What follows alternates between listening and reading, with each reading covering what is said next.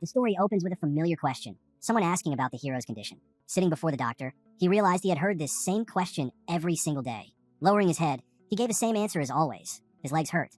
The doctor, watching him quietly, said he understood. He offered to increase the dosage of his medication, trying to ease the pain. But in that moment, the protagonist felt the words no longer mattered. Nothing really did, ever since everything had fallen apart. A nurse approached with a gentle smile, telling him she would take him back to his room. His gaze drifted forward, blank and lifeless, as a thought crossed his mind. By the time he opened his eyes again, his world was already over. His wheelchair was pushed down the hallway. Looking around, all he could see were faces full of pity. To him, that was all he had left. Sympathetic stares and monthly insurance checks. Sitting motionless, hands resting uselessly on his lap, he knew he had nothing now but the harsh reality of living half paralyzed. His face showed no sorrow, no joy, not even melancholy, only emptiness. As the wheels rolled forward, his thoughts drifted back to the cause of it all, an accident. A tragedy born from a drunk driver. He remembered himself that day, wearing a simple tracksuit, just another ordinary evening. He stopped by the grocery store like he always did, carrying a bag on his arm, thinking about grabbing beer and snacks to unwind. Everything was so normal until it wasn't. A flash of light caught his eye, forcing him to turn. In that split second, a speeding car came straight at him. Terror froze him in place as the thought struck. How could luck betray him so cruelly? His shoes and groceries scattered across the street, his body struck down. Now, as the nurse lifted him onto the bed, he could only recall the sharp pain that had ended his life as he knew it. The Ford bag above him dripped slowly, bubbles rising through the tube, while he wrestled with the sensation of phantom pain, legs that felt severed, though they remained. With trembling hands, he reached for his pills, knowing he was trapped in this cycle. Each night, he swallowed them, clenching his fist in frustration. The words echoed in his head. People say God only gives trials one can endure. But to him, the truth was bitter. It would have been better not to endure it all. Another night fell, and the hospital windows glowed under the bright lights. The young man picked up his phone, staring at the screen. With half his body paralyzed, he knew there was little left he could control. All he really had now were the novels on that screen. Scrolling through, he noticed the story he'd started last week had already reached 50 chapters. As he flipped through the pages, he thought about how happy endings gave him a sense of peace. Reading was the only thing that calmed him down when the weight of depression pressed too heavily. Tonight was no different. The dim glow of the phone reflected in his eyes, yet his lips stayed silent. He told himself he would finish this novel before the night was over.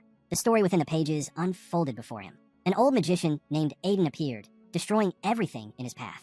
In the end, he stood victorious, but instead of resting, he chose to create a brand new world. Then came a night, facing the ruins left behind. Aiden had erased the old world, rebuilding it in his own vision. Me Mortys vanished, pain disappeared, and even those who had once suffered tragic losses now lived in happiness. Atop a mountain, the magician looked down on a world where everyone lived as though they had won. The protagonist stared at the final words of the story, the author's thanks to the readers. His hands began to tremble. He thought about how the magician endured everything for the sake of the world, only to wipe it all away in the end.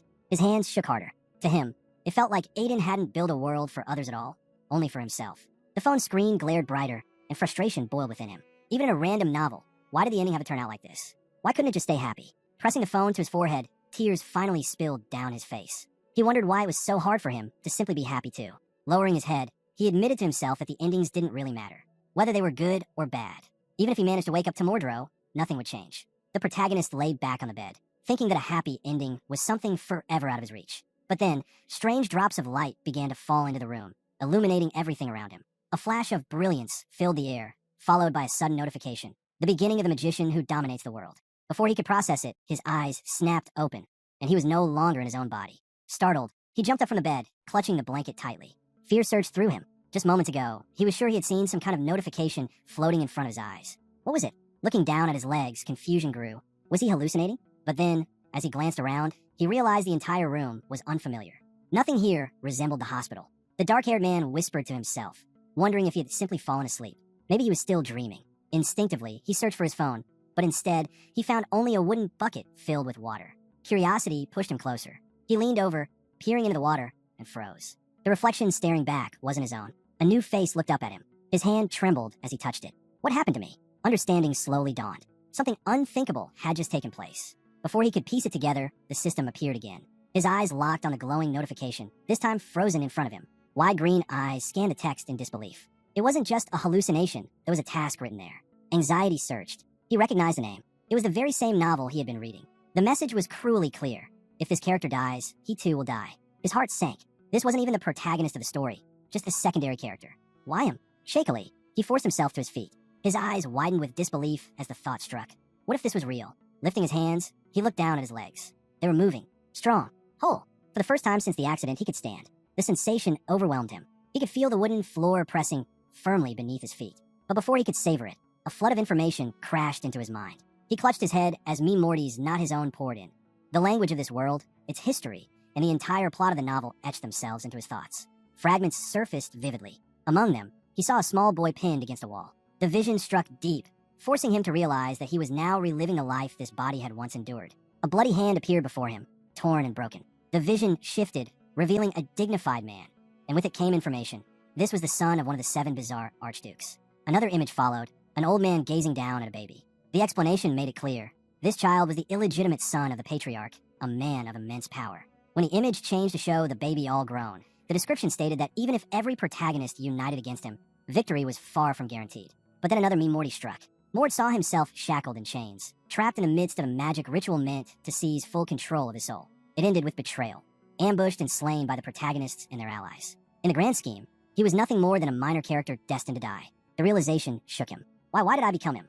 Just then, a new notification appeared, its demand chilling.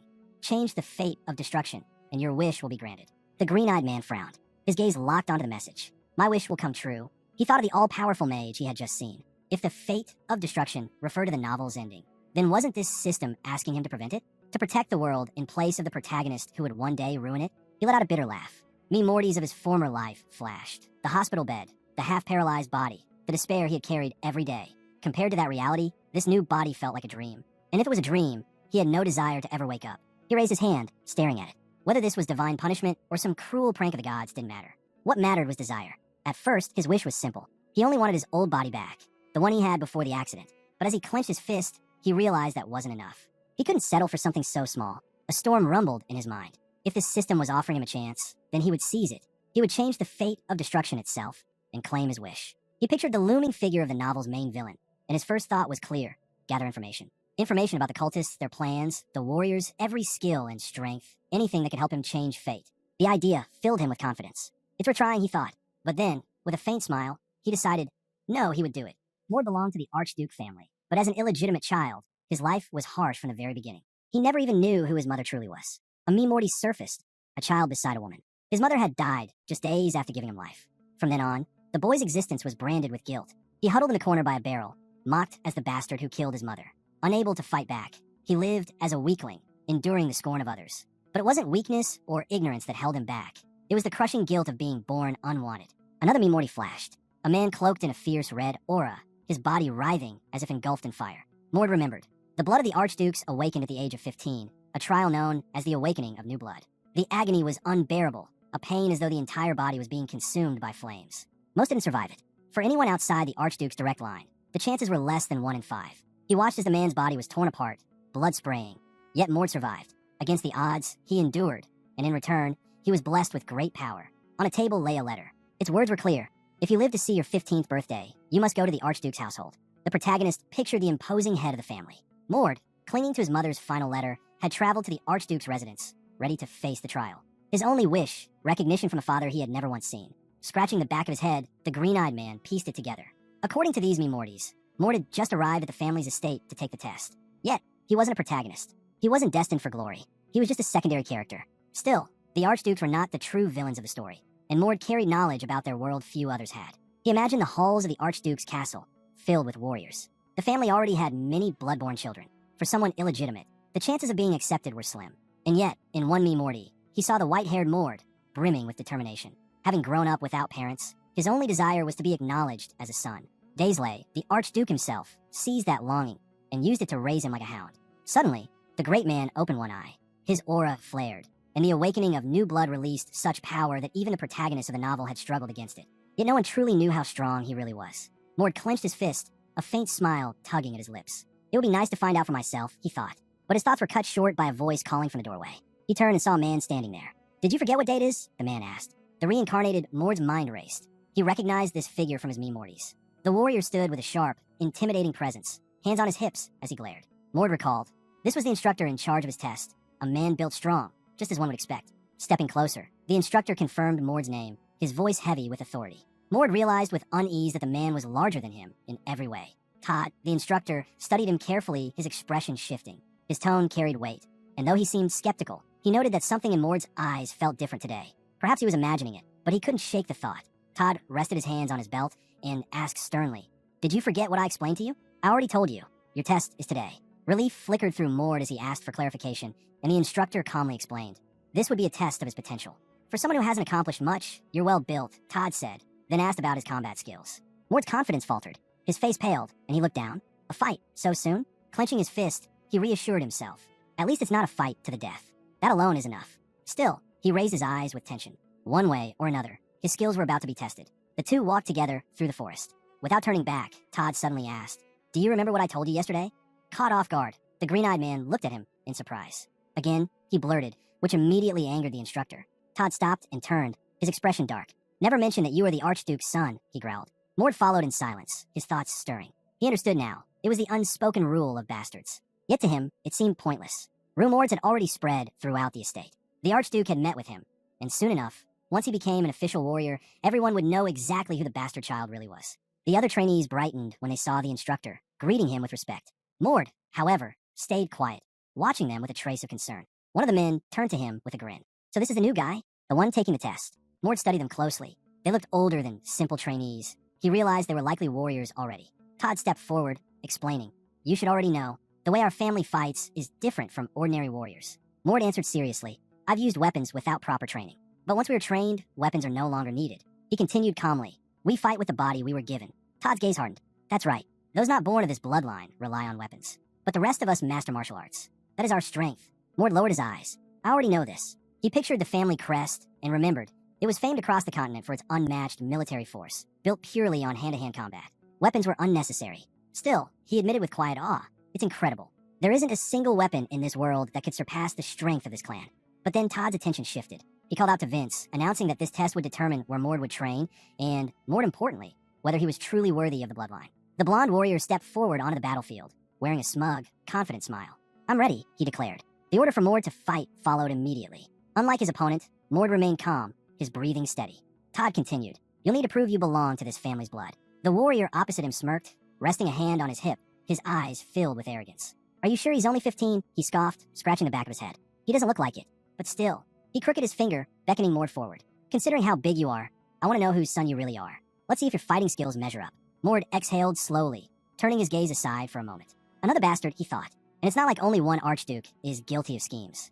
I need to focus on the test. He stepped into his stance, his thoughts sharpening. In this world, strength alone brings freedom. Power is everything. Still, it would be nice if I could live quietly, somewhere far away. Mord lowered himself into a steady stance, his body firm, his mind sharp. This is my chance. I'll prove myself here. A faint aura began to radiate from him as he launched forward, fist cutting through the air. The sudden uppercut startled his blonde opponent, who barely managed to dodge in time. Vince's eyes narrowed in disbelief. He should know how to fight. But Mord's movements told another story. Shifting quickly, Mord raised his leg and struck. More agile than I thought, he realized. Guess those boxing lessons back then weren't useless after all. It had only been a hobby in his past life, but now it gave him an edge. His strike landed against Vince's guard with solid force, driving the blonde back. Vince staggered, but kept his footing. Wiping his mouth, he lifted his head with a strained grin. Not bad. Rising from his knees, Vince's expression twisted with anger. "You lied. You said you weren't trained." Mord's calm voice cut back. "I don't even know what you're talking about. Why would I lie?" That only fueled Vince's rage. "Don't play dumb. That stance, you're trained." Mord lowered into position once more, eyes steady. "I'm just doing what I can." Vince's fury boiled over. He said nothing, his silence heavier than words. Then, with a sharp breath, he surged forward, his fist glowing as he infused it with mana. One of the narrow-eyed soldiers watching leaned forward in alarm. "Wait, stop. He's just a child. He hasn't even learned combat mana techniques yet." But Todd, the instructor, remained unmoved. "Let him continue," he ordered coldly. "Master Todd," another call, but the instructor's voice cut him off. "I said leave it." The air thickened as silence fell. Mord's gaze sharpened. "So, mana will be used against me." The blonde warrior sneered, eyes blazing. "Are you mocking me?" His aura crackled as he charged the blow, his lips curling into a crazed smile. "I'll hold back a little, so be grateful." But his attack missed entirely. Mord slipped past it, his movements fluid, his defiance written in his eyes. The blonde's confidence faltered. "How? He's just a beginner." Mord's stare hardened, his voice low and sharp. "It's my turn now." He drew back his arm, fist clenched tight. The soldiers watching widened their eyes in disbelief. He's copying the combat mana technique. So easily, Mord stepped in close, power gathering at a strike. His green eyes dimmed, hollow yet resolute. This is incredible." The veteran warrior threw up his arms in panic, his mind reeling. "I've spent years mastering combat mana, only to lose to a novice?" Mord's strike crashed into him, the sound echoing across the training grounds. The blonde was hurled backward, his scream tearing through the silence as a gust of wind followed the impact. He slammed against the wall, crumpling to the ground. Everyone froze. Shock rippled through the group. Todd's eyes narrowed as he watched. That blow. It was the newcomer who sent an official warrior flying. His gaze shifted to Mord's broad back, standing firm, overwhelming. What incredible guy. Mord lowered his leg, breathing evenly. His opponent lay sprawled against the stone wall, utterly defeated. Tying his belt tighter around his waist, Mord glanced at him. If I hadn't dodged his last strike, things could have gone badly. Still, I think I'm starting to understand how to use this power. But then the blonde stirred, forcing himself upright, trembling. Mord's eyes sharpened. Can you still stand after that? He asked. He had always believed warriors were on a different level entirely, but something about this fight was starting to change that belief. Drool slipped from Vince's mouth as he glared. This bastard, he's different. One of the bald warriors watching frowned deeply. Defeated with just one blow? How? Another muttered. Where did this bastard even come from? Mord turned toward Todd and spoke calmly. Maybe we should stop here. I don't know how to fully control this power yet. If we continue, I might finish him for real. Todd said nothing. His gaze was cold, unyielding. Inwardly, he thought, he's still a test subject, and I am his instructor. My duty is to push him to his limits, no matter what. I can't let him end this so easily. His expression hardened further, but before Mord could act again, the wounded blonde was carried off the field. One of the bearded warriors stepped forward, hand raised, demanding, "Why did you lie?" Mord tilted his head. Lie? About what? Todd's frown deepened. You said you've never trained in combat, but just now you used mana. How could someone who's never been taught combat mana techniques wield it like that? Mord scratched at his cheek, his expression casual. I wasn't lying. I really never learned. Todd stepped closer, voice heavy with doubt. Do you expect me to believe that? Mana flickered around Mord's hand, a faint stream swirling over his skin. He lifted it slightly. If this is what you mean by mana, I managed to use it once after recovering from a bad fever. But honestly, I don't know much about it. Inside, Mord's thoughts turned sharp. I can't reveal everything. Not yet. The mentor's face hardened, still carrying that same stern, almost mocking look. Do you really think I'll believe that? He asked. In response, Mord began to explain, speaking of the awakening of new blood. Unlike others, he had been able to use mana even before the awakening. His talent was extraordinary. The god of battles, Werner, was said to stand with arms folded, while the goddess of battles, Erita, formed a radiant sphere. Their bloodline coexisted within him, creating an incredible synergy. Light flared, the blessing of their divine genetics. A young talent stood like an unshakable rock, overflowing with mana.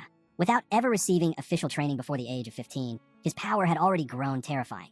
Images surfaced, 7 years of progress condensed into his body. A youth who had achieved what others could not, radiating strength, eyes locked forward with a grim, unyielding glare. A warrior who stood atop a mountain of corpses, gripping his enemy by the head. He had even surpassed the Archduke himself, heir to the god of battles. That was the history of this bloodline. The instructor scratched the back of his head after hearing Mord's story. If that's true, he muttered, then it explains a lot. He shifted his gaze and asked, do you know who Vince was? Mord shook his head. This was my first time meeting him. Todd nodded. Vince has been training since childhood. He survived one of the harshest tests our clan has. And yet, you managed to defeat that kind of monster. Mord's hand drifted to the back of his head. The realization hit him. He had taken down someone far more formidable than he first thought. But the instructor's sharp eyes noticed something unusual in him. He fell silent, exhaled deeply, then spoke. Regardless, you passed. You scored 200 points. The minimum was 100. Now, what are you planning to do next? Mord froze. What am I supposed to do? They never explained anything. Straightening his posture, he admitted, I don't really understand what this test was for. Todd answered bluntly. This test determines your current level. Our family has a 3-stage training system. Mord envisioned an ordinary fighter, as the instructor explained. At each stage, you'll be tested. If you meet the requirements, you'll advance. At the final level, a vision appeared in his mind of sword fighters clashing, warriors battling fiercely. If you pass, you'll be acknowledged as an official warrior. But then Todd's expression darkened. The difficulty is high. Many hit their ceiling and never rise again. Mord rubbed his chin thoughtfully. I see. Then, without hesitation, he stunned the instructor with his words. Send me to the first level. Mord lowered his head slightly. So, should I go there to learn the basics of combat mana techniques? Or is that taught at the 2nd, maybe the 3rd level? The instructor shook his head. No, that's not how it works. Mord pulled back his hand, surprised. Then, as long as I meet the requirements, I'll advance regardless? The answer unsettled him even more. Strange, wouldn't it be more logical if passing the test meant becoming an official warrior right away? But Mord lifted his head proudly. In that case, I'll still go to the 1st level. The instructor's sharp gaze lingered on him. This boy is serious. Serious, and still just a bastard. He turned away, muttering to himself that it might actually be for the best. Aloud, he said, fine. I wouldn't have given you special treatment anyway. As he left, his expression remained grim. That's enough for today. To Mordro, I'll send you to someone who will teach you everything necessary at level 1. Later that night, a lone candle flickered quietly in the room. Mord lay on the bed, one hand behind his head, reflecting on the events. The test went smoothly, he thought. But then his mind drifted. What about the original owner of this body? Did he go through the same process? The novel had never explained how this character became the Archduke's hidden ace. Leaning forward, Mord reasoned it makes sense. He was just a secondary character. The only thing the novel said was that the Archduke tried to maximize his potential and dominate his mind, molding him into a weapon. A frown crossed his face. But then, how did he actually pass that test? His thoughts grew darker. As a child, he suffered constant beatings. What if that's all it was? What if he was simply beaten into submission and thrown into the first level? That seems more likely. Mord's doubts deepened. Yet as he searched for meaning, he began to understand. Maybe this is why I ended up in this body. Not because it's convenient, but because I've always resisted unfairness. Even in my real life, I couldn't stay silent when something felt unjust. Sadness welled in his chest. He fell quiet, the silence heavy and deliberate. Finally, he pushed himself up from the bed, lost in thought. Mord lowered his hands and reflected. The life I live now, it's the complete opposite of the one I had before. The wooden beast-shaped door creaked open. Stepping outside, the reincarnated man's thoughts turned grim. To save this world from destruction, I'll have to defeat the novel's protagonist, Aiden. Fragments flashed through his mind, pieces of the story like shards of glass. The one who gathers the fragments of the world, pieces that fit together like a puzzle, becomes the supreme god, the magician who dominates the world. He pictured it clearly, a crystal sphere forming in a wizard's grasp. The sorcerer collecting the fragments, ruling over everything, until he stood at the peak of existence. And the result, destruction. In his imagination, the wizard stood upon a mountain, holding a massive, glowing sphere as a battle of unimaginable scale raged around him. To become a god, he slaughtered not only his enemies, but even his own comrades. The novel had called it, The Rise of the Destroyer of the World. As the sun dipped beneath the horizon, Mord's green eyes fixed straight ahead, burning with determination. He clenched his fists. Aiden, I'll make sure you never bring this world to ruin. The glow of countless imagined lights swirled in his mind. This might be my last chance. My only chance. Leaving behind the weight of his former life, he resolved, from now on, I'll live as the character in this story. If I die, then I'll die as part of history. The narrative shifted.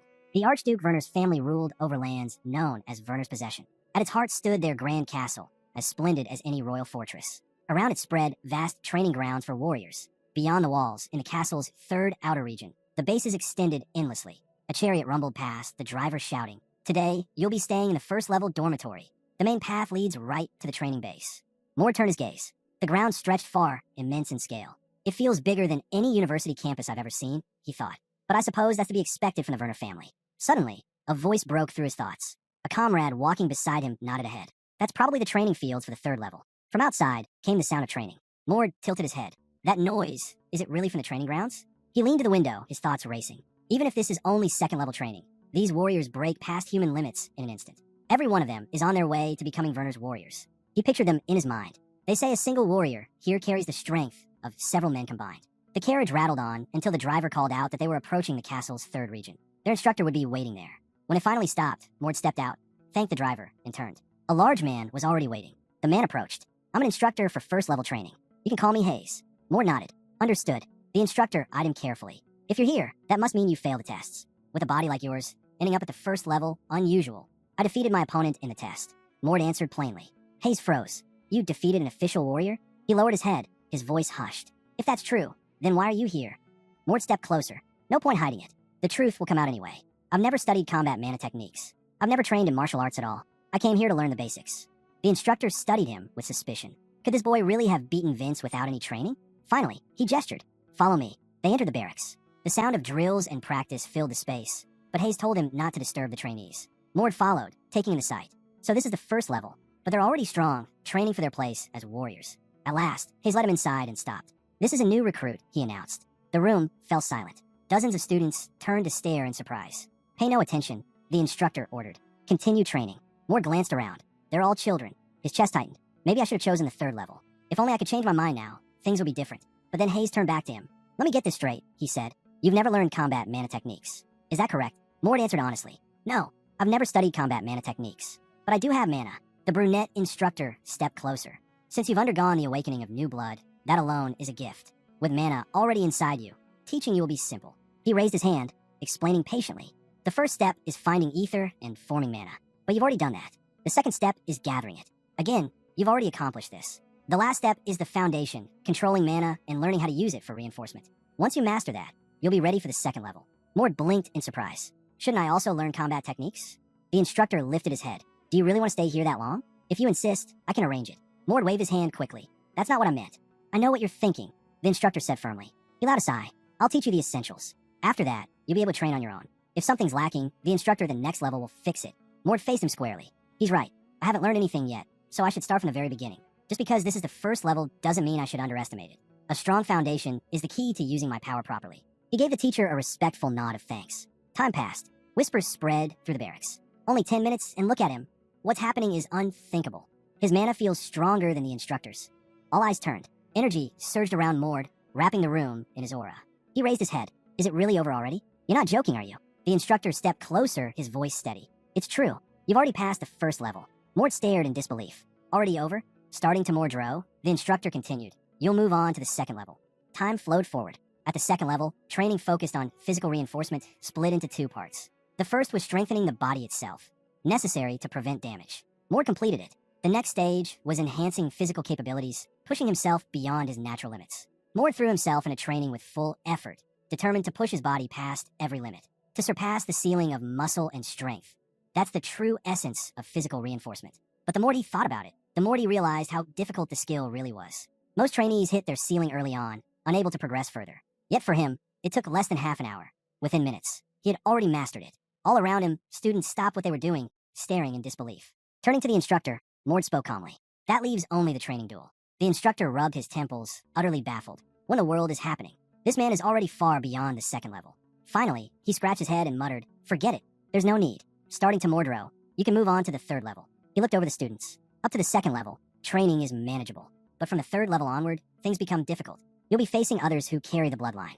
Passing the third level won't be simple. Folding his arms, he added, and you'll have to fight them without relying on any martial arts training. Mort listened carefully. It's true. When I think about it, I haven't learned any real combat techniques. The teacher side, he's hiding his strength. That much is clear. With brute power alone, he reached the second level. But to become a warrior at the third level, that's not so easy. He'll need to work even harder. Mort lowered his head slightly. He's right. The third level will be different. But I can't wait to face others blessed with the power of new blood. I'm excited just thinking about it. Tomordro can't come soon enough. The next day arrived. Third level students gathered together, whispering among themselves. They say someone cleared the second level in under 2 days. He must be from the bloodline. But then why would someone of Werner's blood start from the first level? Nearby, 2 more students murmured. It's obvious. He probably went there to attract the Duke's attention. Another frowned, his tone cold. Predictable. I'll show him. There are beasts even among those of blood kinship. When Mord entered the training hall, murmurs spread immediately. Is that him? He must be the one who skipped the first 2 levels. A tall figure stepped forward. So, you're the newcomer? He asked. Mord looked back steadily. And who are you? The man came closer. Second class captain, Fian. His eyes narrowed. Could this really be the one from Werner's bloodline? Then he smirked. Seems we're alike. Both tied to the Duke. Mord introduced himself calmly. I was supposed to be placed in the second class as well. Though I'm not sure how long ago that was decided. Fian's expression twisted in anger. Are you treating this place like a joke? Mord scratched the back of his head. That's not what I meant. I wouldn't have come all this way if I thought it was a game. He turned, already dismissing the tension. I'm not in the best mood right now. Better calm down before this gets ugly. But Fian's anger only flared hotter. Mord met his gaze directly. What? Did you expect me to piss myself because you're trying to scare me with some pathetic trick? If that's your idea of intimidation, it's laughable. The words only poured fuel on the fire. Fian clenched his fist, eyes blazing. Mord pressed further, voice sharp. Do you really think the whole world is beneath you just because you survived the awakening of new blood? You think you're the only Werner here? I'll kill you right here, bastard. Fian roared, his fury boiling over. Around them, their comrades whispered. That poor newcomer, you won't last. No one can stop Fian. If the instructor doesn't come soon, that guy's finished. Meanwhile, Fian sneered, his voice dripping with scorn. Since you're part of the Werner bloodline, I won't hold back. He lunged forward, his red hair flashing as his hand shot out to grab Mord. You'll pay for that mouth, he growled. The air shook with a thunderous bang. Dust exploded into the air, forcing the onlookers to cover their faces. What power! That poor fool. Please let him survive this. As the dust settled, 2 silhouettes came into view. Every jaw dropped. It wasn't Mord lying broken on the ground. It was Fian. Mord stood over him, his opponent pinned beneath his strike. His voice was steady, almost mocking. Is that all you've got? I expected strength. But this, you're no stronger than a village bully. Fian staggered to his feet, wiping blood from his lips. His glare burned with shame and fury. You bastard, you just got lucky with that blow. The main character looked straight at him and calmly said it wasn't luck. His opponent was simply too weak. That answer only fueled the young man's rage. He charged forward again, swinging hard, but once more his strike was turned back. This time, he was even tripped, and before he could recover, another blow landed. Fian had no chance to react, and his body was thrown forward, and to top it off, a sharp smack hit the back of his head. The impact was so heavy that dust scattered around him. Stumbling back, he couldn't process what just happened. Then, as his eyes fell on his opponent lying helplessly on the ground, one thought ran through his mind. Too weak. He expected Werner, a level 3, to put up a fight. Looking down at his own hand, he wondered, was this because of the combat mana technique he'd grasped back at level 2? If not, then perhaps the original player had instinctively mastered the basics of that technique. If that were true, it meant this version was weaker than the one described in the novel. Just then, Fine's friend rushed over, helping him up and urging him to focus. Shaking off the dust, Fine stood, telling his friend to step back. This wasn't over yet. But his opponent snapped, saying Fine had blacked out for at least 10 seconds. Fine refused to admit it, shouting that he had managed to land a blow. It was only because he dropped his guard that he lost momentum. The protagonist lowered his gaze and replied coldly. Losing focus in a battle when aiming to become a warrior was nothing but disgraceful. Still, Fine wouldn't back down. He barked that just because his opponent could overpower him, it didn't mean he had the right to say things that cut him down inside. His fury erupted, so intense that everyone around felt it. Whispers spread, he's awakening his power. Panic rose. Someone called for the instructor to intervene. Others yelled at the newcomer to escape before Fine truly lost control, because this time, he might not hold back. The brown-haired man, watching, couldn't believe it. Is this real? He thought. Fine must be awakening the strength of new blood. But as he studied him closer, he realized it wasn't complete control. More like wild mana bursting free. Then again, it made sense. If this world had more bastards like this at such a level, it wasn't surprising. Suddenly, an old man appeared and demanded to know what was happening. One of the students quickly explained that the new kid and a classmate had started fighting. The instructor's face darkened with anger. But when someone asked if they should intervene, he shook his head. He wanted to see how this played out. Turning back, he studied the scene carefully. That boy, he had enough strength to deal with a normal warrior. Opportunities to measure such power didn't come often, and this was one of them. His gaze then shifted to the newcomer. So, that must be Vern's brat who joined today, he thought. The death of one bastard won't stir up much trouble. By now, Fine had gathered enough energy. Stepping forward, he growled that his opponent would pay with his life for daring to anger him. Across from him, the young man stayed calm, noticing that Fine could wield it too. Then, in a sudden burst, Fine leapt high into the air. The protagonist narrowed his eyes, an advanced technique. It used both body and weapon as a vessel to unleash stronger energy. He stepped back quickly, dodging at the last instant, retreating just far enough as power began swirling around the student. The thought struck him. If Fine landed a direct hit, the results would be dangerous. But Fine wasn't letting him breathe. Jumping again, he shouted at the top of his lungs, calling him a coward for trying to run. He charged head-on, shifting his stance, and channeling energy into his fist. Just as he lunged, however, crack, a solid punch landed right on his face. He froze, stunned, unable to grasp what had just happened. When his eyes refocused on his opponent, the humiliation burned in his chest. Snarling, he lashed out, blow after blow, but the brown-haired newcomer blocked them with ease. Impossible, he thought.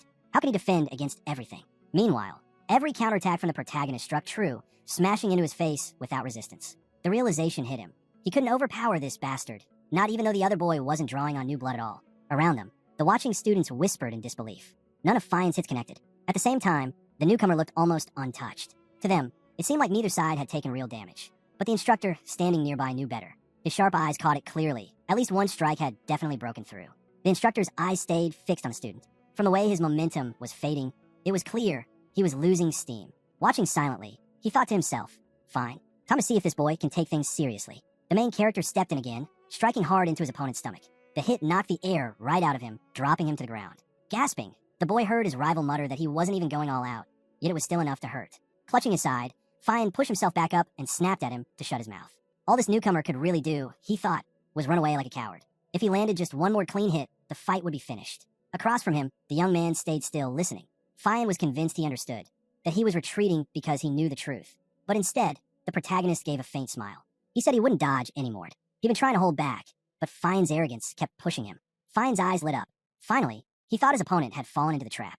Charging forward, he shouted that the newcomer would regret this choice. His fist tore through the air, aiming straight for the boy's chest. A burst rang out like an explosion. But when the dust settled, the rookie hadn't been hit at all. He had caught the fist at the last possible moment. Slowly raising his head, he said, "Looks like momentum means nothing if you're weaker than the one standing in front of you." Then he swung back. Consider this a lesson. For the first time, fear flashed through Fine's thoughts. With momentum, the stronger side was supposed to win against those without it. That was the rule. Yet this guy was breaking it with ease. Before he could react, a fist drove into his stomach with crushing force. The blow lifted him off his feet, dust exploding into the air as his body was hurled several meters back. He slammed into the wall, collapsing with his head down, completely unconscious. The instructor froze, staring at the scene. Where did this monster of a boy come from? An illegitimate child had just defeated such an opponent without even drawing on momentum. He had trained countless Vernars before. Even the most talented bastards could never erase the difference between themselves and a direct bloodline. Yet this child had done it right in front of him. For a moment, Daisley stood stunned, unable to move. After the fight, the boy turned and asked if anyone else wanted to see HL denge him. The instructor narrowed his eyes. At only 15, to already hold such power, this boy is a monster. He quickly ordered the students to hurry and escort their injured friend to the medical center. One of them acknowledged, and as they left, Daisley's thoughts lingered. If I let this continue unchecked, discipline here will collapse. No matter how impressive his strength is, without proper backing, he's nothing but a puppet. He must be tamed. The battle's outcome had left Fian heavily injured. The blows were so severe that he was confined to the infirmary, eventually slipping into a coma the moment he lost consciousness. Because of the incident, the protagonist was placed on 4 days of probation and tasked with studying tactical techniques. Closing the book one evening, he sighed. The material was far too basic. For someone who had studied up to graduate school back in his real-world university, a written exam here wouldn't pose any real CHL dench. Rolling up his sleeves, he muttered that spending all day cramming in the estate was unbearably dull. What he really wanted was to sharpen his mastery of combat mana. Just then, a voice broke his train of thought. Someone remarked that they'd heard he had caused quite a stir at the 3rd level training grounds. Looking up, the young man saw Instructor Todd standing before him. He immediately asked why he had come. Todd explained that the Duke wished to meet him. The boy stepped closer, demanding to know the reason. Todd only replied that he would find out once they arrived, and they had to leave right away. The question arose, were they really going to meet the Duke dressed like this? Todd waved it off, saying he hadn't expected the boy to know aristocratic etiquette anyway. As long as he showed proper manners, it would be enough. The protagonist thought back to the novel. The Duke had never cared much for empty etiquette, so there was little to worry about. With that in mind, he agreed. Soon, they were traveling by carriage through the forest. Inside, Todd mentioned that rumors about him had already spread everywhere. His performance in both the 1st and 2nd level training had left everyone talking. The instructor studied him closely, remarking that he seemed like a clever boy, and he was sure the others saw it too. The guy asked what that was supposed to mean. Lowering his head, the instructor explained. Wasn't his plan all along to draw the Duke's attention? The boy scratched the back of his head. No, he said flatly, he wouldn't gamble his reputation just for that. If he wanted the Duke to notice him, he'd simply become a powerful warrior. For the first time, Todd believed him. And in truth, the boy was right. Strength would draw far more recognition than reckless stunts. The instructor then revealed that the Duke had been informed about yesterday's fight, which was why his interest had been piqued. The boy glanced out the carriage window. He muttered that for the Duke, a single duel probably wasn't worth much attention. But Todd corrected him. He hadn't just fought. He had crushed someone equal to a proper warrior, reducing him to nothing. That was enough to stir interest. Their carriage soon rolled into the estate. Todd reminded him not to stand out too much when they reached the training fields. The boy agreed quietly. Stepping inside, he found the place filled with men sparring intensely. His eyes caught one figure and instantly he thought, that's the Duke. And it was. Towering before them stood a massive man, his body brimming with raw energy. His presence alone was overwhelming, an aura that swallowed everything around him. Warriors rushed him at once, but not a single strike could breach the shimmering defenses around his body. At last, the barrier began to crack. The Duke finally raised his head and ordered them to stop. Then he lifted a glowing sphere in his hands. In moments, it drew in the energy all around, magical and physical alike, swelling larger and larger until it pulsed with terrifying force. The boy's eyes widened as recognition hit him. An advanced skill, it devours every type of attack and condenses it into a single shockwave, unleashed against the enemy. The Duke hurled it aside. In an instant, the sphere exploded forward, tearing through the air and slamming into the wall. The impact shattered it completely, rubble scattering everywhere. The boy clutched his head in disbelief. That skill, it's the mirror of God's battle. Still incomplete, still being refined, but it's unmistakable. The Duke turned toward the shattered wall and muttered that the technique's efficiency was still lacking. The boy, however, couldn't believe it. Incomplete, yet already this powerful, unbelievable. Just then, the blonde subordinate stepped forward, reminding the Duke that they were being kept waiting. The student and instructor bowed deeply in greeting. The Duke approached, telling them he had called them here precisely to avoid the burden of etiquette, so they should rise. His gaze shifted to the boy. I heard you caused quite a stir on my training fields. The young man thought to himself. Even without trying to impress him, he's overwhelming. The Duke's hand suddenly gripped his chin, tilting his face upward. Who is your mother? Reyna, the boy answered. The Duke paused, then nodded. I remember her. Seems you've inherited more from her than from me. He studied him again before asking. Have you undergone your new blood awakening this year? Yes, the boy replied. The Duke lowered his head slightly. And I hear you managed to withstand the impulse using only body enhancement. I want to see for myself how strong you are. He gestured behind him, calling forth one of his soldiers. Kessner stepped forward instantly, bowing. I want you to spar with him, the Duke ordered. Kessner blinked in surprise. With this brat? Is that really necessary? The Duke stepped closer, his voice firm. This is my son. He arrived from outside only a few days ago. I want to gauge his strength. Don't go too far. The subordinate straightened and agreed. The young man's eyes narrowed. He recognized him immediately.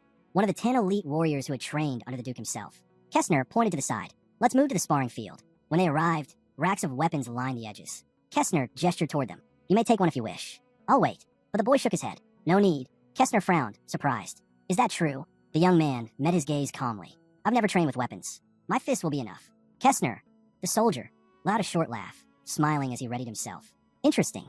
That surprises me. In the blink of an eye, Kessner leapt forward, launching the first attack. Their fight had begun. The two locked, eyes mid-clash. Fast, the boy thought. As expected from the Duke's confidant, Kessner noticed his reaction. Dodging without even using mana? Not bad. He struck again, only for the young man to block. Another blow followed, heavier, forcing the boy to jump back. He's on a completely different level from anyone I've fought before, the boy admitted to himself. Kestner stepped closer, a grin on his face. I like your spirit. Even now, you're not giving me everything. You know I could corner you, and yet you're still holding back. That means I won't hold back either. The boy tensed. He could feel Kestner drawing on mana. So, he's one of the Duke's blood relatives after all. Then another thought struck him. Since becoming this character, I've never once fought at full strength. Maybe this is the time. Energy began to gather around him, swirling as he stopped suppressing himself. Power clashed in the air between them, colliding like a storm. Watching from the side, the Duke's eyes lit with interest. Kestner blinked in surprise. What is this? Could this really be the bastard's mana? The boy's mind sharpened. In a novel, this body probably never reached its true potential. Growing up branded as the bastard who killed his mother, left abandoned, guilt eating away at him, he never had the chance to unleash it. Now, grouping himself, the boy made a choice. He looked straight at his opponent. Fine, I'll try for real. Kestner was startled at first. Then he smiled broadly. Good, that's what I wanted. In an instant, he shot forward, so fast his movement left marks in the ground. Let me teach you a lesson, kid. The blow came hard, but shockingly, the boy blocked it clean. Kestner's eyes widened, then narrowed into a grin. So, this is why His Majesty finds you so interesting. The words weren't false, but his tone hardened again. Still, it's useless. He swung with devastating force. This time, the boy was sent flying, skidding back across the ground.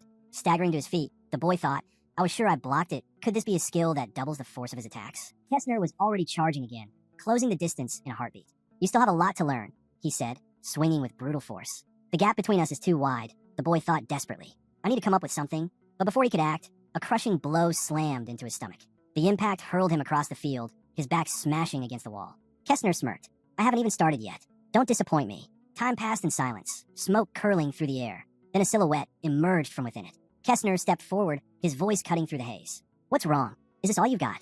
The boy lifted his head. Not even close. Inside, though, he admitted the truth. The difference in strength was massive, even without Kestner using impulse. Do you need to call on new blood power? He staggered up, but the thought gnawed at him. If I use it, he'll only respond in kind. That's not an option. Kestner's footsteps drew closer. Seems like you've got too many thoughts in that head of yours. The boy wiped the blood from his mouth, saying nothing.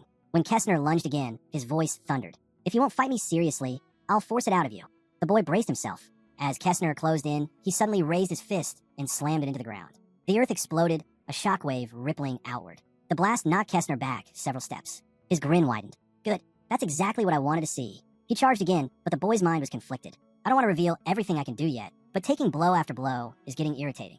I need to land at least one solid hit. He lashed out with a flurry of strikes, but to his shock, Kestner blocked every single one with ease. Too wide a range of attacks for your level, Kestner said, ducking low, his eyes sharp. Talented, no doubt, but your fighting skills are still at the beginning stage. Then his own fist whipped forward. Yet this time, miraculously, the boy managed to block it. Kestner glanced up. Didn't I already tell you? Blocking won't help. The boy stayed silent. Moments later, he struck back. The power behind it cracked the floor beneath Kestner's feet. Startled, Kestner raised his hand. What's happening? A double attack? But then his eyes narrowed. No, not just that. He shifted the double attack into another one and stole my skill. He blocked me on purpose. The realization burned through him, anger rising. That this boy, just a kid, could adapt and claim his technique so quickly. Energy swirled around him as his voice hardened. You impressed me, but now, things are getting interesting. He stepped closer, his tone sharp. From here on, we fight at full strength. The boy froze. He's finally unleashing the impulse. Is he really about to show me the true extent of his power? But before the clash could continue, a voice cut through the field. Enough. The Duke had intervened, his presence instantly halting the battle. That's more than enough. Step back. He moved toward the boy, his eyes weighing every detail. Considering you've only recently awakened your new blood, your level is impressive. The boy caught his breath but felt the weight in those words, until the Duke's expression shifted. His tone grew sharp. But there's something I must test. Power surged in the Duke's palm, condensing into a glowing sphere. A spherical impulse hurled directly at the boy. Shock shot through him. He thrust his arms forward, straining with all his strength to hold it back. Pressure crushed down on him, his body screaming. I can't withstand this, not with my current strength. The thought tore through him. Is he forcing me to use new blood power? But then another thought surfaced. His eyes lit up. No, there's another way. If I remember the fight with Fian, yes, that was useful. He was weaker, true, but he blocked an impulse with just the initial level of body enhancement. Nearly impossible, but not hopeless. If I also tap into the impulse now, it might just work. The boy stretched out his hand, channeling his energy. I can block this. The Duke's expression brightened, clearly pleased. But the instructor's eyes went wide. Impossible. He awakened his new blood only recently, and he's already using the impulse? The sight was stunning. The boy focused, his hand steady. The talents of this body, they're beyond imagination. All I have to do is watch how a skill is used once, and I can replicate it. Kestner stepped closer, smirking. As expected from your blood. You're handling it better than anyone thought. But the boy's thoughts were sharper, colder. He only considers someone family if they're useful. One day, I'll hit him with everything I have. The Duke finally approached. His voice carried weight. You passed my test. I should reward you. Tell me, what do you desire? He listed off treasures without hesitation. Gold in amounts no one could dream of. A mentor to guide his training. Anything at all. He only needed to speak. The boy stood in silence for a moment, weighing it. A rare chance, but I already know what I need. In his mind's eye, he pictured a glowing crystal. I must gather the world fragments before Aiden. If I don't, this world will collapse into ruin. He raised his head, looking straight at his father. I don't want money or mentors. What I want is to test myself in the grave of the god of battles. Images flashed in his mind. The grave, unlike any ordinary dungeon. While most dungeons were symptoms of this world colliding with another, crawling with monsters from the demon realm, this place was different. The grave wasn't born from overlapping dimensions. According to legend, it was where the god of battles himself was forged. And deep within lay the crystal he sought. One of the fragments. Kessner's face darkened, clearly unsettled by what he heard. He bit back his words, but his anger showed. The boy, meanwhile, considered it himself. Maybe this request is too early. The Duke's voice cut through the air. Why do you seek the trials of the battle god's tomb? The boy stepped forward. I've heard that traces of the battle god remain there. Since awakening, I've felt the pull of my bloodline. I want to see its roots for myself. Kessner's thoughts twisted. Immature, even more immature than I thought. He pictured the tomb in his mind. The sacred ground where the coming-of-age ceremony for direct bloodlines was held. This boy's request wasn't just bold. It was a CHL dinge to the entire lineage itself. And he's illegitimate. He has no right to step foot in such a place. But before he could object, the Duke spoke. I'll allow it. Kessner's head snapped toward him, stunned. What? The Duke didn't waver. I know what you're about to say, but this isn't without precedent. A few times in the past, outsiders entered the tomb during expeditions. It simply hasn't happened in my generation. He turned his gaze back to the boy. Do you truly want to go inside? Kessner froze. His body trembled, unable to answer. But his thoughts betrayed him. Of course I do. I've always wanted that chance. The Duke studied him with sharp eyes. An illegitimate child, craving the privileges of a direct bloodline. His whole life has been shaped by that fact. At last, he turned to his son again. It's too soon. I won't send someone unqualified into the tomb. Prove yourself first. When you become an official warrior, I'll grant you that chance. The boy clenched his fist. Becoming an official warrior isn't far off. If I can outpace the protagonist of a novel, I'll reach it first. A small smile tugged at his lips. Understood. Sometime later, he and the instructor departed together. Behind them, Kessner remained, his eyes following the boy as a single thought settled in his mind. His name. The Duke suddenly stepped closer. What do you think? The boy turned his head. Is this what those brats were talking about? He heard the answer. Yes, because he had fought Kessner one-on-one. Kessner frowned. He was holding back. I'm sure of it. He never gave me everything. The Duke's gaze sharpened. But when he tried to take the ball, he was at his limit. At that moment, he was learning the body's impulse itself. Kessner muttered, there are people who can learn the moment, but still. Then the Duke turned to another figure. His mana is what stands out most. He can't control it yet, but his energy level is astonishing. At that moment, he introduced a woman standing nearby. His mana is even comparable to Ernest. Kessner spun to face him. What? How? The Duke waved it off. Nothing, but behind his calm tone, his mind stirred. He recalled the boy's eyes. Empty, unlike his other illegitimate sons, who all carried burning hunger for recognition. This one's gaze held no desire at all. Cold, distant. He takes after his mother. Truly interesting. Days passed. The training grounds were alive with sparring. The protagonist stood apart, simply observing. He watched the others clash and thought for days of mind-numbing boredom. Finally, I can learn something useful. Nearby, voices rose in conversation. They're going to pick 5 bastards for the tomb of the god of battles. Kessner and Viscount Owen are already chosen, another replied. That leaves 3 spots. Speculation spread among the students. It must be an expedition to study the tomb's structure. It changes after every cleansing instead of vanishing completely. That's true, but even then, the risk is lower for those of direct blood. The boy's thoughts turned inward. So, even the warriors are aiming for this chance. Then I have no choice. I need to become a warrior, fast. Out of nowhere, someone walked up and asked if everyone had gathered. One of the students replied that everyone was present, except for Fine. Another thought to themselves, is this really the instructor? It turned out to be Instructor Daisley. Without hesitation, he ordered the group to get ready for training, just like always. Then, his eyes landed on the main character. Is this one new? He asked. The boy quickly replied that he wasn't. The instructor paused, then stated coldly that he couldn't take part in this session since he had just joined. Instead, he was told to rely on his fellow students for help once training ended. This caught the boy off guard. He asked if the instructor truly wasn't going to teach him directly. If he had to ask for help, then at least the instructor could suggest who might be the right person. That question made Daisley's face darken. He stepped closer, voice sharp. You've got some nerve. After injuring the captain right after arriving, you dare to make demands? The boy calmly replied that he had already received punishment for that incident. And besides, the captain was the one truly at fault. Those words only fueled the instructor's anger. He snapped, calling him an arrogant brat, and demanded to know who had taught him to speak to his elders that way. The student shot back that he wasn't contradicting him, just asking for fair treatment. After all, wasn't that the instructor's job? That was the final spark. With a heavy strike, Daisley knocked him back, sending the boy reeling. Grabbing his jacket, the instructor yanked him forward and roared. If I order you to do something, you obey. Starting now, you'll run laps around this field until training ends without slowing down. And you'll be listening to the lesson at the same time. If you can't answer my questions later, you'll be punished. Pulling him closer again, Daisley barked. Did you understand me? The boy clenched his fists, barely holding back his energy. In his mind, he cursed him as nothing but a bastard. The instructor studied him with narrowed eyes, sensing something strange. Could he already be reproducing Manhwa? The thought made him frown. This brat actually dares to dinge my authority? With another blow, this time across the face, Daisley struck him down again. You dare bare your teeth at me? Filthy mutt, he growled. The boy staggered back, but managed to stop himself. His expression hardened when Daisley declared that his authority here was absolute. If the boy didn't obey, he would be thrown out immediately. Do you understand me? The instructor demanded once more. The young man pressed his cheek, weighing his options. Any fight could ruin his military exams. He met the instructor's gaze and decided restraint was wiser. He had to reach the grave of the god of battle. I understand, he said. Why are you still here? Go run, the instructor replied. The brown-haired man clenched his jaw, then left and began to run. Daisley watched him go, scanning him from head to toe and promising himself the young man would pay for the insult. After the slap, Daisley carried a grudge. He punished the protagonist at every opportunity, both with words and with force. Daisley ruled by power. If someone crossed him even slightly, he punished them. He set up fights, enforced brutal training, and broke those who resisted. The other students endured because they had no choice. Later, the young man was still working through the punishment. He balanced on one hand, head down, listening to the instructor. He refused to obey the instructor's command and thought the man justified cruelty by calling it training. He kept himself together, knowing Daisley had watched him display his mana in front of the others. The instructor checked once more. You're not responding, he said, then left. Stay like that for the rest of today's training. Move a finger and I'll punish you more.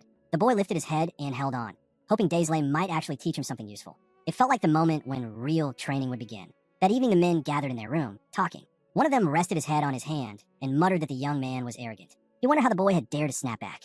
The punishments he'd received would have crushed someone else long ago, yet the boy endured, silent, stubborn, even while forced to hold massive stones. How did a child with no real bloodline or training become like this? One asked aloud. Unable to contain himself, another slammed his fist into the wall, then stood up. He'll break soon, he said. We just need to push harder, and everything will go our way. The next day, the protagonist stood before everyone and boldly declared he would take the test to become a true warrior. The students around him were stunned. Some whispered that maybe he had beaten their captain, but to claim the title of warrior, that was far too much. The instructor narrowed his eyes. What did you just say? Are you out of your mind? The young man faced him directly. I know exactly what I'm saying. The instructor stepped closer, scoffing. Ridiculous. You haven't even mastered the basics, and you dare talk about becoming a warrior? The boy moved forward. That's because someone neglected his role as an instructor. Now that I think about it, it feels like you're not qualified to teach. The instructor's expression twisted with fury. You've lost your mind. Only I can decide who is ready to take the military test. He raised his voice. Do you really think I'd let you attempt it after everything you've said? The student only smiled. You don't have the right to forbid me. The brown-haired youth stepped even closer. I am officially invoking the spirit of the god of battles. The instructor froze, shocked. The spirit of the god of battles was no ordinary matter. It was the sacred trial of duels. Among warriors, strength alone was truth, and tradition dictated that only the strongest held authority. To call upon the spirit meant to let the god of battles himself decide who was right and who was unworthy. But if the instructor lost, the consequences would be severe. How do you even know about this? The instructor demanded, frowning. The young man lifted his head proudly. That doesn't matter. By law, a student may invoke the spirit of the god of battles against his instructor to prove he is unfit to teach. Just as the legend said, the god of battle himself grew up not knowing who he truly was, mocked and mistreated by those who claimed to be his instructors. The man answered with a cold truth. The god turned into a judge long ago. Those who lorded over others without proving themselves deserved death, and the law was strict. Students may invoke the spirit of the god of battles to test an instructor's right to command. The instructor grabbed the student's collar. Don't joke. The spirit of the god of battles is a child. He can't beat me. He lifted the student and added, You're 10 years too young for this sacred right. The student shook him off and stepped back. You don't get to refuse the spirit, he said. He turned away and walked a few paces. The other students watched in silence. The brown-haired man drew in energy, fists tightening. He called out, The student invokes the spirit of the god of battles against a third-level instructor. A hush spread. The instructor's stance changed. The student spoke to him directly. If the instructor rejected the request, he wouldn't trust the onlookers as witnesses. He would go and tell everyone the truth. Do you think you can get away with this? The instructor said. This is your last chance, the student replied. I won't waste more time. The instructor thought about the power the student had shown in his fight with Fian and realized he could not back down. He clenched his fist. Fine, he said. I accept. I'll make you regret this. The duel will take place. The student interrupted. I'll wait here for an hour. The instructor scowled when the student declared he'd wait an hour. Since when do you decide that? The young man smiled. The C.A. Childinger chooses the place and time. Surely you didn't think I wouldn't know that. He turned away. Like I said, I won't waste more time on you. Run if you want. The remark stung. The instructor stood frozen, wondering where a monster like this boy had come from. News of the duel spread fast, even reaching the Duke's estate.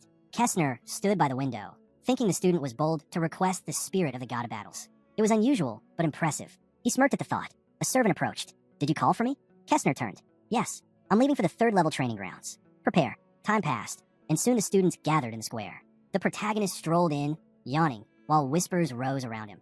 This was the one who dared invoke the spirit of the god of battles against an instructor. He looked younger than anyone expected. On the other side stood the instructor in full battle gear. The students murmured in disbelief. How'd it come to this? A seasoned instructor against a boy. Still, it was the first time in 5 years such a spectacle would take place. The young man finally stepped forward. "So, you didn't run after all." Daisley lifted his head. "I'll spare your life, but I'll make you regret this arrogance." The student smirked. "Strange. I thought I heard a dog barking." Their eyes locked in open hostility. Then a voice cut through the square. "Am I late? Surely it hasn't started yet." Everyone turned. It was Sir Kessner. None of the students understood why he was here. The guy looked over. "What brings you here?" The instructor's face went pale. Could this brat actually know Kessner? His arrogance suddenly made sense. He must have someone powerful backing him. But Kessner only looked at the boy and said calmly, "I heard something interesting was happening. A spirit of the god of battles between student and instructor. I had to see it myself." The protagonist pointed straight at the instructor. "You left me no choice. When an instructor throws away his own authority, it only shows his head is filled with rot." Daisley tried to protest, but the warrior nearby chuckled, clearly amused. "You're an interesting one," he said. Then he turned and asked, "Are you sure you can win?" The instructor may be retired, but he's not to be underestimated. The young man nodded. "Thanks for the concern, but I came here to win." The instructor glared, arrogant to the very end. "I already want to strike you down." He then called for another instructor to act as observer. But before anyone could move, the warrior spoke up. "If there's no observer yet, I'll take the role." Both duelists were caught off guard. The warrior's expression showed he was serious. Murmurs swept through the crowd. Sir Kessner himself would oversee the spirit of the god of battles? What did that mean for the boy? The instructor approached him cautiously. "What do you mean by this, my lord?" Kessner gave him a sharp look. "I already said, I'll be the observer. Or do you doubt my qualifications?" Daisley stiffened. "And no, of course not. I only meant you're busy, sir." Kessner's tone hardened. "So you're looking down on me now? Am I mistaken? I respect you as an instructor, but don't forget, you are not my equal. I'm a viscount." Daisley lowered his head, forced to apologize. Inside, his pride burned. This was humiliation in front of everyone. Meanwhile, behind him, the young man stretched his shoulders. "Not to interrupt, but isn't it about time we begin?" Kessner turned, a faint smile on his face. "So soon? Very well. I've come this far. I expect the fight to be worth it." He stepped back, giving him space. The young man smirked. "Then let's start." The instructor stepped forward, narrowing his eyes. "As you wish. I suspect your strength comes from mimicking Fan's impulse, simply reinforcing your body." The instructor lifted his sword. "If that's all you can do, you'll regret it." The young man stayed silent. Daisley dragged his blade across the ground, adding, "Let's see if you can even withstand the sword's impulse." A laugh broke the air. The youth began to radiate heat, his body blazing with energy. "You're mistaken," he said, a mocking smile on his face. "Did you really think I'd show my full strength against just another student?" The instructor's eyes widened. This was body impulse. How had a mere student mastered it? The boy lunged forward in a burst of speed. Daisley braced himself. "It changes nothing." He parried the first strike. "Even with body impulse, you won't defeat me." The clash continued. At first, the instructor seemed to be on the back foot, forced to retreat under the crushing blows. Each strike carried frightening power, forcing him to slow his movements just to hold on. But then, in a sudden exchange, the youth's attack tore through his defense and sent him sprawling to his knees. Stunned, the instructor looked up to see the boy already upon him, sword swinging down. This time, however, the strike slammed against his shield. The instructor steadied himself. "You have the strength to be a warrior," he admitted, "but you cannot beat me." He finally unleashed his mana. As the boy was thrown back, Daisley's voice rang out. "Experience outweighs strength 100-fold. You lack the depth of combat technique, the true mastery of mana." With a flash of steel, he thrust forward, channeling power into his sword. "You're 10 years too young to see H. You'll denge me." A wave of energy shot out. The student narrowly evaded, but a shallow cut opened on his cheek. He leapt back, dodging another fierce strike. The instructor pressed forward, roaring. "I've survived countless battles, stood at death's door again and again. And now, some brat dares to invoke the spirit of the god of battles against me." His rage spilled out with every word. "I am no illegitimate son for you to sneer at." The protagonist leapt high, twisting midair before landing lightly nearby. He studied his opponent, silently admitting Daisley was right. What he lacked most was experience. From the sidelines, Kessner watched closely. Talented or not, his skills are still raw. Experience is something you can't skip. He crossed his arms. If he loses here, he'll be forced out, and the instructor will crush him afterward. The question is, what will he show us now? The instructor lowered his sword. "What's wrong?" Nothing left to say. The youth stepped forward. "My skills are exactly what they need to be, even if you call them outdated trash." Daisley sneered. "Your arrogance knows no bounds. You can't twist this situation to your advantage, so you play it being strong."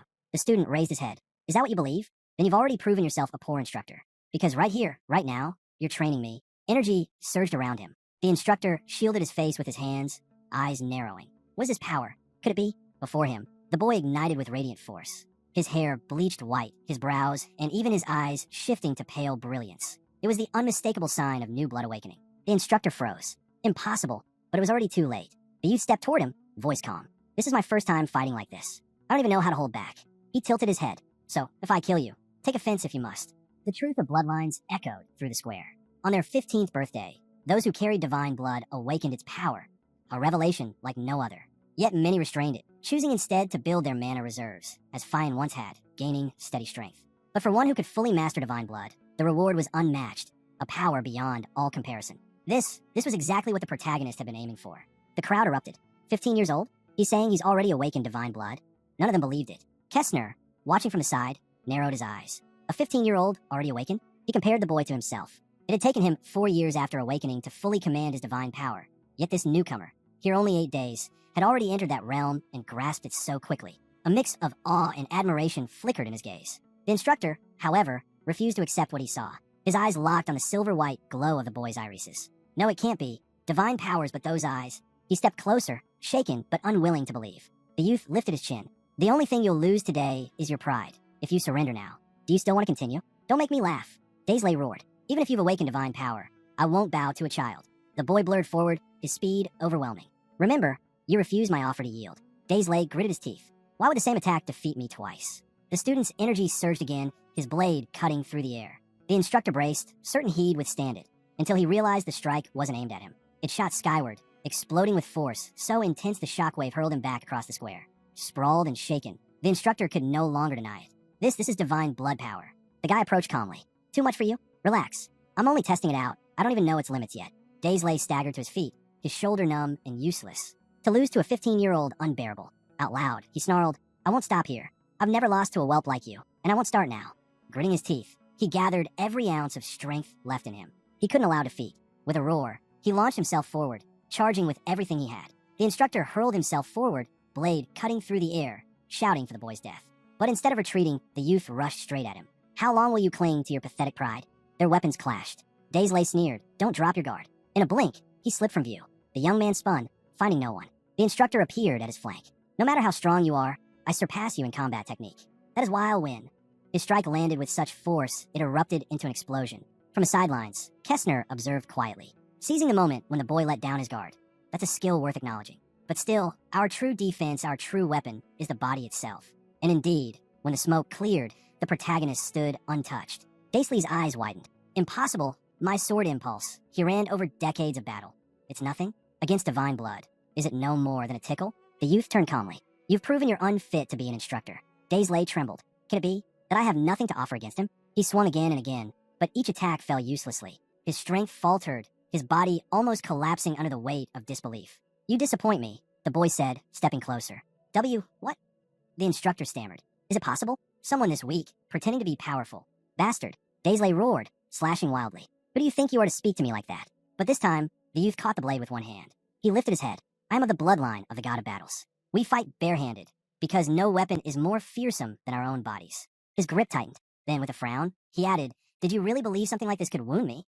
The young man channeled all his energy straight into the blade he still held, turning it into a conduit. A surge of force exploded through the weapon and into the instructor's body. Daisley screamed, coughing blood, his knees buckling beneath him. The student stepped closer. Admit defeat, and I'll spare you. Refuse, and this time I'll kill you. The aura around him was suffocating. In that moment, staring into his eyes, the instructor felt as though the devil himself stood before him. He realized he had never been prepared for this fight. At last, he lowered his head. I lost. His voice was heavy with shame. His sword broken, his pride shattered, defeated by a boy. The square erupted. Students cheered in disbelief. How could a child defeat their instructor? Yet the truth stood before them. Kessner, watching silently, thought to himself, awakening divine powers in just 8 days after joining the family, and even suppressing an instructor through the spirit of the god of battles. His potential is terrifying. How much stronger will he become? With that, he exhaled, turned, and began to walk away. A great fight indeed. The entire academy swarmed to congratulate the boy. Not far off, a hooded figure observed. Amazing, the figure murmured, then pulled the hood back. It was a girl. Or rather, Erna, 7th of the Werner bloodline. She smirked. So this is the one bold enough to CH Ildange, an instructor with the spirit of the god of battles? I never imagined I'd witness such a monster. Interesting, something might come of this. Meanwhile, silence hung over the Duke's castle. After the duel, the protagonist was summoned there. The Duke studied him carefully. It seems you've officially become a warrior. I heard you passed the trial of God with ease. The guy knelt. Yes, I've come for the rewards you promised. The Duke studied him with surprise. So, you're the daredevil who demanded a duel just to become a warrior? The young man lifted his head. I couldn't stand by while the instructor abused his authority. The Duke rose from his seat and stepped closer. Our family has always lived by one truth. The stronger is always right. In that sense, your actions don't contradict our way. His tone sharpened. But what I do wonder is, why did you hide your strength from me until now? The boy stiffened. I wasn't hiding it. I've just been cautious with my mana. That duel was the first time I ever used impulse. The Duke's eyes narrowed, searching for a lie. Yet he saw none. Slowly, he smiled. Very well. I believe you. He moved even closer. I recall you came here with a request. To face the trials of the tomb of the God of Battles. Has that desire changed? It hasn't, the boy replied firmly. Before the Duke could answer, a subordinate stepped forward nervously. My lord, perhaps you should reconsider. Allowing him to fight before the official warrior announcement could cause unrest among the people. The Duke snapped around, eyes burning. How dare you? Were you to suggest I go back on my word? The man bowed his head in fear. Forgive me. I spoke out of turn. The Duke turned back to his son. A promise is a promise. I will allow it. What you seek in that tomb, I do not know, but I'll give you the chance. The guy dropped to one knee. Thank you, father. I'm deeply grateful. The Duke smiled faintly as his son lowered his head, unaware of the boy's true thoughts. At last, I could seize the first world fragment. Not long after, Kessner guided him through the estate and toward the tomb's entrance. The air grew cold, the stone passage looming before them, eerie and unsettling. Kessner lifted his head toward the massive gate. Only one may enter at a time. Whatever dangers you face within, you'll be alone. Until death, no one else can set foot inside. The young man's body tensed. He hadn't expected it to be this vast. He had always known the tomb of the God of Battles lay beneath the Duke's estate, but the sheer scale of it was staggering. His half-brother let out a long breath. I still can't believe you're the first to attempt this test. The protagonist answered calmly. Neither did I. I never thought the chance would come this soon. Kessner turned to him. You've earned this. Don't wear that face. Just make sure you return alive. The youth gave a slight nod. Thank you. I'll do just that. Finally, he stood before the great door. Just being near it pressed down on his chest, suffocating in its weight. He recalled the legend. The God of Battle had never fallen to death. He fulfilled his destiny as a mortal and then ascended to the heavens as a god.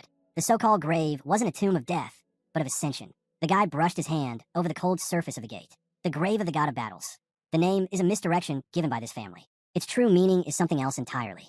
The doors rumbled open. He gazed inside, the resting place of God's mortal self. That's what this is. Without hesitation, he stepped across the threshold. 7 years from now, this would be the very place where Aiden would uncover a world fragment. For now, the boy's thoughts were sharp. The fragment should still be here at this time, but I'll also need an advisor if I want to succeed. The gate closed behind him with a final crash. Inside, he froze. Strange structures loomed before him. Nothing like the simple chamber he had imagined. The grave was no tomb at all, but a vast, alien domain. He clenched his fists. 6 paths. The grave of the God of Battles is built upon 6 roads. The protagonist recalled that in the novel only one path had ever been explored. But here, 6 stretched before him. No matter which one I choose, each hold a seal. All I need to do is find it. He reasoned the seal would appear as a stone statue, a symbol of the God of Battle's life path. Then, footsteps. A chill ran down his spine as if someone were watching.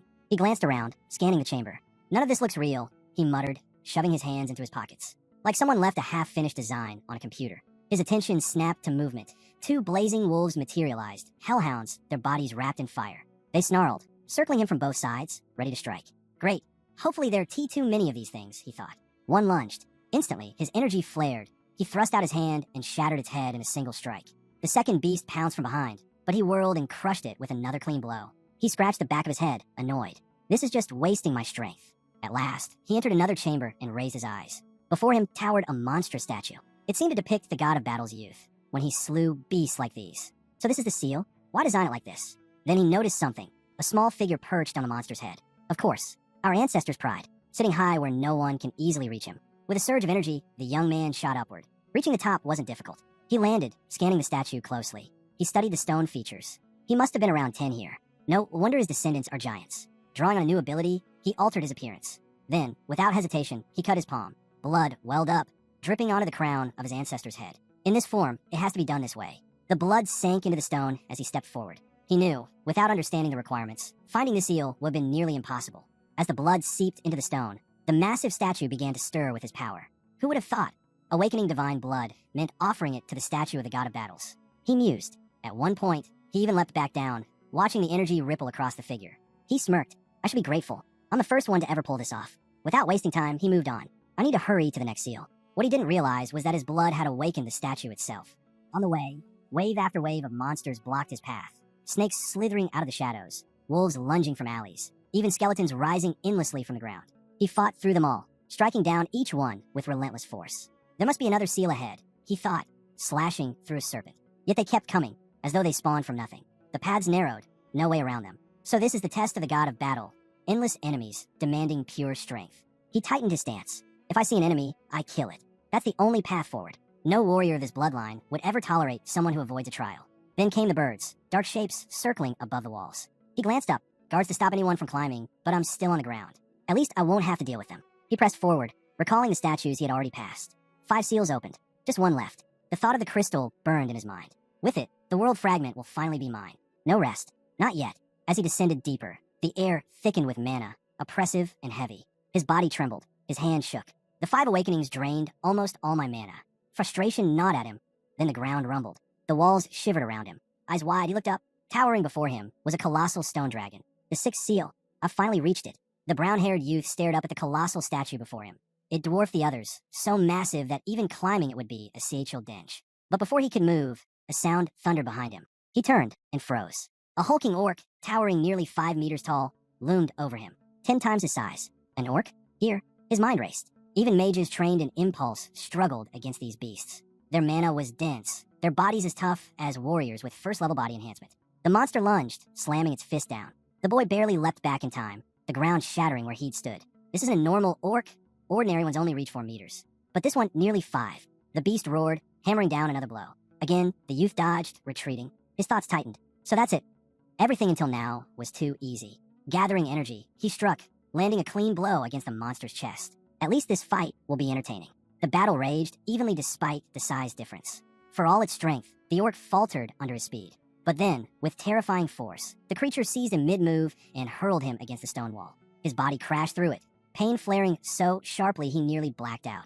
He forced his eyes open. Momentum alone won't beat him. The orc's shadow fell across him as it charged. He's going to crush me. The wall cracked under the monster's blow.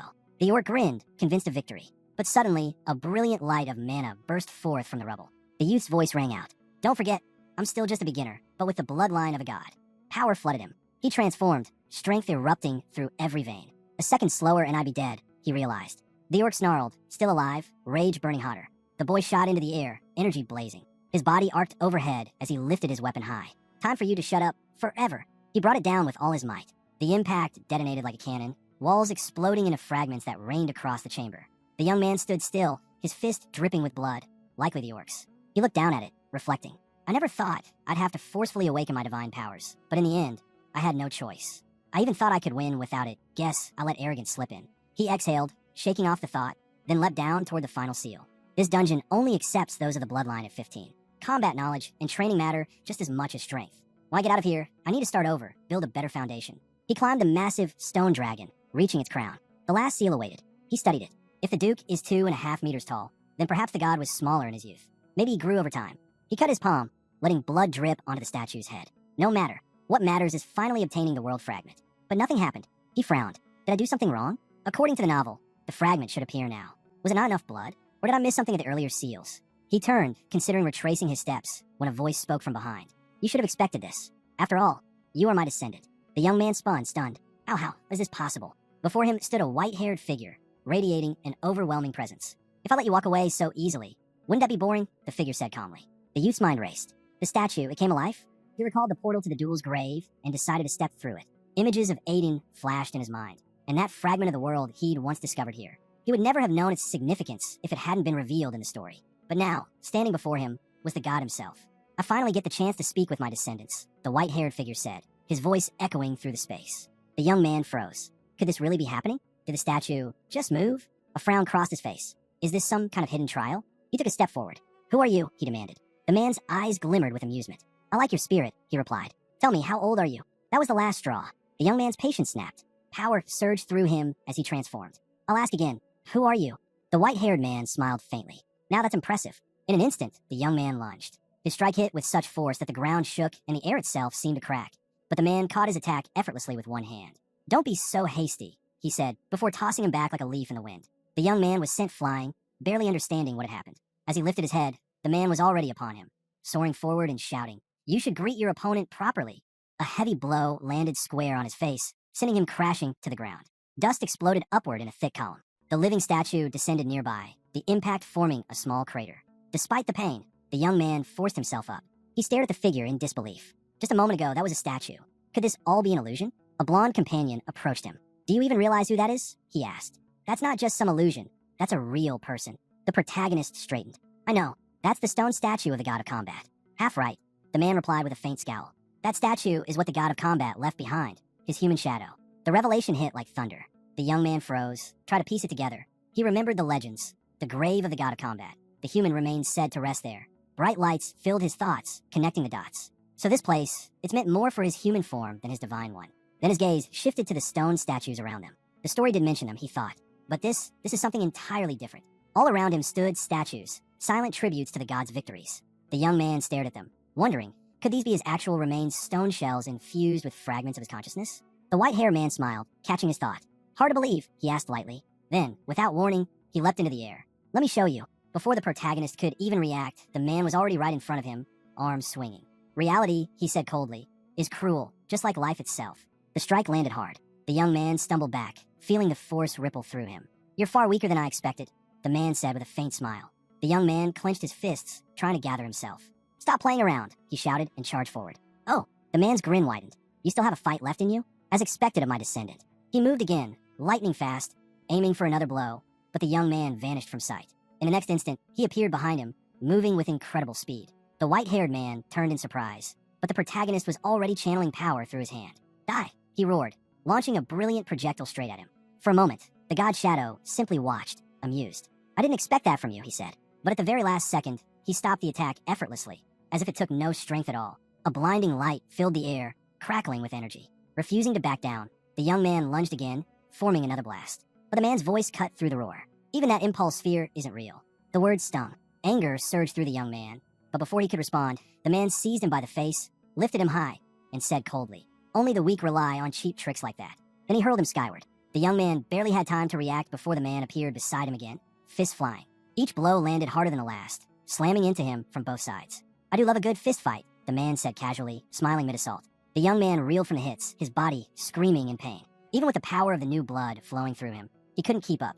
Is this a dream? He wondered. Another strike crashed into his face, then another, to his nose, and all he could think was, he's too strong. The man didn't stop. He drove him downward, slamming him into the ground. "You still have a lot to learn," he said, raining blows with each word. The young man struggled to understand. How could a statue have this kind of power? Finally, the onslaught ended. The god's shadow paused, towering above him. The protagonist, barely conscious, tried to stand, but his body refused to move. The man gave a small smirk, then kicked him with brutal force, sending him crashing into a nearby wall. The impact echoed through the chamber. As the dust settled, the man's voice cut through the silence. "Is that all you've got? How disappointing." He turned slightly, his tone sharp and cold. "If you had truly given it your all, you wouldn't be alive right now." "Be quiet," the man suddenly ordered. The young man, battered but still conscious, slowly pushed himself up.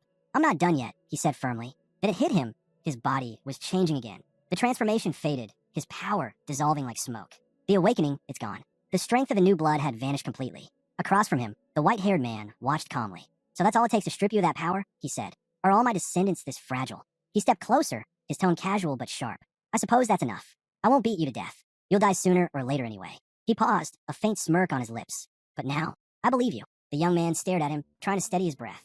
"You're saying you're the god of the duel, but are you really? Or with just a shadow?" The blonde man smiled faintly. "You can call me Werner," he said. "Many have come before you, descendants who try to conquer this dungeon. Yet only you managed to awaken me. Tell me, do you know how many years have passed since my last awakening?" The young man hesitated, caught off guard. "It's been 500 years, he said finally. Werner's expression shifted. 500. He blinked, almost disbelieving. "Are you certain?" "Yes," the young man confirmed without hesitation. A flash of irritation crossed Werner's face. "So much time wasted. Has it really been that long? It shouldn't have been that difficult." The brown-haired descendant frowned. "Most likely, no one was strong enough to awaken you. After you ascended to the heavens, the suns turned on each other, fighting over the inheritance of the god of the duel." He paused, recalling fragments of history. "And in the far future, someone will discover your relics among the ruins. That person will become Aiden's companion, and together, they'll find a world fragment here." Werner turned away for a moment, clearly troubled. "I didn't think everything would crumble so quickly after my death," he said quietly. "So, they truly are all like me." He looked back at his descendant, his gaze heavy. "You shouldn't have shown weakness," he said, closing his eyes briefly. Then he faced him again. "Tell me, do you even know what your awakening means?" The young man shook his head. "No," he admitted. "I don't know." Werner's eyes widened in disbelief. "You're serious?" "I am," the young man said firmly. Werner exhaled, a mix of frustration and disbelief in his voice. Then tell me, why did you shed your blood on the statues? I did it to obtain the world fragment, the descendant replied. Werner's brows furrowed. Strange, he murmured. The hero of the original tale also received that fragment here, yet I never appeared before him. He fell silent, thinking deeply. Then a realization struck him. Perhaps, he said slowly, the god of the duel only awakens when the blood of a direct descendant touches his statue. Werner's expression softened slightly. The true meaning of your awakening, he said, and the reason I left behind this shadow was to teach you the art of divine blood enhancement. A long silence followed. The young man froze, eyes wide in disbelief. He wants to teach me perfect mastery of the new blood? He clenched his fists. If that's true, he said slowly, then why me? Why not pass this knowledge down through generations? Wouldn't that be simpler? Werner exhaled deeply. It would be, he admitted. But tell me, can every generation truly reach the level needed to pass that power on? At that, the young man pictured Fawn, another descendant who had struggled with awakening. Werner continued, his tone calm but firm. The ability to wield the new blood depends on its concentration within you. As generations pass, the bloodline weakens. The divine essence becomes diluted. That's why fewer and fewer descendants can access the power of the ruler. The young man recalled the moment he had deflected his half-brother's attack, the raw, unstable surge of strength within him. With training, Werner said, you can refine it to a certain point. But you still need a teacher, someone who understands the technique and can pass it on. That's the reason this tomb exists. He spread his arms slightly, glancing around the vast chamber. This place is a training ground for my bloodline, a place designed to teach those who awaken. He brought his hands together, the air humming faintly with divine energy. Once you learn to control the new blood properly and reach the required threshold, you'll be able to master the technique in its entirety. The young man's thoughts raced. 500 years, the blood of the god of the duel must have weakened so much. His eyes narrowed. The Duke, that man really is a villain. He tampered with the rules that slowed the decay of divine blood. It was frustrating, and yet this situation could also be turned to his advantage. Even if he couldn't sustain his new blood for long, he could still use it strategically. He remembered his past training, every hour spent pushing himself to the limit. He'd have to go beyond that now. Taking a determined step forward, he met Werner's gaze. If this is training, he said firmly, then I'll go through it. How do we begin? Werner's eyes glimmered with amusement. Isn't it obvious? The young man frowned. Not really. The god's shadow smiled broadly. We fight, again and again. The way he said it, like it was the best news he'd heard in centuries, made it clear how much he relished the thought. The young man, however, wasn't nearly as thrilled. So that's it? You're not going to explain anything. You'll learn through your mistakes, Werner replied, his tone almost teasing. The young man sighed, frustration written all over his face. Werner tilted his head, studying him. What's with that look, he asked, amused. That's exactly how my descendants learned, by surviving the fight. Werner gave a dry laugh. What? Do you expect to be spoon-fed every lesson? The young man gritted his teeth. With the way you fight, I might die before I learn anything. Die? Werner arched his brow. You really think I'd let that happen? Just then, a deep crack echoed, his ribs grinding painfully. He clutched his side, wincing. Werner tilted his head, studying him. Still hurt. The young man blinked and looked down. The pain was gone. Completely. What? He muttered. Werner raised 2 fingers. 2 pieces of good news, he said with a half-smile. First, as long as you're here, your mana will recover, and your wounds will heal. Second, I'm not your real opponent. Before the young man could respond, a shadow flickered above them. Someone stood atop one of the massive statues. He frowned. Who's that? A moment later, something large and heavy crashed down beside him, shaking the ground. Dust rose in a thick cloud. The young man squinted through it. Another figure stood there, tall and solid. Werner looked slightly embarrassed. The newcomer brushed himself off, saying casually, I'm already grown, you know. Then he turned to Werner. And you think it's fair to dump your job on others? His hair fluttered with the wind as he glanced toward the stunned young man, who could only smile weakly. In that instant, realization struck. Another statue, the 10-year-old form of the god of combat. Unlike the silver-haired version before him, this one had no gray in his hair, a younger form, before he had fully awakened the power of the new blood. The young man imagined the older version again, silver-haired, eyes glowing like molten light, overflowing with divine energy. So this is what he was like before perfection. The older Werner crossed his arms. You've seen him before, he said evenly. When you first enter this place. No need for introductions. This version of me will spar with you. He nodded toward the boy. Go ahead, use your full strength. But don't expect him to go easy. Your opponent won't last even 1 hit if you hold back. The younger god stretched lazily, cracking his neck. It's still not too late to run, you know, he said with a smirk. Wouldn't want to get beaten up by a 10-year-old. But the young man didn't move. His thoughts churned. Is this really the god of the duel? At this age? Despite his size, the boy's body was Hirand, his presence overwhelming. Almost unnatural for someone so young. Then, nonchalantly, the boy picked his nose. The young man sighed, stepping closer. Did you really come here just to talk nonsense? In the blink of an eye, his aura surged, his form shifting once more as the power of new blood flared to life. They say empty ships make the loudest noise, he said, voice low and steady. Let's see what you've got. Fully transformed, he faced the boy head on. I'll need to release my power completely, he thought, determination hardening his expression. He's strong, but I'm stronger. The boy only grinned wider. Stronger, huh? Then show me. He raised a hand. But I'll warn you, we don't use that kind of power here. Why not? The young man asked, wary. The boy waved dismissively. Because if I used it, you'd die instantly. Werner frowned. Is that true? He asked flatly. The boy didn't answer. He just smiled. And in the next instant, his body blurred. He launched himself forward with explosive speed, the ground shattering beneath his feet. Werner crossed his arms. I hope that wasn't just a bluff. A few moments later, the young man realized it definitely wasn't. The next thing he knew, his body was slammed into the concrete with bone-cracking force. From nearby, the two observers watched the scene unfold. Is he really one of us? One murmured. He's kind of weak.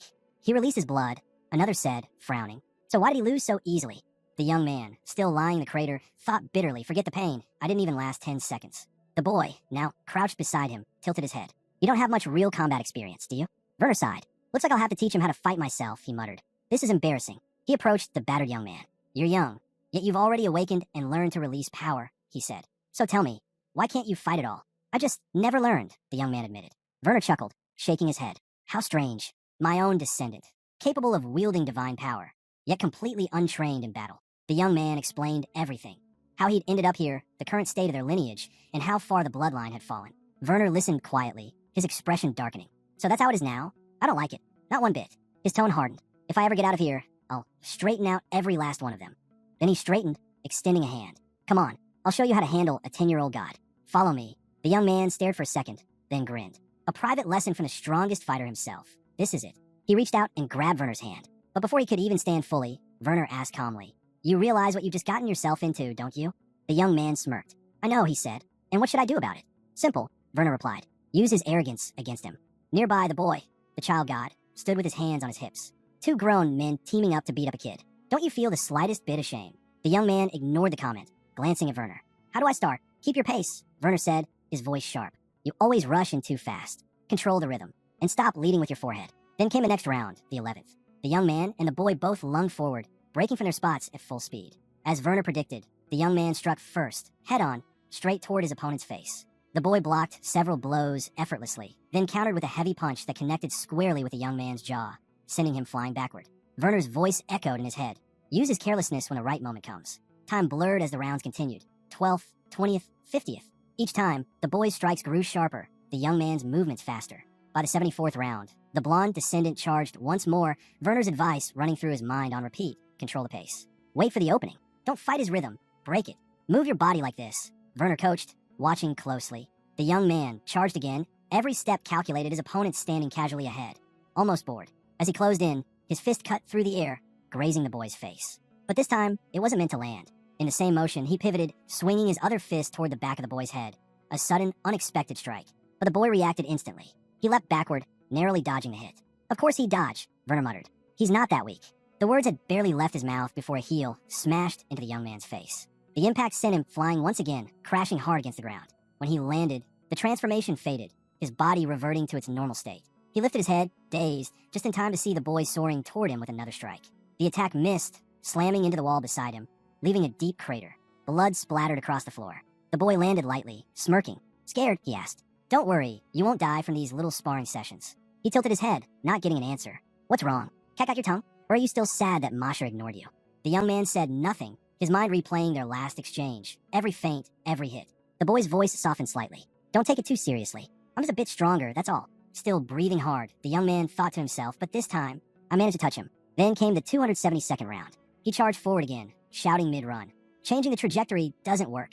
What now? Werner's voice rang out behind him. A weak spot isn't found. It's created. Keep working. You're getting there. The young man grit his teeth. He sprinted head-on, eyes locked on the boy, analyzing every move. He could already tell which way the boy would dodge, and what kind of counterattack would follow. He gathered energy as he ran, power coiling around him like a storm.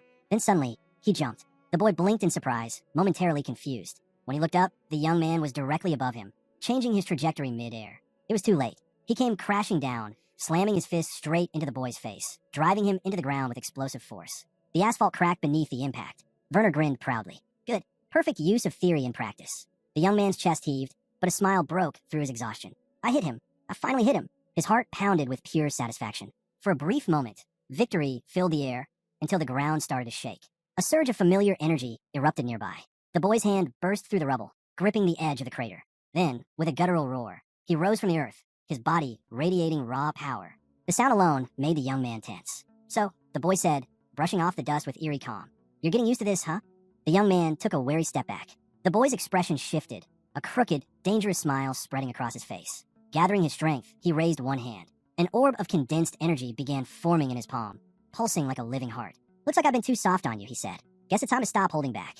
The smile turned sharp, almost playful, as the air crackled with divine energy. A deafening impact rang out.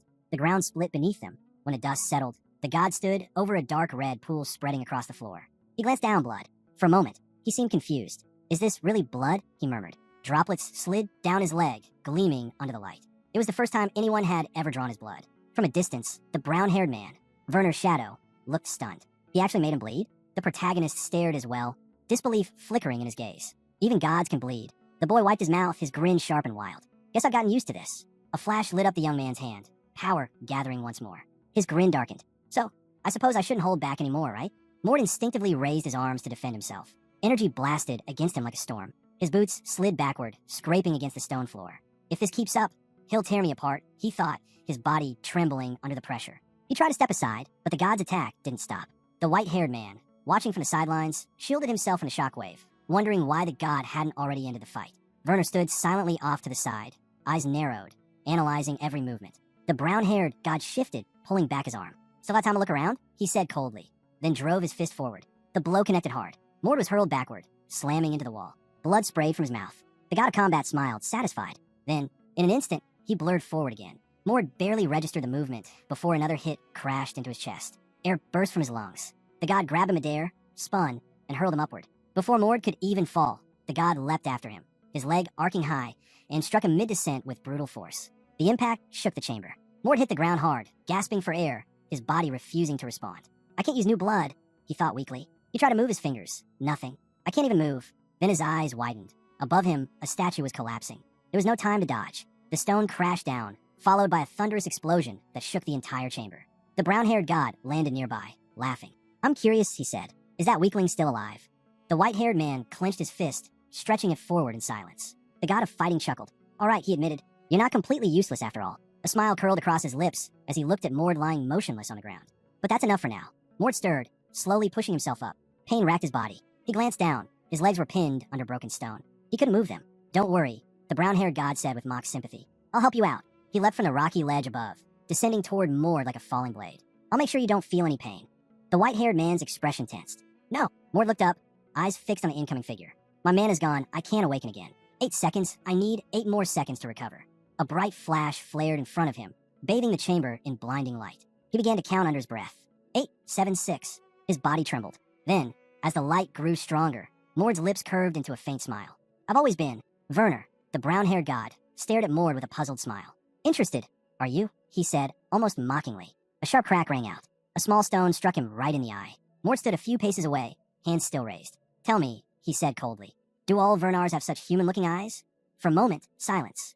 Then Werner's expression twisted. His eyes glowed a deep, furious red. He pressed a hand to the ground, his body trembling. A roar tore from his throat, shaking the entire chamber. Mord watched in shock as the god's hair began to change, dark brown fading into pure white. His aura erupted, wild and violent. Werner's head snapped up, his voice booming through the air. "I'll kill you." He raised his fist, energy surging around it, and charged. Mord's eyes flicked to the countdown in his mind. 1 second left. Then, in the blink of an eye, Werner vanished. Mord didn't hesitate. He launched himself forward, rushing straight toward the god.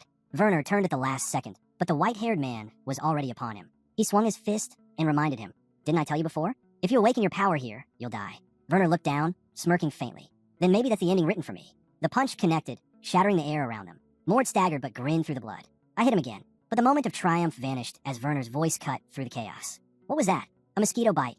His crimson gaze locked on Mord. "Did you really think you could crush my skull with that weak punch?"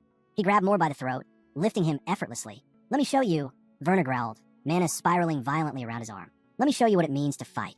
The white-haired elder god gritted his teeth. "He's gone too far. Enough." Daisley's voice thundered. A surge of divine energy erupted, flinging Mord to the side like a rag doll. He hit the ground hard, clutching his head. He threw it again, lightning. Sparks flashed around Werner as he blocked a sudden strike from the younger god, who had lunged at him in fury. Hark, the younger god of fighting, furrowed his brow and shouted, "Leave him alone."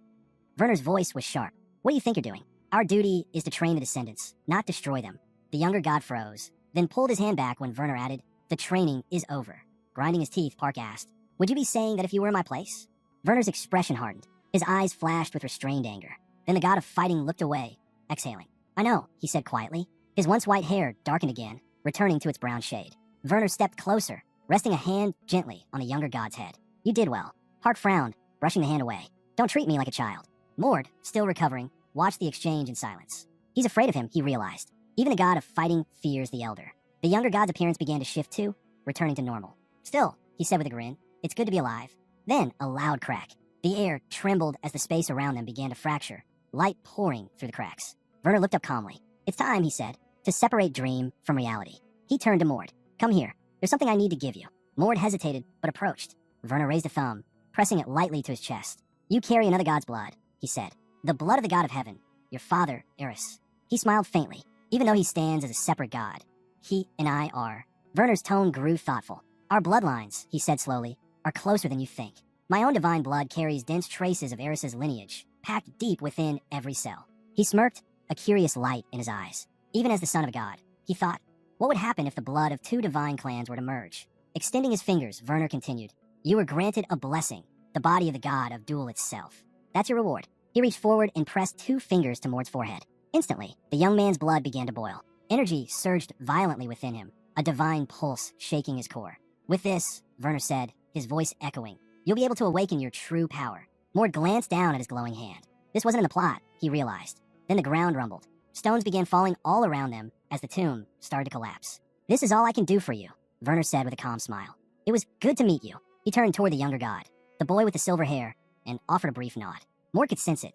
The god was still angry, pride bruised from their clash. The younger god called out suddenly, his voice echoing through the crumbling chamber. "Hey, old man." Werner looked back, brow arched. The boy smiled faintly. "I've only ever met weaklings," he said, "so I assumed he'd be one too. But he's different. The dual gods always were."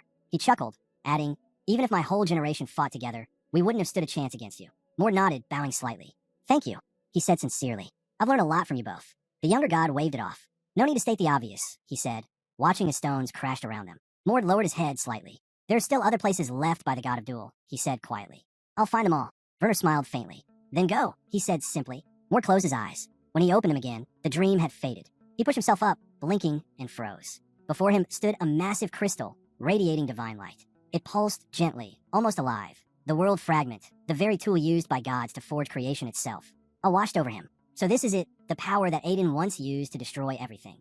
As he reached out, the crystal's surface began to crack, its energy flowing into his body like liquid fire. A smaller shard broke free, floating gently before him. He reached out and grasped it. "So, I've taken one of Aiden's fragments." A grin crossed his face. "That means he'll never become as strong as before." Then he chuckled softly. "If I were him, I'd be furious that a side character stole my power.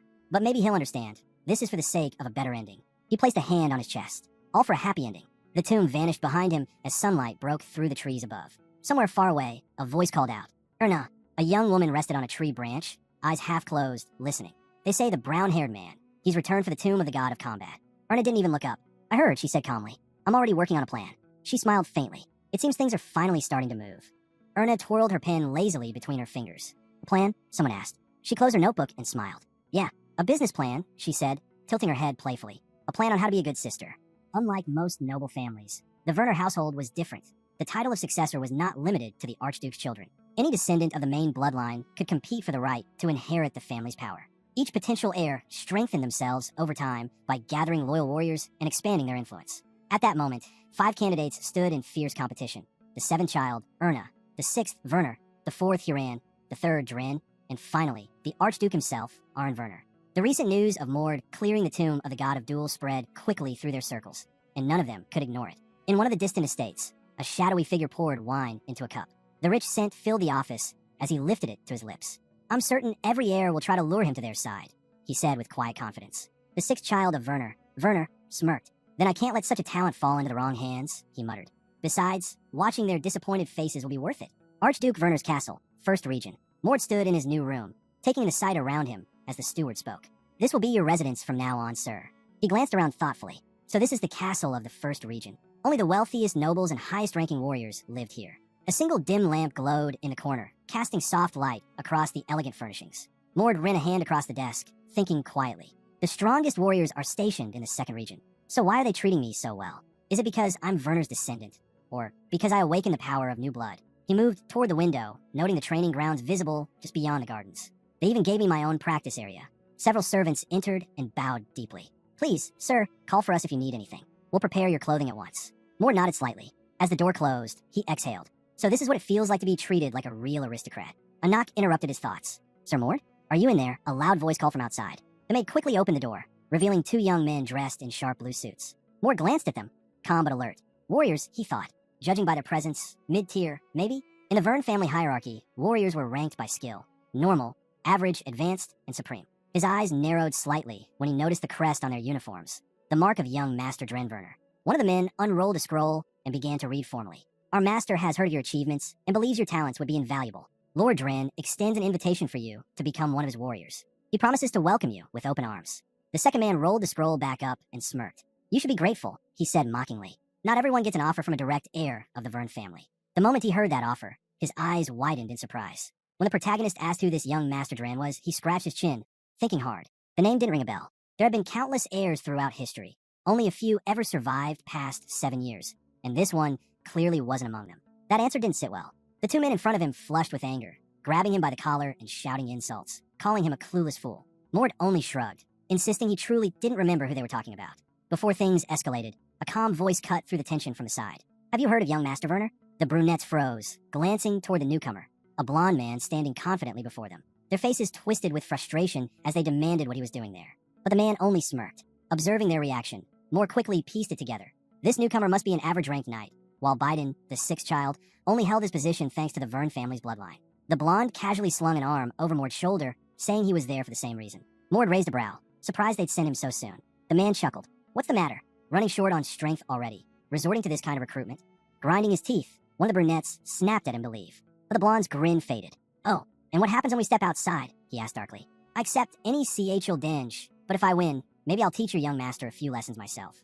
A drop of sweat ran down Mord's cheek. The blonde leaned closer, voice dripping with mockery. If you're not confident, better tuck your tail and run back to your master. Tell him you failed miserably. Furious, the brunette stormed off, shouting that he'd regret this. The door slammed behind them. The blonde exhaled, muttering, I hear that line way too often. Mord watched them go, realizing something important. Their threats meant nothing. Clearly, not all warriors here stood on equal ground. The blonde glanced his way. So what do you think? He extended his hand. Name's Wulce. Mord shook it. Should I call you elder? Wulce smirked. Just Wulce is fine. Titles don't mean much here. If we went by that logic, even those idiots could call themselves veterans. He leaned back slightly, voice calm but firm. A real warrior isn't measured by age or rank. Tell me, don't you find it ridiculous to Huran or someone just because they've been around longer?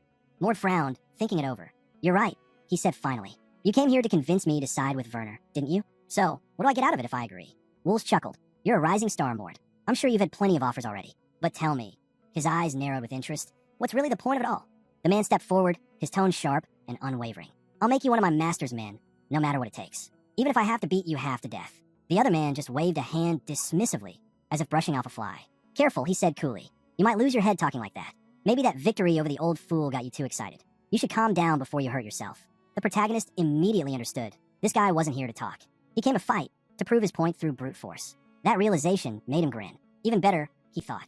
This way, I can see just how much the power of the dual god has changed me. He accepted the CHL denge without hesitation. Moments later, they were standing outside, facing each other beneath the open sky. Mord eyed his opponent. You'll need a weapon for this? He asked, adding, you don't look like someone with special powers. Hard to imagine you can handle this without one. The blonde smirked and lifted his hands. I'm not from a Werner's, he said, but I don't rely on weapons. I got something better. He clenched his fist, and a faint glow spread across his knuckles. The pulse glove flickered to life. Mord raised an eyebrow. His opponent went on, almost proudly. I heard you barely managed to beat your instructor, only because of that new blood power. The pulse gloves are a high-level skill. A beginner like you can't copy them. Without using that blood, you don't stand a chance. But before he could finish his smug speech, his eyes widened in disbelief. Crackling blue lightning began to swirl around Mord's hands. The air trembled with energy. Mord's lips curved into a calm smile. Then let's begin. The man's jaw dropped. You created pulse gloves? He shouted. Don't tell me you learned that in 4 days. That's impossible. Mord didn't answer. In an instant, he shot forward, leaping high. Did you really think I'd just stand still? He shouted midair. His kick connected, a clean, powerful hit that sent Wulce flying backward. Fast, Wulce thought, landing hard but keeping his balance. Before he could recover, Mord appeared right beside him, fist raised. The next strike cracked the ground near Wulce's feet, sending a shockwave through the street. Wulce staggered back, dazed. He's strong, he admitted to himself, getting up slowly. Much stronger than I thought. Could someone really grow this powerful in just 4 days? It was unbelievable, and yet, here he was staring at proof. He exhaled, shaking his head. Impressive, he said under his breath. I underestimated you. Mord's aura flared, energy rippling off him in waves. He looked straight at his opponent. Too late for that, he said evenly. This is just the warm-up. Wools shielded his face from the energy bursting around Mord. With mana like this, he thought he could probably crush the instructor with ease. And the scary part? Mord was just getting started. The man grinned faintly, his eyes glinting. I'm a descendant of the Werner family, he said with quiet pride, glancing at Mord. Tell me, why didn't you go all out when you fought the instructor? Mord frowned. He still doesn't believe me, he thought. And honestly, who would? It was hard to imagine anyone becoming that strong in just 4 days. Impossible for most people. But Mord knew what had changed. 2 things, to be exact. First was the blessing of the god of duel. He could still feel it running through his blood. The surge of divine energy, the way his body and mana had grown sharper, faster, stronger. That blessing didn't just lend him power. It had amplified his talent. The second reason was the fragment of the world, a crystal pulsing with raw mana. He'd learned how to draw energy from it, a technique he'd only read about in the story's original plot.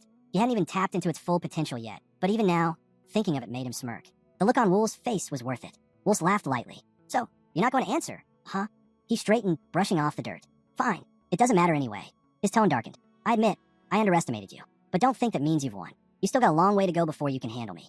Red lightning crackled around him. Mord's eyes narrowed, then widened. Wool's skin darkened, muscles expanding. His hands twisted, fingers stretching into claws. His face lengthened into a snout as his body took on the shape of a beast. A massive creature stood where the man once had. Mord's breath caught. Now he understood why Wools had asked about his bloodline. So that's it. He recalled the tales of those cursed under the full moon, losing their humanity and transforming into monsters. Some were consumed entirely by the curse, but a rare few learned to control it. Those who did became known as lycanthropes, beings who walked the line between man and beast. The creature's red eyes gleamed. His voice was low and guttural. Ready for round 2? Mord braced himself, frowning. Wolf was towering now, larger, heavier, and radiating raw power. Fine, Mord thought. Let's see if size really matters. He leapt forward, channeling mana through his limbs. The impact rang out as their blows collided. For a moment, neither moved. Mord's eyes widened. What? He's not even flinching. Wool's grin widened, his voice a deep rumble. You might have stronger mana. He leaned closer, eyes flashing red. But I'm bigger, and stronger. With a roar, he swatted Mord's arm aside and smashed his fist across Mord's face. The blow sent the brown-haired warrior flying backward, skidding across the ground. Mord staggered, forcing himself up. A thin trail of blood slipped down his chin. He wiped it with the back of his hand, eyes sharpening. So, that's how it is, he thought. This opponent isn't just strong, he's dangerous. Mord steadied himself, blood still on his chin. He's stronger than I thought, he admitted silently, but not so strong that he needed to use the power of the new blood. Their mana levels were nearly equal. Wolves had the edge in raw strength, but Mord had his own advantages. In the end, they were about evenly matched. Rising to his feet, Mord met his opponent's gaze. So, he said evenly, ready to finish this? Wolves let out a deep chuckle. Finish? What's this? Are you scared you might lose? His tone turned mocking. Still refusing to use that new blood of yours? Mord scratched the back of his neck, calm and unbothered. If I did, he said quietly, you probably wouldn't live long enough to regret it. That made Wolf burst out laughing. I've met arrogant Werner descendants before, he sneered, but you're on another level. Stop bluffing and show me what you've got. Above them, the sky stretched wide and blue. Mord's voice was steady when he replied, I told you already, I won't use it. He lifted his fist slightly, and when I said finish, I meant I'll end this fight with a single punch. Wolf roared with laughter. You? End it? You've been taking hits all this time, and now you think you can take me down without the new blood? Don't make me laugh. Mord's eyes narrowed. His fist clenched. It's almost time, he thought. The fragment of the world. He took a breath and smiled faintly. I never said I've used everything yet.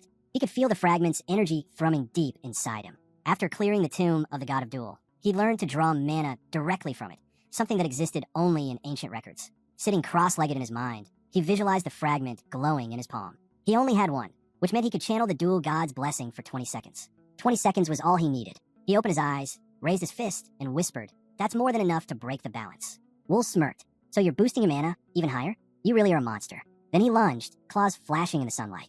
Let's end this. His strike cut through the air, but Mord moved, a blur of motion. He dodged, closing the distance in an instant. His hand brushed Wolf's arm, and a pulse of energy rippled outward. Wolf crossed his arms to block. That all you got? He barked. But Mord's eyes glowed, and in that moment, he gathered the fragment's full power.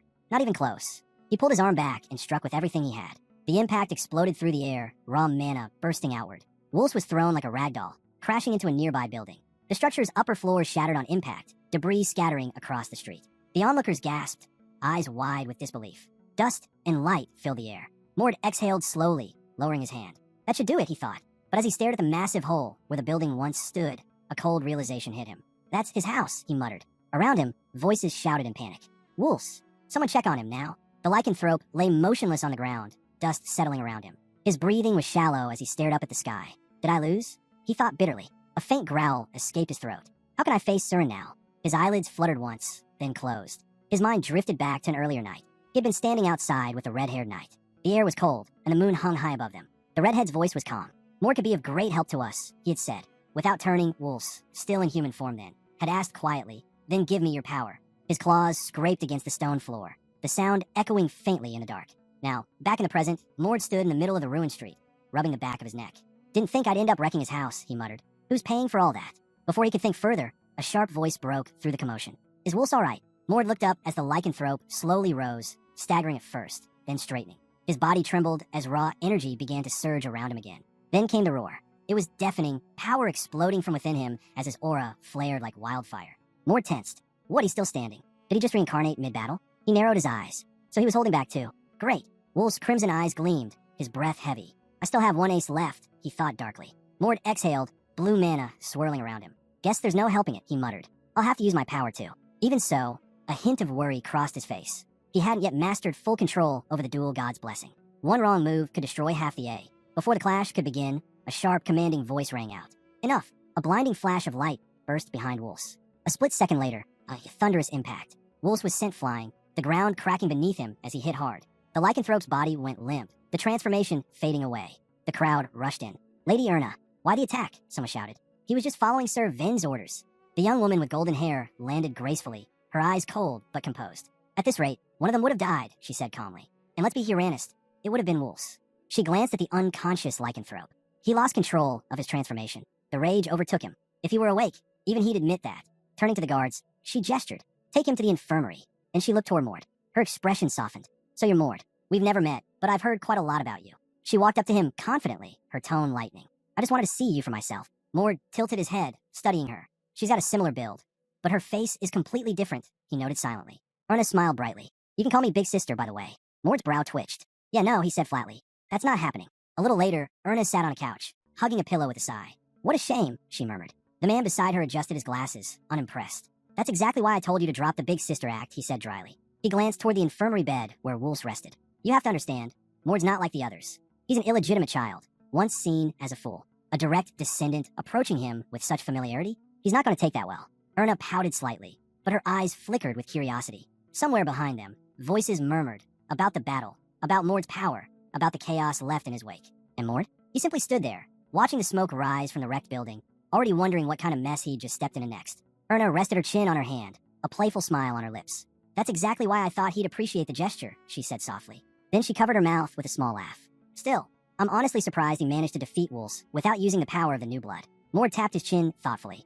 Wolves lacked real combat experience, he admitted, but his technique wasn't bad at all. Erna's eyes lit up. Exactly. That's why I want to recruit him for my team. Erna shook her head. That's going to be difficult, she said. The news of Wolves' defeat has already spread across the academy. Everyone will be after him now. The fight to win him over is only going to get tougher. Elsewhere, in the dormitory showers, two cadets were already gossiping. Did you hear? One said, scrubbing his hair. That new guy, Mord, took down Wolves. No way, the other replied. Without using new blood? That's insane. By lunchtime, it was all anyone could talk about. Even among the upper ranks, whispers of the battle spread like wildfire. Back in Erna's room, she sighed, tapping her fingers on the table. That's why we need to move fast, she said. We have to lure him to our side before anyone else does. One of her sides looked uncertain. And how exactly do we do that? Before she could answer, the door burst open. A man rushed in, breathless. Urgent report, he shouted. Erna and her advisor turned to him immediately. What is it? She asked. The man took a deep breath. Count Winston just announced that Billion will accompany Mord on his next mission. Erna's eyes widened. What? Meanwhile, outside, Mord stood in front of a freshly repaired building, the same one destroyed during his fight with Wolves. He crossed his arms, tilting his head. Huh, they fixed it faster than I expected, he muttered. Honestly, she thought Wolves would lose his mind after that defeat. Guess he took it better than I imagined. Up in an office window, Kessner watched him silently. When Mord entered moments later, Kessner leaned back in his chair, a faint smirk on his face. Seems like you've been causing quite a stir, he said. Tell me, Mord, are you just incapable of living a normal life? Mord shrugged. Not exactly my fault. Two factions are fighting over me right now. I didn't really have a say in it. Kessner folded his hands, his tone shifting to business. In 10 days, I'll be leading a team on a mission, he said. I want you to join us. Mord frowned. A mission? Kessner nodded. A demon suppression task. We've received reports of demonic energy forming nearby.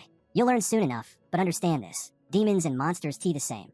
He stood and activated the holographic screen behind him, displaying images of horrific creatures. Demonic dungeons are different from natural monster dungeons. The latter are formed by natural phenomena, mana storms, geological shifts, or disasters. But demonification, he looked at Mord sharply. That's a deliberate act, a corruption seeded by demons to invade our world. The images changed, monsters twisting, black smoke spreading like veins across the land. In a demonified zone, both monsters and demons appear. And unlike natural beasts, demons grow stronger the longer they exist. Their goal is to completely overwhelm human territory. He tapped the screen again. Demonification happens in 3 stages. First, the vortex, a swirling mass of unstable mana.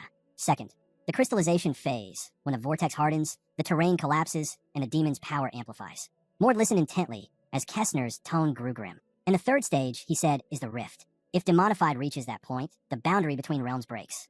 Full invasion begins. Images of giant demonic beasts filled the screen, their claws and wings tearing through light and stone alike. Kessner crossed his arms. That's what we're up against. Mord glanced at the holograms silently, his eyes narrowing. So that's it, another fight against impossible odds. Kessner's voice echoed through the room as he continued his explanation. When the third stage begins, he said gravely, the 2 worlds merge completely. The barrier between realms shatters, and monsters pour into the human world. On the screen behind him, a battle unfolded.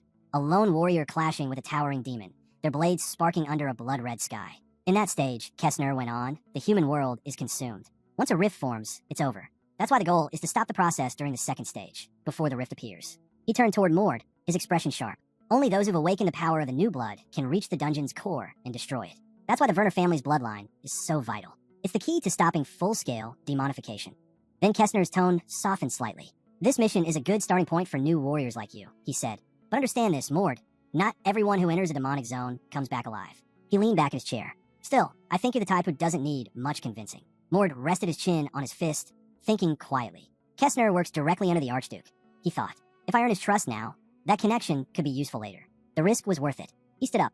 All right, he said. I'll go. Kessner nodded approvingly. Good. Then you'd better start training immediately. Mord clenched his fist. I'll begin after lunch. Later that day, a crowd had gathered on the academy training grounds. Sunlight glinted off armor and blades as soldiers and apprentices stood in formation. Kessner stepped forward, his voice carrying over the noise. I know this decision came suddenly, he began, but this time I'll be joining you in the field.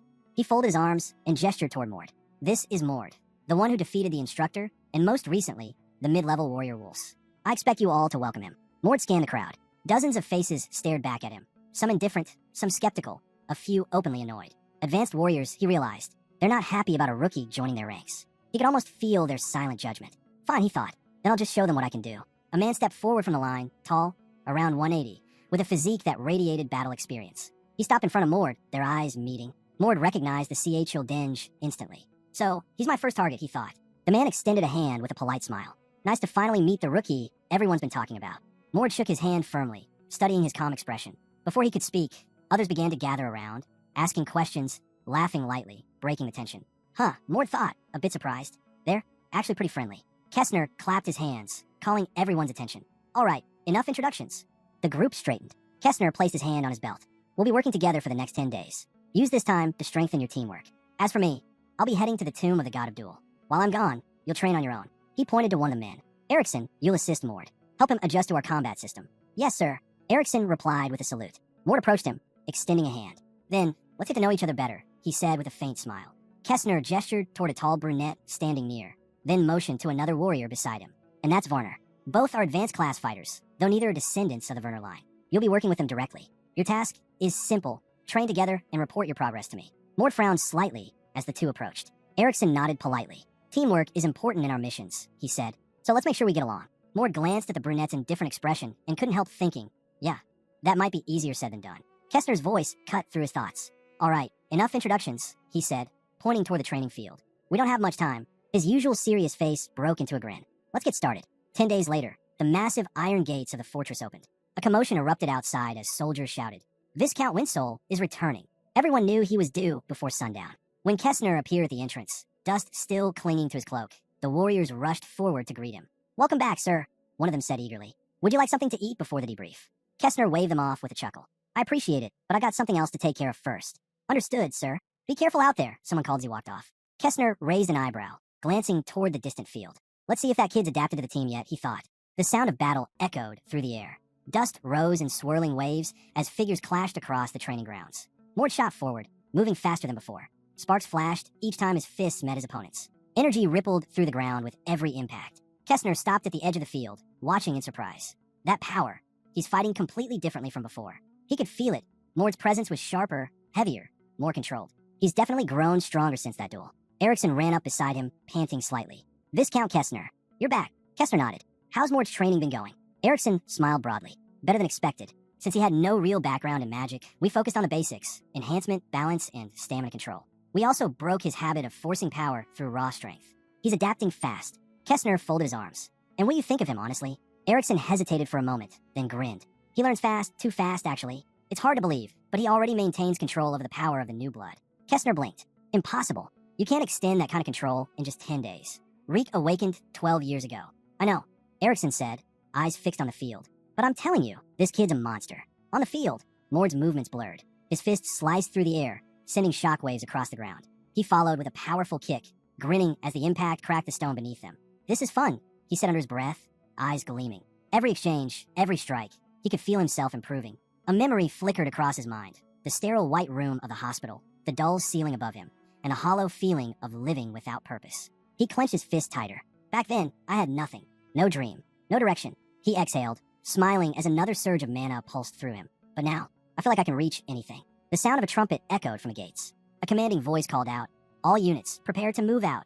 Kestner turned to his assembled squad. His eyes swept across the group, landing on Mord. "It's time," he said quietly. Mord looked up from the field, his breathing steady, his expression calm. The moment had come, their first mission into the demonified zone. Kestner stood before his assembled squad, the late afternoon light glinting off his armor. "Thank you all for your effort during training," he said firmly. "You've done well. With the level of preparation I've seen, this mission shouldn't pose too much of a CHL dinge." Mord stood among the group, silent but focused. Erickson gave him a quick nudge with his elbow and whispered, "He's talking about you, you know?" Kestner scanned the group. Anyone feeling nervous about their first mission? Erickson grinned, speaking up before Mord could. "Not all, sir. With Mord here, I'm ready for anything." Kestner smiled faintly but looked away, thoughtful. Every member matters in the field, he reminded himself. But teamwork will decide everything. I just hope Mord can truly fit in with the others. His eyes flicked toward the young man. Mord stood calm and steady, expression unreadable. He seems composed, mature for his age, Kestner thought. Maybe more than I first assumed. "Mord," Kestner called out. "Are you confident everything will go smoothly?" Mord turned to him and smiled. "Of course. I've been waiting for this mission." Kestner nodded. "Good. Let's move out." As they advanced through the wilderness, Kestner lifted a hand. "Conserve your strength," he ordered. "We'll need every ounce of energy once we're inside. There will be time to prove yourselves soon enough." The wind howled as the group leapt across uneven terrain. Leaves rustled and scattered under their boots as they reached a massive cliff overlooking a ravaged valley below. Kestner's eyes narrowed. A heavy pulse of mana rippled through the air, the ground trembling faintly beneath them. "Damn it," he muttered. "The second stage has already started." From behind a rock formation, a scout appeared, breathing hard, sweat streaking down his face. "Well, look who's back," Kestner said curtly. "Our diligent scout. Report." The man wiped his brow. "Sir, the demonification process has accelerated. Another source has appeared nearby." Kestner's expression darkened. "Another one?" "Yes," the scout replied. "The second zone hasn't merged yet, but it's only a matter of time." Mort frowned deeply. If demonification is happening in two places at once, he thought, the merging points will amplify each other, doubling the destruction. His pulse quickened. That means the rift could open even faster. Erickson gave a short laugh. "Well," he said, cracking his knuckles, "guess we won't be bored after all." Kestner threw off his cloak, eyes sharp. "No time to rest. We stop this before the rift forms. Everyone move." He jumped from the cliff, landing on the slope below with a thunderous impact. The rest followed one by one, descending into the crimson-lit valley. The world below looked like a twisted painting, colors warped under the red sky, air shimmering with dark energy. Mort stared ahead. At the center of the corrupted land, a towering black spire loomed above the mist. That must be the core, he thought grimly. A low rumble echoed through the valley. Then came the sound of growls, dozens, maybe hundreds. Kestner stiffened. Up ahead, he warned. Movement. A vast black stain spread across the cracked ground. From it poured a wave of creatures, feral, sleek, and fast. "Hounds," someone shouted. "Not just them," Kestner said, drawing his weapon. "Look, Ort's behind them." The ground shook as a small army of twisted beasts surged forward. Black-furred wolves with steaming jaws, followed by hulking orcs wielding rusted blades. Kestner turned to Mord, his voice calm but urgent. "Mord, activate your new blood. Now." Mord's eyes flashed. He clenched his fists, feeling his veins heat with energy. Blue light began to pulse under his skin, matching the rhythm of his heartbeat. "Understood," he said quietly. And with that, the battle for the demonified valley began. "Remember how to set traps?" Kestner called over his shoulder. Mord nodded. "Yeah, I remember." A surge of energy flared above Kestner's head, splitting the sky. His 3 mana-infused eyes glowed brightly. Good, he said grimly. Then it's time to go on the offensive. The warriors surged forward as one. Mord followed at the rear, watching the formation unfold. At the front, Kessner swung his blade, a confident smile flickering across his face. To his left, the white-haired girl raised her weapon, her movements sharp and fluid as she charged alongside the others. The air filled with the guttural roars of orcs as the two sides clashed. Erickson dashed ahead, spear glowing bright gold. With a single sweeping strike, he unleashed a flash of lightning that tore through everything in front of him. The blast thundered through the battlefield. Kessner's eyes widened, momentarily thrown off. Strange, he thought, watching the surviving monsters regroup far faster than expected. For this many creatures, their speed is unnatural. At that moment, Mord and Reek exchanged tense looks. Their eyes flashed with realization. The fusion process has started, Reek muttered. Too late to call reinforcements. Mord said under his breath. We'll have to end this now. Kessner nodded sharply, then break through to the core. No detours. The 3 split instantly. Kessner heading toward the greater demons while Mord and Reek veered off toward a pair of looming cyclopes. The ground quaked as one of the cyclopes raised its massive arm, its shadow swallowing the field. Mord charged head on, fist glowing blue. The monster roared, slamming its fist down with enough force to shake the valley. A towering cloud of dust erupted. Reek watched from a distance, shielding his eyes. This is Mord's first encounter with real demonification, he thought.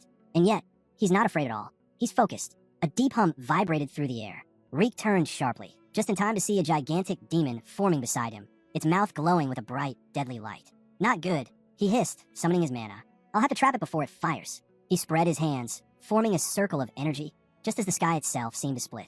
A beam of light tore down from above, piercing the demon clean through its skull. Blood burst from its mouth as its body collapsed, shaking the ground. Reek froze, stunned. Mord stood beside him, smoke rising from his fist. Stay sharp, Mord warned. Reek's eyes gleamed. Understood. He shot upward, releasing a barrage of strikes into the monster's remaining limbs. The blows landed like thunder. The demon fell to its knees, howling. In an instant, Mord was there, his blue-lit fist driving straight into the creature's eye. The impact cracked bone, spraying dark blood across the ground. Reek landed beside him, staring wide-eyed. I thought I understood how strong he was, but this is something else. He's not just skilled. He's a monster in human form. Under the shimmering mana dome that protected them, Mord brushed his sleeve clean and smirked. Thanks for the assist. I don't want to get covered in Cyclops blood. Reek exhaled and nodded.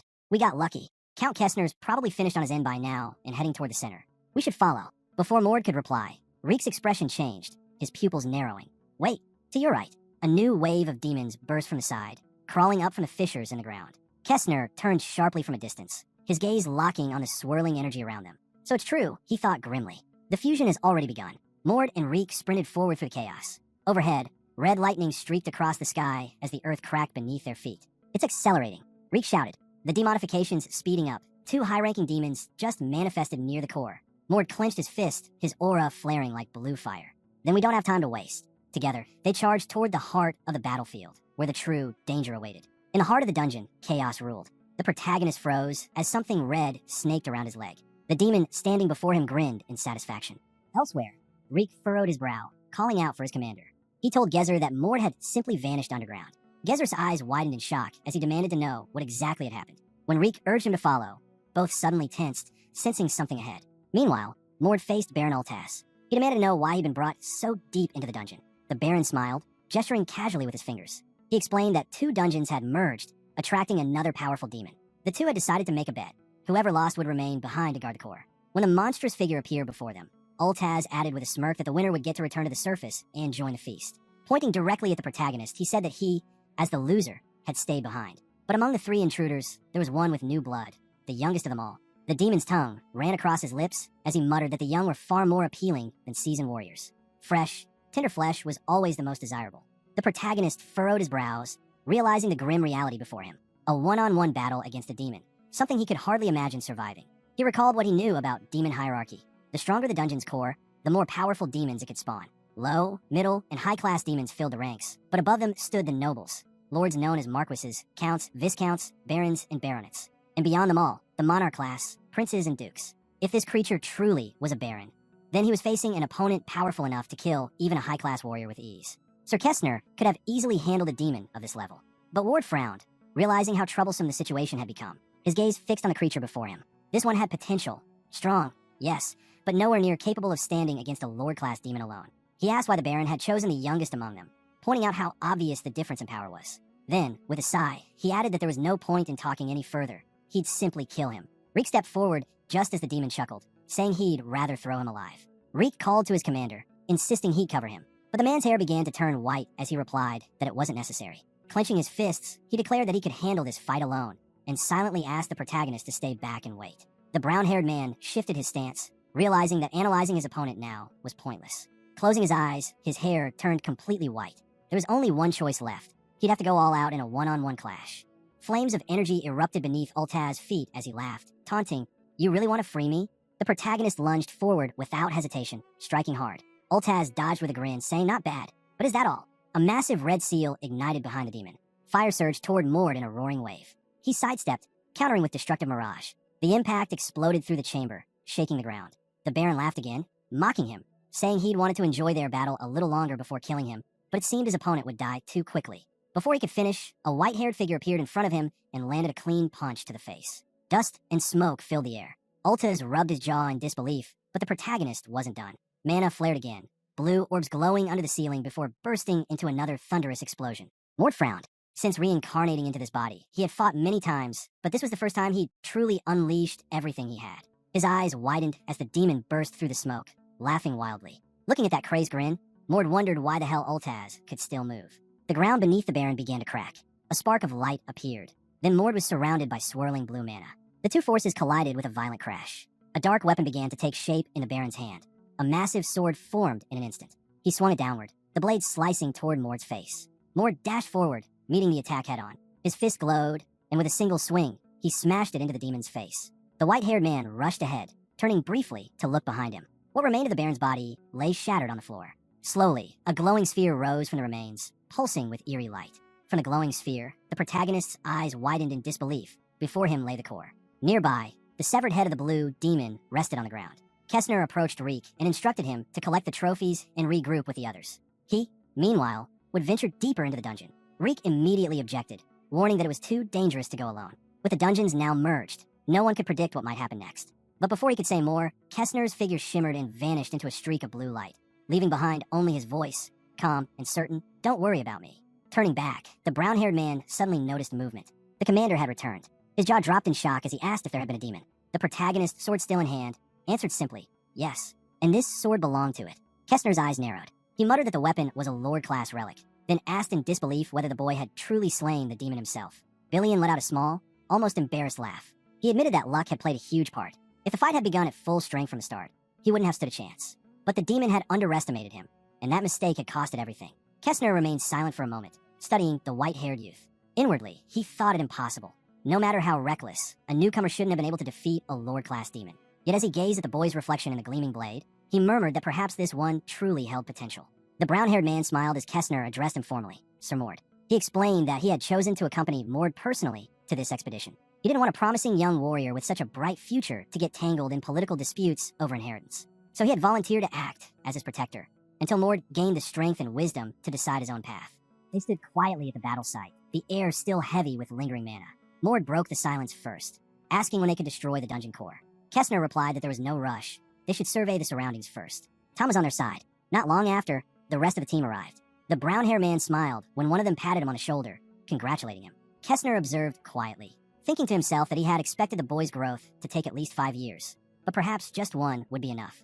From that first mission, Mord continued to take on several more. Each one strengthened him further. After a month and a half, the team finally returned to the day. Back at the castle, he was met with praise and recognition. The blonde crossed his arms and asked if Mord knew about the banquet that would be held in 5 days. Holding up a statuette depicting a warrior entwined with a serpent, he explained that the event was where all warriors gathered, a formal ceremony where Hurans were granted and awards bestowed. It took place once every 2 months, and at this next one, the prince himself would be in attendance. At the grand banquet, the prince himself would be distributing the awards. Mord bowed respectfully when Kessner reminded him that this was an important gathering, one he absolutely couldn't afford to be late for.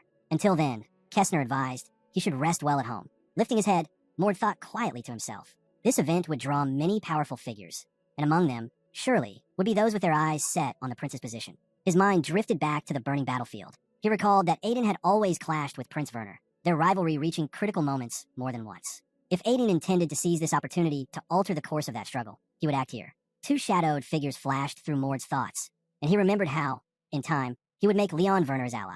Leon had long been estranged from his royal family, but that wouldn't stop Aiden from trying to place him on the throne. Mord pictured a grand throne and 2 men before it. That was where the fight for power would begin.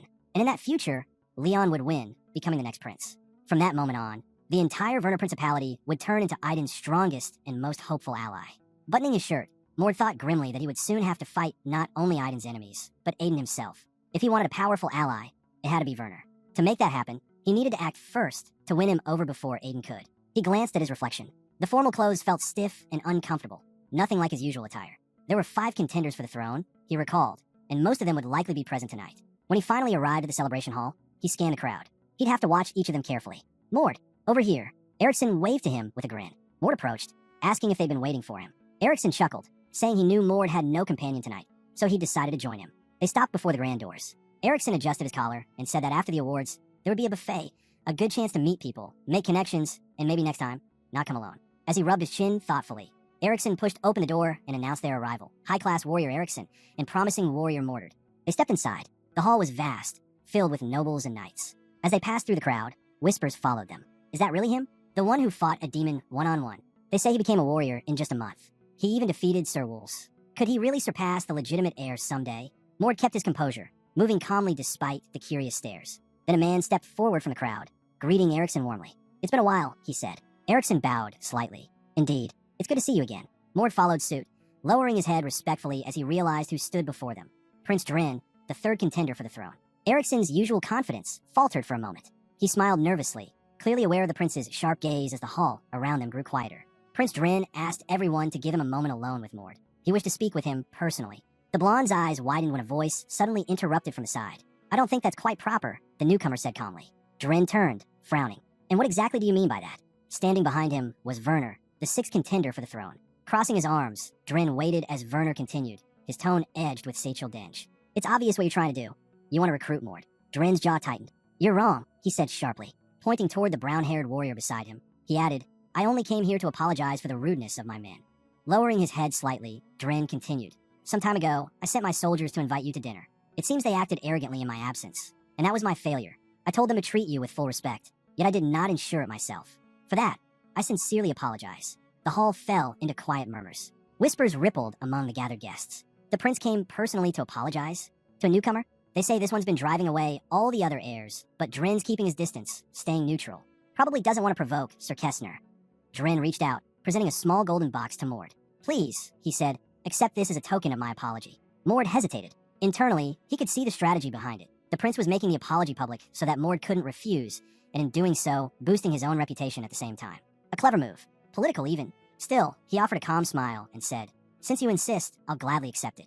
Thank you. Dren laughed lightly. Then I'm grateful. Across the room, Werner clenched his fists, barely hiding his frustration. His jaw tightened. He wouldn't let Dren take Mord. The red-haired contender stepped closer, his expression softening as he spoke directly to Mord. I'm Werner, Lord of Sir Wolves, the one you fought. I've heard much about your strength, and I've been looking forward to meeting you. Before Mord could respond, a sudden female voice rang out across the hall. My, it's been so long. Mord froze, his expression darkening the moment he recognized that voice. He turned slowly and bowed politely. Lady Arin. Arin laughed, waving her hand playfully. Oh, come now. Such formal manners don't suit you at all, Mord. Werner's irritation flared. Excuse me, he interjected sharply. I was the one speaking with him. Arin smiled, feigning innocence. Really? All I saw was you and Dren trading words. I didn't hear you actually say anything to him. She waved her hand again, her tone teasing. And you didn't even greet me, Werner. How rude. The red-haired man's patience snapped. Enough of your theatrics, Arin. There's a limit to everything. Werner's patience snapped completely. His voice cut through the air, sharp and cold. I don't care if you're my little sister. Arin's smile twisted. She clenched her hand into a fist, her tone turning mocking. Oh, I'm sure everyone here thinks you're such a caring big brother, she said with a laugh. The kind who breaks his sister's arm out of love. Werner's lips curved into a thin grin. And did you ever think, he asked softly, that letting you live after you broke both my legs was already mercy on my part? Arin tilted her head, eyes narrowing. I wouldn't be so sure, she said coolly, because I don't think you even have the strength left to get rid of me. Werner's grin widened. Then why don't we test that? The tension in the room thickened. Dren sighed heavily, glancing at Mord. And this, he muttered, is what I have to deal with in front of an important guest. He offered an apologetic smile. I'm sorry you had to witness these idiots. Mord shook his head. It's fine, he replied evenly. Still, he studied the scene with a quiet frown. Werner, son of the current duke. Arin, the duke's niece, his sister's daughter. Bound by blood, but divided by resentment. And now, all three before him, Dren, Werner, and were contenders for the heir's position. His eyes shifted between them. Three rivals in one room. First, he looked at Dren, calculating, polite, and undeniably strategic. Someone like him couldn't be trusted too easily. Then, His gaze turned to Werner. Hot-headed, proud, reckless. A fool driven by impulse. Finally, he looked at Arin. Unpredictable. Strange even, but her true strength still unknown. For now, she was better left unjudged. Just then, a voice from behind called out, calm yet firm. That's enough. The Grand Duke hasn't even arrived yet. Save your drama for later. Arin blinked in surprise. Kiran, you're here. The fair-haired man nodded. I've been here for barely half an hour. Ran all the way, actually. Left the others behind. Werner raised an eyebrow. Didn't know you liked banquets that much. Kiran gave a faint smile. I didn't come for the banquet, he said. I came to see the man everyone's been talking about. The hero of the dungeon. He stepped forward until he stood before Mord. It's an honor to finally meet you, he said, extending his hand. I'm Sir Hiran, 4th contender for the heir's seat, and a warrior of the highest rank. You can call me simply Hirian. Mord accepted the handshake. Glad to meet you. Hirian's grip was firm. You've got a strong fist, he remarked with a smile. Is that the same one that crushed the demon? Mord nodded. It is. Hirian's smile softened into something almost playful. Then I like to test it myself someday. Mord frowned slightly, studying him. So this is Hirian, one of the 2 remaining candidates still alive. Despite his youthful, almost delicate appearance, the power within him was unmistakable. He wasn't just talented, he was dangerous. A person worth remembering. Mord turned slightly, his thoughts sharpening again. The hall had gathered nearly all of the heirs now. Each one a rival, a threat, and a potential piece on the board. And the real game was only just beginning. Mord wondered quietly to himself. Had the eldest prince, Ilden, arrived yet? Before he could dwell on it, a commanding voice echoed through the Grand Hall. Attention, everyone! Before the award ceremony begins, the Grand Duke would like to say a few words. The room fell silent. The Grand Duke stepped up to the podium, his presence alone demanding respect. Over the past 2 months, he began, each of you has performed admirably. Your efforts and achievements have brought pride to our land. I trust that your strength and loyalty will continue to shape our future. He paused, his smile widening. Now, let us begin the awards ceremony. A man approached and knelt before him, unrolling a scroll. Kessner sat near the front, watching with calm attention. The next name was Mord. As Mord stepped forward and knelt on the grand staircase, the Grand Duke's gaze lingered on him. A 15-year-old boy, he said, his voice carrying through the hall, who single-handedly defeated a demon baron. Even I, at his age, could not have done such a thing. Gasps and murmurs rippled through the audience. And so, the Duke continued, as recognition of his valor and accomplishment, I hereby promote him to the rank of middle-class warrior and grant him his rightful trophy. The hall stirred. Whispers spread rapidly among the nobles and soldiers. He's only been on 1 or 2 missions, and he already killed a demon baron? Maybe he deserves a high-class rank instead. The Grand Duke's grin widened slightly. It seems the boy has grown since our last meeting, he said, amusement glinting in his eyes. I would like to see his abilities for myself someday. Still kneeling, Mord bowed his head respectfully. It would be my Hiraner, your grace. I look forward to that day. As the ceremony continued and people settled at their tables, Kessner leaned over and placed a firm hand on Mord's shoulder. Come, he said quietly. We need to talk. They stepped aside, away from the crowd. Don't drink too much tonight, Kessner warned. Tomorrow morning, you're going somewhere important. Mord raised an eyebrow. Where exactly? The blond man hesitated for a moment, his gaze distant. Your teacher, he said finally. I want to see you. Later that night, Mord stood alone in the vast, silent hall of the manor. The emptiness of the place made every step echo faintly. He looked up at the enormous door ahead, wondering how he was supposed to even open it. Before he could move, a deep, steady voice came from the other side. You're here. Mord froze. Did he open the door with telekinesis? As the great doors creaked open, Mord entered. Inside stood a tall man, calm, composed, and powerful. The atmosphere itself seemed to bend around him. Without turning, the man spoke. You've come a long way. Then he faced him at last. Welcome, Mord.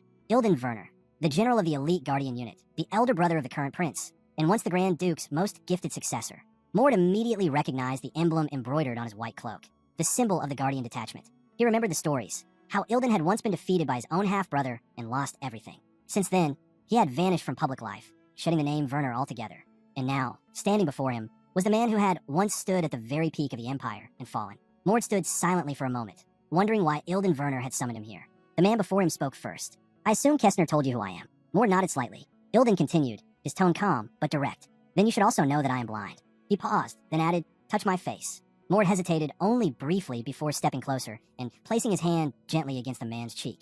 As he did, he noticed something, Daisley's voice, the way it carried, the quiet authority in it. It sounded almost identical to the Grand Duke's, just as it had been described in the records. Ilden smiled faintly. You don't look much like your father, he said. Mord replied evenly. The Grand Duke mentioned that as well. He said, I will probably take after myself. Ilden let out a low chuckle and took a step back. Do you know why I called you here? Mord shook his head. No, sir. I was only told that you wished to see me. The older man waved a hand dismissively. I have a proposition for you, he said, but first, I need to assess your strength. Mord straightened, his eyes narrowing. So that's what this is about, he thought. Ilden's searching for someone strong enough to see Denge the Grand Duke himself. If I can prove myself here, he'll recognize my potential. If I fail, This chance will vanish. His mana flared. The air trembled. Ilden's grin widened. Good, let's begin. Mord raised his hands in front of him. You can test me however you like, he said, voice firm. He dashed forward, striking first, but before his attack could land, Ilden's eyes gleamed faintly under his blindfold. A sudden yellow flash erupted between them, and Mord was thrown backward as if struck by a massive wave of force. He rolled his feet, shocked. Was that an impulse ball? No, something more refined. The light, the energy, it wasn't just mana. It was aura. He used aura to form a core, Mord realized, and turned it into a compressed impulse, something even master-level mages struggle to achieve. Across the room, Ilden stood still, his expression calm. Around him, the faint hum of magic pulsed like a living heartbeat. Mord frowned, his mind racing. He's controlling dozens of impulses at once, with perfect precision. Still, he didn't falter. Aura isn't ordinary magic, he thought. But that doesn't mean I can't push through it. A sharp light surged down Mord's arm. His aura ignited, blue energy wrapping around him in a brilliant flash. If I can block the recoil and press forward with full force. He rushed in, his movements a blur. Ilden's lips curved slightly as Mord unleashed a barrage of strikes, each one accompanied by bursts of light. Mord summoned an impulse ball, hurling it forward. You're fast, he said, his voice steady, but I can keep up. Ilden's expression didn't change. He merely raised a hand. I knew you'd do that, Daisley said quietly. In that instant, silence fell. Mord's eyes widened as a single blue sphere formed in his own palm. He raised it high, aura crackling, before sending it forward. The sphere shot through the air, and as it moved, identical blue orbs appeared all around him, mirroring Ilden's formation. The air between them shimmered. Two forces, blue and gold, spiraled toward each other. A collision of light and power filled the hall. And in that blinding moment, both master and student stood locked in the storm, their auras clashing like two roaring suns. Blue and golden spheres of energy collided in midair, bursting with deafening cracks. Each impact shook the hall, scattering flashes of light around Ilden Werner. He frowned slightly, sensing the rhythm of Mord's attacks. Did he just break my pulse balls and release his own simultaneously? He wondered, where'd he learn that kind of control? Before he could finish the thought, Mord appeared behind him, striking with full force. But just as the blow was about to land, his fist stopped inches away, blocked by a barrier of condensed aura. Mord jumped back, realizing what he was seeing. He's using aura not just as a weapon, but as AR Mord. He began gathering mana again, this time channeling it through a fragment core to amplify his power. But when Ilden turned, Mord was already gone. A heartbeat later, boom, Mord reappeared behind him, his fists slamming into Ilden's back. Daisley crashed into the wall, and the room trembled. Mord looked down at his glowing hand with quiet satisfaction. So that's what it feels like, he thought. I actually touched him. Then laughter filled the room, deep, booming laughter that echoed through the walls. There are several stages to the awakening of new blood, Ilden said, his voice filled with excitement. The first is when the hair and pupils turn silver. Mord's eyes widened. His teacher was smiling now, almost gleefully. Finally, Ilden said, lightning flickering through his own silver hair. I found it. Perhaps this is fate itself, the deity watching over us. A surge of energy roared through the chamber as a massive stream of mana erupted around him. Sparks of silver lightning crackled across his body, the unmistakable sign of the second stage, the state that approached divinity. In an instant, Ilden appeared behind Mord. Mord spun, throwing his fist forward. Their punches collided, light bursting between them like an explosion. Mord was sent flying, crashing hard into the wall. Ilden stood where he was, lowering his shaking hand with a smile. That reaction was astonishing, he said, his tone almost proud. To think, at the second stage, you still managed to wound me. Mord slowly rose to his feet. Ilden's grin deepened. And you're not even tired, are you? He brushed a hand through his hair, still humming with static. Excellent. Absolutely excellent. He exhaled and waved his hand dismissively. Let's stop here. If I keep going, I might not know where to draw the line. Mord approached slowly, his mind racing. Ilden may have lost to the Grand Duke, but his power, it's monstrous. Truly one of the strongest among the Vernars. Ilden stepped closer, his tone shifting from amusement to certainty. I've seen enough, he said. You've proven your ability. I have no doubts now. You're someone I need in my squad. Mord blinked, unsure if he'd heard correctly. Is that an offer? Ilden nodded, crossing his arms over his chest. That's right. He closed his eyes for a moment, then spoke clearly. Mord, would you agree to join the Guardian Squad?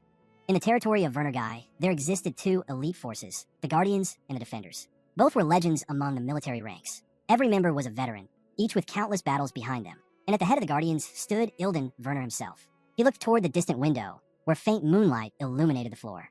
To the south lies the Great Demon Kingdom, he said slowly, and to the north, the White Demon Kingdom. He turned back to Mord, his voice steady. The Great Demon Kingdom has long fallen to corruption. It serves now as an outpost for demons. That land is watched over by the Defenders. He paused, his silver eyes gleaming. But the north, the White Demon Kingdom. Ilden's voice deepened as he continued. The White Demon Kingdom, he said, has become completely corrupted, a gray zone where demonization never stops. That's where my Guardian Squad operates. We fight on that shifting border every single day.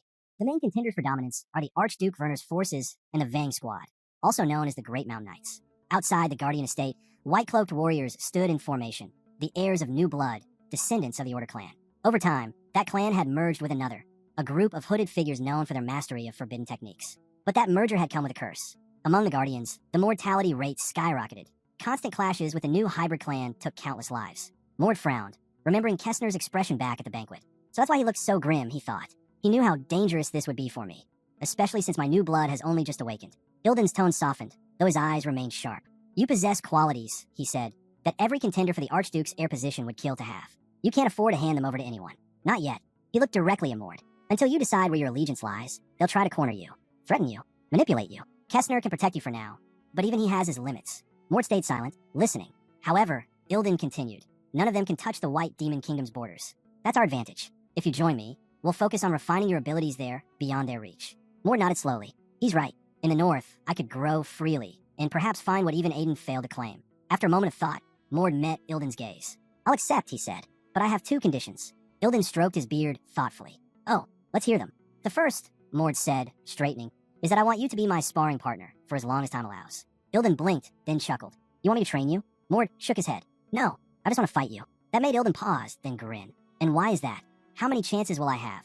Mord replied evenly. To fight someone like you, without fearing for my life. Ilden waved a hand dismissively, though his smile lingered. Do you really think you'll get stronger just by fighting me? Yes, Mord said simply. For a moment, silence filled the room, and then Ilden burst into laughter. You're overconfident, he said, still smiling. Fine. In 20 days, I'll be leaving for the north. Until then, I'll be your sparring partner. Mord nodded once, accepting. Ilden tilted his head. And your second condition?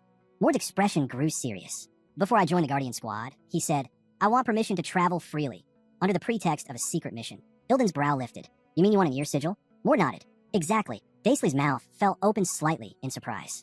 And what exactly do you plan to do with that freedom for a whole year? Mord's gaze drifted toward the window, where the faint light of dawn crept through. His voice was calm, but resolute. He replied calmly that he had personal matters to attend to.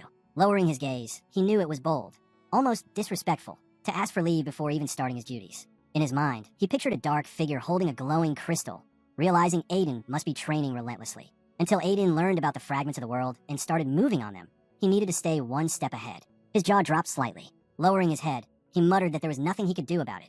The older man folded his arms, thinking for a moment before saying he could only grant 8 months, no more. Still, that was generous enough. The young man nodded, quietly acknowledging that Daisley was being surprisingly lenient, especially toward someone with potential. He imagined Daisley as a towering figure, holding a tiny warrior in his palm. Once he'd been just as obsessed, driven by the idea of dethroning the Archduke and finding a worthy heir. He'd risked everything to make Leon the next ruler, even if it made him look mad. The brown-haired man gave a small bow and thanked him sincerely. He didn't know why, but deep down, he felt this was a rare opportunity. Dilden grinned to himself. At that age, even Hardin hadn't been this strong. He wasn't a direct descendant, so he could never be Archduke, but that was fine. History had proven time and again that illegitimate sons often became the Duke's shadow. The man's eyes gleamed with anticipation. He couldn't wait to see how things would play out. When the protagonist returned to the castle, someone immediately asked if he had arrived. Strolling through the courtyard with a servant, he asked who those warriors were. Miss Erna's guards, the servant replied. At that, he turned his head. She's waiting for you inside, the servant added. A few minutes later, they met in the study. He asked if something had happened, but the blonde woman just smiled slightly. Let's talk comfortably, she said. This isn't an official meeting. She handed him a small box. Here, take this. He accepted it and raised an eyebrow. What is it? Something nice from Dren. Erna replied with a faint smile. He immediately recognized the value.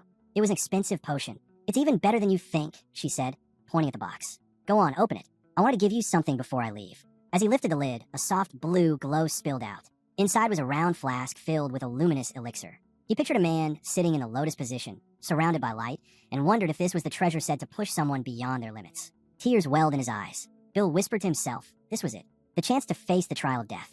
It was said that a mage could only obtain it once in their lifetime, the tears of the dead. The young man's thoughts drifted to that dark silhouette holding a sword. He remembered how, when a mage Aiden had given this treasure to Leon, his power had surged instantly. But then, another image surfaced, a blood-stained room. Someone else had died because of that same power. Erna touched her chin thoughtfully. I was entrusted with it for 10 years, she said softly. It's incredibly valuable, but if your body can't handle it, it becomes poison. She waved her hand lightly. Don't take it right away. Wait until you're truly ready. Someone like you probably won't die from it, but a little caution never hurts. He glanced at her curiously. You tried it before? She nodded. When? He asked. Erna paused, recalling the memory. 2 years ago, she said. I saved a member of the royal family from death. They tried to use demonization. In return, I received many gifts, but this treasure meant more to me than all of them. So I took it. The protagonist stared at the glowing elixir in silence. According to the original story, 3 of the 5 heirs had failed to obtain this treasure, and yet she was handing it to him without hesitation. Sunlight streamed through the window, catching the faint shimmer of the potion. "It's truly a precious gift," he said at last. "Thank you." Erna smiled and told him to handle it with care, and to take care of himself as well. With a thumbs up, she added, "We'll talk about the rest when you return safely." As Mord walked her to the door, a thought crossed his mind. She must have come only to give him this gift. He pressed his lips together slightly, reminding himself to never forget how much she valued him, even though he wasn't truly hers yet. He watched her walk away, her figure fading in the corridor's light. 20 days later, under the pale glow of the moon, Mord made his way through the quiet courtyard. Around the corner, someone was waiting. Kessner, arms crossed and expression stern. Mord stopped beside him. "I was hoping to leave quietly," he said with a half smile, "but I guess I wasn't sneaky enough."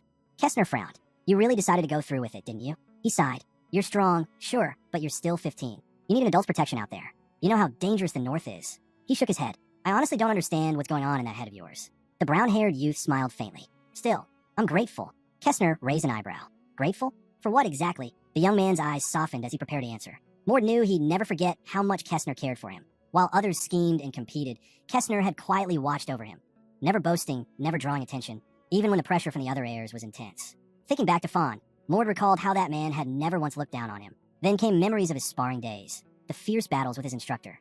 Kessner had never held him back. Not once. He remembered Wulf's and Werner too. They had never been jealous of his strength, never tried to use him for their own gain. And then the man with white hair, Kessner himself.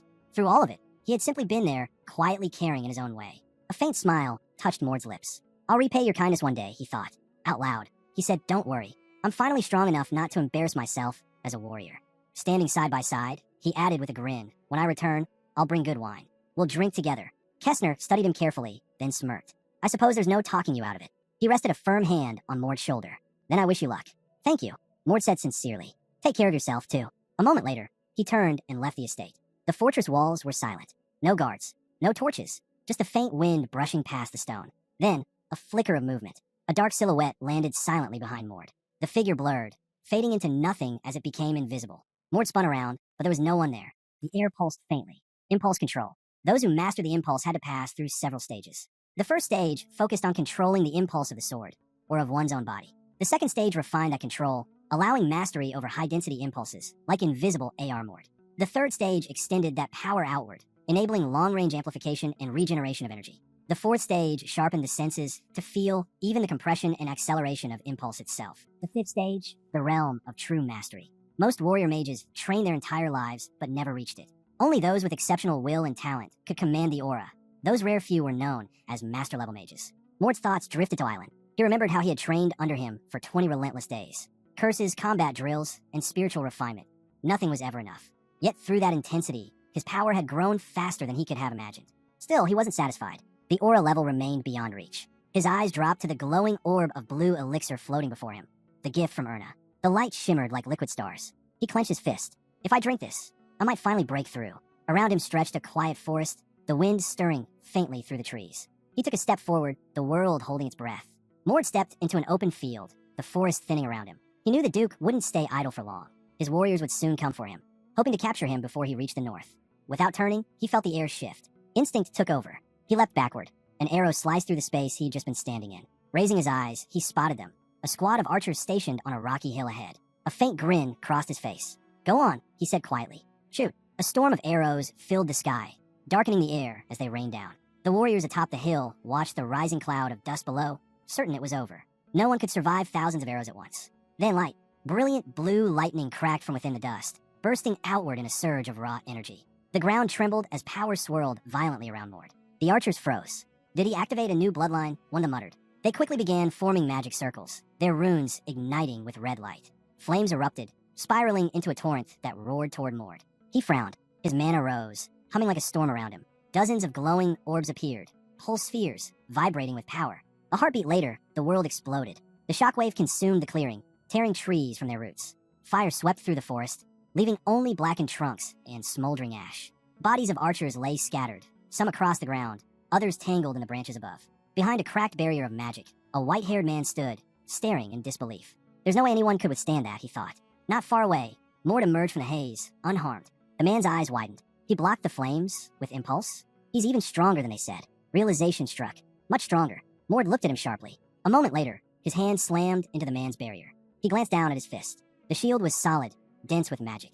He flexed his hand. So, I'll just need to hit harder. Before the white-haired warrior could react, Mord vanished from sight. A flash, and suddenly, the warrior's sword met a glowing gauntlet of pure impulse. The clash echoed like thunder. Mord struck again with his other hand, sending the man flying. A burst of yellow energy exploded from Mord's palm, slamming into the warrior midair and hurling him into the mountainside. The impact cracked the stone. When the dust settled, the white-haired man dropped to one knee, breathing heavily. Mord stepped forward, towering over him like a shadow. "I know who you are," Mord said coldly. The warrior smirked despite his wounds. "Oh, then tell me." "I've seen you before," Mord replied. "Once on the Duke's training field, and again at the ball." The white-haired man's expression darkened. Mord continued. "Among all the Duke's elite, there was one shorter in stature.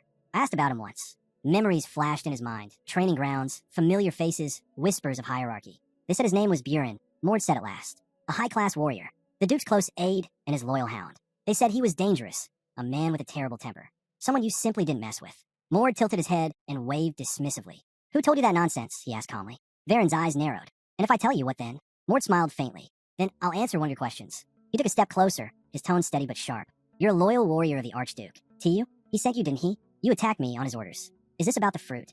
Varen hesitated, his grip on his sword tightening. Mord's mind flashed with an image. An old man holding a blood-red fruit, glistening under dim light. He remembered the stories. Archduke Werner. Powerful, feared, and utterly corrupted. A man once hailed as the strongest of his age, now remembered as a monster. The reason, Mord knew, was simple. Inside that crimson fruit lived something twisted, a crooked soul. And Werner had committed an unforgivable sin. He killed his own son. Varen's eyes went wide. "What? How do you know that?" Mord's expression didn't change. "Because that's how the story goes," he said quietly. He pictured Werner, a kneeling silhouette beneath a storm. From childhood, he'd been unmatched in martial arts, but as the years passed, his body began to fail him. Age took his strength. Desperation took his sanity. And that's when they found him. The secret society known as Silverblood. They promised him youth, in exchange for something far darker. That was the birth of the Werner lineage. In his mind, Mord saw it. A blackened tree growing in shadow. The tree of darkness, born from the tainted blood of an ancient deity. Its branches pulsed with life, dripping with crimson fruits that granted eternal youth. But to bear those fruits, the tree demanded blood. The blood of Werner's own kin. Mord imagined the grotesque scene. Twisted figures emerging from its branches, warped by forbidden power. The awakened new blood was said to amplify this curse even further. And so, the Archduke sacrificed his legitimate children, one by one. All except one. Mord pictured chains. A single survivor. A boy spared not out of mercy, but necessity. The Duke needed a successor who could fight. Someone who could wield power in his stead. Not an heir, but a weapon. He'd left behind one duty. Not to rule, but to guard. 500 years ago, when Werner was still known as the greatest warrior alive, he made a pact. His descendants would forever watch over the sealed Demon King. A being who once wielded the powers of other gods. Mord pictured lightning swirling around a shadowed figure, the incarnation of the Demon King. Every year, the Duke was forced to fight it one-on-one to maintain the seal. It wasn't a real battle, only a spiritual clash, but if the seal ever weakened, the right to fight would be lost. And losing that right meant losing the throne. Mord pictured a lone figure standing beneath the flickering light, a shadow watching from afar. It was then he understood why the Duke needed someone like that. A shadow who could take his place when he no longer could. But at that moment, far away, the Duke himself sat in his chamber, holding a blood-red fruit in his hand. Someone beside him asked quietly, "Would you like to meet Mord before he leaves tomorrow?" The Duke didn't look up. "No," he said coldly. "I shouldn't." He, standing nearby, eyed the fruit. "I don't understand what Lord Ilden is thinking," he muttered. He glanced at the ancient tree beside them, its roots coiling across the floor like veins. "He must have big plans for that boy," Archduke went on. "He trains him every day, personally. And now, he's sending him out on a secret mission? Alone? Without a single guard? It doesn't make sense." Daisley chuckled softly. He raised the fruit, its crimson glow reflecting in his silvering eyes. "I wanted him to swear loyalty to me," he said. "But he's not someone I can control." He took a slow bite of the fruit, its dark juice running down his hand. Better to consume it before it rots. A flash of light. Hardin shut his eyes as the Duke's hair turned completely silver, power surging through him. "Bring Mord here," the Archduke ordered. "If you need to, take him in with you." "Yes, my lord," Varen replied, bowing low. Before he left, the Duke added, "And keep an eye on Kessner. I don't want him noticing anything, or asking questions." Archduke looked around the bright chamber. Only a handful of people were ever allowed here. This was where the Duke shared his dark power, his secret, his curse. Even Kessner doesn't know this place exists, Hardin thought. But still, he's the most reliable warrior we have. He clenched his fist. A grin tugged at his lips. "I'll prove myself this time. I'll show him I'm worth more than Kessner ever was." Meanwhile, back in the scorched forest, Mord's expression darkened. "So it's true," he said. "You're after me because of the fruit." Varen glared at him. "You talk too much." Mord's gaze didn't waver. Of course it's the Duke, he thought. In the story, it was always one of his illegitimate children who got caught in his games. Images flickered through his mind, a chessboard a lavish feast. He'll use me or devour me. Then, Hardin's face came to mind. Children have been disappearing for years. That can't be a coincidence. He's working with the silver blood. It all fits. He saw it clearly now.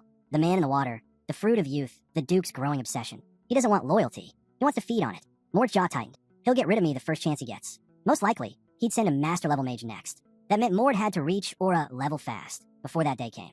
Facing Buren once more, Mord said coldly, "So that's it. Daisley wants to be young again. And for that, he needs me." Varen's eyes flared. "Shut your filthy mouth," he roared. In a blur, the white-haired warrior lunged forward, grabbed Mord by the collar, and yanked him close. His voice dropped to a growl. Varen's breath came ragged. His voice trembled, not from fear, but from fury. "Since I'm going to die here anyway," he said through clenched teeth, "I'll tell you something you'll never live to see."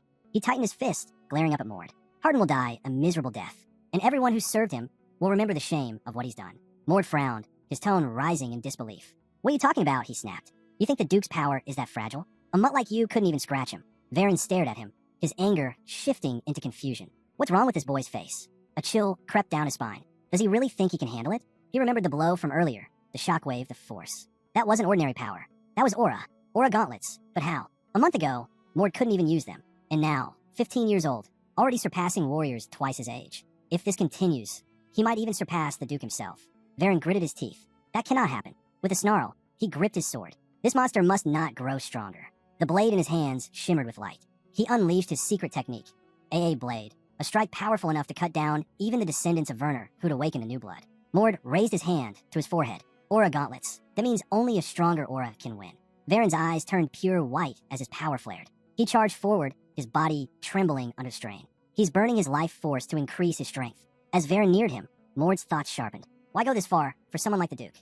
He almost pitted him. His loyalty is real, but I can't let that stop me. Bright orbs of energy materialized beside Mord, swirling faster and faster. Then, boom, a massive explosion rocked the clearing. The shockwave blasted through the trees, and the air turned black with ash. When the dust cleared, Varen was on his knees, his armor shattered, his body scorched. He trembled, staring at his own hands. I've only just begun to control aura, and yet he's already mixing aura with impulse. He lifted his head weakly. Mord stood over him. Goodbye. Hardin's dog, Mord said quietly. His fist came down like thunder. Buren's body shattered into nothing. From the shadows, a masked man watched in silence, frozen in disbelief. Impossible. He's far stronger than they said. His eyes darted toward Mord. He knows about the fruits and silver blood. That makes him dangerous. He turned and sprinted into the forest. I have to tell the Duke before it's too late. But before he could take another step, a sharp crack echoed through the night. The masked man froze, looking down to see a hand thrust clean through his chest. Blood, no, silver blood, dripped down his cloak.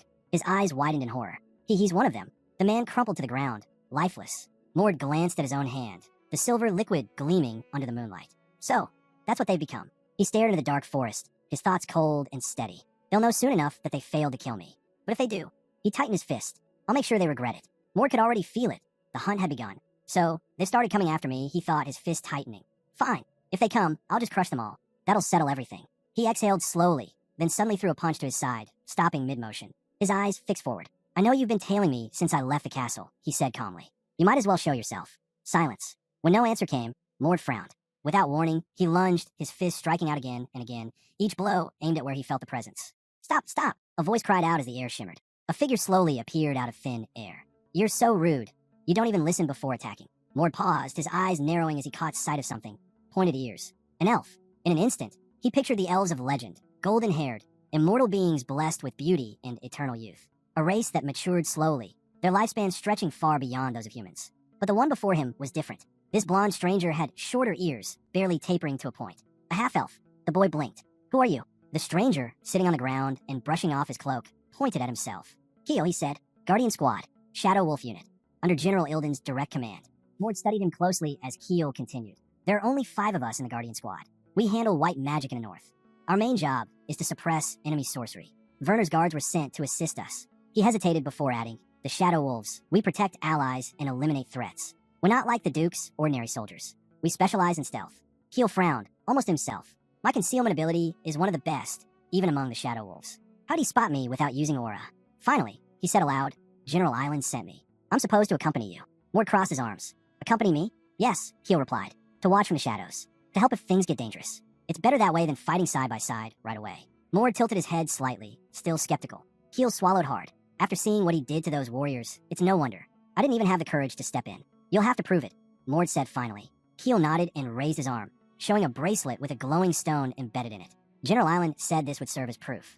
Mord's eyes flicked toward it.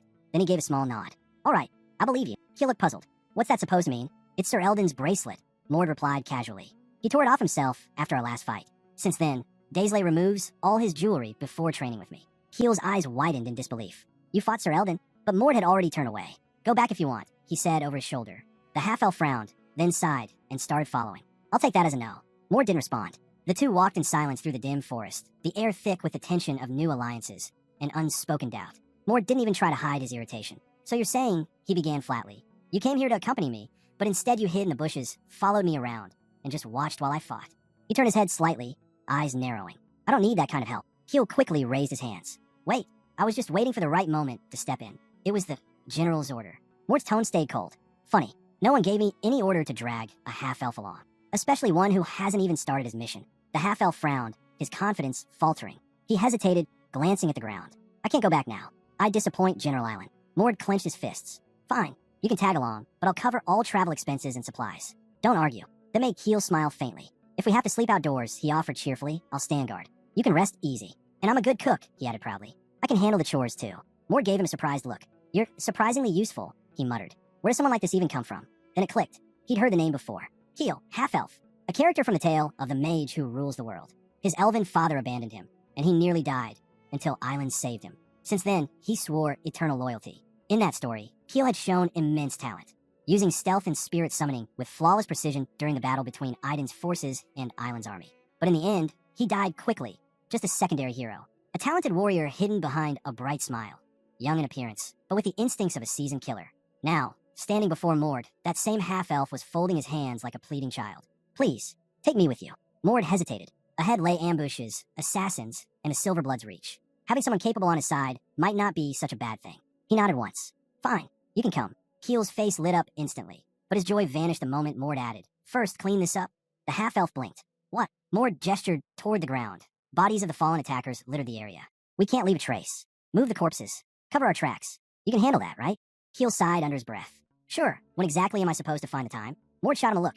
You'll manage. You said you wanted to prove yourself. Keel groaned, but began dragging the bodies away. At Werner Castle, inside the Duke's Grand Hall, a soldier knelt before Hardin. It seems Sir Varen's unit was attacked, the soldier reported. We found traces of battle, but no bodies. Hardin's eyes narrowed. The man continued. I don't believe Lord Ilden himself stepped in, but it seems he sent reinforcements. Perhaps a unit that's skilled at concealment. Judging by the signs, it could be members of the Shadow Wolves. Maybe even more than one. The air grew heavy. The soldier swallowed. What are your orders, my lord? Hardin slowly closed his eyes, his tone low and deliberate. Leave him. For now. The soldier looked up, startled.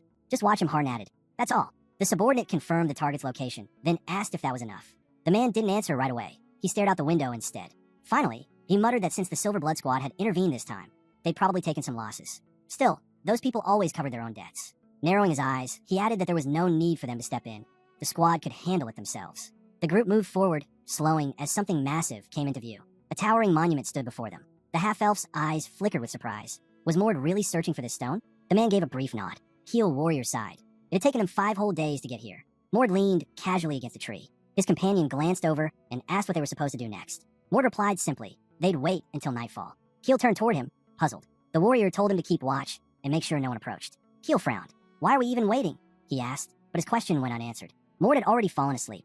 With a frustrated exhale, Keel stared into the flickering fire. He couldn't understand this man. Why the secrecy? Why the stone? Why not just speak like a normal person? His thoughts spiraled as he muttered to himself, wondering how he'd ended up in this situation. Crossing his arms, Keel scowled. He was respected by the Shadow Wolves, even by the royal castle itself. 10 years of experience, a decorated warrior. And now he was taking orders from some young, mid-rank fighter? It was humiliating. He ran a hand down his face, forcing himself to remember this was still his duty. No matter how frustrating, he had to endure it. Why did they assign me to someone like him? He grumbled. Right then, Mord spoke his name. Keel jerked upright, waving his hands nervously. I wasn't talking about you, he blurted out. Mord ignored that. It's starting, he said. Keel turned, confused. What is? A faint shimmer appeared in the air, right above the monument. It pulsed and widened, a rift tearing open in the night sky. Is that a dungeon? Keel asked. Mord nodded. According to the story, secret dungeons appeared only when 3 specific conditions were met. First, the moon had to reach a certain phase of fullness. Second, the skies had to be perfectly clear, letting moonlight wash over the land. And third, someone carrying divine blood had to be within 5 meters of the site.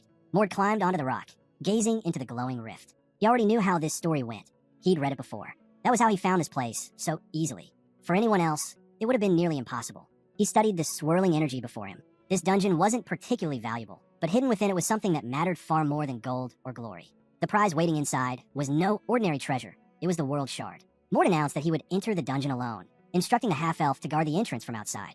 Keel's brow furrowed. You're seriously going in there by yourself? Into an unknown dungeon. Mort sat down calmly, unfazed. I already know what's inside. I can handle it alone. This was the plan from the start. He stood and gave one final order. Stay here. Keep watch. If anyone approaches, make sure they don't step inside. Then, with a hint of finality, he added, if you try to enter, you and I won't be walking together after this. Before Keel could respond, Mord pushed off the ground and leapt straight into the glowing rift. Wait! Keel's shout echoed uselessly. Mord was gone, swallowed by the light. Left alone before the monument, the half-elf clenched his fists in frustration. Meanwhile, Mord landed lightly on cold stone. He looked around. The Temple of the Moon stretched before him, an ancient structure bathed in silver light. Once countless gods had existed. Now, only a few remain in memory. This temple was once dedicated to the moon gods, but both their names and worship had long since faded into obscurity. Mord's expression hardened. From the shadows, figures began to emerge, skeletons with burning red eyes. Their hollow voices echoed through the temple, shouting about an invasion. They closed in fast. Mord dropped his cloak for easier movement. The ghosts of fallen warriors, he thought. Their deity lost in battle long ago, leaving only their wandering souls behind. There were nearly 100 of them, but numbers didn't matter. He needed to erase them all. The first wave rushed forward, reaching for him with bony claws. In most worlds, ghosts couldn't be defeated by physical means, but here, magic existed. Mord drew in power, swung once, and the first line of enemies shattered instantly. He turned, eyes narrowing as Mord charged. Even weakened, these ghosts were still dangerous, especially since they'd been trained fighters in life. Raising his hand, Mord gathered a sphere of aura that pulsed with violent energy. He released it. A flash, an explosion, silence. When the light faded, he looked down at his hand, steady, unharmed. The ghosts were gone. Only one remained. Before him stood a lone guardian, its shadow cast long across the temple floor. Behind it towered a massive statue, a half-wolf deity carved in stone. The core, it's probably inside that statue, Mord thought. And this one is the guardian. The werewolf slowly rose to its full height, eyes glowing like molten silver. Who dares intrude upon this sacred place? It growled, voice echoing through the hall. I shall offer your soul to the goddess. Mord narrowed his eyes. He remembered this part of the story all too well. According to the story, this guardian was no ordinary foe.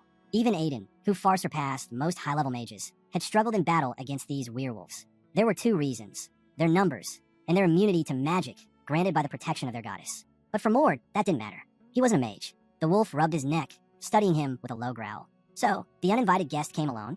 From the shadows, more werewolves emerged, some rising up on their hind legs, encircling him. The guardian's tone deepened. You're unpleasant, but I'll acknowledge you as a warrior. So, we'll meet you as one. The pack formed a ring around the two of them, Mord and the guardian, alone in the center. So, Mord asked evenly, you're proposing a one-on-one fight? The wolf inclined his head. The battle between warriors is sacred. You came here as one. We'll respond accordingly. Mord thought for a moment. This wasn't how the story had gone. In Aiden's version, he'd arrived with allies. Maybe that was why things were unfolding differently now. He looked the guardian straight in the eye. Then let's make this simple. I'll fight each version of you one by one. Don't waste my time. The wolf's ears twitched. What do you mean by that? Mord's tone didn't waver. In the story, every time you were killed by Aiden and his companions, the goddess revived you. Stronger each time. 3 transformations total. So let's skip the first 2. Change now. Show me your final form. I don't want to drag this out. The guardian's face twisted with fury. How dare you? Such arrogance. Mord's hair shimmered and turned white. Sparks of lightning coiled around his clenched fist as he stepped forward. Do I need to prove I can back up my words? The wolf's eyes narrowed. Divine blood, he muttered, recognizing the aura radiating from him. Very well. You have the right to speak that way, but don't regret your choice. Red energy erupted from the surrounding werewolves, flowing into the guardian like streams of fire. Mord narrowed his eyes. He's absorbing their power. The guardian's body swelled, muscles expanding, his form towering over Mord like a living mountain. Mord exhaled lightly. Didn't expect that. In the next instant, he launched forward, pushing off the ground with explosive force. Then I'll end this with a single blow. Their energies collided, light against crimson power, creating a shockwave that tore through the temple. Mord's eyes widened. His fist stopped inches from the werewolf's chest, frozen in the air. The wolf glowed faintly with divine light. That light, Mord muttered. So, this is proof. You're a crusader, chosen by God. Mord's eyes narrowed. His opponent had actually repelled his aura. For a moment, he frowned, then steadied himself. He's strong, Mord reminded himself, but not immortal. He swung again, his fist crashing against the werewolf's shimmering shield. The guardian blocked with both arms, but cracks spidered across his armor. With a thunderous impact, Mord's strike sent him flying backward. The werewolf staggered to his feet, shaking off the dust. So that's the power of divine blood, he thought grimly. Before he could recover, Mord was already there, appearing right in front of him like a flash of lightning. Another swing, another blinding burst of light. The wolf ducked low just in time, a grin flickering across his face as his glowing eyes met Mord's. He counterattacked instantly, slamming his fist into Mord's abdomen. Dark energy rippled through the blow, and for a second, the wolf smirked in satisfaction, until his expression twisted in confusion. His fist hadn't pierced flesh. It had stopped against something solid, like steel. "Did you absorb that with just your body?" the Guardian asked, disbelief breaking through his snarl. Mord placed a hand on the creature's paw, his voice calm. "After your third transformation, you gain the ability to accelerate. But speed alone isn't enough." Before the wolf could react, Mord lifted him effortlessly and hurled him upward. Then pushing off the ground, Mord shot after him, his aura bursting around him like a storm. He met the werewolf midair, swinging a fist charged with pure energy. The blow sent the Guardian hurtling into the colossal statue behind them. The impact shook the temple as cracks raced through the stone. Mord didn't stop. He pushed off the goddess statue itself, diving down after the falling werewolf. The Guardian looked up in pain just as Mord descended, lightning gathering around his leg. Thunderclap. The strike hit squarely. Sparks exploded across the ground as the werewolf crashed, leaving a smoking crater beneath him. Mord landed beside the fallen creature, scanning the motionless body. The hole in the werewolf's chest was deep. Final. "He's done," Mord muttered, brushing the dust from his arm. Didn't even need to use the binding of two souls. As his hair returned to its natural color, he caught something strange. The faintest trace of a smile still left on the wolf's face. "Why are you smiling?" Mord murmured. A voice echoed through the temple. "Remarkable." He turned sharply. The giant statue above him was moving, leaning down, eyes glowing faintly. "Thank you," it said, its tone calm and ancient. "You have granted my great warrior the honorable rest he long desired." Mord froze. A talking statue? That wasn't in the story. He looked up at it warily. "What do you mean, an honorable rest?" The deity's voice was low and heavy. He longed to die as a warrior, but he was betrayed, struck from behind and cursed into this dungeon. You have released him from that fate. Mord's gaze softened slightly. He remembered the werewolf's final smile. So that's what it meant. He wanted to fall in battle, facing someone he could truly call an equal. The statue's hand moved slowly, casting something toward him. A glowing artifact landed at his feet. "This is my gift," the deity said. "A small token of gratitude, though I am but a remnant of what once was." The statue's deep voice softened. "I'm a god long dead. What remains of me is but a shadow. Still, take this, my final gift." A soft glow appeared in the palm of Mord's hand, a silver bracelet engraved with the symbol of the moon. "If you channel moonlight into it," the deity continued, "it will grant you the power to protect anyone, no matter where or when." Mord slipped the bracelet onto his wrist, his expression calm but thoughtful. A reward Aiden never received, he realized. This might come in handy someday when I need to protect someone. He looked up and offered his thanks, but the statue was silent. The divine presence had vanished completely, the goddess's energy gone. Mord exhaled quietly. "Guess that's it," he muttered, stepping closer. "Time to finish up." With one sharp strike, he shattered the statue's paw. From within the dust and rubble, a brilliant light burst forth, an artifact glowing like a captured star.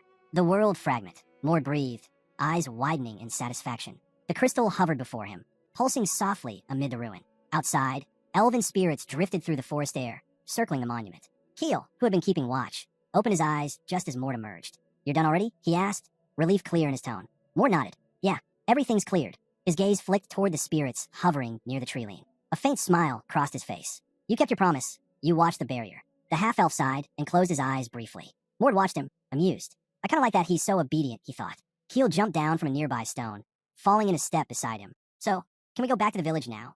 "The road's long," Mord replied. "We'll stop by a few other villages and cities first." "Where exactly are we heading?" Keel asked. "Not just one place," Mord said, adjusting his cloak. "For now, we'll move through the outer regions of Lutvin." Some days later, in the industrial city of Larine, the two walked through a bustling market, its streets filled with smoke, metal, and chatter. 20 days since we left the village," Keel grumbled. "Can we rest already?" Mord's thoughts drifted. Less than a month, and I already have 2 fragments. That wasn't bad. After the dungeon of the wolf goddess, he cleared another, though that one offered no special reward. Still, he was satisfied. He now possessed both a world fragment and a relic infused with divine power. But luck like that couldn't last forever. Mord's brow furrowed. It's time to check the black market in Larine, he decided. There's something I need to find, and another place I have to check before Aiden gets there. Later, in a small inn, Mord sat on the edge of the bed, the city's noise muffled by the walls. "We'll rest until nightfall," he said. Keel hesitated, then asked quietly, "Can I go out alone for a bit?" Mord turned to him slowly, gaze sharp and unreadable. Keel immediately folded his hands, eyes pleading. "Please? Just for a little while." Mord sighed, his expression somewhere between suspicion and reluctant patience. Mord lay back on the bed, turning away slightly. "You're planning to report to Elon again, aren't you?" Keel froze mid-step. What? "No, of course not." Mord didn't even look at him. "I know you've been sending updates to that old man from every city we passed through. If I actually cared about it, I wouldn't have brought you along." Keel scratched his cheek with an awkward smile. "Well, we also need to restock supplies," he said quickly, trying to change the subject. He shook his empty wallet with a groan. Between the fees and him eating 5 or 6 times a day, my poor wallet didn't stand a chance. He waved a hand and started toward the door. I'll be back soon. Mord nodded slightly. I'll be here, unless something happens. Keel laughed as he stepped out. Relax. What could possibly happen? It's not like some lunatics go to show up in the middle of the city and start destroying everything. Moments later, his smile faded as he stood frozen before a burning building. Flames devoured the structure, smoke curling into the dark sky. Tears welled in his eyes, and he muttered shakily, "Don't tell me. I really am a prophet. Fragments of the world. Remnants of the perfect realm once used by the gods in the act of creation. Each one held its own elemental essence, some burning with living fire, others shimmering with desert heat. They were like pieces of a divine puzzle, separate on their own, but when united, they formed something immense. Together, they could grant unimaginable power. Even more remarkable, when the fragments merged, they created a world of images, a space one could enter at will. By projecting one's consciousness there, it became indistinguishable from the real world. Training there affected the body as if it were reality itself. Now, within that boundless illusion, Mord hovered cross-legged in the air. To anyone watching, it would have seemed like meditation, but in truth, he was training. He dropped suddenly, landing lightly before leaping off a towering cliff. The first fragment he had found, the one from the tomb, formed a world of soaring mountains piercing through the clouds. The second, from the dungeon, showed endless moonlit forests. By sheer luck, the two pieces resonated perfectly, expanding his inner world's boundaries. It was unfortunate, though, that the next fragment he obtained didn't align with the others. Still, Mord wasn't disappointed. The training potential was too great to ignore. Landing softly on the grass, he stood and flexed his hands. "Feels like I've gotten stronger already," he murmured. "And these fragments, they're fascinating." Just then, something bright flashed behind him. His eyes widened as a tremor of sound followed, a distant explosion. He turned sharply toward the noise. In the real world, chaos had erupted. Crowds gathered in the streets, eyes fixed on a hotel swallowed by flames. A woman was screaming, struggling to break free from the men holding her back. My child is still in there. Stay back. It's too dangerous." One of the men shouted, but she thrashed against their grip, sobbing uncontrollably as the fire roared higher. The woman threw her head back, screaming in despair. "My baby's still inside." A burst of glass shattered her cry. The next instant, a figure leapt through the flaming window, landing hard on the street below. In his arms was a small child, coughing but alive. The mother collapsed to her knees, clutching her son tightly. Thank you. Thank you for saving him," she sobbed. Mord handed the boy over and turned, his expression hardening. Around them, chaos reigned. People were dragging the injured out of the smoke, shouting for healers and magicians. Dozens lay unconscious on the ground, the air thick with cries and the crackle of fire. His jaw tightened. So many innocent people, why? He looked up and froze. Two figures were standing on a nearby rooftop, one of them cloaked and hooded. Even from a distance, Mord could feel it, the oppressive, sharp energy radiating from that man. It's him, he thought, the one behind all this. Mord knelt, scooped up a stone, and crushed it effortlessly in his hand. Whoever you are, he thought darkly, you won't get away unpunished. The criminals darted across the rooftops, moving fast. One cursed under his breath. That rat. He didn't get the chance to finish the sentence. Mord dropped from above, slamming a blow straight into him. The man hit the ground hard, rolling to his feet, clutching his arm. "Who the hell are you?" he snarled. "You don't need to know my name," Mord said coldly. "You're going to die either way." The man glared back, spitting blood. "I don't care who sent you, but you're out of your depth." Mord vanished from sight, then reappeared behind him. His fist struck with blinding force, sending the criminal flying into a stone wall. Dust exploded outward as the man slid down, coughing violently, eyes wide with fear. From behind, someone shouted, "Watch out." The second hooded man looked down, panic flashing across his face. "Don't underestimate me." Before Mord could respond, the first villain fumbled a small pill from his pocket and swallowed it whole. Mord's eyes narrowed. What now? The man's body convulsed, muscles bulging grotesquely as he doubled in size. His voice grew deeper, distorted. "Thanks for giving me time. Now you will witness the strength of..." He never finished. Mord's figure blurred. A clean, swift motion, then silence. The criminal's head dropped to the ground. Keel, who had just arrived, froze in shock. Wait, did you just..." Mord turned sharply, his gaze fierce. "Get down." The second man's face went pale. Sweat rolled down his temple as he realized the gap in power. He spun around, desperate to flee. He made it 2 steps. Mord's kick landed square in his back, sending him crashing through the wall of a nearby building. The impact exploded like thunder. Mord approached the rubble, his shadow falling over the fallen man. "Kneel," he ordered quietly. "You're going to answer my questions." The criminal sneered weakly. "You'll have to make me." "Gladly." Before Mord could move, Keel appeared behind the man, looping an arm around his neck. The villain's eyes bulged as he clawed for air, gasping. "Can't breathe," he choked. His pupils rolled upward, his body going limp. The prisoner slowly regained consciousness. His vision was blurry at first, but then he saw them. 2 pairs of boots stood before him. He looked up, trembling. Mord and Keel loomed over him, their eyes cold and sharp. Mord's voice cut through the silence. "You'll only open your mouth when you're answering a question." "Got it." The man swallowed hard, nodding weakly. "Why were you after me?" Mord asked. The prisoner's eyes flickered with panic. He hesitated, then flinched when Mord spoke again, his tone low. You're from the Lord's second coming, aren't you? The man's mouth opened in shock. How do you? Mord's fist struck the ground beside his head, silencing him instantly. I told you, he said evenly. Don't speak unless you're answering. Keel folded his arms, his tone calmer, but curious. Then who are you people? And what exactly are you doing? The prisoner hesitated, his gaze darting between them. Finally, he muttered, long ago, there were those who tried to bring back Lord Arch. Keel frowned. Lord Arch? You mean that Arch? The man nodded. There are certain classifications for mages. 2nd circle beginners, 4th circle intermediates, 6th circle elites, 8th circle masters. But only those who reach the 9th circle are called archmages. Arch, Lord Archlich, was one of them. He achieved that title when he turned himself into an undead. He looked down, voice trembling. The title Lord came after he gained command over an army of the dead. Mord narrowed his eyes. And when did he disappear? He left behind a way to return, the man explained. He split his soul into fragments, sealed them in different places. If someone gathers those pieces, they can bring him back. Mord's expression darkened. So the second coming is hunting for those fragments. Mord rubbed his chin thoughtfully, glancing at Keel. I don't know this guy. He must belong to another secret faction. Probably one competing with the second coming over some relic. The prisoner's face twisted in anger. Our squad isn't second-rate like those fanatics. And we're definitely not as twisted as the Lord's followers. Mord's gaze hardened. Then what's your squad called? The man hesitated. His thoughts raced. If this guy really is from the Werner family, and I reveal our name, the Duke will hunt us down. He felt the shadow fall over him. Mord's fist rose. Wait, I'll talk, the man shouted, throwing up his hands. We're Graham Mulder. Graham Mulder? Keel echoed. Never heard of it. The prisoner nodded rapidly. We were formed to prevent the 3 prophecies of collapse that threaten this world. One of them is the second coming of the Lord. Mord's eyes narrowed slightly. 3 prophecies? Yes. The man continued, sweat dripping down his temple. The Lord's followers worship Archlich like a god. If he rises again, the world will fall into ruin. Mord arched a brow, silent but attentive, the air around him growing tense. Keel's eyes widened. The end of the world? Mord said nothing at first. So, according to the story, Archlich really did return from the dead, but he was captured by one of Aiden's men soon after.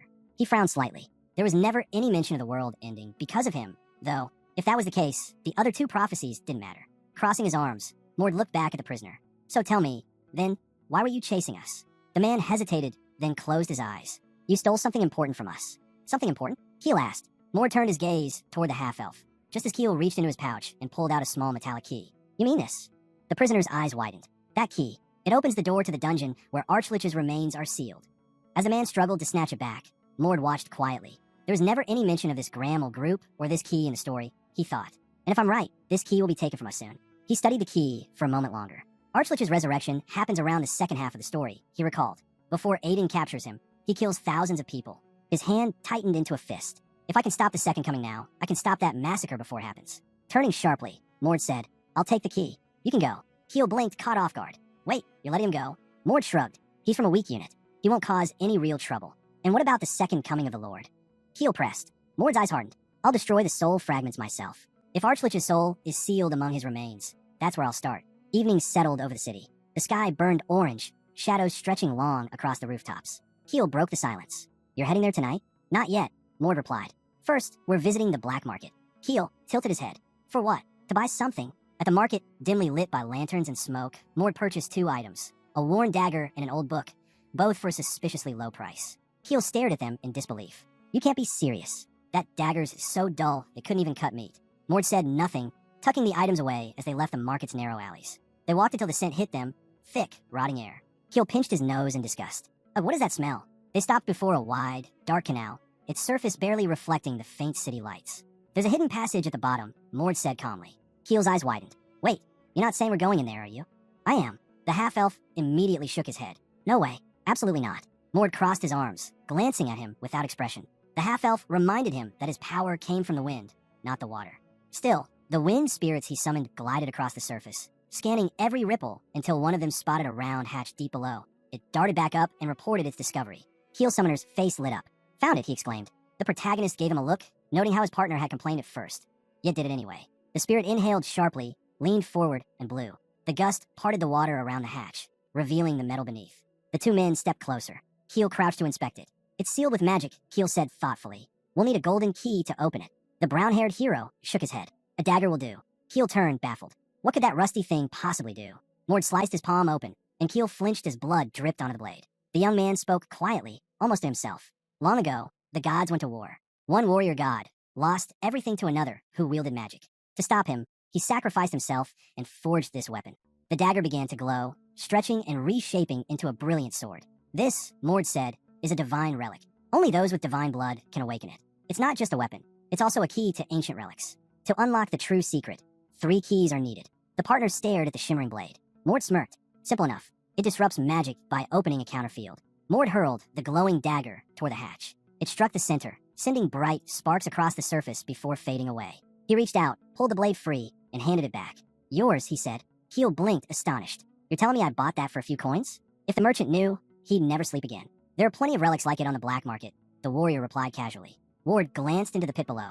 Then it's time to grant the half-elf his wish. Keel looked up, surprised. Remember the deal? Ward reminded him. Keel chuckled. You mean teaching you stealth? A handy trick, even lets you hide your comrades. His grin widened. But I said I'd do it only if you took me along on your next dungeon crawl. And not some demonic pit. I'm tired of those. I want one full of treasure, danger, and creatures we've never seen. They both peered down into the depths. Mord smirked again. Looks like that secret dungeon's waiting right below the water. Water dripped from above as the group advanced through the narrow passage. The half-elf glanced around in awe, wondering how anyone could have built such a massive secret chamber. He turned to the brown-haired hero and asked if they should launch a surprise attack on the Lord followers. Mort shook his head. No need. They already know we're here. They'll come to us soon enough. Before he could finish, a clawed paw shot out from the shadows. A swarm of ghouls charged forward, and behind them stood cloaked figures, humans in dark hoods. The mage frowned. Who are they? How did they get here? They're the Lord's second squad, Mord muttered, eyes narrowing. Without hesitation, he kicked off the ground and lunged into the fray, cutting through the monsters with blinding speed. 2 swordsmen leapt down from above, blades flashing, but Mord raised his hands, blocking their strikes with ease. Their eyes widened in disbelief. The gloves of Aura, one gasped. Before they could react, Mord moved again, cutting them down effortlessly. His eyes glowed gold as power surged through him. Stop them, the enemy mage shouted, clutching his staff in terror. At any cost. But it was too late. His allies were swept off their feet and sent crashing into the air as a violent wind erupted around them. Keel appeared behind the fallen mage, calm and composed. Spirits hovered protectively around him as he lifted his sword. The half-elf asked quietly, "Any last words?" The man on the ground trembled, trying to crawl away. "Why your monsters?" he gasped. Keel drove his blade through the man's back. In his mind, he noted that their teamwork was improving. Though near Mord, no enemy could hope to move freely anyway. They stepped over the corpses and pressed on. Mord gestured toward a side path. "That looks like the entrance." Mord nodded. "First, we destroy anything tied to dark magic. Those relics are too dangerous to leave untouched." Soon, they stopped before a massive iron door. Keel glanced at his companion. "Time to use the key?" Mord nodded. "Yeah, from here on out, it's the real dungeon." He inserted the key into the lock. As it turned, a surge of energy seeped from the cracks of the door. The half-elf grimaced. "Feels demonic." They continued through the corridor as Mord explained. This place was built by Lord Arlick using demonic power, but it's not directly linked to their realm. Keel tilted his head. "Then I wonder, does it look the same inside?" Moments later, a staircase appeared before them, spiraling downward. Mord recalled that the old records barely described this dungeon, only mentioning that it led into a deep structure resembling a 9-story fortress. Mord thought to himself that the deeper they went, the stronger Krex would become. This wasn't going to be easy, but even so, it took them less than 10 minutes to carve their way through. Keel smiled cheerfully as he pushed a cart piled high with treasure. Mord glanced at him. "You seem unusually happy. Is it really just about the loot?" Keel grinned. "Of course. These are top-tier magic items. With this haul, we'll live comfortably for months." Before he could finish celebrating, his expression suddenly changed. "Wait, that presence, it's him." At the end of the hall, seated on a dark throne, was Lord Archlich. Flames flickered in his hollow eyes as he spoke. "Invaders, are you?" His voice echoed through the chamber. "It's been a long time since I've seen the living." The half-elf's brow furrowed. Even without fighting, he could sense the overwhelming power radiating from Krex Lord. But the brown-haired hero stayed calm. "Don't be afraid," he said quietly. "This one isn't the real Archlich, just a fragment of his soul. He's far weaker than the original, around a first-rank mage at best." Archlich rested his chin on his hand. "You know of me, then?" The protagonist met his gaze. "We know of a mage called Lord Archlich, once known as Krex." Krex's hair shimmered white, his aura flaring. "You know too much," he hissed. "And yet not enough." "Why say that?" Mord asked. "Because," Krex sneered, "knowledge means nothing to the dead." Mord's eyes hardened. "You're just a shadow of something long gone. You died once, and that won't change now." Archlich's grin widened. "I sense divine power in you. How arrogant you all are." He rose from his throne, ice spreading across the floor as he moved. "Let me remind you, everyone who challenged me died screaming." Massive ice pillars erupted behind him, and his voice boomed again. "You're nothing but a remnant of a god that's already fallen." Chunks of ice broke apart, shaping themselves into towering ice golems.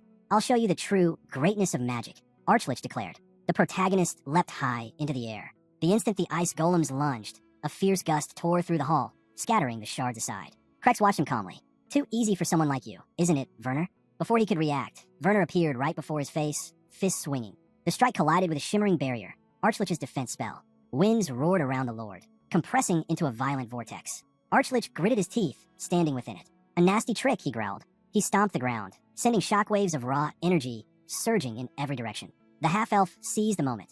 His dagger flashed through the air, striking Archlich's hand. Krex looked down, surprised. You pierced my defense, he muttered. What kind of pitiful weapon? Before he could finish, lightning crackled from the dagger's blade. Mord charged straight toward him, eyes sharp. He's made entirely of dark magic, he thought. Archlich smirked, dark energy spiraling around him. Mord's eyes narrowed. The lightning-drenched dagger in his hand pulsed violently, its power building with every breath. He knew the next strike would be fatal. In the next instant, a massive surge of energy tore through Krex's lord. Archlich staggered, dropping to his knees, disbelief flickering in his hollow eyes. This can't be, he rasped. The brown-haired protagonist stepped forward, raising his fist. Underestimate your enemy, and you die. His eyes glowed. A brilliant blue beam shot forward, cutting through Krex's chest and blasting him backward. Mord moved in close, gripping Archlich's head. Krex struggled weakly, forcing out his final words. You, remnants of Werner. You talk too much for a loser, Mord said coldly. You and your main body, both defeated. He clenched his hand. Bone cracked, and the skull shattered to dust. The protagonist turned to Keel, who was still frozen in shock. Good work, he said. Thanks to your timing. That fight was almost too easy. He glanced at the weapon. But what's this odd thing, anyway? Keel touched his chin, thoughtful. Seems this dagger's no ordinary trinket. It even broke through a mage's spell. Mord nodded. If Archlich had cast a stronger spell, it wouldn't have worked. But since he relied on simple magic, we won easily. He looked around the dark chamber. Either way, we're done here. Let's destroy the core and get out. The half-elf frowned. Where is it? The throne, Mord replied. That's where he's Saturday. Moments later, the ceiling began to crumble. Dust and rock rained down as Mord's gaze fixed on a faint blue glow. A massive crystal shimmered behind the throne. The fourth fragment, he murmured. Soon after, they stood before what was once the dungeon's main entrance. We broke the core, Mord said, and now the entrance has reverted. Just like the book described, it's turned into a false chamber. Keel looked around, confusion creeping across his face. Wait, where's everything? The half-elf clutched his head, shouting, all the treasures, they're gone. He whipped around, glaring at Mord. You knew, didn't you? Mord raised a brow. No what? Keel's expression darkened. Think about it. No one's entered this dungeon in 200 years. Yet it was full of intelligent undead. Doesn't that seem strange? He paused, his voice dropping to a whisper. Could this have been a dream of chaos? Mord's expression hardened. The dream of chaos, a space caught between reality and illusion. Everything inside it feels real, but none of it truly exists. He imagined the wounded souls wandering within, trapped between sleep and life. It's like a virtual world. What happens here becomes real to the mind, but the moment you wake, it all vanishes. Mord touched his chin, thinking it through. That explains it. 2 centuries trapped in an abandoned dungeon. No wonder their minds broke. If this place was an illusion all along, then the truth is far darker than we thought. Mord approached Keel, who still looked dejected. I didn't know, he said quietly, and I never meant to deceive you. Keel gave a faint smile. I know, you're not the type to pull something like that. Mord sighed, closing his eyes. What's done is done, but since you helped me in that fight, you've earned another reward. He clenched his fist, a faint grin tugging at his lips. Don't complain, and don't ask for more. Before Keel could respond, Mord slammed his fist into the ground. The floor cracked open beneath them, and both of them dropped through the glowing gap. They landed softly on the lower level, the air shimmering with faint blue light. Ahead, a spark flickered in the darkness. So this is it, Mord thought. The true hidden space. The one you can only reach after solving the riddle of the false room. Keel's jaw dropped as the chamber opened up before them. Rows of pedestals gleamed under dim light, each holding an artifact of immense value. Mord recognized them immediately. Good. I know this place. No need to waste time searching. Keel crossed his arms, grinning. Now this looks expensive. A real treasure vault. The half-elf leaned over a pedestal, examining one of the artifacts. What's this one? It just looks like a bag. Mord chuckled. That's a subspace bag.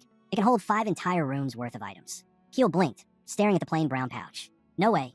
Something like that really exists. That's not all. Mord continued. If the owner marks it, they can instantly locate anything they store inside. No one else can touch it. And if it's nearby, he snapped his fingers. You can pull your items back with telekinesis. He tossed the bag to Keel. Take it. It's yours. Keel caught it and looked up. And this?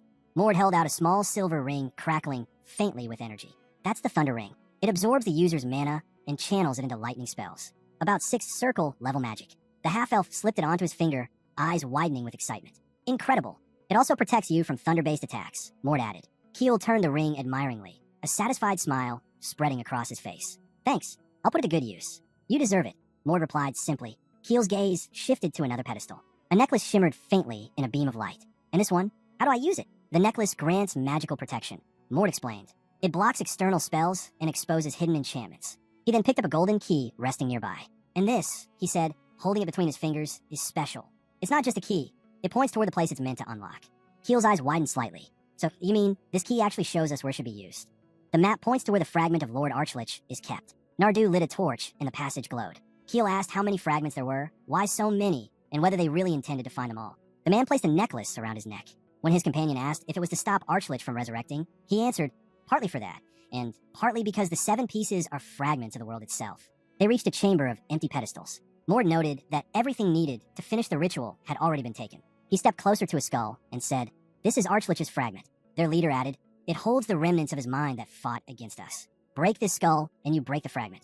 He stood before the skull, thinking that Aiden's supporters had misread the rune, treating the skull as mere decoration, and that mistake had allowed Archlich to return once before. He clenched his fist, resolved that this time the resurrection would fail. Elsewhere, Hardin picked the last fruit from a tree. A blond man stood behind him. Hardin turned and asked if the man believed they could bury the mob here. The man lifted his head and asked if it wasn't already uncertain, as if even the silver blood might interfere. He spread the map. "There are many societies in the world," he said, "but groups older than 500 years are rare. That was when the Age of Gods ended and the mortal era began." Dark silhouettes with glowing eyes filled the illustration. He continued, "The Silver Blood's history goes back much further. There is a secret order of history mages who shape the world. Many members carry divine blood." An old man took a bite of fruit and said, "In the flow of time, everyone dies." He reminded them that Baron, who held the rank of master, had been among them once, a blow to the Silver Blood's pride. A ghost among them asked what they planned to do to destroy Mord. A tremor came from a hole in a nearby field. Standing by it were a red-haired youth and his blonde companion. Vernine asked who had appeared there, noting that devastation followed wherever this figure showed up. A man touched a red cloth and inspected a mark on his finger. "These marks appeared a few days ago," he said. "From here it'll be easy to track him." The red-haired man drew his sword. "That annoying brat will end because of me," he said. "He gave me a hard time last time." He advanced, cutting the path ahead even further. The red-haired man shouted that he'd show his enemy what real hell looked like. Nearby, the girl asked where they'd go to rest once all this was over. A few days later, the group stopped in a quiet grove. The guy leaned against a tree, arms crossed, and muttered that this wasn't going to work. Keel blinked in disbelief. "You're giving up already?" he asked. Mord shook his head. "No, but we're wasting time," he replied. He glanced at his phone screen, thinking about the story he once read, how it had missing parts, vague descriptions, and skipped over events. Even though he remembered most of it, skipping a dungeon like this didn't feel right. Kiele beside him asked what they should do next. The protagonist thought for a moment. The deadline to fulfill Eldon's promise was only 8 months away. With time running out, he decided not to follow the original path too strictly, better to rely on what he knew for certain. Lifting his head, he declared, "We're going to save the cursed witch." He introduced the girl with golden hair. "Once I lift her curse, I'll gain an ancient sword," he said, walking ahead. The half-elf behind him asked how he could possibly know that. The man replied calmly, "I have a very reliable source of information." Keel tilted his head. "And who might that be?" The protagonist smiled faintly. "Don't worry, I'll tell you alone." Kiele frowned as he continued. "Using the divine power within me, I saw a prophecy, one that records the fate of this world." He added, "You're looking at me like I'm crazy, but I'm telling the truth." Closing his eyes, he smiled to himself, thinking that he never expected anyone to believe him anyway. After all, there wasn't a single person willing to hear the truth he carried. Mord frowned, but said nothing as they moved deeper into the forest. The protagonist thought quietly that maybe one day he'd meet someone he could tell everything to. A few days later, they reached a rugged mountain region in the southeast of the Kingdom of Flut. As they walked through a dim forest, Keel shivered. "It's freezing here. Is this fog some kind of magic?" Ward adjusted his glasses. "It is," he said, "and because of it, we'll soon lose our sense of direction." Earlier, someone had asked if they were really heading toward the swamp. Ward had explained that in his village, there was an old legend, one that spoke of a foggy swamp and the witch who lived within it. A creature of terror, she lured wanderers into the mist and devoured those who got lost. He went on to say that in his father's and grandfather's time, many had vanished there. But in the last 5 years, people had stopped venturing deep into the forest, and so the number of victims had almost completely disappeared. Still, he warned it was worth staying alert. Before stepping into the fog, the protagonist paused, glancing to the side. "The witch clouds people's minds," he said quietly. "She lures them in, takes control, then makes them obey her commands." Keel touched his temple. "I can feel it," he muttered. "Something's trying to invade my mind." He clenched his jaw, resisting the pull. "But I can fight it." Turning to call for Mord, he froze. Mord was gone. The half-elf spun around, searching through the mist. "Where'd he go? Is this fog an illusion?" he whispered, raising his voice as he began to shout his companion's name. Keel took a step forward, but stumbled. His vision dimmed, and a wave of exhaustion washed over him. His body grew heavy. He tried to lift his arms, but they wouldn't move. "What's happening?" he thought, blinking slowly. Just then, Mord clenched the glowing bracelet in his hand, the one blessed by the wolf goddess. "Good thing I charged it with moonlight earlier," he thought. Grabbing Keel's hand, he called out, "Power of moonlight, protect him." The bracelet flared brilliantly, wrapping them both in radiant light. The half-elf gasped, clutching his head. I can see clearly now," he stammered. "So the witch traps people like this, lures them, and—" "You're wrong," the protagonist interrupted. Keel frowned, confused. "She's not trying to capture anyone," the man continued. "She helps people escape this fog safely. The spell you felt, it's her way of warning us not to go too deep." Keel blinked. Why would a cursed witch do that? Because a curse and malice aren't the same thing, the protagonist said evenly. And in these woods, danger comes in many forms, even without witches. As they walked further, he spoke of the creatures that roamed the forest, monsters born from corrupted magic. Then he pointed ahead to an overgrown plant. That's nation-healing grass, he said. It can cure or kill. Handle it wrong. Its magic will destroy you. He gestured toward a skeleton half buried nearby. People disappear in places like this all the time. But it's strange. No one's gone missing for the past 5 years. Keel touched his chin thoughtfully. If that's true, then maybe the witch. She's not the monster people think she is. Mord cut in. She's something else. He looked into the mist as his voice softened. She was once the most beautiful woman among the Ildurnis of her tribe. Her beauty enchanted not only her kin, but even those from neighboring clans. Among her admirers was a fair-haired man from the divine tribe. He knelt before her, holding out a bouquet, and confessed his love. But she turned him down. The man smiled faintly, yet there was no warmth in it. That moment marked the beginning of his downfall, and the start of her curse. The man seated on the stone chair belonged to a powerful bloodline. His family was known for their unmatched strength and deep spiritual might. Yet, driven by forbidden ambition, he summoned the soul of a devil, breaking one of his tribe's most sacred laws. The act shattered his sanity. Branded a heretic, he was condemned to death by his own kin. In his madness, he fled into the forest, where he encountered a beautiful woman, the elder of her tribe. When she resisted his advances, rage consumed him completely. He unleashed his power in fury, obliterating her entire people. Amid the ruins, the girl knelt before him, flames dancing around her. At that moment, the deity descended from the heavens. The young man's reckless use of demonic energy had drawn divine attention. Falling to his knees, the blond man begged the deity for mercy. Mirius listened in silence, eyes narrowing before passing judgment. You defy the laws of your kind, the deity declared coldly. Your punishment shall be eternal. You will become an indestructible sword, and a vessel to imprison the souls of demons. Then he turned toward the girl. And you, mortal, your beauty tempted him into sin. For that, you will bear the souls of demons until they vanish from this world. As his words echoed through the forest, the girl's body lifted into the air. Darkness enveloped her as she was bound to her fate, condemned to watch over the cursed souls for eternity. Keel listened quietly, his expression solemn. Now he understood. This witch was no monster. She was a victim, cursed by a merciless god. Mord's hair began to shimmer faintly as he spoke. She wasn't evil, just a casualty of divine madness. He slammed his foot into the ground, his voice rising. I came here to give the witch back her name. A dark silhouette materialized before them. Two glowing eyes cut through the mist as a violent wind burst forth, whipping the protagonist's hair. The air howled, the forest trembling around them. A massive gust roared toward them. Keel stabbed his dagger into a tree, bracing himself against the storm. Even if I summoned the spirit of wind, he thought, it would vanish instantly in a force like this. He looked toward the protagonist, wondering what plan he had. Mord raised his hands, channeling power. A blinding flash erupted from his palms, cutting through the fog like a blade. Amid the swirling light, he glimpsed burning eyes staring back at him. That's her, the witch. He dashed forward. The path will only stay open for a moment, he thought, triggering a chain of explosions to clear the way. The ground shook as he surged ahead. Then, the white-haired man landed beside him, frowning. It's time for the witch to awaken, he said quietly. Behind him, Kiele appeared, startled. What do you mean? He asked, his voice uncertain. The forge hero turned his gaze toward the storming abyss ahead, his eyes burning with resolve. From this moment, he began, and the air around them seemed to hold its breath. From the very beginning, there had never been any promise for her to fulfill. Before Mord stood a massive, fur-covered giant, the witch herself, her presence thick with fury. Shadows rippled across her form as she growled about the promise that must be kept. Energy spheres flickered to life around her, humming with unstable power. The instant she recognized Mord as an intruder, the spheres shot toward him. The ground erupted, grabbing Keel by the arm. The white-haired man dove aside, the explosion tearing through the mist behind them. As they ran, the half-elf shouted, It's the spell formation. The entire army of mages is activating it. What do we do now? Do you have a plan? Mord's reply came quick and certain. Yeah, we hit her first, then wake her with the right words. Keel grimaced. That's your plan? Trust me. Mord shot back, already leaping forward. Just hold on. He launched himself into the storm of explosions, racing across a collapsing bridge of debris. The witch's power pulsed like thunder, her screams echoing through the fog. Mord broke through the shockwaves and extended his arm. Light surged from his palm. Mirage destruction. The blast tore through the barrier, striking the witch squarely. She howled, her voice shaking the air. Then Mord shouted her name. Ildurva. The witch froze. Her eyes widened as flashes of memory returned. Bloodied bodies, fire, her kin fallen around her. That's your family's name? Mord cried out. They fought the gods and died protecting you. A vision flickered in her mind.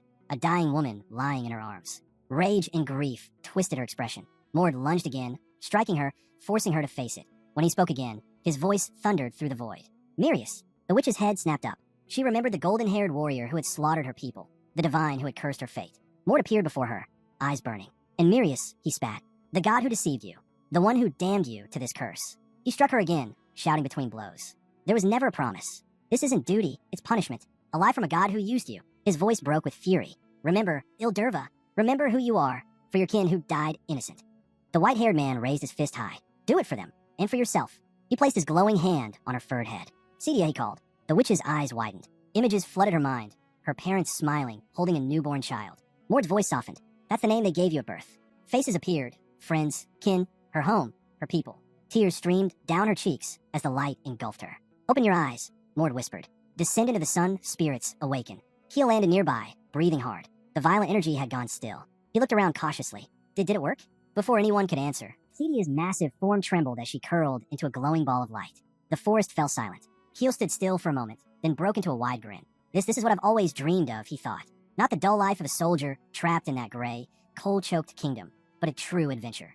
A story worth living. The fog thinned, revealing a towering figure before them. The giant girl, her golden hair shimmering, lowered her hand to her chest and looked down at the man who had freed her. O noble one who bears divine blood, she said softly. You have lifted the curse of a cruel god. Tell me, how can I ever repay such kindness? Keel gaped in disbelief, but Mord only looked up calmly. My name is Mord, he said. I carry the blood of Werner, the god of battles. Cedia tilted her head. Werner? I've never heard of that name.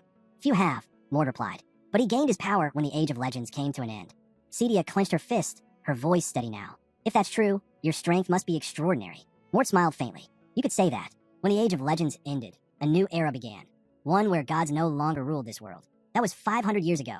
He stepped forward, standing before a gleaming crystal half buried in the ground. And if anything remains of those ancient days, he said, it's these fragments of the world itself. Cedia leaned closer. Fragments of the world? Mord placed his palm against the crystal surface. Yes, relics of the ideal world. Long ago, the greatest gods used these fragments to shape creation itself. When the legends faded, the fragments scattered across the lands. The crystal pulsed faintly. In its reflection, Mord saw glimpses. A swamp wrapped in mist, fragments fused together, two others still apart. Three united, two missing, he thought. The path is becoming clearer. Turning to Cedia, he began to speak again, ready to accept her thanks. But before he could finish, a deafening explosion tore through the clearing. Mord spun around as Cedia instantly stepped in front of him, shielding both him and Keel. From the smoke emerged a man flanked by two companions. So this is what you look like, the man sneered. The illegitimate son of the Archduke. His voice dripped with mockery. Behind him, his men grinned as he continued. I came here for you, Mord. Keel tensed, his hand going for his blade. The bearded leader paused when he noticed the towering Cedia standing protectively beside Mord. His smirk faltered for a moment. What in the world? His eyes darted between the giant woman and the young man with divine blood. You recognize me, don't you? He asked, frowning. Mord's gaze was calm, but sharp. I do, he said evenly. The brunette woman among the intruders gave a low chuckle. Well, that should be obvious, she said. After all, only someone with divine blood could see what we are. The air thickened with tension. The leader of the villains stepped forward, his smile turning cruel once more. The bearded leader crossed his arms, his two subordinates standing close behind. Strange, he muttered, eyeing Mord. You recognize my silver blood heritage just by sensing divine energy, didn't you? The warrior with the bandage across his face tilted his head. So that's how it is. Interesting. Then when we capture him, we'll make sure he understands who he's dealing with. The red-haired swordsman gave a crooked grin. We should start by teaching this kid some manners. Doesn't even know the rules of etiquette. He exchanged glances with his leader, who gave a cold nod. Awaken your divine blood, the bearded man ordered. Use everything you've got. One of his men hesitated. What, already? I was hoping for a little fun first. Don't underestimate him, the leader snapped, frowning. There may be others hiding nearby. Stay sharp. The swordsman, resting his blade on his shoulder, glanced ahead. I'll end this quickly. I need to reach the rank of high-level warrior soon anyway. The man with the headband smirked. Fine by me. The sooner we're done here, the better. From behind them, a large spectral wolf appeared, its eyes gleaming silver. Its deep voice rumbled through the air. Do not kill them, it commanded. Take the boy alive. The company of silver-haired warriors turned their attention forward, faces set with purpose. Keel's heart pounded. Fear gripped him as he realized what they were facing. Every one of these enemies carried divine blood. Meanwhile, Mord's thoughts raced. The awakening changes everyone's hair to silver, but the form it takes depends on their origin. He studied the wolf-like commander, a top-ranking officer from the bloodline of the beast god. There's no mistaking it. And then his gaze shifted to the woman standing just behind them, her short hair and single visible eye gleaming coldly. The one-eyed woman, she's from the novel. A mid-tier silver blood warrior, 7th-circle mage with insane tracking skills. He remembered her story. During her awakening, her powers surged to that of a first-class mage. Dangerous doesn't even begin to cover it. The swordsman stepped forward, drawing his weapon with a shrill hiss of metal. Sparks danced along the edge of his blade. Mord could feel his pulse quicken. His power was nearly spent. Damn it, I need cover, he thought. Someone to buy time. Then he saw him, the young man with the blue sword, standing a few paces away. Maybe he'll help. If the reinforcements I sensed are close, we might survive this. Keel warrior reached out toward Mord, confusion flashing across his face. Hide Cedia, Mord ordered sharply. Then get back here. Keel froze. Mord, wait. Every one of them has divine blood. You can't take them all on alone. But the white-haired protagonist was already surrounded by flickering light. Sparks leapt across his arms as he spread them wide. Go, he shouted. Lightning burst from his body, scattering like a web of glowing veins. The wolf officer and his soldiers halted for a moment, startled by the sudden surge of divine energy. The one-eyed mage's expression shifted from curiosity to disbelief. That power, impossible. He's only 15. Keel clenched his teeth, then turned toward the witch. They're all focused on him now. This is our chance. He extended his hand towards Cedia. The air shimmered, runes spinning around his fingers. A circle of light formed beneath them, growing brighter by the second. Portal, open, he commanded. The young mage focused his power, and a gate of radiant light unfolded behind them, their escape waiting on the other side as the battlefield shook with divine fury. Keel froze in place. A shadow blocked his path, a sorceress with sharp eyes and a confident smile. You're good at hiding, she said lightly, her tone almost playful. But as long as I'm here, you won't get past me. Keel's heart sank. He turned back toward Mord, panic flickering in his eyes. There was no escaping this. Fighting was the only option left. Mord stepped forward, standing between Keel and the enemy. I'll hold him off, he said firmly. Use this chance to move. This fight is ours. You can't drag Cedia into it. The red-haired swordsman across from him smirked, his blade glowing faintly. Then be ready, boy, he sneered. I'll show you what hell looks like. Energy pulsed around him as he invoked his skills, body impulse and impulse edge. The ground split beneath his feet as he lunged forward like lightning. A deafening explosion followed, tearing the clearing apart. Dust and flame surged outward. Keel shielded his face, staring in horror at the devastation. Even the wolf officer gaped, surprised by the sheer force. But when the smoke cleared, Mord was still standing, his fist raised, blocking the swordsman's glowing blade. The red-haired warrior's grin faltered. Mord clenched his hand, then with a single punch, sent his opponent flying backward. Keel quickly began chanting, using his magic to lift the female warrior who blocked his path. She snarled and struggled against the glowing runes that bound her. Keel gritted his teeth. Even if I can't win, I can buy him time. Mord turned toward the wolf officer. Divine light rippled across his arms as his power surged once again. Keel could see it now. His friend's growth in both magic and physical ability was staggering. The wolf officer narrowed his glowing eyes. You can use aura, he growled, his tone darkening. Then I'll respond in kind. Dark energy spilled from his body, surrounding him like a storm. A beam of light exploded from the side, catching Keel off guard. He raised his arms too late. The shockwave knocked him backward. The air trembled as a fiery blast followed, swallowing the field in crimson flame. When the dust settled, Mord was kneeling in the crater, coughing blood. The enemy stepped forward and stomped his foot onto Mord's chest, pressing him down. You're stronger than we expected, he admitted coldly. The wolf approached, his aura sparking with dark discharges. We accounted for the chance you'd have elite warriors with you, he said. But even then, we're still stronger. Mord glanced sideways at the glimmering claws forming from the officer's hands, an artifact's power. These aren't ordinary warriors, they're top tier. Stronger than me in every way. The wolf flexed his glowing claws, the air humming with divine pressure. Beautiful, isn't it? He said with a savage grin. A relic of the gods themselves. This one was blessed by my family's founder. Artifacts like that had vanished when a mythical era ended, when the gods themselves withdrew from the world. Only those who bore the purest divine blood could wield such things now, with the permission of their gods. The wolf spread his arms wide, laughing, the artifact gleaming in his claws. Mord, blood dripping from his lip, lifted his head just enough to meet his enemy's gaze. Good, he rasped, a faint grin tugging at his mouth. That'll make breaking you all the more satisfying. Mord grinned faintly through the blood on his lips. Perfect, he thought. Thanks to him, I can finally push my limits. He straightened, his eyes glinting as the wolf officer's massive, fur-covered form loomed ahead, its aura shaking the air itself. If I can merge 3 fragments of the world, my magic will multiply. And with the blessing of battles added in, the rules will change entirely. Raising his arm, Mord steadied his stance, power coiling around him. Let's see how long you can last, he muttered. A blinding beam of light erupted from his hand, striking the wolf squarely under the jaw. The impact sent the beast sprawling backward through the air. The officer coughed violently, blood spraying from his mouth. His eyes widened in disbelief. His opponent's strength, speed, even the flow of magic, had completely transformed. Before the wolf could recover, Mord darted in again, fist drawn back for a gut punch. But a fiery explosion burst to his left. He barely managed to leap away as molten rocks split the ground where he'd stood. From above, a voice called down mockingly. Losing to a boy? How disgraceful for a silver blood officer. Mord turned and saw her, the one-eyed sorceress perched high atop a massive tree, smirking down at her comrade. The wolf backed away, face tight with humiliation. He'd been bracing for an ambush, but instead, the young man had single-handedly crushed their formation. Not far away, Keel sprinted through the chaos as explosions thundered behind him. He glanced back in confusion. What you doing here? Arrows and flames rained from the sky. Enemy reinforcements had arrived, relentlessly pursuing him. Mord, still surrounded by dust and heat, raised his head as the wolf snarled. electricity crackling through his fur. So that's all you've got? The officer barked bitterly. Impressive, but not enough. He lunged, claws flashing as he dove at Mord. The protagonist clenched his jaw, readying himself. But then a scream split the air. Everyone turned. The sorceress lay on the ground, one leg ablaze, grimacing in pain. Cedia's enormous form towered in the distance. Her single, golden eye locked on Mord. She had realized what he wanted, that he didn't want her involved. So she stayed still, watching, her massive hands trembling with restraint. The descendants of divine blood, she said, her deep voice echoing through the forest. So arrogant, pretending to be gods when they're nothing of the sort. Flames rippled across her body, setting the trees alight. The enemies froze, their confidence crumbling as the heat pressed against their skin. The giant witch's fire blazed higher, her presence overwhelming. The wolf officer fell to his knees, unable to comprehend how he could have forgotten her, how even his heightened senses had failed to detect such a force. Under the blazing sun, Cedia's golden hair shimmered like fire. Our kind, she said slowly, her voice trembling the sky, share the blood of the divine among us. The more we gather in one place, the weaker we become. She lifted her gaze toward the heavens, her flames twisting upward. But now, her eyes narrowed, burning bright as molten gold. I'm the only remaining blood of the spirit of the sun. Each step she took shook the earth, molten trails marking her path. The trees bowed under the weight of her power. That means, she declared, her voice booming across the battlefield, I'm the strongest of my kind. She clutched her head and broke into a sprint, the roar of the explosion chasing her from behind.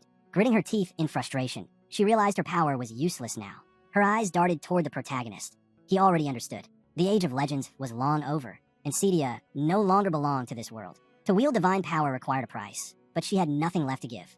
Deep in the forest, woman's confusion was clear when she was told not to strain herself. The guy wanted to handle the main enemies alone. She just had to help Keel take care of the rest. With a calm smile, the protagonist told her not to worry. Extending his hand, a glowing sphere formed in his palm. If he survives one hit, he said, we'll just keep hitting him until he doesn't. Every bearer of divine blood had a unique gift. Those blessed or cursed by the god of battle, Werner, could even catch a bullet barehanded. The wolf-like opponent, claws glinting, sized him up and sneered.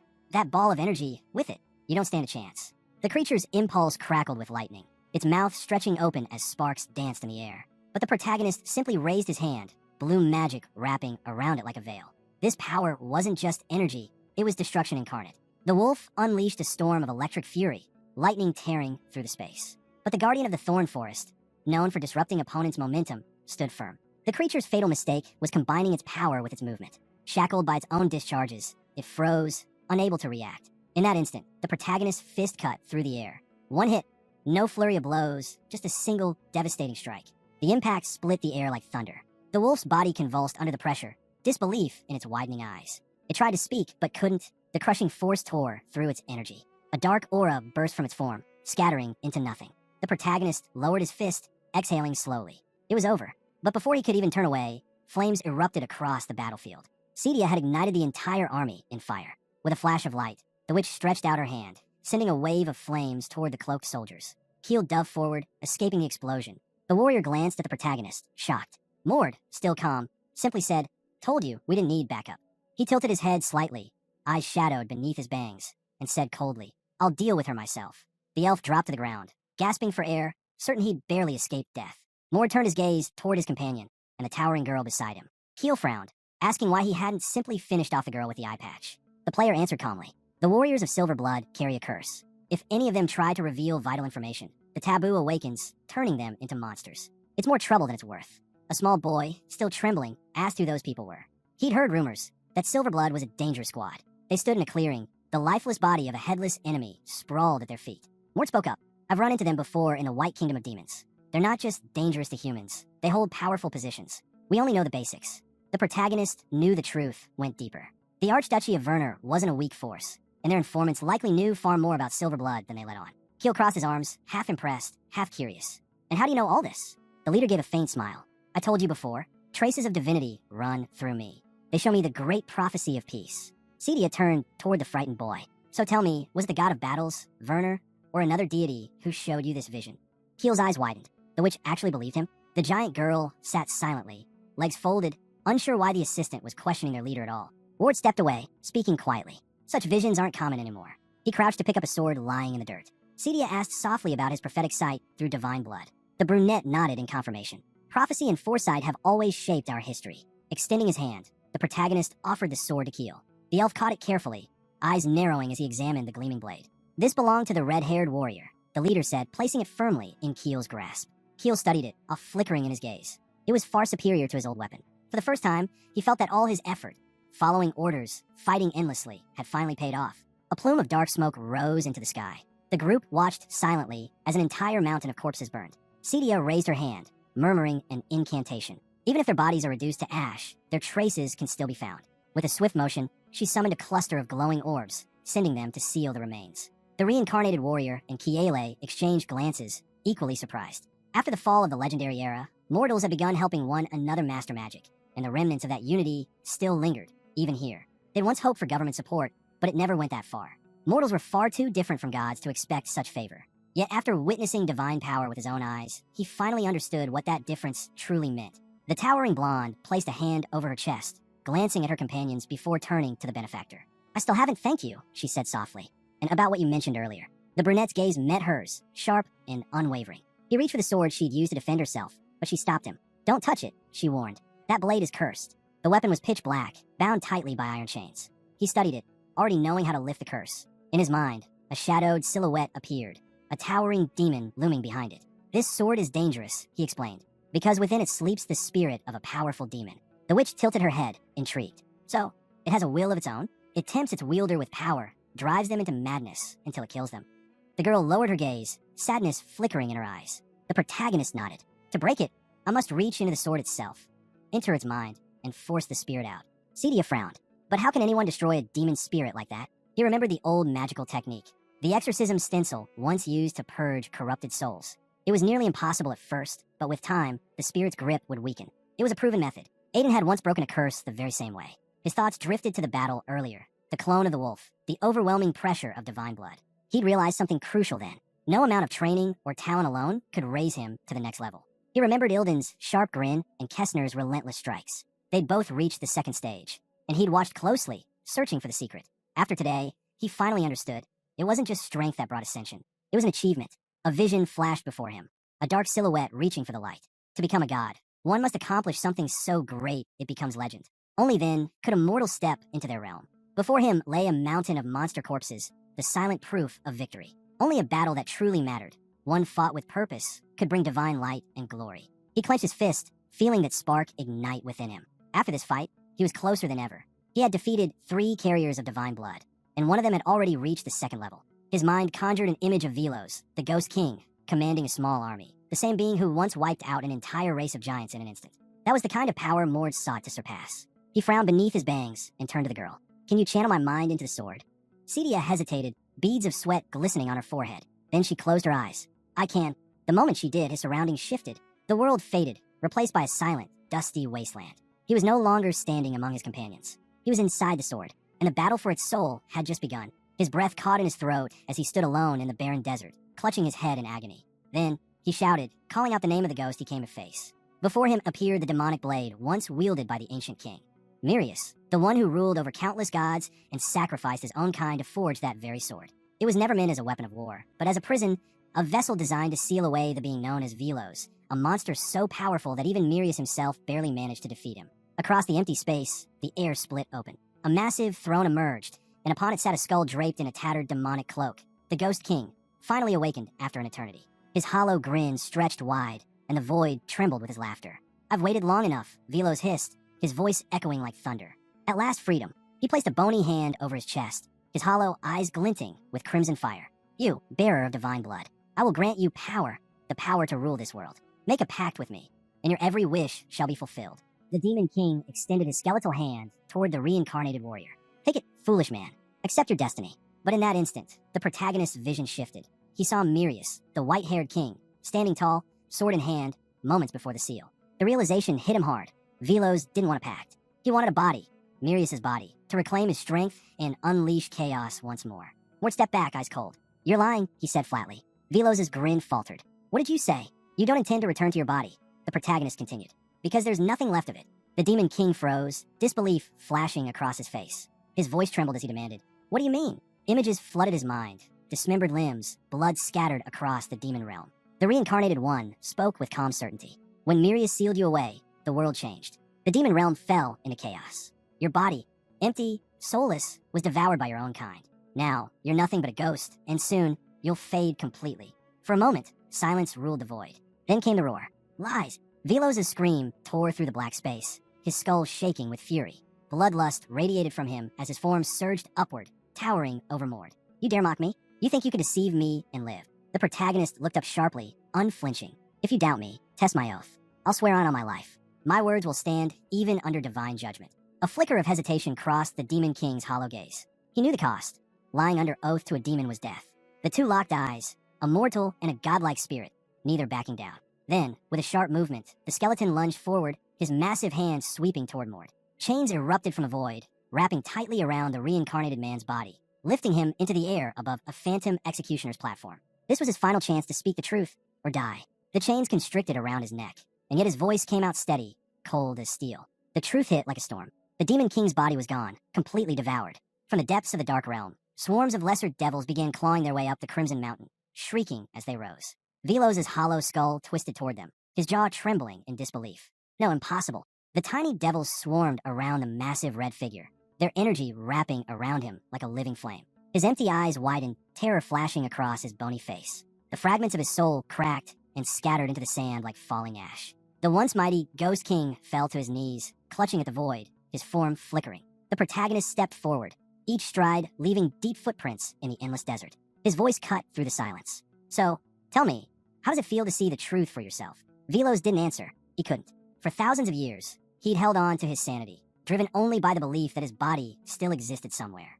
But now, stripped of that illusion, his mind shattered completely. The Demon King raised his gaze in horror, unable to comprehend the fate that had consumed him. Mord stood above him, looking down with quiet finality. Rest in oblivion. Behind him, the elf turned his attention to the blade in his hands. The black sword, now cleansed of its curse, gleamed faintly in the sun. Realization dawned. This was no ordinary weapon.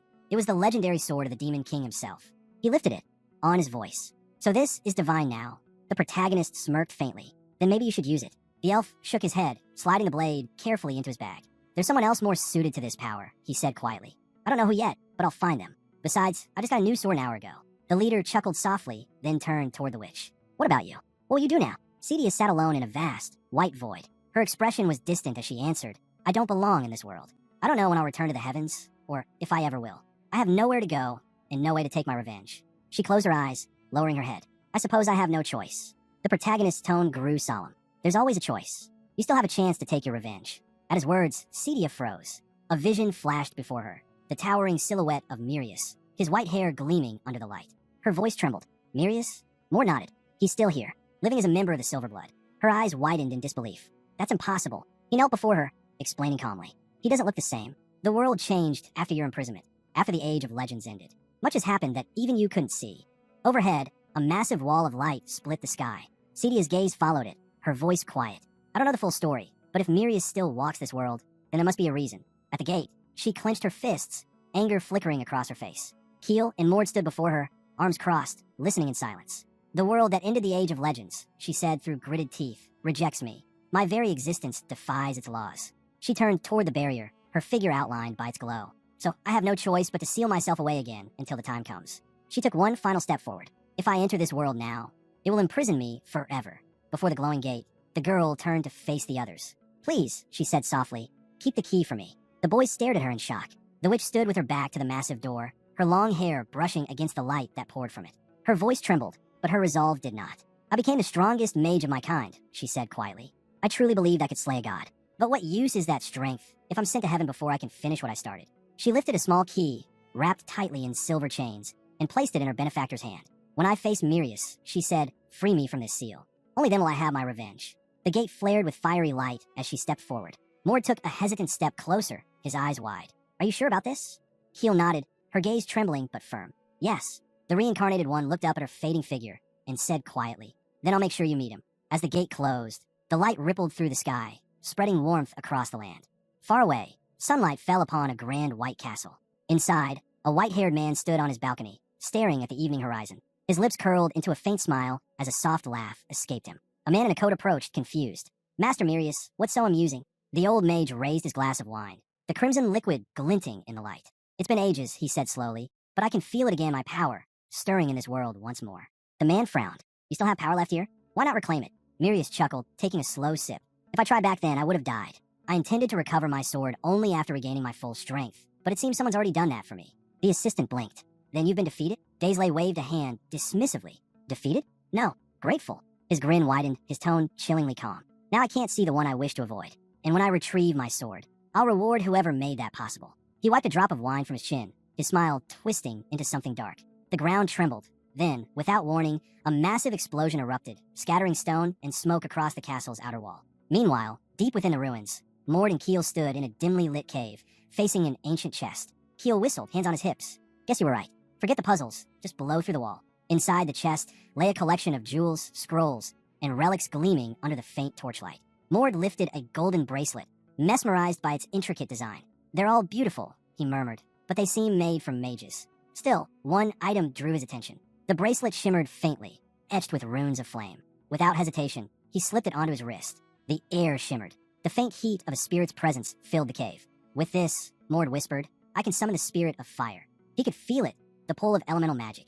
Those who could channel the spirits of nature could master fire far more easily. Keel watched in awe as the bracelet pulsed with energy. How is that possible? The reincarnated one opened his eyes slowly. That bracelet was made by a great magician, one who once wielded divine power. Only relics of that kind can merge with the strength of gods. Mord's gaze lingered on Keel, who stood silently, eyes fixed on the glowing bracelet. For a brief moment, the air between them grew tense. He realized then, Keel wasn't just interested. He was awakened. Keel was undeniably an important ally, but compared to what lay ahead, he was still far from ready. The only way forward was to make him stronger, and spirit magic would be the key. Standing in the cave, the young man spread his arms wide. The air trembled as elemental lights began to swirl around him. Flames, gusts of wind, droplets of water, and shards of earth all responding to his call. The protagonist glanced down at the relics glittering on his wrist, trying to decide what to keep and what to pass on. He had already made up his mind about who should receive which artifact. Each one held a purpose. He imagined a figure cloaked in shadow, forming a magical barrier against a wave of dark energy. That image made it clear. The ring in his hand granted its wearer the power to sense hidden threats, ambushes, curses, or any unseen danger, and summon a shield of protection in response. Another vision followed, a black silhouette clashing in battle, the same bracelet from before glowing fiercely. He understood, then, that the bracelet could store its user's magic, allowing it to be unleashed at the perfect moment. A small boy nearby stared in awe, eyes wide. I've never seen relics this powerful before, he whispered. The group returned from their expedition, exhausted but satisfied. They decided to rest, eat, and plan their next move. That night, laughter echoed from the inn. Keel leaned back with a smile, eyes closed, enjoying the moment of peace. Across the table, the protagonist devoured huge chunks of meat with unrestrained appetite. Hey, slow down, his assistant sighed, watching the food and their money disappear. Mord just grinned, mouth full. Worth every coin. Keel chuckled as he tore into a loaf of bread, his expression calm. The new relic on his wrist shimmered faintly, a reminder of how far he'd come. Between bites, the young man looked up. So, why's our next destination all the way across the map? From the east side of the Rutbend Kingdom to the western frontier? Keel covered his mouth with one hand, scanning the room discreetly. He was right. The villagers' eyes kept darting toward them. Moments later, a brown-haired man in a faded shirt approached their table. He hesitated before speaking. You're mercenaries, right? The reincarnated one looked up calmly. And if we are, he said, do you need mercenaries? The villager scratched the back of his head, nervous. Not exactly. I just thought, well, both the leader and his companion stared at him, waiting. Finally, the man sighed and began explaining. About 2 weeks ago, ogres started showing up near the village. As he spoke, Mord pictured it. Hulking green monsters emerging from the forest, crushing everything in their path. Ogres, Keel muttered. That's not something you run into often. The villager nodded quickly. We'd heard stories, but this was the first time anyone actually saw them. A whole crowd of us managed to take one down, but that wasn't the end. His voice dropped. A few days later, bodies started turning up in the square. And then more ogres came, stronger ones. People were dying faster than we could bury them. Everyone's terrified. Mord listened in silence, his expression unreadable. But then, the villager continued. 3 days ago, a man appeared, a swordsman, dressed in a black cloak. The elf raised a brow. A stranger? The villager nodded. He didn't say much, just smiled when he heard about the attacks. Said he'd handle it. A vision flashed through Mord's mind. A man cloaked in darkness, standing amidst the flames of battle, his sword dripping crimson. He killed them, the villagers said in awe. All of them. In a single day, he wiped out every monster in the area, even the ogres that came back later. He cut them down before they could reach the village. The brunette's eyes narrowed. Something about this swordsman didn't sit right with him. This morning, the villager added, he went out again, said he'd find the source of the monsters. But he hasn't returned yet. Mord leaned forward, voice steady. Did anyone see his face? The man hesitated, then described him. He was built like you, actually strong. Light brown hair, tied back in a ponytail. He carried a massive two-handed sword. Mord froze for a moment, his eyes darkening. He knew that description all too well. He stood up, his voice low. Show us where you saw him last. Soon after, They reached a clearing at the edge of the forest. Blood-stained earth stretched before them, littered with mangled corpses of monsters and ogres alike. Keel wrinkled his nose. This stench, it's faint, but it's there, small-scale demonification. He crouched beside a corpse, inspecting the blackened veins spreading across its skin. If this corruption spreads, then the dungeon entrance must be nearby. And once we reach it, he glanced toward the forest shadows. We'll be swarmed. Mord's gaze swept over the battlefield, his expression calm but heavy. Judging from the way the bodies were scattered, the fight had been relentless and recent. Keel straightened, his eyes glinting with curiosity. Whoever this cloaked swordsman is, he said, the villagers might be calling him a hero. He looked toward the blood-soaked path leading deeper into the woods. But I'm not so sure that's what he really is. The villagers spoke of the cloaked swordsman with awe, his strength, his speed, his fearlessness. Some even whispered he might be a descendant of Werner, the god of battles himself. Keel's eyes widened. If that's true, he drew his blade with a sharp ring of steel. Then he must have used something like this. The reincarnated one walked past him, his tone calm but certain. There's no rule that a descendant has to fight barehanded. If anything, he's hiding his lineage. My intuition tells me that's exactly what's happening. Mort stared ahead in silence, thoughts flashing through his mind. In the original timeline, Leon once told Aiden that he stumbled upon the ruins by accident, and it was there he received the legacy of the god of battles, while protecting a small village during his travels. He frowned slightly. If that's true, then this might be the same place. A blinding light erupted in the distance, and the two immediately set off. They arrived before an abandoned stone building, half swallowed by a massive chasm. The air shimmered faintly with demonic energy. This had to be the source of the demonification. Chunks of rock still crumbled from the edges, falling endlessly into the abyss below. It looked like an earthquake had ripped through the ground, forcing the ruins to the surface. The reincarnated one knelt down, peering into the dark void. This must be where the corruption began, he said, when the dungeon collapsed. He hesitated. The original record never said exactly when Leon entered the ruins or where. I didn't think I'd find him here. Not like this. Keel placed a palm on the ground, sensing something. His eyes widened. The blade marks, the rune stencils, they've been completely destroyed. Below, in the shattered depths of the dungeon, a lone warrior struggled to rise. Around him, grotesque skeletons with scraps of flesh still clinging to their bones circled like vultures. One of them sneered. Why swing a blade you can't even wield properly? The fighter wiped blood from his lip, glaring back. Why do you care, corpse? A blonde-haired skeleton clenched his fist, admiration flickering in its dead eyes. You're strong, it rasped. Most men crumble before us, but you fight like one of us. The swordsman's heart pounded. Werner family? The leader of the undead laughed, raising his bony arm high. We've waited centuries to meet another of Werner's blood. Let's see if you're worthy of that name. The warrior gritted his teeth, holding his stomach where blood poured freely. How are you even here? He muttered. Why do our ancestors' remains walk this place? He looked up, defiance burning in his eyes. It doesn't matter. I won't die here. Not like this. The skeletal warrior lunged forward, flesh splitting apart as it swung its blade. Then fight me to the death, human. Let's make it entertaining. The swordsman braced himself, but before their blades could clash, a sudden eruption of energy burst through the cavern. A violent surge of magic tore through the air, vaporizing the bones of the undead in an instant. The swordsman stared, frozen in disbelief. What was that? The very air trembled, and from deep within the ruins, something ancient began to stir. The shattered skeleton crumbled to the ground, its bones scattering across the floor. Another skeleton stepped forward, raising a finger toward the lone figure walking calmly through the darkness, the protagonist. Without hesitation, it demanded to know who he was. The reincarnated one stopped, studied the skeleton for a moment, and threw the same question right back at it. In an instant, the scattered bones began to reform, snapping together piece by piece until a complete figure stood before him once more. The magician watching from afar muttered to himself. Clearly, this creature wasn't the dungeon's core. It must have been manipulating things from the demon realm through some kind of remote trick. That would explain why it had no reason to answer him. As the skeleton's joints fused with strange flesh, it scoffed at the magician's tone, accusing him of arrogance. Then, with a flare of demonic energy burning in its hollow eyes, the leader of the skeleton spread its arms wide and declared that it would test the intruder's strength and his endurance. Before the words had even faded, the bloodthirsty skeleton lunged forward. The reincarnated fighter moved at once, his fist glowing brilliantly as it slammed into the creature's skull. The impact shattered bone like glass. Without pausing, he surged forward again, his hands still blazing with energy, ready to finish the job. He unleashed mirage destruction. A burst of radiant energy erupted outward. A blinding beam of light tore through the air, sweeping across the skeletal army. The bone soldiers froze, staring blankly at the glowing spheres. Those with flesh-covered forms watched, dazed, as arcs of lightning rippled through the air. The crackling energy expanded, filling the entire space in blinding brilliance. Mort stood silently, watching from the edge of the battlefield, a lone figure surrounded by darkness. He muttered that there was no need to awaken the divine blood. Then his gaze shifted toward the distant swordsman. What's with the act? He asked mockingly. Try to look cool playing around with those dolls?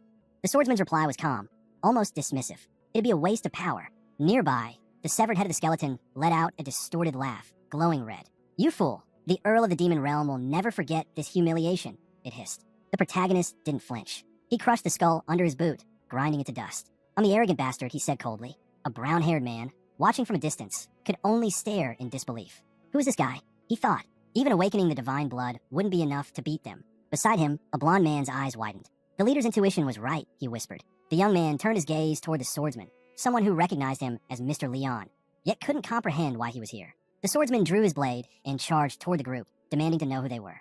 It was as if his own family had sent them after him. The brunette clenched his jaw, glancing at the agitated Leon. Leon's voice dripped with irritation as he said, "So, they're here to drag me back. Figures. I used to be the 5th contender for heir to the Werner family." His fist tightened, muscles trembling as old rage surfaced. "But I gave up that title 5 years ago," he growled, and walked away for good. In the original story, this was the moment he met Aiden, the man who would later become his loyal ally. The scene opened in a gloomy clearing, where the shadows stretched long across the ground. The newcomer stepped forward and explained that they'd only found him because the villagers had requested their help. Leon didn't buy it. "If you don't believe us," one of them said flatly, "then you're free to leave." The protagonist turned his gaze away, clearly unimpressed. "I don't appreciate being doubted," he said quietly, "especially by someone I just saved. If that's how you feel, then get lost." Mort froze, eyes widening in shock. The words hit him hard, and before he could respond, the reincarnated fighter added that, with his current injury, he wouldn't have survived demonic transformation anyway. Keel, scratching the back of his head awkwardly, took a hesitant step forward. "Wait, I recognize you," he said. "I've seen you before. You're a high-ranking warrior, aren't you? Even if you don't look like one right now." The young man smiled faintly, placing a hand over his chest. Leon noticed the insignia, a rank equal to his own. "I'm part of the guard," the stranger said, "under General Island's command." Leon's expression darkened at the mention of the Archlich of Werner. "So that's it," he muttered bitterly. "They don't care about us anymore. Not enough to even send anyone after me." Ward crossed his arms, saying nothing as Leon lowered his gaze. "They won't come looking," Leon said softly. In the original tale, he had been cold and prideful, distant even from those who tried to help him. The swordsman frowned, scratching his neck awkwardly before speaking. "Thanks for saving me," he said, "and sorry for doubting you." To the others, something about him seemed different now. His name, Leon Vernars. That same swordsman in the dark once ran beneath blooming cherry trees, always compared to his gifted brothers. Since childhood, he had lived in their shadow, lacking the support of his family. The villagers would sometimes watch him train in the square, whispering among themselves in surprise at how determined he'd become. During that time, Leon stumbled upon ancient ruins, the resting place of the god of battle's inheritance. With the help of divine relics and the god's blessing, his strength grew to rival that of his brothers. Now, in the forest, Leon stood beside a red-haired man, Aiden, the very person he was destined to meet 5 years later. Aiden extended his hand toward him. "Join me," he said. "Fight for the throne." Leon hesitated, but Aiden's confidence was unwavering. The redhead could already see the potential burning inside him. At the same moment, in another vision, the brown-haired noble raised his hand toward the vast city beyond the horizon. With full support, he would soon claim the title of Archduke. In his mind, he envisioned a massive diamond-shaped crystal, a vessel through which he would send every fragment of the world's power to Aiden, believing wholeheartedly that his savior would protect it from evil. But that trust would soon be shattered. Crimson droplets floated in the air, silent, heavy, ominous. The swordsman stared blankly at the bottle of potion Keel had handed him for recovery, his thoughts scattered. He was shocked to realize they weren't planning to take him along for the next raid. Leon raised his hand to speak, glancing toward Mord as the man calmly explained, "We didn't know. It made more sense to leave a wounded man behind than drag him into the next fight. Brown Hair would join the battle instead. He could still fight." The protagonist looked at the swordsman and warned that he'd be a hindrance. The swordsman heard that he might stand in the way of his saviors for the sake of pride. He bared his teeth, turned away, crossed his arms, and apologized for his stubbornness. The protagonist tightened his fist, thinking it was best. He'd knock him out and leave him outside if the swordsman kept pushing. Keel began to move, asking the leader if they planned to go on alone. The brunette closed his eyes and called for the wind spirit to locate the swordsman. He placed his hands on his hips, staring toward the spot where Leon had been trapped in the underground ruins, the place where Leon received the god of battle's inheritance. He approached a black stone pillar, intending to search it. He looked down, clenched his fist, and started smashing the surrounding fragments. As he broke the stone, he realized destruction might reveal what he sought. He smashed through a wall and entered a hidden library, a record of the Werner family's losers and power struggles. He skimmed a book full of combat diagrams and studies left by the Werner house, slipped it into his bag without knowing if it would help, and kept going. Ahead stood a coffin that only a Werner could open, the resting place of the god's inheritance. He pressed his hand to the lid and light spilled out. Inside lay a crystal fragment of the world. His silhouette paused, thinking of the other crystals. Now he had 3 + 3 + 1 + 1. He also found a stone slab carved with hieroglyphs used to summon the god of battle in the old tales. When he touched the red glyphs, sparks flew. Electricity filled the space, and a thrill ran through him. A single touch filled him with the urge to fight. He tucked the slab into his bag, certain it was unusual and that it might grant the same feeling as the tomb of the god of battle. Looking around, he understood this was the inheritance that had helped Leon overcome his lack of talent. In his mind flickered images of bloodthirsty dragons and extinct mythical beasts, and a god of lightning clashing with another force. The dragon, a weapon forged from the head of a slain beast, was once the prized trophy of the god of battles himself, taken after a legendary hunt. The brunette raised his hand high, the belt of the god of battles gleaming faintly in the light. Behind him, his assistant arrived and froze in awe at the sight of the artifact. The protagonist explained calmly, "It's an ancient relic crafted from dragon skin." All around them, shelves were lined with old tomes and relics, remnants of forgotten eras. Mort stepped closer, his voice low. "That's rare," he said. "Usually, relics like this are enchanted. But this one's different. The god of battles used it until the very moment he ascended." Keel smirked, eyeing the shining belt wrapped snugly around Mord's waist. "Looks good on you," he said with a grin. The young man realized then why Mord had sent the swordsman away. He didn't want him to see these relics.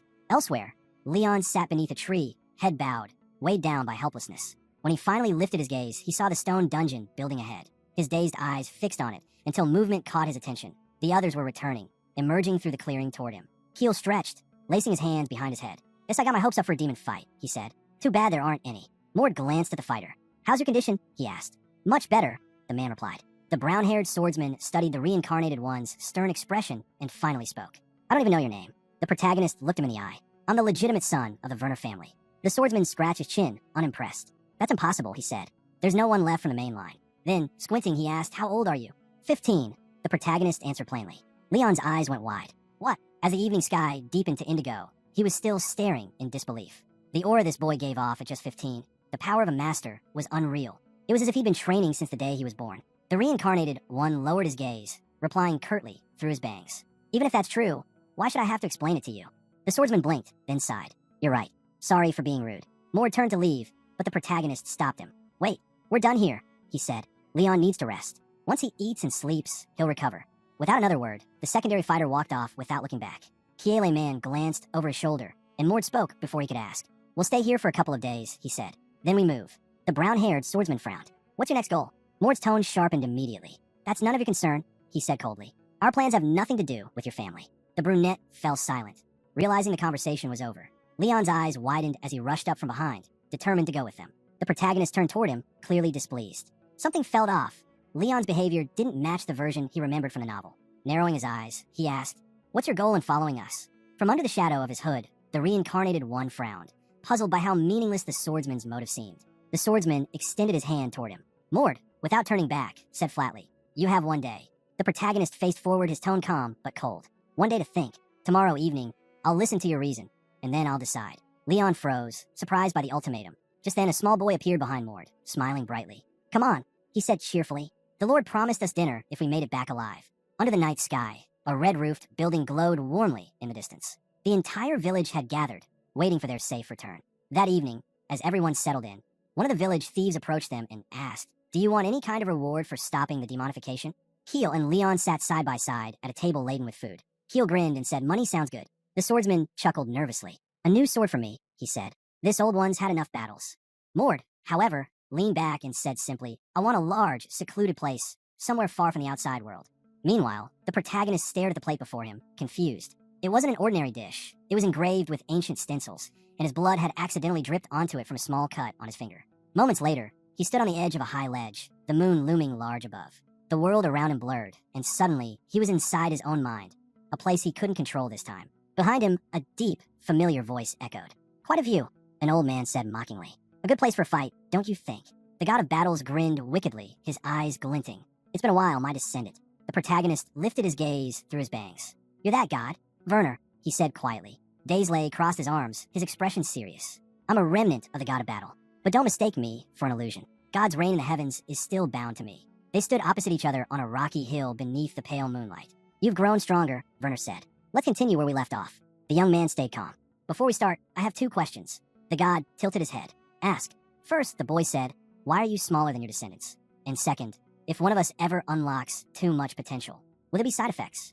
Werner's face darkened. He lowered his head, silent for a long moment under the moonlight. Then Mord spoke, his tone edged with frustration. He told the god everything, how the Werner family had changed, how the Archduke had found ways to delay aging. The god of battle's expression twisted with disgust. "So that's what they become," he muttered. The protagonist stood frozen, dumbfounded, picturing the ancient god sitting on his throne, just as Werner began to speak again. The god of battle listened silently as the boy continued. The Archduke, Mord said, is powerful, strong enough to be called the reincarnation of the god of battle himself. From what I know, he's reached the 4th level of divine blood, but ever since then he's been aging faster than he should. He hesitated, then added, and as for his height, maybe his bloodline's been mixed too much. Images flickered in his mind, silhouettes of nobles riding in ornate carriages, their banners bearing the ancient crest of Werner. The family had existed for over 400 years, and countless other lineages had likely merged into theirs. There were mighty warriors among the giants, Mord continued, but they never lived long. Maybe that's what's happening to him. He clenched his fists, realizing something crucial. The novel had never explained why the Archduke aged so quickly. But if another bloodline had been added into the mix, it all finally made sense. Suddenly, a burst of light tore through the air between them. From the beam, another figure descended, landing with a heavy thud. Enough talking, the newcomer said sharply. My fists are itching. Mord frowned darkly. It's been a while, weakling. The naked young man smirked, resting his hand casually on his belt. Last time you got lucky, he said. This time I won't hold back. The air between them grew tense. The white-haired protagonist narrowed his eyes, sensing the familiar yet foreign flow of energy in his opponent's body. The divine blood within him felt different. He recalled the image of this man, the one who had once lifted the head of a dragon with his bare hands. This was Werner himself, a demigod born from the sky goddess Erida. He had inherited divine power directly from his father and forged his own godhood through sheer strength and will. The divine blood that flowed through the protagonist was Werner's. The fighter grinned wickedly, lowering into a stance. The 10-year-old god of battle, he said mockingly, using the divine blood of Erida herself.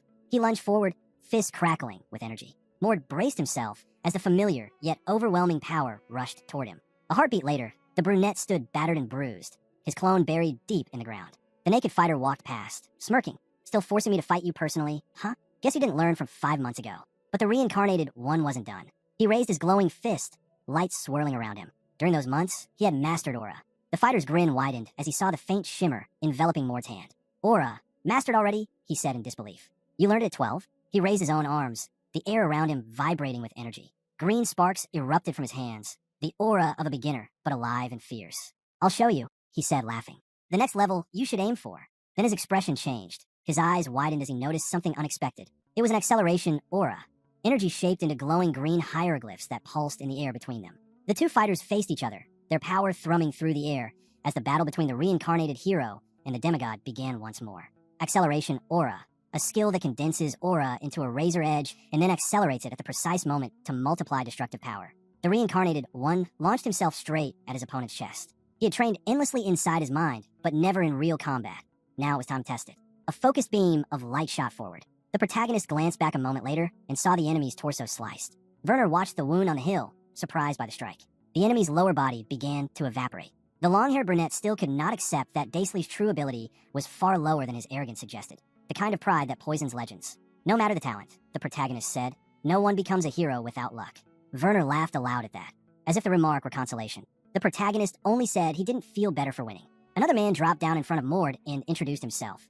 A 23-year-old who would not disappoint. The long-haired brunette noted the newcomer's black hair and silver perils, a sign of deeper Erida blood. The reincarnated man tilted his head, thinking that the enemy had barely developed his magical skills, let alone awakened divine blood. His strength matched the protagonist's personal power after awakening.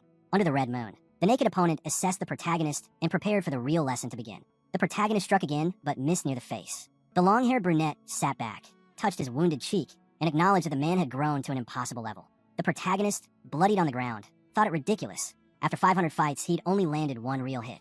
The fighter smirked at the battered Mord and noted that, despite not taking him seriously, he still managed to land a blow. A hand clenched around a bloodied bicep. The protagonist understood that physical recovery didn't fix everything. The more he fought, the more monstrous the opponent revealed himself to be.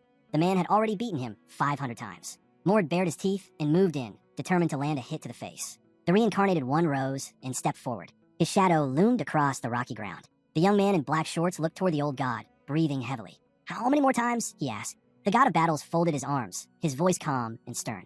100 more attempts, he said. You've gathered many fragments of the world. That buys us time. The fragments bear most of the burden, so the toll of drawing heaven's power is lighter. He studied his descendants closely. At this rate, the god continued. You'll awaken the divine blood soon enough. Heel fighter pressed a hand to his chest, uncertain. Mord had grown stronger, far beyond where he once stood, yet this seemed to be his limit. Daisley smiled wickedly. Then tell me, he said, what do you think now? It was the 520th attempt. By the 559th, the reincarnated fighter was parrying dozens of blows in succession.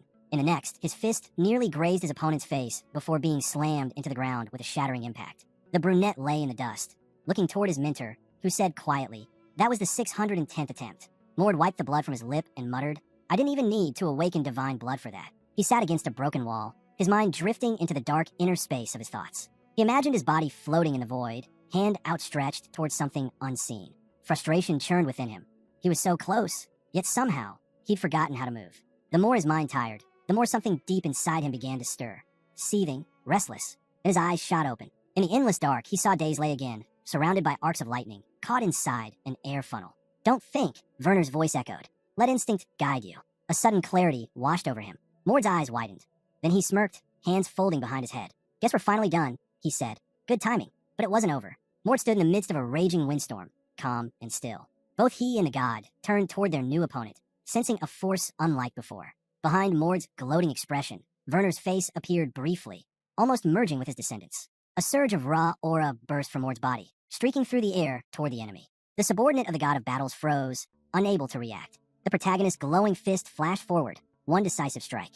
The explosion that followed lit the battlefield in white fire and electric sparks. The man in black shorts flew backward, eyes wide with terror. Mord dropped from above like a thunderbolt, his body trailing arcs of light, and slammed into the ground. A deafening crack echoed as smoke and static filled the air. Keel Fighter, standing at the ledge, glanced toward the chaos with a crooked grin. "Good thing I came back," he muttered. "That could have ended badly." He looked into the swirling funnel of air below. Down there, Mord lay on the ground, bracing himself with shaking hands, dazed. "What was that?" he breathed. He couldn't even remember how he had attacked. Then the slow sound of clapping broke through the noise. Werner stood before him, smiling. "Well done," the god said. The divine blood of Erida, the sky god, had awakened within him. Werner's eyes gleamed with approval. "It wasn't your mind that guided you," he said. "It was instinct. And now, we finally understand.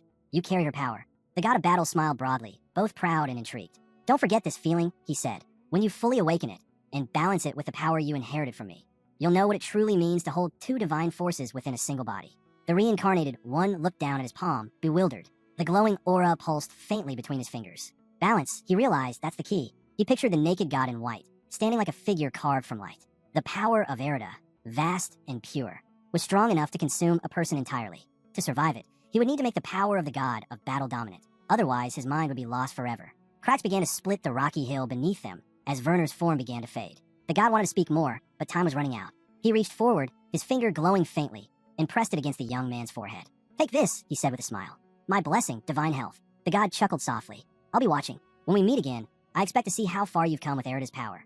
The protagonist closed his eyes and smiled faintly. "You should stop hiding here," he said. "Send someone else next time. You're probably tired of me by now." Werner let out a laugh. "Perhaps, but we'll meet again soon," descended. Then everything dissolved in light. When the protagonist opened his eyes, he was back in the real world, and standing in front of him was Leon. The swordsman's gaze was steady. "I was waiting for you," he said. "Before I explain why I want to come with you, you should know why I left home." The fighter said nothing, and Leon's voice grew quieter, his memories pulling him back. He remembered himself as a child, standing at a funeral. His father, a direct descendant of the Werner line, had died in battle, trying to stop demonification. His mother's relatives were too weak to hold their place in the family hierarchy. He remembered his father's injured hand reaching toward the statue of the god of battles, desperate for strength.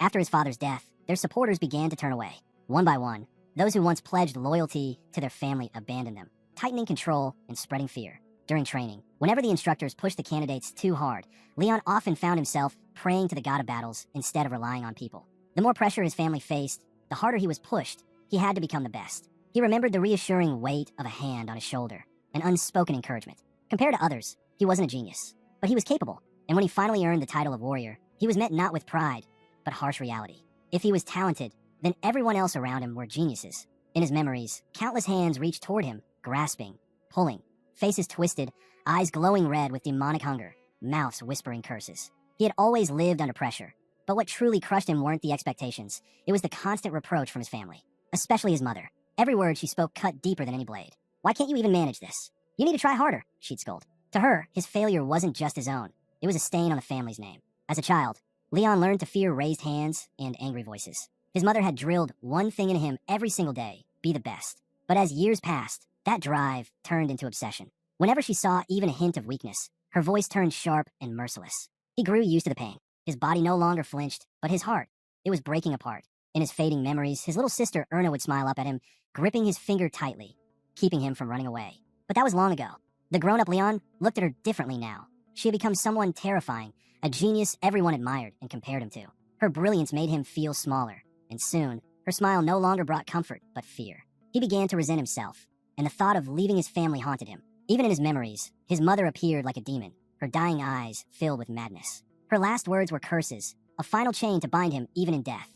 Seeing her face had always been hell, but when she passed, it felt like the first breath of freedom in his life. On the day of her funeral, the townspeople watched in silence. The swordsman in the black cloak walked away from the Bernard family, never to return. Far from that house, he finally felt free and powerful. But that freedom didn't last. When he stepped on a thin ice with a thunderous crack, reality shattered. He realized it was all an illusion. Before him loomed gigantic skeletons, towering and cold. For years, he had only fought weak foes, never testing his true limits. And now, standing at death's edge, he finally understood how hollow his strength had become. Just when the darkness closed in, a figure appeared, surrounded by sparks of aura.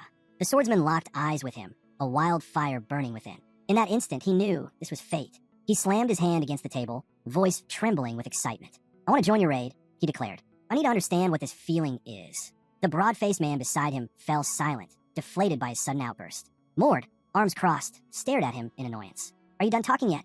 Still, despite his irritation, Mord couldn't help but be curious. The story Leon told sounded just like the one he'd once read himself. But Leon's words kept flowing, his emotions spilling over. Then came the warning. The revived man turned serious. "The road ahead will be far more dangerous than you think," he said. "The Silver Blood Organization is already on your trail." Leon froze. That name echoed like a curse from his past. An old man with long, graying hair let out a dry laugh, his tone laced with amusement. He mentioned that he'd heard of the Silver Bloodback in his mercenary days, and yes, they were very real. The protagonist nodded, his voice calm but firm. "They're military strength rivals, that of the Bernard family," he explained. Hearing that, the swordsman clenched his fist, not in fear, but in admiration. The leader hadn't turned him away. Instead, he'd given him a chance. Still, the man warned him, "We don't know when we'll run into them. Think carefully before you decide." Leon smiled faintly, his hands trembling. "I'll fight with you when that time comes," he said. "I don't know how to repay you for saving me, but I won't die on the battlefield. I'll live, because I'm destined to become an archduke." The brunette sitting nearby sighed and slumped into his chair, clearly irritated. This guy's a genius, no doubt, he thought, but he's also a direct descendant of the Bernard family. If trained properly, Leon could become as powerful as he was meant to be in the original story. Everyone was still seated when Leon suddenly stood up, startled by a thought. Keel glanced at the leader. "Are you sure about this?" he asked quietly. "If we bring him along, it could cause trouble." Mord didn't flinch. "That's my decision," he replied flatly. Keel exchanged a look with the swordsman and smiled. The swordsman chuckled softly. "Don't worry about it," he said. "I'm just a man who lost the fight for succession. Nothing more. Just call me Leon. It feels strange being called Mister after all this time." Above the quiet house, the night sky slowly shifted, stars fading into the soft light of morning. They needed rest. By tomorrow, they'd be leaving the western central region, the kingdom of Lutvin in the county of Palo. At dawn, the sun rose over the mountains, spilling golden light across the town square. People filled the streets, merchants shouting, mercenaries gathering. The area was alive. Mount was crawling with monsters, which meant endless work for anyone brave enough to take it. Keel among them looked at Leon with concern. "Why go through all this?" he asked softly. Leon, already dressed in armor, slung his sword across his back. He planned to hide his identity. If anyone saw him fight unarmed, they'd immediately know he was from the Bernard family. The younger fighter added, "We already have a leader. You don't have to push yourself." Leon shook his head. "I'm just getting ready, in case the job involves my family," he said. The knight in the iron helmet nodded, resting his sword on his shoulder. "Makes sense. If you've been carrying that blade since leaving home, it explains why your skills look rough." And just like that, the group understood. Leon wasn't unskilled. He was simply a man rebuilding himself from the ruins of his past. In his memories, he could still see it clearly, the cold ground beneath him after the fight, his breath shallow, his body broken. Leon had fought the leader several times on their journey, and lost every single one. The brunette turned away from his bickering teammates with clear irritation, watching as the swordsman prepared to spar with Keel. But before they could begin, the reborn one stopped them. "Do it later," he said firmly. "We have business first, the black market." Following his instructions, they found an assistant who guided them through the narrow streets until they reached it. A small, dimly lit building with curtained windows and no signboard. Mord stood at the corner, waiting with the knight. The knight frowned, clearly puzzled. "We came all this way for this?" he asked. Mord didn't answer right away. Instead, he nodded toward a faintly glowing shard on the table. "This isn't just anything," he said quietly. "Drop a bit of your blood on it." The knight hesitated but obeyed. A single drop of blood hit the shard, and immediately it began to shimmer. The swordsman watched in confusion, not understanding what was happening. The shard pulsed once, then expanded, reshaping itself into something larger. A black glove, etched with faint, divine markings. The protagonist touched his belt and closed his eyes. "This," he explained, "is a relic, the stone giant's gloves. They can only be wielded by those with divine blood. They don't rely on magic, but on life essence." Feed them regularly, and they'll protect you. Activate them, and your strength will surge, but only for a short time. The knight's eyes widened. The stone giant had this? He gasped. And you're giving it to me? Mord nodded. If you're going to take something that once belonged to Leon, it's only right you get something of equal worth in return. Then, the protagonist revealed another relic, a pair of small, glowing earrings. These are warning earrings, he said. An ancient spirit sleeps within them. When danger nears, they awaken. In battle, they heighten your senses. He handed them over, the faint light reflecting in his pale eyes. Keel smirked and clenched his fist, clearly pleased. Guess that means I'll need to pierce my ears, he said. Fine by me. The brunette rummaged through his bag again, pulling out more items. The others exchanged looks. Clearly, he'd bought more than just 2 relics. Finally, he drew out 2 old books he'd purchased at the last black market. Their covers glowed faintly as he placed them on the grass. Moments later, one of the books ignited, rising into the air as the fire twisted its form. When it fell back down, the flames died, leaving behind a blackened tome that released wisps of smoke. Mord picked it up carefully, the air around it heavy and strange. He flipped it open, and there, across its darkened pages, a map revealed itself, ink shifting like living shadows. This will take time, he muttered, but I'll finish the rest step by step. He closed the book and slipped it into his bag. Then, his gaze shifted toward Leon, waiting for his response. Before the discussion could continue, Keel raised his hand eagerly, eyes bright with excitement. Let me handle this, he said. I'll track down the informants. The people in the back alleys owe me a few favors. They'll talk. The protagonist nodded slightly, but kept his gaze fixed ahead. We're looking for someone named Aiden, he said quietly. A mercenary mage, around 50 to 60 years old. He was last seen somewhere in the mountain forests. The others exchanged glances. The air shifted. This was more than a simple mission. The dungeon, the leader continued. That's where we're headed. That's the real reason we came. As they walked through the trees, the swordsman finally asked, who exactly is this Aiden? The reborn one slowed his pace. He's a bearer of divine blood, he explained, and his greatest enemy is silver blood. He paused, his tone lowering. Aiden carries the blood of Magenta, the god of the forest and of wisdom. They say he once lived as a hermit, guiding the lost back onto their path. Divine blood like his is rare, perfect for a mage. He glanced up through the canopy, eyes filled with thought. Aiden is the only one alive who can awaken that kind of power. As they continued, the protagonist's mind wandered to the stories of Aiden's past, of how he'd come to possess such strength. Aiden had been called a prodigy, a genius mage, but that gift had come at a terrible cost. He could still see the image, a young girl, his older sister, sitting alone in a dark void. The older she grew, the louder the voices in her head became. When a silver blood attacked their family, lightning tore through the sky. The girl stood in the center of the chaos, her power raging uncontrollably. And then, with one final act of love, she sacrificed herself, turning her divine power into a blessing and passing it to her younger brother. In those memories, young Aiden had fallen to his knees, clutching his chest as the divine blood within him awakened for the first time. From that moment, his life changed forever. The mercenaries who took him and treated him with awe, a boy with divine blood working alongside them in the town of Palo. With every mission, his reputation grew, and so did his power. Back in the present, the leader moved ahead through the clearing. Keel, still processing everything, asked, so what will you do when you find him? The protagonist didn't answer immediately. I don't know yet, he said finally. The future isn't fixed anymore. Everything I do changes it. I need to see for myself if Aiden's life followed the same path, or if it's already shifted. He stopped suddenly. But first, there's something else I have to do.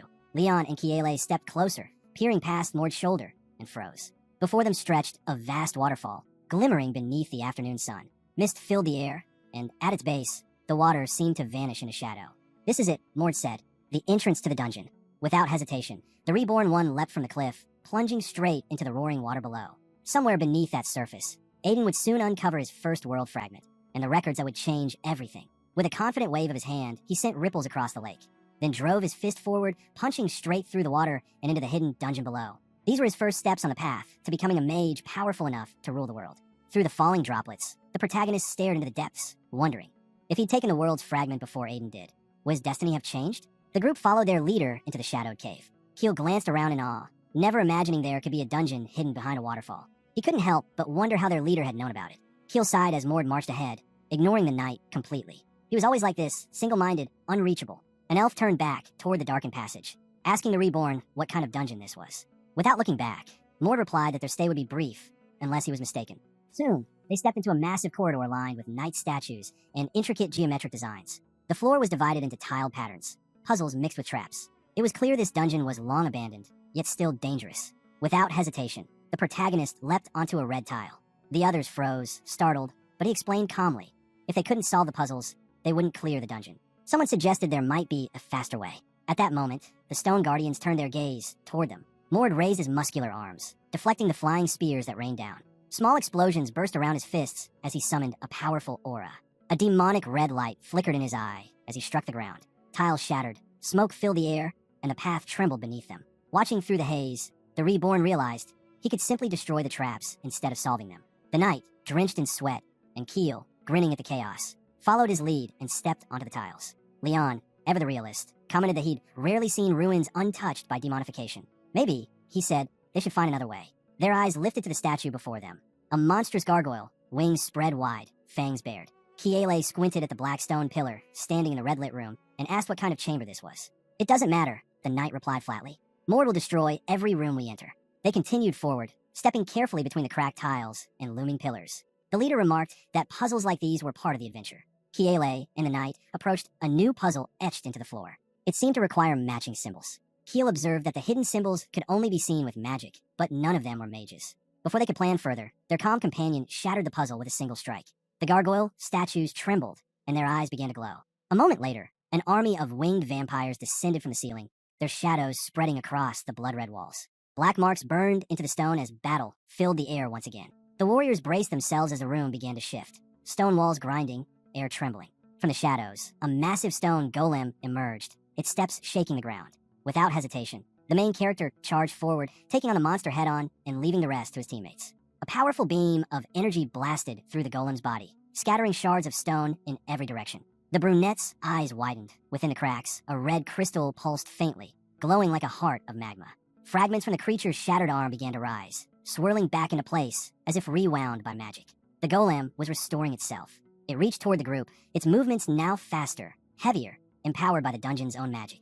The reborn narrowed his gaze, recalling the crystal's position. It had to be the core. Unless it was destroyed, the monster would keep regenerating endlessly. From above, a bloodthirsty vampire statue came to life, releasing a blazing energy blast from its mouth. The knight barely managed to dodge, countering with a quick sword strike that cleaved through the air. Keel raised his glowing hand, charging his next attack, while Leon grumbled from behind, irritated by the constant wave of monsters. The elf called out, telling him to stop complaining and actually join the fight. In response, the young man summoned holy spirits, their radiant forms spiraling around the gargoyles. The light aura bound the dark vampires mid-flight, dragging them down. Keel gripped his shimmering blade and struck through the darkness. Kiele shot past the monsters like a flash, cutting through them with bright arcs of light. He landed, glancing over his shoulder at the fallen creatures. Meanwhile, Mord unleashed a flurry of strikes against the golem. Each blow cracked its surface, but the creature's wounds kept mending. He realized that only by destroying the core could he end it for good. But if he couldn't reach it, victory was impossible. Drawing in his breath, he activated level 2 of his aura accelerator. His figure blurred, vanishing from sight, then reappeared with a burst of raw energy. A pink glow flickered around the golem's core, then fractured. With one final surge, the crystal shattered into glittering fragments. The knight stared at the pile of rubble where the monster once stood, his leader's silhouette barely visible through the haze. Mord had defeated the stone golem with ease. The reborn stood motionless amid the dust, back turned to the others. Leon watched in silent awe. He'd seen many prodigies before, but this was something else entirely. The protagonist glanced over his shoulder, noticing the knight still locked in battle. "You haven't finished yet?" he muttered. The knight exhaled sharply, tossing his sword aside as sparks flickered from his armor. He clenched his fists, stance lowering as arcs of light began to swirl around him. In the next instant, he launched himself forward, transforming into a streak of brilliance. His strike landed square on the vampire's chest, shattering it into pieces. Leon followed up, delivering a rapid storm of blows, each one flashing like lightning across the room. Kiele watched with a satisfied grin as the battle drew toward its end. He finally realized he should have fought like this from start. Why'd he ever relied on a sword when his fists were far deadlier? Ever since losing that duel, he tried to fight like someone he wasn't. Now, with his hands glowing, the knight stood surrounded by the fallen monsters, proof that raw instinct could outmatch cold steel. The young boy watching him understood it clearly now. His comrade was stronger without a weapon. Meanwhile, a dark silhouette moved down the final corridor, footsteps echoing off black stone. He muttered to himself that there was nothing left here. Suddenly, a voice filled the chamber. The three tensed, glancing upward as they were congratulated for reaching the end. Sweat trickled down their faces as the unseen speaker praised them for surviving every trial, reminding them that only the brave and the wise could have made it this far. The protagonist frowned, his expression hidden beneath his bangs as the voice continued. It spoke with disdain for those who relied solely on strength, declaring that such people were unworthy. Then, with a heavy thud, a black chest dropped from above. The voice explained that only the competent should wield the power of a great god, and that they had proven themselves worthy to receive it. Before them stood a shining black chest, carved with a plate engraved in ancient symbols. The markings described the fragments of the world, knowledge that once changed Aiden's fate, the same knowledge only he could read. Their voices echoed through the vast hall as the judgment continued. The artifact had to be destroyed before Aiden reached it. Keel looked toward his leader, confused in his tone. "Why are you going to destroy the plate?" he asked. Before Mord could respond, the chest began to glow blue. Its lid creaked open, revealing a massive crystal blazing with light and raw energy. The knight stepped forward cautiously. While Kiele examined the crystal's glow, it radiated incredible power. Mord reached out, his fingers brushing against its surface. Someone asked him why he'd been collecting these fragments from the very beginning. His answer was calm and steady. "Because I have to save this world." In an instant, his hair turned white. His body trembled as he felt the transformation spreading deeper this time, far more intense than before. Eyes closed, Mord understood the truth at last. The world fragments didn't just grant power, they reshaped their wielder. Over time, one would become inseparable from the fragment itself, absorbing its strength completely. The ground rumbled as a massive rocky hill rose from the surrounding waters, a towering cliff crowned by a single colossal stone. The 3 fragments he had collected before merged into it, forming one unified whole. He tilted his head, opening his palm as a faint smile crossed his lips. "Looks like I got lucky this time," he murmured, but his calm faded as the knight behind him pressed for answers. "What's your real plan, Mord?" Mord sighed, eyes closing again. "The dungeon's collapsing," he said flatly. "We need to move. Now." The boy turned, a faint smile still on his face, and took one last glance back before leading them out into the fading light. Leon glared in frustration, but once again, their leader ignored him. Mord had always been like this, focused, unreachable. The boy couldn't help but grin shakily, glancing up at him. Saving the world. What a ridiculous thing to say. And yet, even though Mord wasn't one for long speeches, there was no way he was lying. The reincarnated brunette stared ahead through his bangs, silent and resolute. Keel didn't completely understand, but deep down, he trusted him. Elsewhere, chaos unfolded. Assassins had wiped out everyone, and now they turned toward the last survivor. The young man, bloodied and cornered, bared his teeth, trying to understand who was attacking him. 3 figures in black stood before him, members of the Shadow Wolf squad. He hadn't expected much from them, but their strength was undeniable. Still, he was of silver blood, not as fragile as they assumed. The mark of a red eye burned across his hand as realization hit him. He was facing the elites of the Shadow Wolf squad.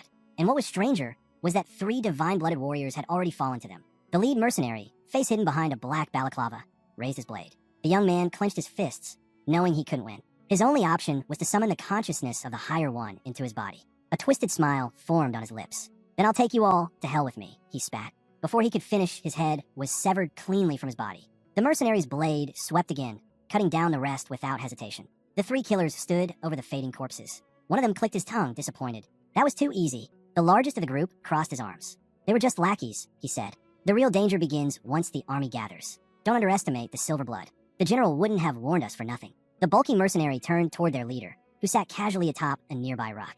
"You good, boss?" he asked with a smirk. "If you get tired, say so. We'll take turns carrying you." Their leader hopped down, brushing dust from his coat.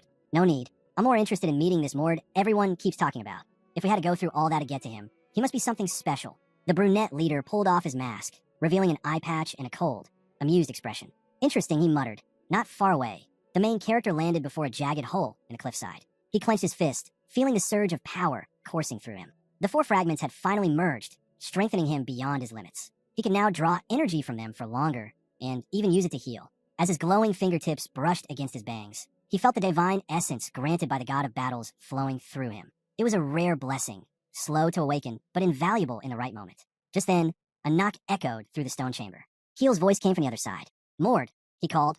"We've got the result from our informants. We found Aiden." Mord stepped out immediately, meeting Keel's gaze. "Tell me everything," he demanded. Keel nodded. "Aiden left the city yesterday." Mord's eyes widened. "Yesterday? That shouldn't have been possible." Keel continued, painting the picture in his mind. Aiden had been sitting with mercenaries at a tavern table, laughing as if nothing was wrong. He'd come to the capital about 5 months ago, once a mercenary himself, before meeting a mage named Levon, who later took him in as a disciple. Levon was infamous, a 6th-level mage, respected, feared, and deeply entangled with Palos underground. His name alone was enough to keep the authorities away from his organization, no matter how small it was. But last night, everything changed. A massive explosion tore through the city. Unknown attackers had stormed Levin's base, reducing it to rubble. Many died in the chaos, and the guards now scoured the streets on the Count's orders, searching for whoever caused it. The elf stepped forward, holding a sealed white letter. "It seems Aiden left through the eastern gate," he said. He told the guards he was heading to a village on his teacher's orders. But according to our informants, Levon sent him away only to protect him. Mord pressed his hand to his chin, deep in thought. The timeline had shifted. This wasn't how it was supposed to unfold. These events should have happened 6 months from now. Even Levin's sacrifice, that wasn't meant to happen yet. Something, or someone, had changed the flow of history. The story of Aiden began with vengeance. He was once a mage who would come to dominate the world. Born into a wealthy family in the kingdom of Luton, his early life was peaceful, like a flower growing undisturbed in sunlight. But that peace didn't last. In his memories, he saw the faces of his wounded family, his parents clutching him tightly as their home burned. The Silverbloods had attacked without mercy, wiping out everything he loved. And then, the Dark Sage took his teacher from him. From that moment, Aiden began to despise himself. He blamed his own weakness for their deaths. In those haunting memories, a blonde man with a grim expression raised 3 fingers, signifying how everything had gone wrong. The massacre at Gramadole followed, where not only the returning king was branded their enemy, but the Dark Sage as well. The future Aiden once knew was gone. From this moment forward, everything would change. Back in the present, Keel sat at the table across from Mord, his expression uneasy. The leader was silent, lost in thought, trying to piece together what had happened to the mage Levon. He vanished after the attack, Keel finally said. No body was found, but most believe he's dead. At that, Mord stood abruptly. The chair scraped against the stone floor. Keel looked up. Are you really planning to get involved in this? What? Mord's answer was calm, but certain, because sooner or later, I'll have to face the people behind it. Keel hesitated, his concern showing. You've already made enough enemies, Mord. How many more do you plan to add? The reborn mage turned his gaze away, silent once again. His expression gave nothing away, but his eyes said everything. He already knew where he was going next. Mord listened quietly, then nodded. He agreed with Keel's reasoning. Levon had always been meticulous. The mage had built several hidden sanctuaries across the city, places meant for research and for escape if things ever went wrong. Mord was certain Levon was hiding in one of them. Meanwhile, in another corner of the city, a man covered his face with his hand and frowned in frustration. His tavern had become a battlefield. A group of armed mercenaries burst through the doors, their boots echoing against the floorboards. Keel at their front, face hidden behind a black mask, studied the man coldly. You've got skill, he said, but you're just a tavern keeper. You won't tell us where Levon is, so we'll end this quickly. Before they could move, the tavern owner stomped his foot, ready to fight back. But then, a commanding voice rang out, stop. Everyone froze. Out from the shadows stepped a man with silver gray hair, Levon himself. He placed a hand over his chest and spoke calmly. If you promise not to harm this man, he said, I'll go with you. The tavern keeper clenched his fists, shaking his head. Don't be foolish, he growled. They're not leaving either of us alive. Levin's expression softened. I'm sorry, he said quietly. I shouldn't have dragged you into this. But the tavern owner had already taken a stance. Hide, he ordered. I'll hold him off. The mercenary leader tilted his head mockingly. Touching, he said. I might cry. Then, turning to one of his men, he added coldly, Number 29. Finish it. Levin's eyes narrowed. His gaze fixed ahead, where a cloaked figure stepped forward, gripping a staff shaped like a bone cane. The tavern keeper glanced back sharply. You know this man? He asked. Levin's jaw tightened. They're from the Dark Mages, he explained. A secret faction that calls themselves the Dark Followers. His mind flashed with memories. A hooded figure standing before a colossal sigil. Years ago, a powerful mage once called himself the Sage of Darkness, Erickson. That red-haired sorcerer was consumed by his own power, bound and sealed away by his enemies. When the Dark Followers discovered the sealed sage, they invaded his consciousness, stealing fragments of his knowledge and strength for themselves. The masked blonde smirked behind the shadows. You were always good at hiding, Number 29, he sneered. A century, and you still think you can escape us? Levin's eyes flared with anger. I am not Number 29, he shouted. The curly-haired blonde tilted his head. You still don't understand, he said slowly. The experiment marked 29 foot was created to serve as a vessel, a container for the sage's power. You were that vessel. I was the one before you. There's no need for pain, Levon. Submit, and it'll end peacefully. Levin's expression hardened. He thrust out his hand, a glowing crystal forming in his palm. Absurd, he roared. Go back to your master and grovel at Erakon's feet. The masked leader chuckled darkly, covering his face with one gloved hand. Still defiant, he murmured through his fingers. The masked leader's tone shifted, low and mocking. If you're so eager to die, Levon, he said, his voice dripping with malice, then I'll gladly grant your wish. Through the gaps between his fingers, one eye gleamed, feral and unblinking. He raised his staff, and a surge of dark purple energy began to pour from it, twisting violently through the air. Levin's eyes widened in shock as a vortex of demonic aura formed above him, swirling like a storm ready to devour everything in its path. The curly-haired blonde extended his hand, almost amused. Go ahead, he said. Scream for help. Try to call the guards. It won't matter. We've existed in the shadows far longer than your city's walls have stood. The vortex expanded, its edge crackling with purple light. It descended over the tavern, sealing it in silence. Outside, not even the faintest whisper could escape. Then, the bone staff pulsed once, and the full force of the dark aura shot straight into Levin's body. He cried out, clutching at his own staff as the energy coursed through him. He tried to summon the Division of Darkness, but the spell shattered before it could form. His body lifted off the ground, suspended midair by the surge of power, then was slammed down again with brutal force. Levin's protective wards flickered, then vanished. The floor cracked beneath him. The leader of the Dark Followers lowered his staff slightly, his voice steady. A perfect vessel, he said, strong, capable, but flawed. Before he could continue, the tavern doors burst open. A gust of smoke swept in as a black silhouette stepped through. The newcomer's voice broke the silence. Looks like I made it just in time. The curly-haired blonde turned sharply, his expression twisting in irritation. The smoke cleared, revealing the figure, calm, unmoving, eyes cold beneath a curtain of hair. The leader sneered. Another fool who doesn't know when to die, he muttered, raising his staff again. A rush of purple aura lit up the room, shadows stretching across the walls. The brunette didn't flinch. He stood in place, unreadable, his presence heavy enough to freeze the air around them. Then he moved. His fist flashed upward, glowing with blinding light. Mirage destruction. A roaring beam of pure energy tore through the tavern, colliding with the dark mage's attack. The resulting explosion consumed everything in its path. Keel's scream was lost in the blast as his mask cracked, his face burning away under the sheer force of it. His body was hurled through the air, smashing through the tavern wall and into the side of a distant building. Dust and debris filled the street. Levon, still kneeling, shielded his face from the shockwave. As the smoke cleared, he stared in disbelief. That can't be, he whispered. He defeated a dark follower that easily. The man he'd feared most, gone in a single strike. Levin's hands trembled as he looked up at his savior. Who are you? He demanded, eyes wide. That strength, that technique. Are you from the Werner family? The dark-haired man lowered his glowing fist, meeting his gaze with quiet indifference. You don't need to know, he said flatly. Levon pointed at him again, his voice rising with urgency. No, you have to tell me. Who are you? The reborn one stood silently, smoke still curling behind him, his expression cold and unreadable, as if the question itself no longer mattered. Levon studied the man before him. Muscular, calm, not a weapon in sight.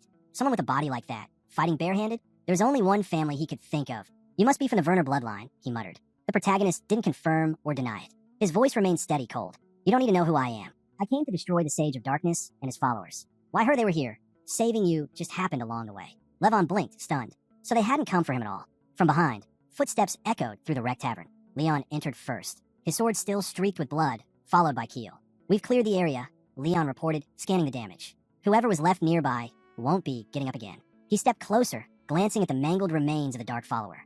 That one was a high-level mage, he muttered, but his opponent didn't seem to notice. Mord replied calmly, the barrier's gone. The sound will draw attention soon. We should leave. Levon raised his trembling hand, pointing after them. Wait, stop, he called out, his voice strained. Who are you people? You saved my life, and yet you want nothing in return. Mord didn't even turn. You heard me, he said, but then Levin's eyes widened as Mord added. Just make sure you don't let the Sage of Darkness claim you. Levon froze. His thoughts raced. You intend to destroy him? Mord finally looked back through the fading smoke, his gaze sharp beneath his hair. There's no need to fear him, he said quietly. He and his entire circle will be erased soon enough. The long-haired mage clenched his fists, anger and disbelief flashing across his face. You can't destroy the Sage alone. Then he stopped, his voice fading, realization setting in. Maybe he could. He stared at the crater where the dark follower's body had been blasted away. Someone capable of that level of destruction. Someone who could defeat a sage's servant with a single strike. Wasn't ordinary. For years, Levon had lived in fear, haunted by the thought that the dark followers would find him again. Now, for the first time, that fear cracked. He closed his eyes, seeing ghostly hands reaching for him. Reminders of the years he spent trapped in that shadow.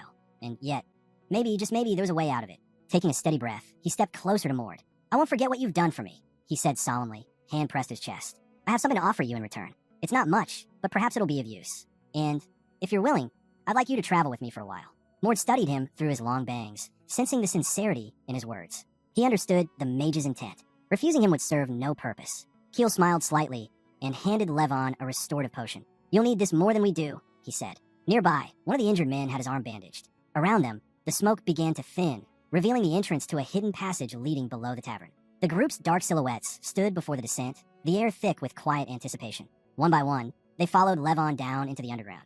Keel lingered for a moment, glancing around the tavern's wreckage. He couldn't help but wonder just how long Levon had been building all of this on his own. As they descended, the mage spoke without turning back. It won't take long, he said. About an hour at most. The path is confusing. Stay close and don't stray. As they moved deeper through the narrow tunnel, a strange rumble echoed from above. The group tensed, head snapping upward as the sound grew louder, like thunder rolling underground. Levon turned sharply, his expression tightening.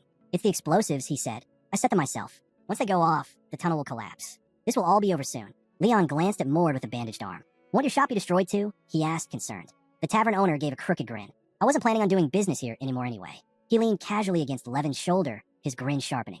Besides, he said with mock annoyance, you're the reason my tavern's in ruins. You owe me now, so you're coming with me to repay the debt. Levon blinked in disbelief, frowning. You can't be serious. Oh, I am, the man replied, patting the mage's shoulder. Don't think you can just run off and leave me behind. The mage sighed heavily, but before he could answer, the tavern owner smirked again. Relax. I'm only asking you to be yourself next time. Just don't drag me into another explosion, all right? Then his tone shifted. But about what that guy called you. Number 29. What did he mean by that? The others fell silent, watching Levon closely. Keel and the knight exchanged uneasy glances, curiosity written all over their faces. Levon lowered his gaze.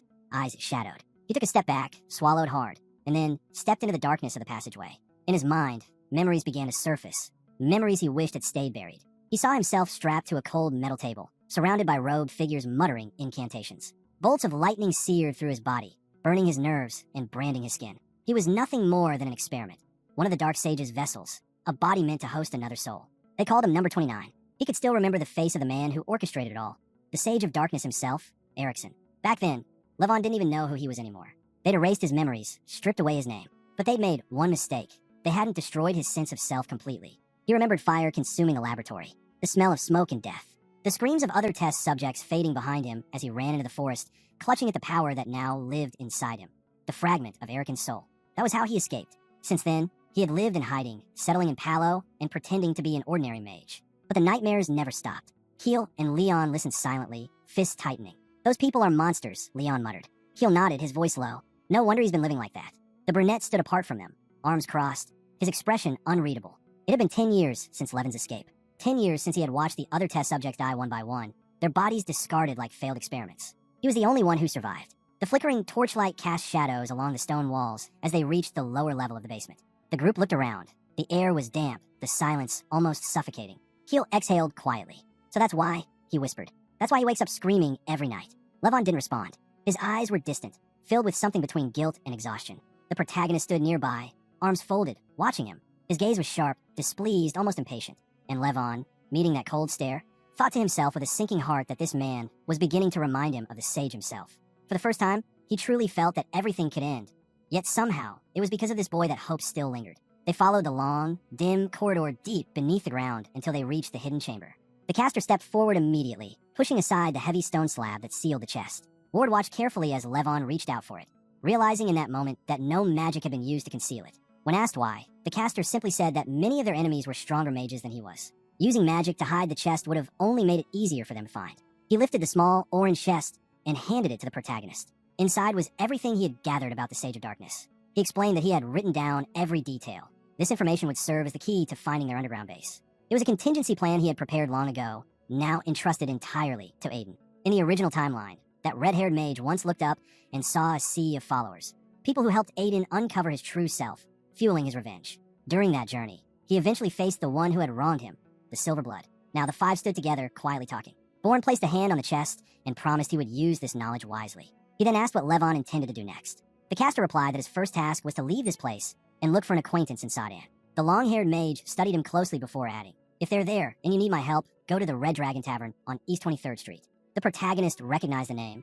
It must be where Levon had once sent Aiden. He brushed his bangs aside and nodded. "If you ever need help," he said, "ask for me through the guards of the White Kingdom. I can't promise I'll be there, but they'll know how to reach me." The caster bowed deeply in gratitude and wished him luck. Then, together with his companion, he turned and began to leave. The brunette glanced back at his comrades, who stood quietly, reflecting on the man's story. It had been a sad one, but worth remembering. Leon broke the silence, muttering that he'd be furious if those two died after all they'd been through. We glanced back at the group and said firmly, "We should move too. There's no time left to waste." This marked the beginning of Aiden's path, the path of the mage who would one day rise to rule the world. But unlike before, this time he hadn't lost his teacher. He had left Palos far earlier than fate had intended. The manhole cover burst open, and Aiden climbed out. He wondered how these changes would ripple through the future. Stepping onto the quiet streets, he knew the answer would come, eventually. As he walked through the empty city with his comrades, a single thought echoed in his mind. History was already beginning to change. Now was the time to act, to push forward and shape the future into the one they desired. Under the blazing sun, the vast kingdom of Luton stretched across the horizon. Inside one of its grand palaces, the fifth prince, Cylon, sat at a table, tea in hand, his expression sour. Across from him stood a nobleman, Ruth, his loyal yet calculating assistant. Salen's voice dripped with irritation. "I didn't expect that boy to be so utterly useless." Ruth chuckled softly, placing a hand over his chest. "Your words, your highness, cut like knives," he said, feigning pain. The prince said nothing, his gaze cold. Ruth stepped closer, explaining that he hadn't expected the situation to spiral this badly. Could it be, he wondered aloud, that this boy, Mord, is blessed by the god of luck? He recalled peering through binoculars from behind the bushes, watching as General Ilden personally took charge of the situation. 4 of the best Black Cape soldiers had been mobilized, but there was no telling how many more would join.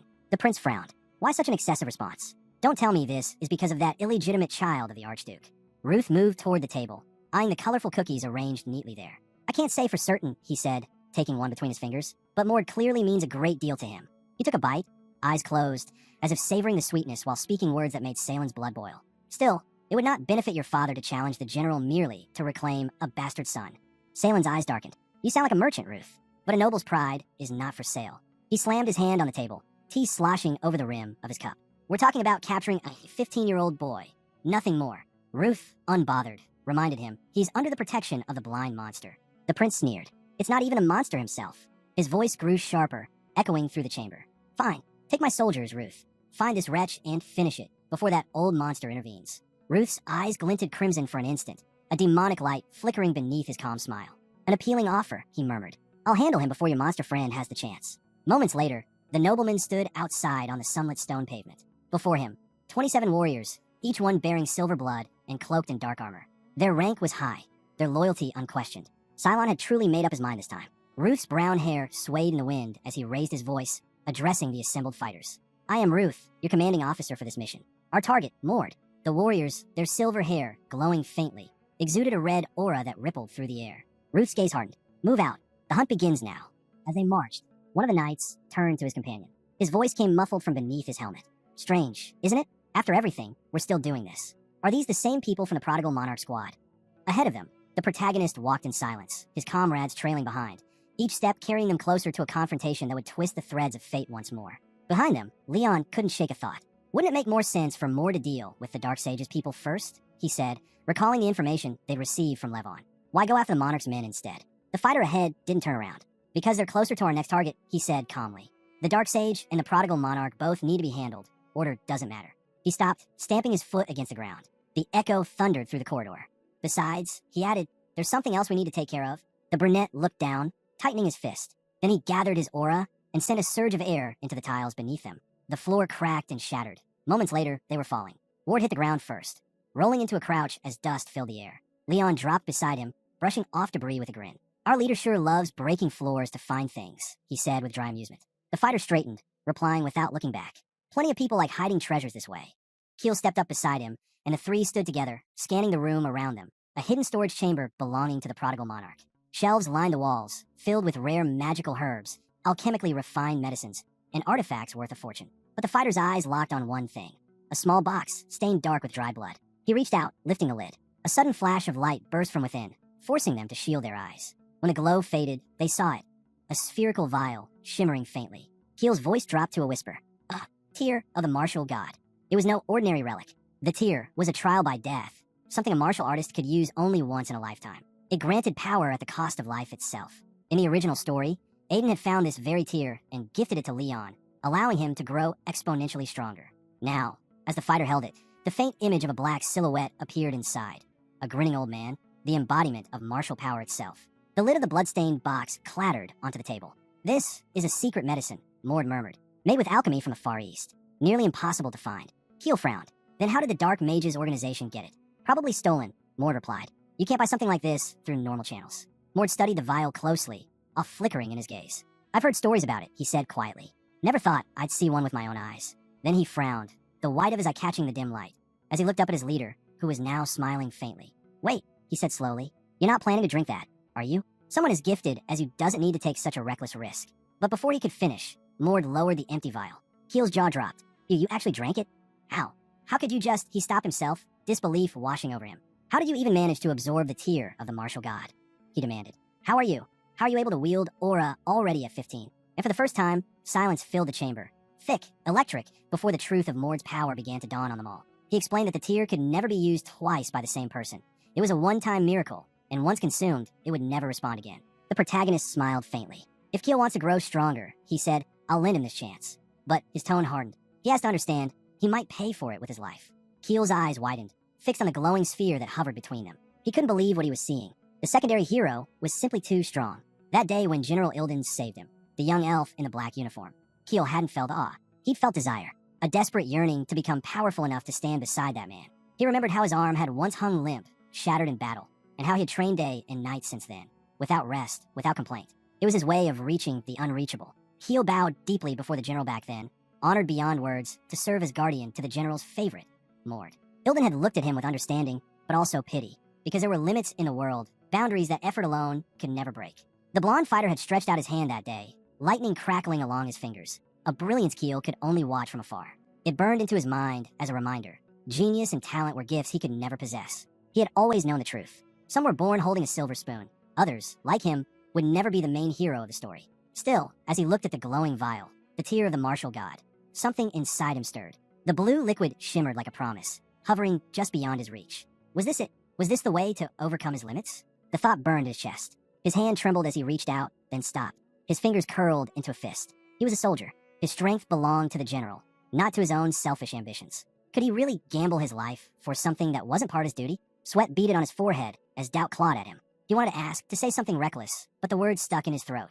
The protagonist watched him silently, confused by the conflict in the young elf's eyes. Mort studied Keel closely. They'd been together for 2 months now, 2 months of grueling battles and countless close calls. In that time, Keel had adapted to every trial, every change, no matter how severe. Mort knew it then. The path ahead would be blood-soaked and merciless. Without Keel, their progress would falter. He remembered the laughing general, standing tall against a burning fortress, and understood what drove him.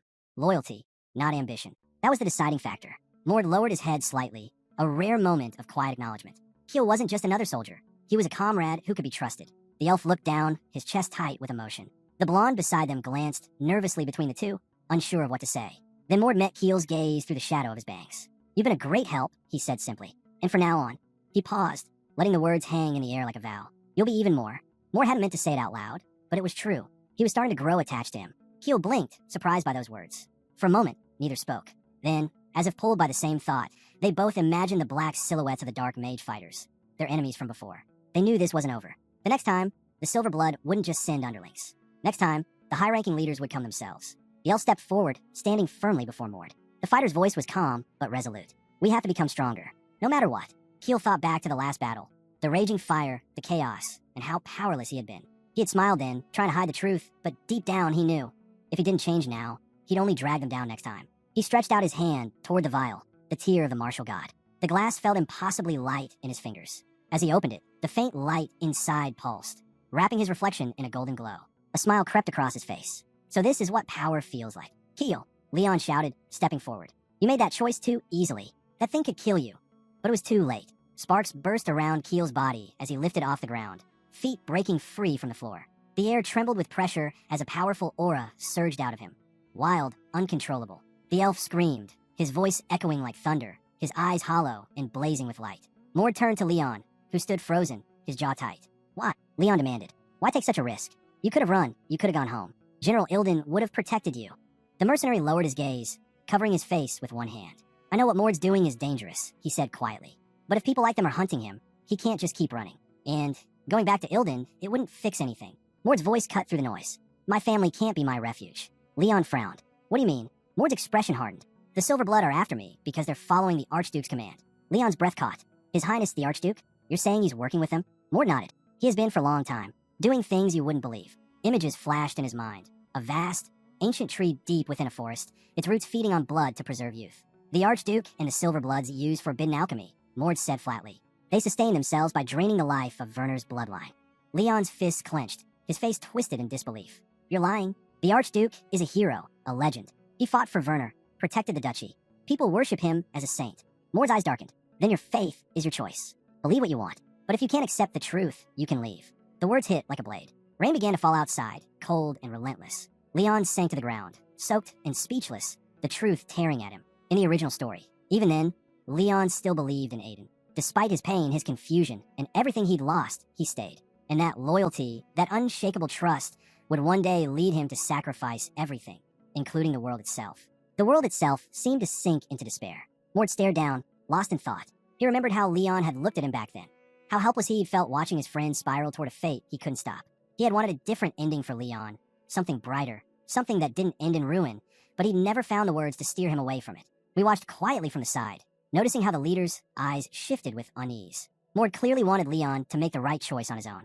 "It's sad, isn't it?" Mort said softly. "To risk your life for someone you don't even trust." Leon turned toward him, confused and offended, but Mort looked away. That brief, distant glance cut deeper than words. A cloud of dust drifted through the air, blurring Leon's outline. He still couldn't bring himself to believe it, that the Archduke he'd revered all his life was nothing more than a monster hiding behind a title. His thoughts slipped back to the battlefield, to the skeletal enemies, to the moments he'd fought side by side with Mort. He remembered the glowing crystal they had once discovered together, and how, beneath its light, Mord had said something that had made no sense at the time.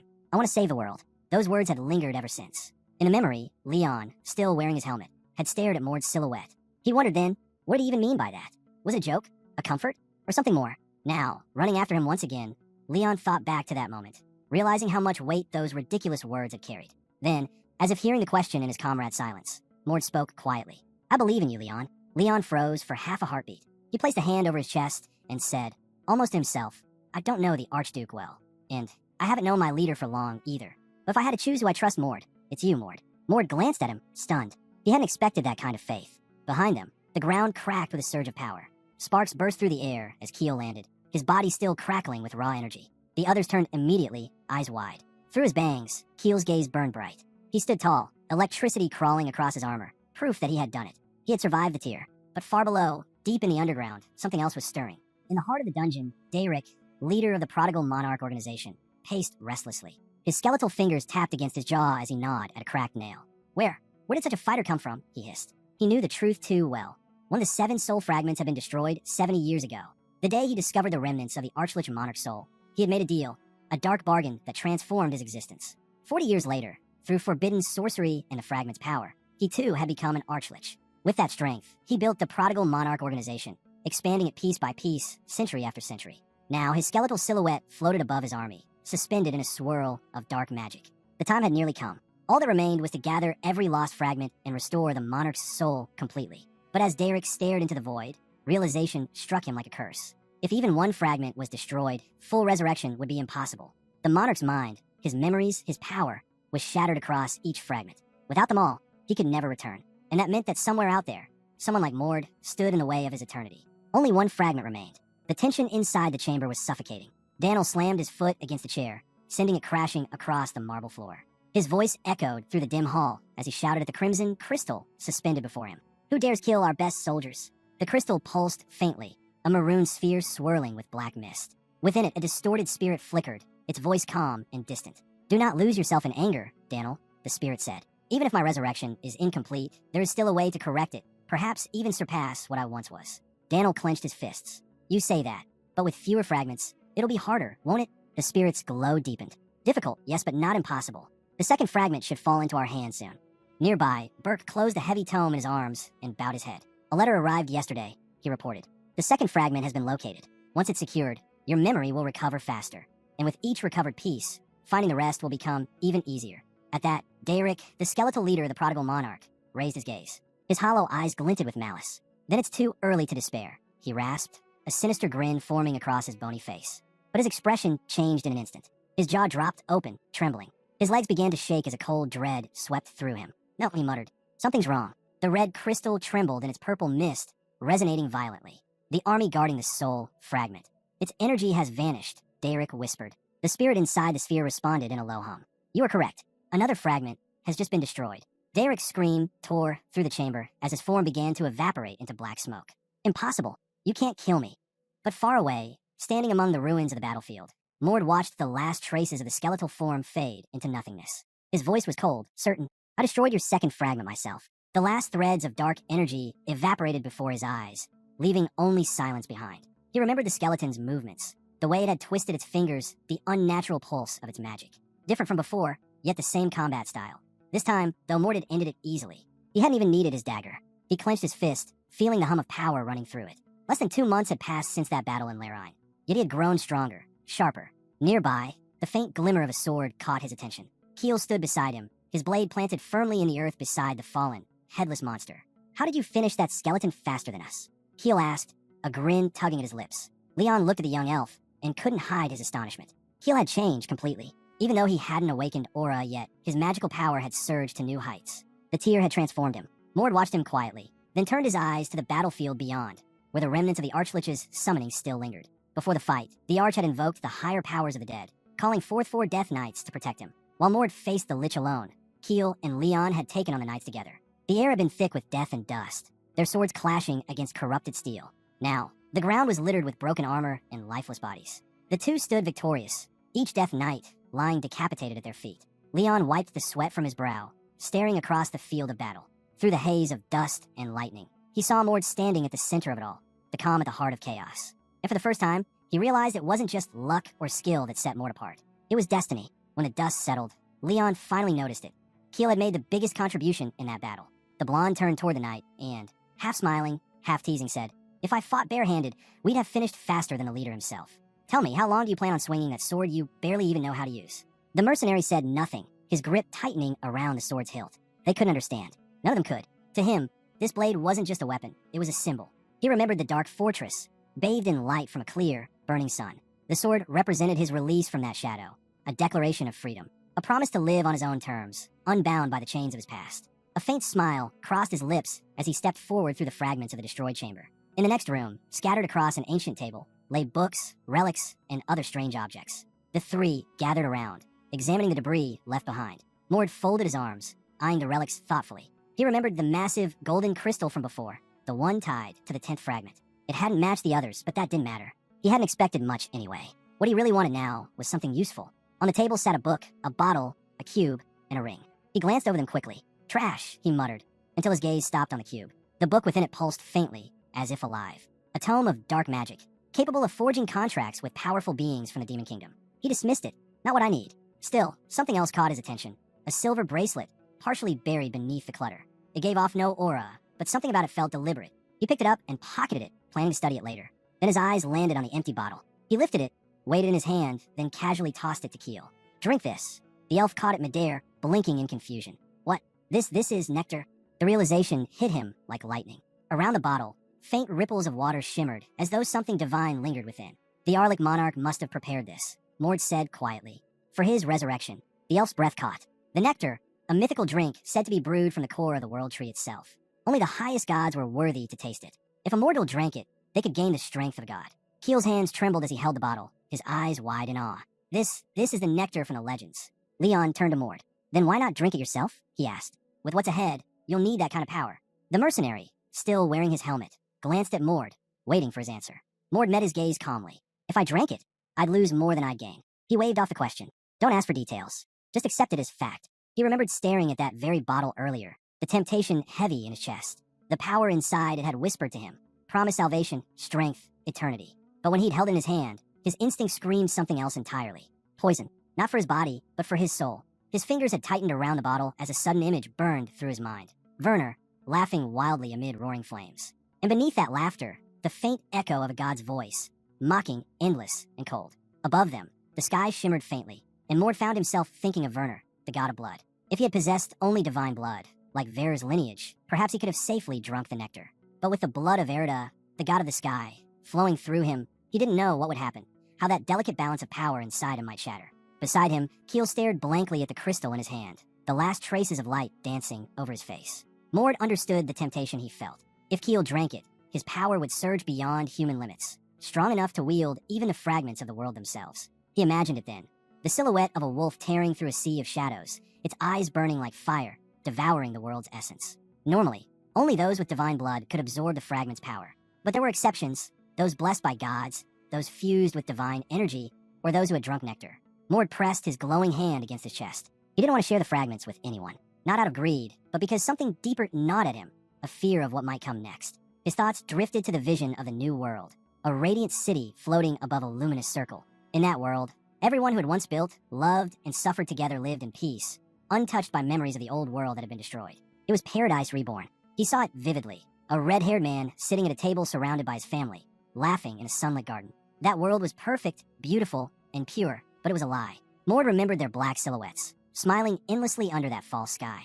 They were not real, just imitations, copies of people, shaped by the will of the so-called hero, Aiden. Aiden had wanted to create a world of eternal comfort, a world that fulfilled every human dream. But that dream had twisted into something else. In that memory, Aiden had stood among the illusions, pointing furiously at the people around him. "This isn't what I wanted," he'd shouted. The perfect world his enemies desired was nothing more than a fantasy, a cage of false joy.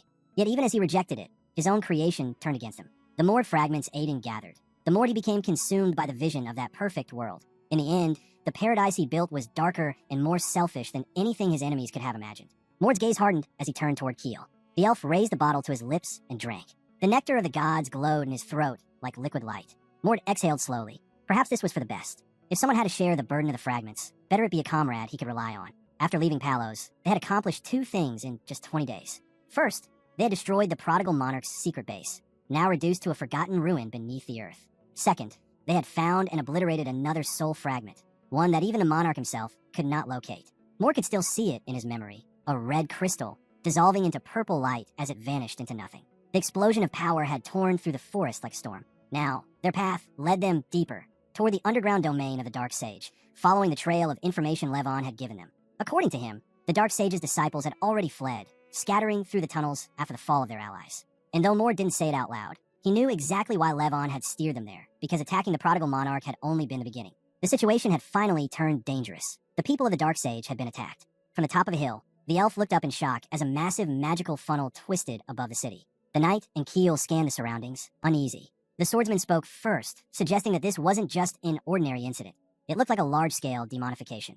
The elf nodded grimly, saying that if that were true, high-ranking soldiers had to be involved. The protagonist stared ahead, his mind replaying the dark silhouettes forming across the hills. The first time their unit had faced demonification, it had been a vortex only about 500 meters wide.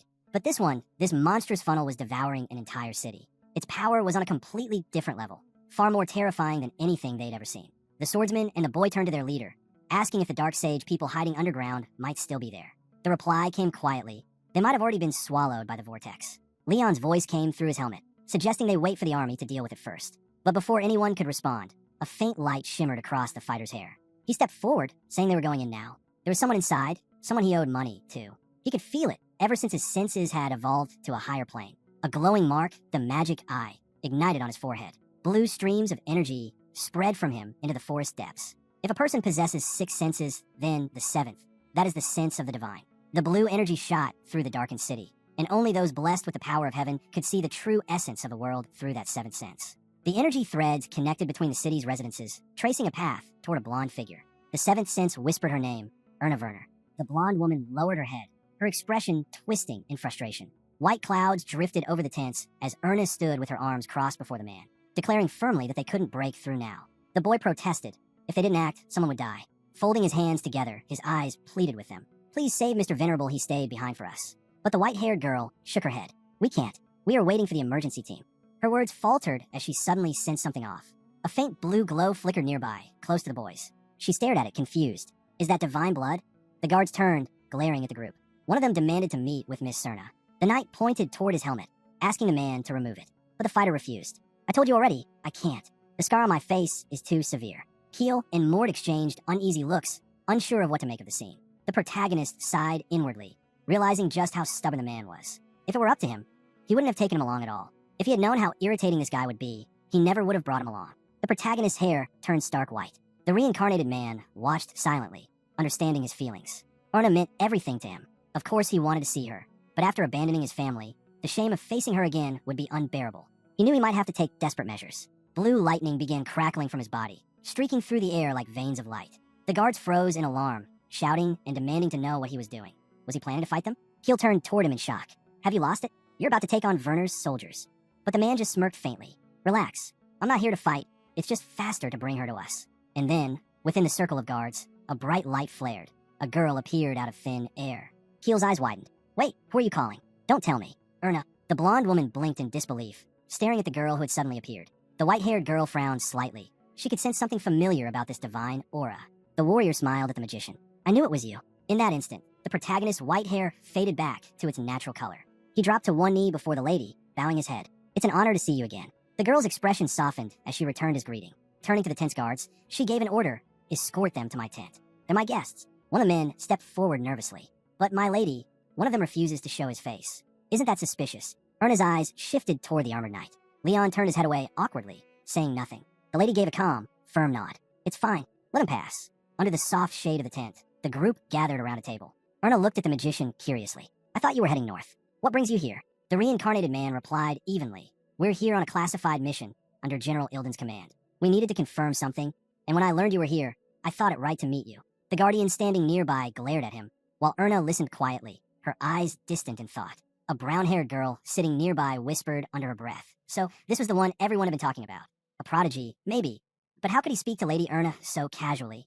The warrior beside her frowned. You're on a secret mission, right? Then shouldn't you be avoiding attention? Why come see her here, of all places? The protagonist looked straight at her, his tone steady. Because I owe her a debt. I was saved by the tear of the god of martial arts, the one she gave me. The maid's hand flared with yellow lightning, crackling with divine power. The white-haired girl's eyes widened. Wait, what do you mean? He drank it. Lightning flickered from the young man's body as he spoke calmly. Yes, I drank it and mastered the aura. The girl stared at him in disbelief. Erna stepped forward, shaking her head. That's impossible. You mastered aura at 15. The brunette gasped. Even Miss Erna, the prodigy herself, couldn't do that at 15. She had the best training since childhood. Another guard's eyes widened. How? Who is this boy? Erna closed her eyes for a moment, then smiled faintly, still trying to comprehend it. You're far more gifted than I imagined. It's been only 3 months since you left, and already, so much has changed. The boy met her gaze silently. She turned toward the others, noticing the companions standing at his side. And you even brought company. The blonde stepped forward with an easy grin. An honor to meet you. I serve under General Ilden, top-ranked warrior Keel. Erna returned the smile politely. A pleasure, Keel. The knight, still wearing his helmet, looked at her with a heavy, almost oppressive air. I'm just a hired mercenary. Nothing more. Erna tilted her head slightly. It's been a long time, hasn't it? Leon. The knight stiffened. The girl smiled awkwardly, glancing toward the others. The dim light beneath the tent flickered softly as the mercenary muttered. Leon? Who's Leon? Erna turned toward Mord. You wouldn't happen to know, would you? The protagonist sighed. Yeah, I do. The girl frowned. Why is he always like this? The mage chuckled nervously. It's not what it looks like. The warrior smirked knowingly. Oh, I remember him now. Her eyes shifted to the knight at the entrance. The moment I saw you, I knew it was you. In a flash of memory, Leon turned his head away, avoiding her eyes. I figured you didn't want anyone to recognize you, she continued softly. That's why I had you brought here. But really, Leon, did you think I wouldn't know you? Leon hesitated, then slowly reached up, removing his helmet. Ow, how did you recognize me? Erna smiled gently. We were close, remember? It would be strange if I didn't. She turned toward the boy beside him, smiling warmly. I've heard stories that you've been wandering the continent as a mercenary. I'm glad you're alive and well. I just didn't expect you'd be traveling with Mord. Leon's mouth parted slightly, his thoughts drifting back to the past, to a young girl smiling brightly at him. Erna, the girl who had once felt like a sister, and a painful reminder of everything he'd lost. He placed his helmet down on the table, eyes distant. She's always been like this, he thought. Even when I tried to keep my distance, she still looked out for me. A faint shadow crossed his face. And maybe that's why I envy her. The brown-haired man closed his eyes and smiled softly. One thing was certain. He was truly happy to see her again. The mercenary smiled too.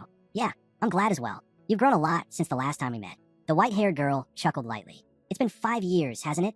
You do remember I'm 20 now, right? The protagonist turned toward the smiling lady, his expression suddenly serious. There's something I've been meaning to ask you. Erna tilted her head, curious. He continued. You recognized me through divine blood. Could you do the same with Werner? She paused, studying the mage. Yes, but only with people I already know. Her eyes narrowed slightly. You could do it too, can't you? The reincarnated man nodded. I can. I've known it for a while. I can only sense those I'm connected to. The white-haired girl blinked in surprise. I learned that technique 2 years ago, and you're telling me you mastered it barely a year after awakening your divine blood? The blonde smirked faintly, shaking her head in disbelief. You can read divine blood in aura? Looks like I underestimated you. Erna closed her eyes for a moment, her brows tightening. I expected nothing less, but still I thought I could expect even more from you. Then her tone shifted. Now that we've met again, I wish we could sit down and talk properly. But this isn't the time. The reincarnated man frowned. Why? What happened? Erna's gaze darkened as she recalled the scene. Shattered buildings, magic tearing through the air. You've heard of demonification, haven't you? If it reaches the 3rd level, the entire city will be wiped out. Not a single soul left. And if a rift opens inside the dungeon, it'll go down as a historic catastrophe. In her mind, she saw it clearly. The battlefield blazing under the white storm. She and Viden had been dispatched to stop the outbreak. Soldiers surged forward, blades drawn, as Vin charged ahead, shouting that he'd handle the front. But then came the smile, that twisted demonic grin. Her voice grew quiet. The result was a massacre. The boy flinched, stepping toward her. The white-haired girl spoke up, her tone low and heavy. Half his squad was wiped out before we even got here. Only he made it back to report. In the memory, Erna's face appeared weary, drained of strength. The worst part, she murmured, is that Viden's still trapped inside. The white-haired girl's mind flashed with an image. A red-haired man, surrounded by thorn-covered branches, imprisoned in the chaos. Everyone went silent. The horror on their faces said enough. Erna exhaled slowly, her shoulders sinking. We sent an emergency unit, but it'll take them 3 days to arrive. Her voice softened with regret. We want to rescue the survivors, but until reinforcements come, all we can do is wait. She turned toward the group, her expression resolute. In the meantime, you need to understand what we're facing. This is no ordinary threat. This is the demon army. The leader's voice was steady but grim. The core of this dungeon is likely made up of high-class demons. Among them, there could even be a count of the demon realm. An account commands an army, other high-class demons under its control. My squad alone can't handle that. The white-haired girl's eyes narrowed sharply. The boys exchanged uneasy glances, taken aback by the scale of the threat. Erna continued, her tone unwavering. Even so, if there's a chance to save those who are trapped inside, then it's a risk worth taking. The protagonist glanced at her slyly, a quiet thought crossing his mind. Viden didn't appear in the original story, probably because he dies here. He smirked faintly. I'm not helping just because that red-haired fool's fated to die. But something about this is off. Erna turned to the boys, her gaze earnest. Please, lend us your strength. Mord hesitated. Wait, Ona wasn't in the original either. Reborn's mind flashed with an image. A black silhouette engulfed in an explosion. If the reason is that Erna dies before Viden's story begins, he thought, then that means she could die here too. He clenched his fist. This is my chance. If I can stop her death, I'll see firsthand how she became the future Archduchess. A grin tugged at his lips. And if I rack up enough achievements by taking down high-ranking demons, it'll push me closer to the second stage of awakening my divine blood. The group set out across the scorching desert beside Erna's soldiers. The wind howled, sand whipping at their faces. Remember, Erna said firmly, walking beside him, our goal is to rescue the trapped, and then retreat. Don't forget that. The protagonist frowned slightly, but nodded. Erna's squad has 15 soldiers, he calculated. Including us, that makes 18. 2 of them have divine blood, Erna herself among them. For in total, the odds aren't bad. His gaze shifted toward the night. That makes 3 of us. Leon still hides his divine blood to protect his identity. Suddenly, beasts darted across the sand. Massive wolves with eyes burning red. Monsters incoming, shouted one of the fighters. Erna spun around. Front line, hold position. But more shapes emerged from the rear. The soldier's voice cracked in alarm. They're surrounding us. Erna and Mord stood shoulder to shoulder, their expressions tense as the growls closed in from every direction. We need to clear a path toward where Viden is, the white-haired girl said quickly. But I can't sense him. He's far from here. I know where he is, the protagonist said calmly, his eyes narrowing. Erna turned toward him. You're certain? I am. The lady closed her eyes for a brief moment, then smiled with quiet confidence. Then I'll trust you. Her voice rang out, strong and clear. Everyone, awaken your divine blood. A surge of blinding light erupted through the ranks. Soldiers shielded their eyes as divine energy rippled outward, crackling through the air like thunder. When the light faded, the protagonist's eyes glowed white. He looked ahead without hesitation, while beside him, Erna stood tall, lightning sparking around her like a storm given form. The battle had begun. The guard's gaze sharpened, her aura flaring to life. The air grew tense as the group steeled themselves, every muscle taut with battle readiness. Erna's voice cut through the silence. Enough waiting. It's time to move. Smoke and dust rose near the rocks as shadows closed in. The red-haired fighter gritted his teeth. I rushed in too recklessly. Gray clouds swirled overhead. He clutched a wound on his side, wincing. This is all my fault. Ahead of them, a horde of monsters emerged from the haze. Dozens, maybe hundreds, their eyes glowing in the dark. I'm sorry, the warrior muttered, his voice heavy with guilt. Because of me, we're all going to die here. The demons sneered, their wicked grins glinting under the dim light. Jagged axes gleamed in their hands. The men shared nervous smiles, trying to mask their fear. Botone, one of them snapped, save your bad jokes for later. You're killing my focus. Wolf shot him a sharp look. Don't lose hope. We're not done yet. A winged demon stepped forward, spreading its massive black wings. For demons, it hissed. The flesh and blood of one with rare bloodlines is a delicacy. The men looked up, faces pale. The creature's grin widened. And divine blood? That's a feast fit for a count. I'll take a taste myself before I serve it at his table. Botone clenched his fists. A high-ranking demon? So that's who's leading this army. Great. Things just got worse. The blonde turned to his comrade. I'll handle the master. The rest is yours. He stepped forward, standing alone before the demon horde. I'll open a path, he said quietly. A pale yellow moon shone above the desert, casting long shadows across the sand. His master called out sharply. What do you think you're doing? Stop this madness. One of the men turned to the red-haired fighter. Do you remember that boy? The blonde stood motionless, his back to them, eyes on the horizon. I do, he said softly. I was cursed to become a lycanthrope. The villagers tried to burn me alive when I was 10. His memory flickered, a child bound to a tree, flames licking up the bark as terrified eyes looked on. But he saved me, the blonde continued. He pulled me from the fire. If it weren't for him, I wouldn't be standing here now. The fighter's body began to change, fur rippling across his skin, claws extending from his fingers. Walt looked at him and nodded firmly. Then repay that debt. But promise me one thing, don't give up. The boy's body completed its transformation, his form twisting into that of a towering wolf. The demon commander chuckled darkly. A lycanthrope, huh? How convenient. I've always wanted to taste one. Wolf's eyes glowed with feral light. We'll see who's eating who. With a snarl, the wolf launched forward, slamming into the demon commander with tremendous force. Fangs sank deep into the creature's shoulder, tearing away flesh in a spray of blood. The demon roared in pain, and the commander, watching from behind, could only stare with a twisted grin as the real battle began. Everyone watched in stunned curiosity as a blue aura began to surge around the boy. The energy rippled through the air, flickering like lightning. The beast is devouring its enemies to restore power, the demon sneered. A second monster stepped forward, its staff glowing with a sinister purple light. The ground trembled as the demon army advanced toward Walt. The lycanthrope moved with explosive speed, leaping high into the air. His claws gleamed under the moonlight as he slashed downward. One brutal strike, and his foe's body was ripped apart. Landing on the sand, he glared at the oncoming horde, his fangs bared. The demon commander grinned, amused. Impressive. You're strong. Wolf's eyes blazed with fury. The demon raised his spear, voice dripping with mockery. No regrets left, I assume. A beam of purple energy erupted from his weapon, crashing into the wolf like a divine punishment. Smoke poured from Walt's body as he staggered back, growling through the pain. The commander lunged, swinging his spear in a deadly arc. The blade cut deep across the lycanthrope's chest. He struck again and again, each blow merciless and precise, until the final hit sent wolves flying. His body slammed into a rock with a thunderous crack, dust erupting into the air. Vine tried to rush forward, but Botone held him back. Don't. You'll be killed. The brown-haired man gritted his teeth. Let me go. I can't just stand here. His master's voice was heavy. If he's facing a high-ranking demon, he won't survive. But at least let him die with honor. The commander approached, smiling wickedly. Don't worry, he said. You'll join him soon enough. Suddenly, the ground shook. Blue pillars of light burst through the battlefield, slamming into the demon from all directions. The creature turned sharply, eyes wide. Around him, dead monsters littered the sand. What is this? Before he could react, a blinding flash filled his vision. A massive energy pillar shot straight toward him, swallowing him whole. It was mirage destruction. The explosion tore through the air, shaking the desert.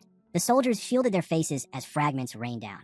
Botone grabbed his lord. Step back. Now. He lifted him off the ground, leaping clear of the falling debris. The brown-haired man looked up in horror. A rain of pulse bombs? Who could? A human figure landed atop a rock, blue lightning crackling across his body. The protagonist. He stepped forward, eyes glowing white, aura blazing. The demon turned toward him, frozen. The reincarnated man raised his hand, and the creature's head snapped violently toward his grasp, pulled by sheer force. Terror filled the demon's eyes just before the final blow came. Mord clenched his fist and struck. The impact split the air like thunder. The demon's body collapsed, headless, before him. The others stared in disbelief. Was that telekinesis? One of them whispered. That's a martial artist technique. Even the red-haired man's eyes widened in shock. Before anyone could react, the lycanthrope lunged forward, fury blazing in his eyes. Biden shouted his name. Wolves. Stop. Mord turned, catching the beast's wrist mid-attack. The two stood face to face, man and wolf, lightning crackling between them. Biden rushed forward, shouting, Stop. Don't. I don't know who you are, but Wolf's our ally. He can't even tell friend from foe right now. I don't want you to hurt him. The red-haired lord's voice trembled between fear and desperation. Mord's eyes stayed fixed on the lycanthrope. I know, he said quietly.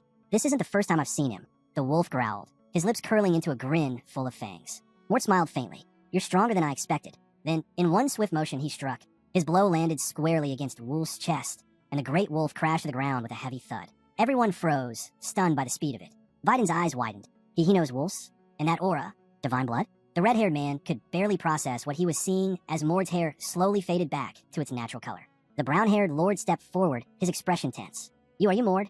Mord turned to him, calm and unbothered. Yeah, I am. And now I see why we don't look alike. We've got different mothers. The soldiers gasped, stunned by the revelation. The lord's thoughts raced. If that's true, then he's the illegitimate child, the one who threw the entire Archduke's family into turmoil. He drew in a sharp breath. How did you end up here, Mord? Mord reached into his cloak and tossed him a small bottle. I was just passing through.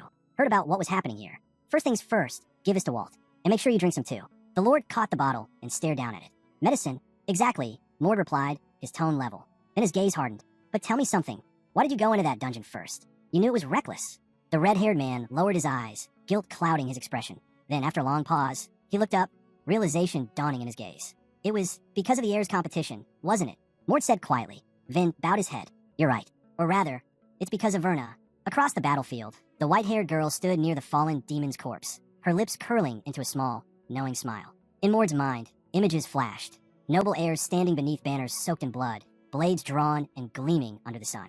The struggle for succession never stopped, he thought. The fight for the next Archduke's seat only grew fiercer. He remembered the names clearly. The Archduke's eldest son, his older brother, Alan, the current favorite to inherit the title. Dren, the third contender. Huvin, the fourth. In his memory, the two noble heirs walked before a cheering crowd, wearing confident smiles. Vin's voice echoed faintly in his mind. All of them are still in the race, each already building their legacy. Mord, still younger back then, had watched them from the crowd, fists clenched. His eyes burned with quiet resolve. They're far ahead of me, he'd thought. But that just means I'll have to catch up. The memory shifted. A younger Mord sprinting down a dusty road, wind whipping through his hair, the sun blazing behind him. He wouldn't stop until he claimed his place in that race. Biden straightened his back, his voice steady but filled with emotion. Of course I never planned to give up. I believed that if I just accepted my shortcomings and worked harder, I'd be able to close the gap. In his memory, a long-haired girl sprinted past him, swift, effortless, her figure disappearing into the distance. He clenched his fists as Erna ran ahead, determination blazing in her stride. But, he said quietly, Erna took that chance away from me. The scene shifted. Erna knelt before the Archduke, calm, and composed, while the red-haired Vidin watched from behind. Since she was a child, he continued, Erna's always stood out. They called her a genius. Even though she entered the competition 2 years after me, she caught up in no time. Documents covered the table in his memory, pages scrawled with intricate runes and sigils. That's why, he said bitterly, I started volunteering for dangerous missions. They were reckless, but they gave me a way to earn achievements quickly. And at first, it worked. In his hands, he held a small golden statue, one of the rewards for his success. With each mission, I widened the gap between us, he said, eyes darkening. But I made one terrible mistake. The memory flickered. The battlefield frozen in ice, bodies of fallen soldiers scattered across the snow. While I was on a mission at the northern border of the White Kingdom, Vidin said quietly, everything fell apart. The Orda family interfered. He recalled the massive white mansion of his enemies, standing proud under the frost. Failing the mission was bad enough. But losing to the Ordas, our sworn rivals, that was humiliation. He sighed deeply. My impatience got the better of me. I joined Erna's mission, afraid she'd overtake me again. I told myself I was going to outshine her, to take back what I'd lost. In his mind's eye, fire consumed the rocky cliffs. The ground was scorched, a crater yawning beneath the smoke. But greed blinded me, he said. I convinced myself my reckless choices were rational. And because of that, my men, innocent soldiers, died for nothing. Mord stood exilingly beside him, listening, his gaze thoughtful. Vidin lowered his head. I should have waited no matter how long it took. Mord's expression darkened. Erna didn't appear in the original story, he thought. I never knew she would push both Leon and Vidin aside like this. She was already the strongest among the heirs in magic. But maybe that's not all there is to her. An empty medicine bottle rolled across the sand near them, the wind carrying it away. Vidin looked up suddenly. Mord, why did you come to help me? Mord sat down beside him. Because Erna asked me to. The red-haired man blinked in surprise. She asked you. Mord nodded. Yes. While I rescued you, her squad would act as bait to draw the enemy's attention away from us. The Lord's eyes widened as the realization struck him. Erna had gambled her own safety to give them a chance to survive. The red-haired man turned sharply when the mage warned that they were coming. Beside him, the white-haired girl quietly closed her eyes, brushing a few loose strands from her face. The protagonist spoke up, remarking that she'd arrived faster than he expected. The warrior explained that, at first, they were overwhelmed by a massive army of monsters, but as the battle went on, the assault began to weaken. She suspected it was deliberate, a trap to draw them deeper into the dungeon. The deeper they went, the stronger the demon count. The dungeon's core would become his power spreading through every soldier in his army. The red-haired man glanced at her, clearly surprised. The white-haired girl turned her back to him, her tone cool as she said it was good to see him alive. You should thank Mord. If it weren't for him, he'd be dead by now. Ven frowned, asking why she said that. The warrior looked at him, curious about what he meant. The fighter added that she'd heard it was she who asked Mord to help him. The red-haired man lowered his gaze, his voice quiet but heavy. Why would she do that? They were rivals. Wouldn't it be better if her rival disappeared? Erna closed her eyes, replying calmly that it was true. They weren't family, not even friends. But he should know, you don't need a reason to save someone's life.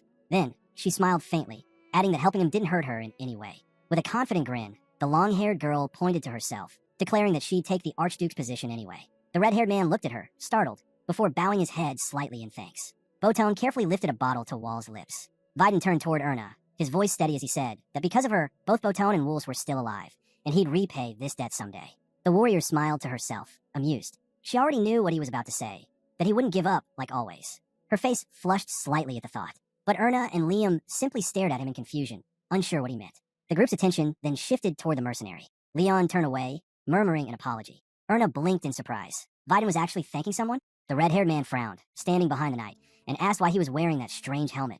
Calling him by name, Leon. The mercenary turned his head slightly, his presence drawing the attention of the crowd. Wait, is that Leon? Someone whispered. The knight sighed, turning away. The fighter frowned, noticing the two-handed sword and the odd helmet. Why would a descendant of Burns be fighting like that? He asked. A comrade shook his head. There's no way Mr. Van would lie, and his voice, it really does sound familiar. Finally, the knight let out a frustrated sigh and tore off his helmet. Why does everyone recognize me so easily? He groaned. The gentleman stared at him, puzzled. Were you seriously trying to hide your identity like that? Leon turned away again, muttering quietly. I was just asking if. It hit him so suddenly that he froze, eyes wide, then shut them tightly as he grabbed his head, trying to figure out how the man had recognized him at all. The gentleman simply pointed out, the bracelet.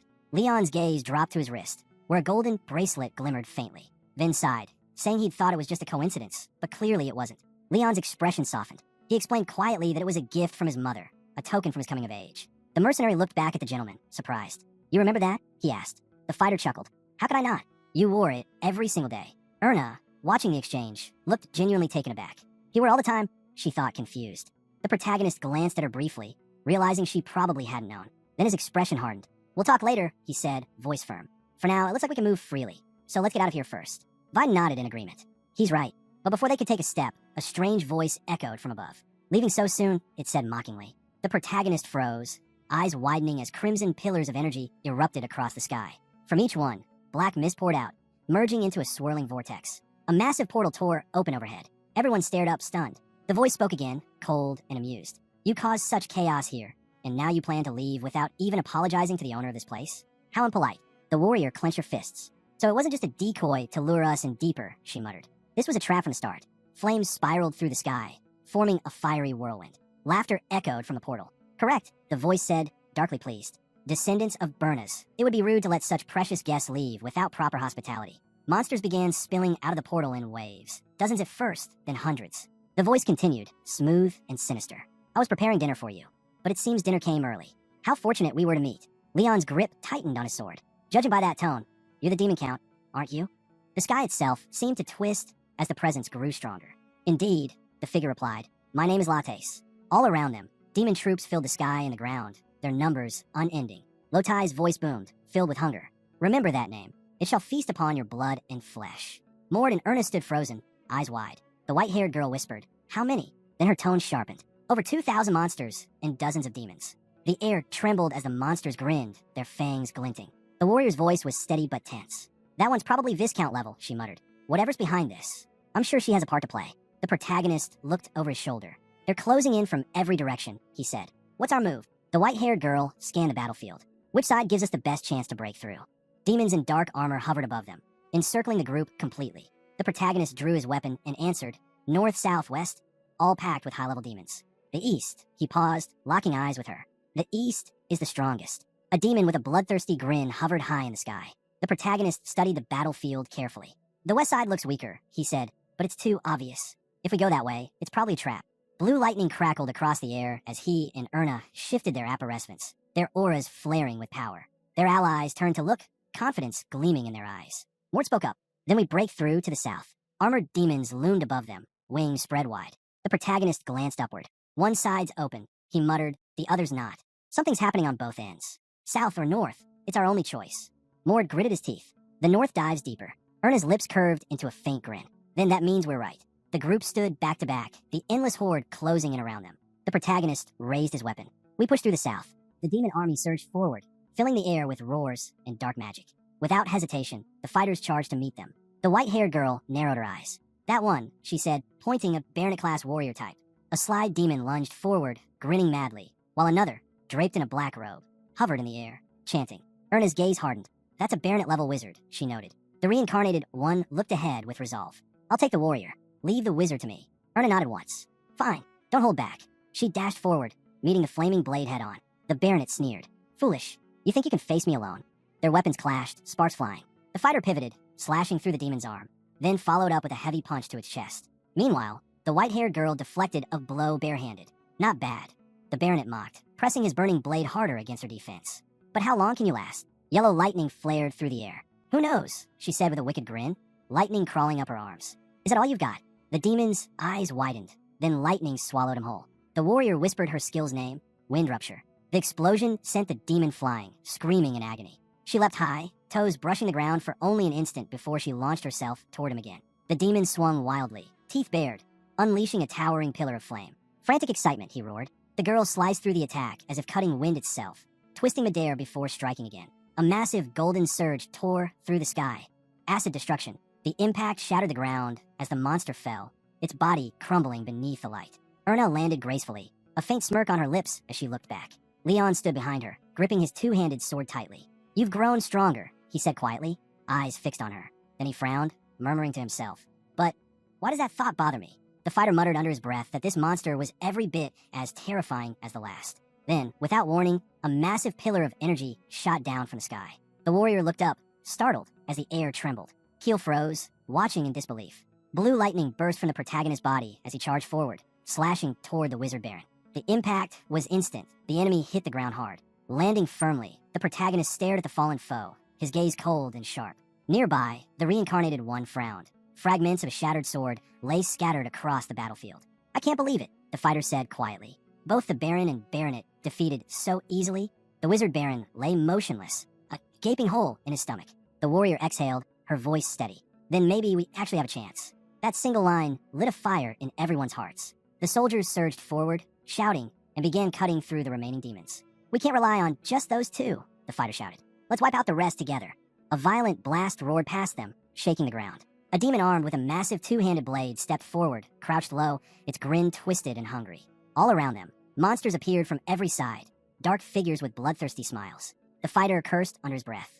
"They've got defensive lines closing in on us." High above, a demoness floated in the air, a wicked smirk spreading across her face. "I didn't expect you to break through this quickly," she said, her voice echoing with malice. Black energy poured from her body, filling the air like smoke. The brunette among them narrowed her eyes. "You must be the younger children of Werner, strong ones," she said, her tone sharp. "Even if I ignore that fact," she smiled darkly, "you're still impressive." The main character frowned, studying the demoness closely. He thought to himself, normally, demons acting as dungeon cores channel energy to their troops from afar. But if a demon count were to place their own consciousness and power into a Viscount's body, they could raise it to near count level strength. A dark purple aura flickered from his blade as the mage whispered, uneasy, "Wait, can demons actually evolve?" Then came a surge of power, black and suffocating. The demoness grinned. "Submit quietly, and I'll grant you a painless death. You can even choose the manner yourself." The protagonist turned to the warrior beside him. "We'll take this countdown together," he said firmly. "It's the only way." Erna hesitated. "And the others?" Morden looked back. "We trust them." Vida met her gaze, his expression grave. Erna straightened and said, "Then I'll command the troops. You handle the demon count." The fighter glanced between them. "Are you sure you can take him on? Just the two of you?"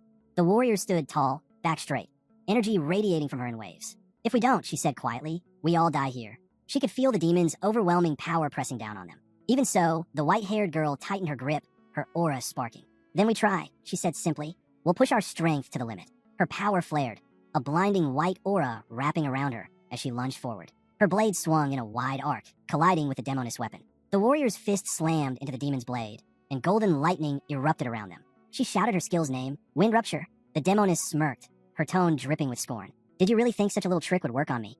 Erna only grinned in return. "Just as I thought, you didn't even flinch." But before she could take another step, a sudden flash of movement struck behind them. The main character was hit hard from the back, his attacker crashing into the ground from the sheer impact of the counter. The brunette demoness snarled, slamming her hand against the dirt as Mord and Erna closed in from both sides. She raised her arm, purple energy swirling in her palm. Destruction flash. A blinding beam erupted from her hand, tearing through the air. The white-haired girl was thrown to the ground, her body skidding across the stone. When she lifted her hand, tendrils of black aura were crawling over her skin. The protagonist rushed over, kneeling beside her. He pulled out a small bottle filled with glowing liquid. "Drink this. It's a healing potion," he said. "You'll recover quickly." She nodded weakly, but frowned. Even so, fighting her alone isn't easy. Hold out for 30 seconds. A surge of purple light spread through the area.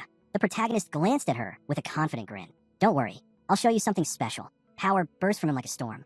"Now that I'm using my secret skills." He clenched his fist, energy rippling through the ground. "I'll end this with my own hands." The air trembled. A radiant aura enveloped him, growing stronger with every heartbeat. Across the field, the Count, trapped in a demon's body, stared at him, eyes blazing. Lattes hissed. "So, you do have a useful artifact, or maybe a divine blessing. No one's ever made me feel pain like that. Don't even think about dying painlessly." Dark blades of energy formed around him. "Combat dance of the blazing swordsman," he roared. The reincarnated hero dashed forward, calling out to Erna, "Stay back." He moved like lightning, his steps carving streaks of blue across the battlefield. Energy blades sliced past him, each one missing by inches. The demon Count swung again, the edges of his blades glowing an eerie blue. Then, spreading his arms, he declared, "I'll finish this in one move." But before the strike could land, his eyes went wide. A massive glowing fist appeared out of nowhere, slamming into his defense. The Count barely blocked in time. The impact sent him hurtling backward through the air. Light flooded the battlefield. The protagonist stood at the center of it, surrounded by a shining, ethereal form. "This," he said firmly, "is the second blessing I received from the god of duels, the divine body of light." Inside the glowing construct, his outline shimmered like a spirit of pure power. Latte struggled to his feet, staring in disbelief. What is that? How can you wield such power?" Mort stepped forward, eyes narrowed. "Because he's a descendant of the god of duels." Behind them, Erna turned slowly, her gaze fixed on the radiant figure before her. "What is this? Divine body of light?" she whispered. She had read of it before, in the ancient myths of Werner, but she'd always believed it was a legend, a tale passed down and exaggerated through time. Now, seeing it with her own eyes, she could hardly breathe. "It's real," she murmured, stunned. "It's actually real." The man stood tall before his enemies, his glowing form radiating across the battlefield. The reincarnated one spoke quietly, almost to himself. Before the end of the legendary era, there were races of enormous size, giants that roamed the lands. In that ancient time, Werner had once clashed with a man unlike any other. Mort explained, To overcome the difference in sheer size and strength, the god of duels of that era created the divine body of light, a colossal being formed from divine blood itself. The protagonist surged forward, striking blow after blow, each hit shaking the earth. His eyes were sharp, his movements fluid. For a moment, it was as if he were piloting a living machine, one made of pure light. He realized that with the blessing of the light body, a person's strength could surpass their normal limits by more than 30-fold. But even such a miracle had its weakness. Its design was intricate, and it devoured magical energy at an alarming rate. The Count, still inside his demon host, let out a furious roar and slammed the ground, launching a barrage of violet beams toward the shining figure. The rays cut through the air, striking the divine body. A demonic blade flashed from nowhere, slicing toward its throat, then stabbing straight through the head of the luminous giant. Lattes laughed maniacally. So, the light body isn't as invincible as you thought. You're no god of duels, just a pale imitation. But then, light began to pulse from the bracelet on the protagonist's wrist. Mord recognized it instantly. That bracelet! It's a mana storage artifact, one he took from the great mage's machine. So he's finally using it. The protagonist's voice was calm, unwavering. Even if the light body is damaged, it only consumes mana. I'll be fine. The massive arm of the divine body began to reform, glowing brighter with each second. The mage observed awed. Incredible. Even a severed limb or a pierced neck can be restored instantly, so long as he feeds it mana. The light body reached forward, its massive hand wrapping around the Count. Lattes froze, eyes wide with terror. This ends now, the protagonist said quietly. The demon shrieked. Then, behind the protagonist, Werner's spectral form appeared. Ward raised his weapon and slashed, cutting the demon Count into countless fragments. The battlefield fell silent. Later, an emaciated old man sat upon a throne, his voice weak but steady. Wolves explained that once the battle was over, they returned to the dungeon core. But by then, Lattes had already drained all his magic. Because he had been confined to a Viscount's body, finishing him had been far easier than expected. With the threat gone, they finally made their way back to the village. There, the people were already celebrating. Word had spread. Werner's squad had stopped the demon invasion. A festival would be held in their honor. Under the calm night sky, a villager spoke quietly. A single delay, and we'd all be dead. Another replied. I heard there was a man who defeated the demon Count all by himself, down in that dungeon. Who was he? The first asked. High above, on a balcony overlooking the village, Mord and Ernest stood side by side in silence. The protagonist looked out over the lights below, the wind gently stirring his hair. For now, the night was peaceful. The protagonist turned toward the girl beside him. I hope they'll say it was all you're doing, he said quietly. Just mention that I was moderately useful. They both gazed out at the city lights below, the night sky calm and deep. The white-haired girl frowned slightly. You want me to take the credit? She asked. I can't do that. The mage shook his head. It doesn't matter. I'm on a classified mission anyway. Reporting anything to my superiors would be pointless. The protagonist's expression grew serious as he looked ahead. There's one more thing, he said to himself. After this battle, I've seen what you're truly capable of. You have over 50% more mana than I do. He remembered how she'd fought. Graceful, precise, overwhelming in power. With that kind of talent, he thought, you could catch up to the other successors in just a few years. The warrior glanced at him, brow furrowed, unsure of what he was thinking. He sighed inwardly. That's why I want to make her the next Archduchess, he mused. And for that, she'll need to build her list of achievements. The girl turned to him, surprised. He smiled faintly. If it makes you uncomfortable, then think of it as repayment. I still owe you something, after all. The white-haired girl crossed her arms. If there's a debt, she said simply, then it must be repaid. Mord's thoughts grew darker for a moment. He couldn't help but wonder, when Erna learned the truth about the Archduke, whose side would she take? After all, his real mission was to kill him. He stared out at the glowing city, the wind rustling his hair. Who would even believe, he thought bitterly, that the Archduke, a national hero, carries a secret like that? Finally he spoke. Erna, if you ever learn the truth, would you still trust me? They stood there under the starry night sky, the silence stretching between them. Erna tilted her head, curious. What do you mean by that? The protagonist's voice was calm, but firm. When the time comes, you'll understand everything. The girl met his gaze, her tone serious. No matter how difficult it is, he continued. Will you still support my choice? The warrior closed her eyes and smiled faintly. Of course, she said. He turned to her. You really think everything will be okay? She recalled the demon Count, their hopeless odds, and how his strength had turned the impossible into survival. Maybe I'll regret this someday, she admitted softly. But when Lattes appeared, I realized something. Even if reinforcements had come, without you, we'd all be dead. Her voice wavered with quiet honesty. So yes, you're the one who saved my life. And because of that, I can't refuse your request. She paused, smiling a little awkwardly, even if I might fear regretting it later. They faced each other in the dim glow of the city. Don't worry, the warrior said finally, her tone steady. This kind of decision isn't made lightly. Then she smiled once more, her eyes calm. My mother taught me that much. From a young age, she said softly. I was taught that only those who understand the weight of their promises can truly be trusted. Erna's words lingered in the air. She glanced toward the protagonist, who looked quietly surprised, then smiled and thanked her. The mage closed his eyes and grinned, calm and content. Watching him, the white-haired girl thought to herself that even someone like him could smile so easily, so gently. The night sky above them shimmered with countless bright stars. Then Mort spoke again. "One more thing," he said seriously. "I'd like you to swear to keep what I'm about to tell you a secret. Don't share with anyone, not even your family or those you trust most." He smiled faintly. "It's a secret worth keeping, and in return, I promise it will be worth your silence." The girls stomped lightly on the ground, determined. Together, they walked toward the towering doors ahead. Mort glanced at her. "You saw me use God's techniques earlier, right?" She nodded. "The reason I can do that," he continued, "is because I met him and learned from him directly." Erna looked up at the massive doors with a faint grin of satisfaction. As sunlight poured across the walls of the ancient building, the protagonist added quietly, "Then, let me tell you how it happened." The scene shifted. Mort sat beside the bed of a wounded fighter, his expression thoughtful. "You were injured pretty badly," he said, "but since you're a descendant of the god of duels, your recovery will be fast." Viden, the red-haired warrior, gave a short laugh. "If I were anyone else, I wouldn't have made it." He reached for a small box and handed it to Mort. "I owe you," he said firmly. "If it weren't for you, I'd be dead and buried in that dungeon. So I prepared something for you, though I'm not sure you'll like it." Mort raised a brow. "What is it?" Inside the box lay a gleaming red stone. The mage's eyes widened. "This is your divine bloodstone?" Viden nodded. The mage frowned, puzzled. "Divine bloodstone? I've never heard of such a thing. Even in the records of the archmage who ruled the world, nothing like it was ever mentioned." The red-haired man chuckled. "That's because you're new to this. You've only just joined the family, right?" Sunlight streamed through the window, illuminating the room as Viden continued. "This stone," he explained, "is formed from the essence of divine blood, something only official descendants can create. It's a sacred right, granted through the Archduke's blessing at the temple." He paused, looking down at the stone. "Usually, it's something we pass on to our children. I made this one myself, intending to do the same someday." But his voice softened. "I couldn't think of anything more fitting to give to the man who saved my life." The protagonist stared at him. "So what does it do?" Viden smirked. "You'll find out soon enough. Just try to connect it with your own blood when you're ready. It's a catalyst. It amplifies the power within your bloodline, but it only works once." The red-haired man said quietly, "It can only be used once in a lifetime." The protagonist carefully placed the box into his bag, but before he could turn away, the red-haired warrior spoke again. "There's something I've been meaning to ask you."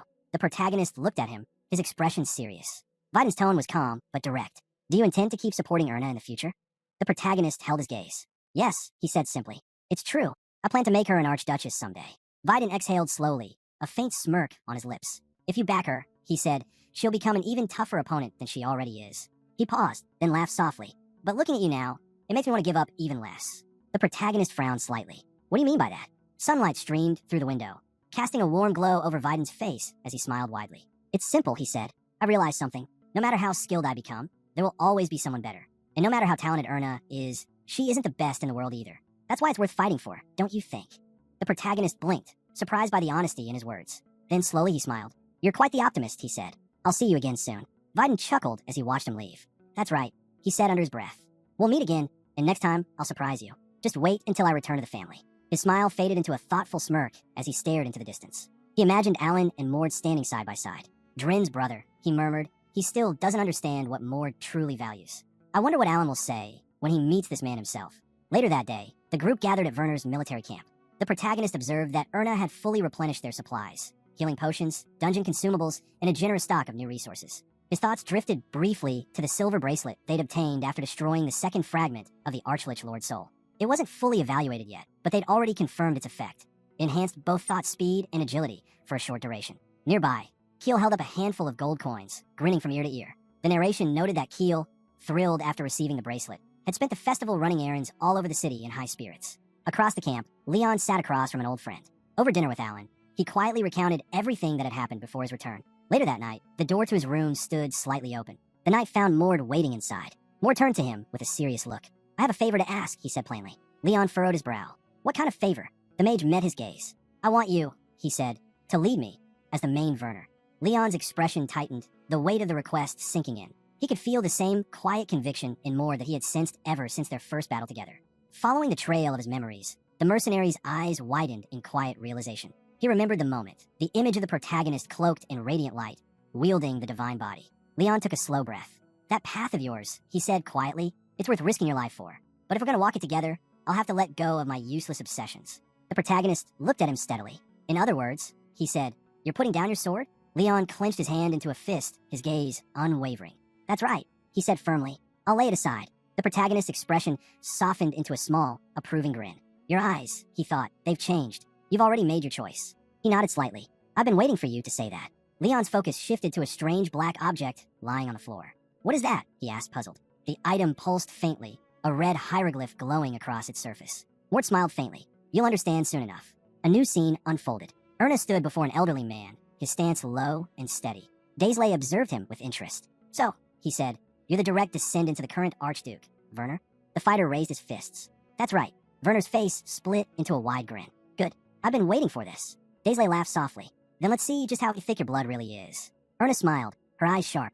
The fighter exhaled slowly, bracing himself as the air grew heavy between them. Not far away, a man in a black robe stood in shadow, watching with a malicious grin as he turned a crystal over in his hand. The protagonist's voice echoed through the darkness. That's the Sage of Darkness, an organization born from evil itself. Their goal is to resurrect the Archmage Eriksson. A silhouette appeared, a man with a glowing mark on his forehead. His smile was wide and unsettling. Behind him stood others, faces hidden, watching silently as events unfolded. More continued. Unlike the prodigal monarch, every key figure in their ranks is human. They run crime networks, underground guilds, and enterprises all across the continent. They use them to fund their projects and to harvest test subjects. A map appeared before him, a mark etched over one city. Mort said grimly, one of their main strongholds. The Sage of Darkness commands every underground organization there. It's their safest territory. Above ground, the streets of Durin were peaceful. The citizens walked with bright smiles, celebrating the festival, commemorating the suppression of the demon realm. The protagonist's tone darkened. That's what makes it perfect. While everyone celebrates, the Sage of Darkness moves beneath them. Deep below the city, in the dark tunnels of Durin, the dead lay scattered across the stone. A lone fighter stood among them, sweat dripping down his face. His trembling hand bore a glowing mark. He looked at the others around him, voice trembling. What were you all doing? The blonde beside him gritted his teeth, blood staining his armor. Their enemy smiled coldly in the darkness. The harvest, the reborn one said quietly, was greater than I expected. The fighters raised their weapons again, exhaustion and dread in their eyes, but none dared retreat. They knew this was only the beginning. A malicious grin curved across the main character's face. He couldn't believe it. The left hand of the sage was here. In his mind, he pictured a crowd cloaked in black, gathered beneath the sigil of the all-seeing eye. He remembered. The dark sage was followed by 12 high-ranking warlocks, and among them, 3 stood above all. He saw it clearly, one with a mark near his mouth, known as the lips of the sage. Another bore a symbol etched into his hand, the right hand of the sage. And finally, a robed figure with a mark glowing on his palm, the left hand of the sage. All 3 shared one terrifying trait. Each possessed a fragment of the world. Within a glowing magic circle, a red crystal pulsed above one of the followers. The mage recalled that these fragments were the very key to awakening Eriksson. Now, Aiden stood face to face with the sage himself. The protagonist remembered, 2 years later, that same Sage of Darkness gathered every fragment and succeeded in resurrecting Eriksson. Mort's thoughts darkened. He pictured Aiden again, his expression cold and resolute. In the end, it was Aiden who destroyed them all, claiming every fragment for himself. That was something Mort could never allow to happen again. The reincarnated one fixed his opponent with a deadly glare, eliminating those who could one day bring calamity. That was how he would also protect the world's fragments. He turned to his ally and warned him coldly. This one is the second strongest of the Dark Disciples. Don't underestimate him. He carries a fragment as well. The left hand of the sage frowned, his voice sharp. What do you know about me? A blue aura surged from beneath his feet, and within his chest, a fragment shimmered. The protagonist's eyes narrowed. With 10 fragments of the world already in his possession, it was easy for him to sense others who carried them. His gaze shifted toward the mercenary. The man gave a confident nod. Leave this one to me. Leon clenched his fist, blue lightning crackling around it. I want to test the power I gained in hell. The left hand's eyes thinned. Divine blood. You're from Bernard's, aren't you? Then show me why you're so sure of yourself. A wave of black aura exploded from the disciple. Confidence like that, he said coldly, only leads to ruin. Mort smirked. Let's see if he can actually win. His magic power is far beyond yours. But Leon stepped forward without hesitation. If I feared that, he said, I would have never joined this war. The warlock thrust his hand outward, conjuring a swarm of black serpents. Skill, circle snakes of the eastern lands. Leon darted forward, lightning flashing around him, his movements sharp and precise as he dodged the serpents, charging straight at his foe. The dark follower glared at his opponent, fury radiating as black energy pulsed from his body. Kneel before the might of true magic, he roared. The knight's eyes widened in shock, but the blonde fighter didn't flinch. He pressed his palm against the warlock's chest. 6 circle curse, soul bind. A wicked smile spread across the student's face. Let's see you recover from mortal agony. Lightning flared as the mercenary raised his hand, crackling with blue energy. The warlock sneered, lifting his gaze to the sky. This ends now. Before he could react, the fighter drove his fist forward, slamming the dark mage into the ground. The impact shook the air. He leaned over his fallen foe with a smirk. Tell me, he whispered, how does mortal pain feel now? Blood still fresh on his knuckles. The blonde remembered kneeling in that same position once before, staring down an enemy with a bloodthirsty grin. Nearby, a brown-haired man watched the aftermath, frowning slightly. Above the mercenary, a shimmering energy body flickered into view. The number of times the god of duels defeated you yesterday, the knight muttered, was over 200. The The protagonist stepped forward, his tone serious but approving. Excellent work. You've finally mastered the combat body. The brown-haired fighter chuckled softly. Compared to you, it's like looking at a god. The main character allowed himself a faint smile, just as a dim light glimmered from behind a nearby building. Don't rush, Mord said quietly. You've already accomplished plenty. Behind that same building, a terrified man crouched in the shadows. His voice trembled. The leader defeated? Impossible. He narrowed his eyes, mind racing. They hadn't found him yet. The others had already stolen the confidential documents and escaped. All he had to do now was slip away unnoticed. But before he could move, a cold blade pressed against his throat. Keel stood behind him, his expression calm and detached. What's left of the rat? The youth asked. The follower's eyes darted toward Keel's hands, terror overtaking him. What is that in your hands? Behind the young man lay a trail of corpses. Keel spoke casually, as if commenting on the weather. I just thought I'd make their job a little easier.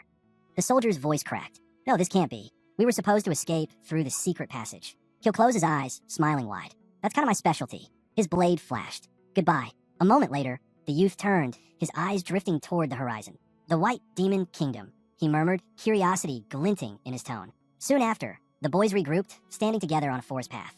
The protagonist nodded. Good. Everything's in order. We're heading back to the gate guard unit. One of the warriors sighed. Not bad, but General Ilden promised us 8 months. It's only been 4. The protagonist's gaze hardened as he pictured the boys in uniform. The Silver Blood group will catch up soon, he thought.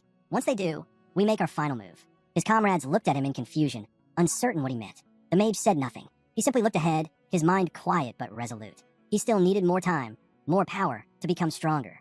If things kept going this way, he wasn't sure those two would survive when the Silver Blood appeared. His thoughts drifted back to Lion's battle. Even with the god's blessing flowing through him, Lion still needed time. Time to absorb the lessons earned through countless duels. In a flash of memory, Keel's blade gleamed at an enemy's throat. Mord recalled that Keel, too, had gained on Nora's power after consuming the sacred nectar. But he hadn't yet fully adapted to it. Keel stood with his arms crossed, his gaze fixed forward.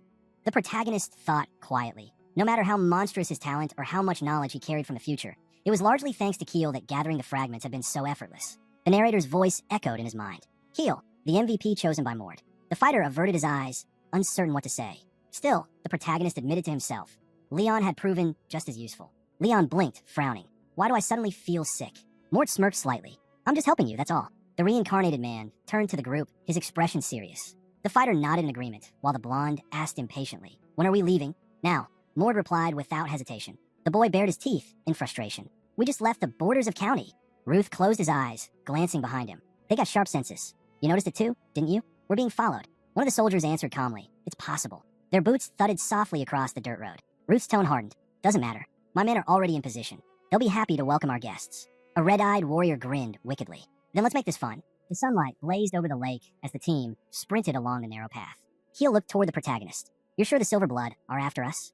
I'm sure, the protagonist replied, glancing over his shoulder.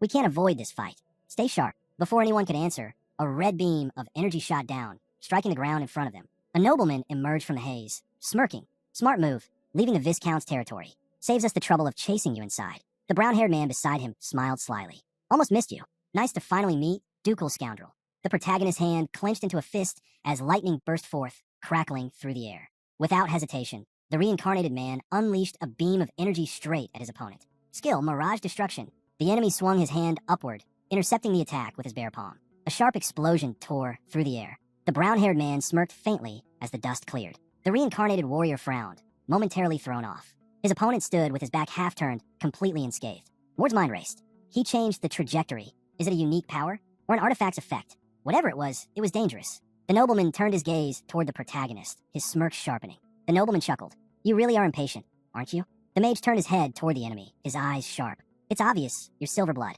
Hidden figures shifted in the shadows of the trees. Even if you weren't, the mage continued, I doubt my reaction would change, not with this many ambushers waiting strike. The brown-haired man closed his eyes briefly, a faint frown forming. Such a sharp perception, as expected. Mort spoke evenly.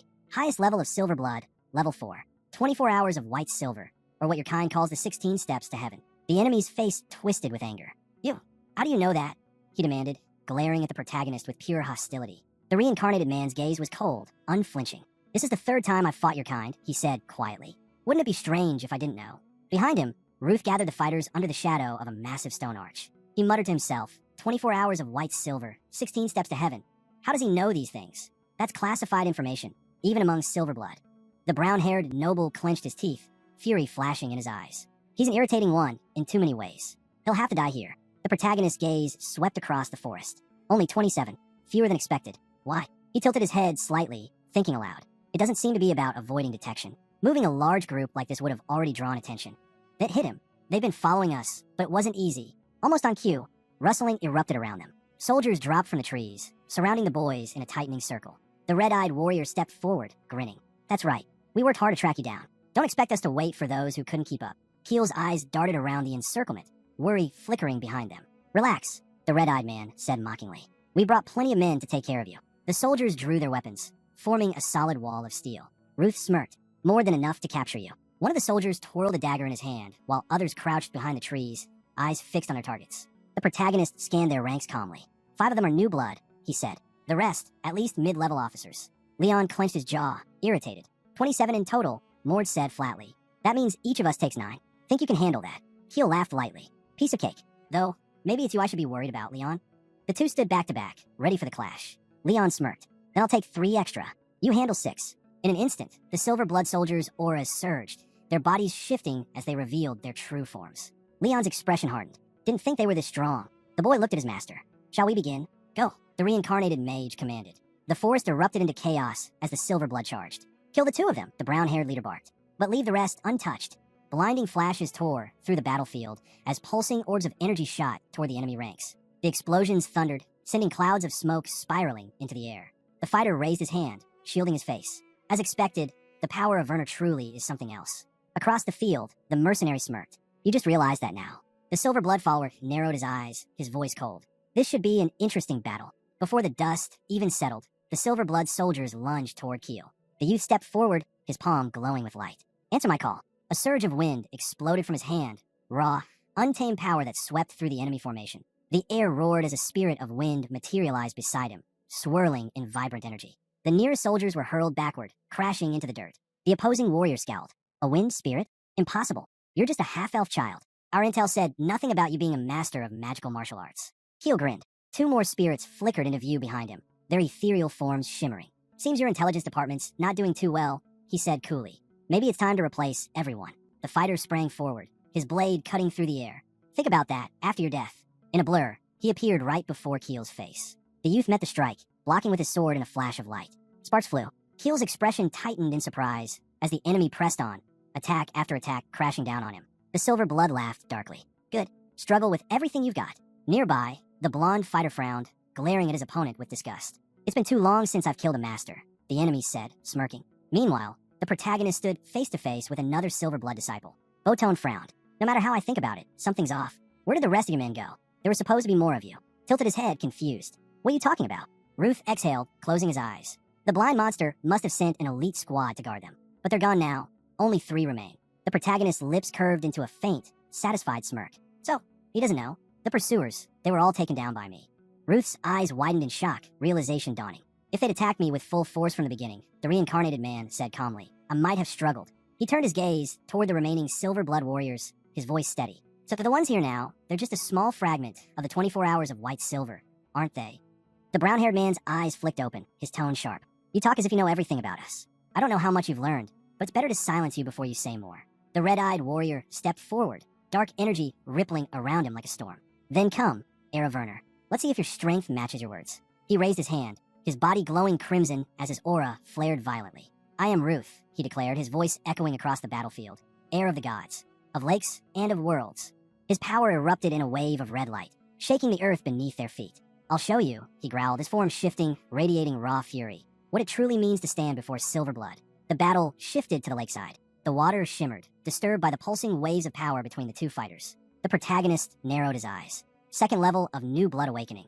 And he's using an artifact too. Across the clearing, the nobleman smirked arrogantly. We formed this squad because there were many of you, he said, his tone dripping with confidence. So I should thank you for so politely introducing yourself.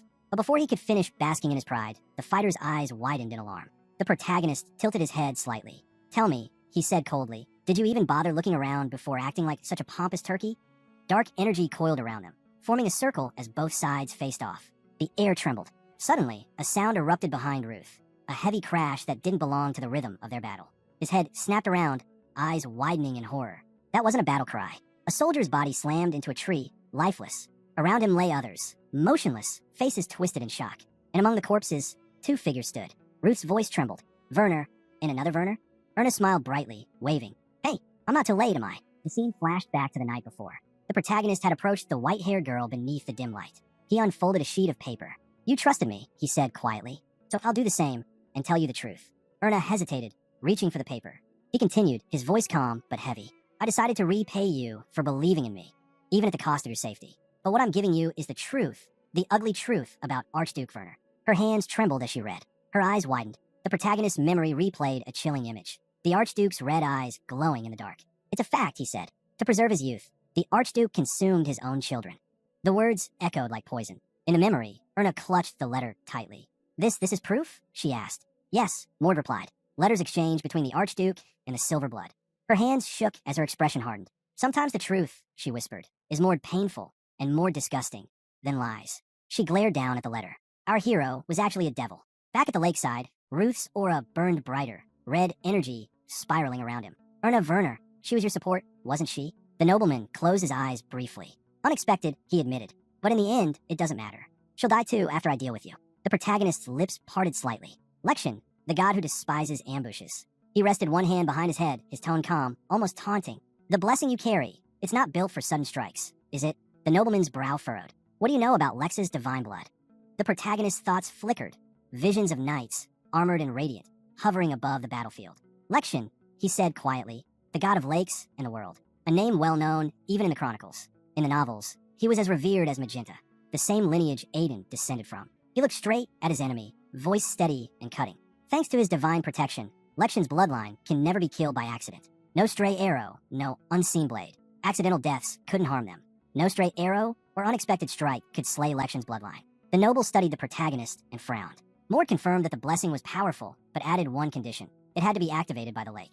Annoyingly, its effect could be extended to allies. The protagonist scanned the field and said he would end this quickly, then deal with the rest. Ruth called him insolent. An arrow whistled through the air. Ruth declared his subordinates would cut down their friends first. The arrow struck the man's head and glanced aside. Fighters stood along a cliffside while others in black suits observed from the trees. The archer called the ability interesting. For the squad's best soldiers, Shadow Wolves readied themselves. The half-elf noted the squad had been delayed for some reason. The group leapt from a cliff. One warrior explained they'd taken a longer route to avoid detection and arrived as fast as possible, aware an ambush might be waiting. The Silver Blood followers looked up bewildered. Their leader ordered them to hurry to make up for lost time, then landed with a heavy thud.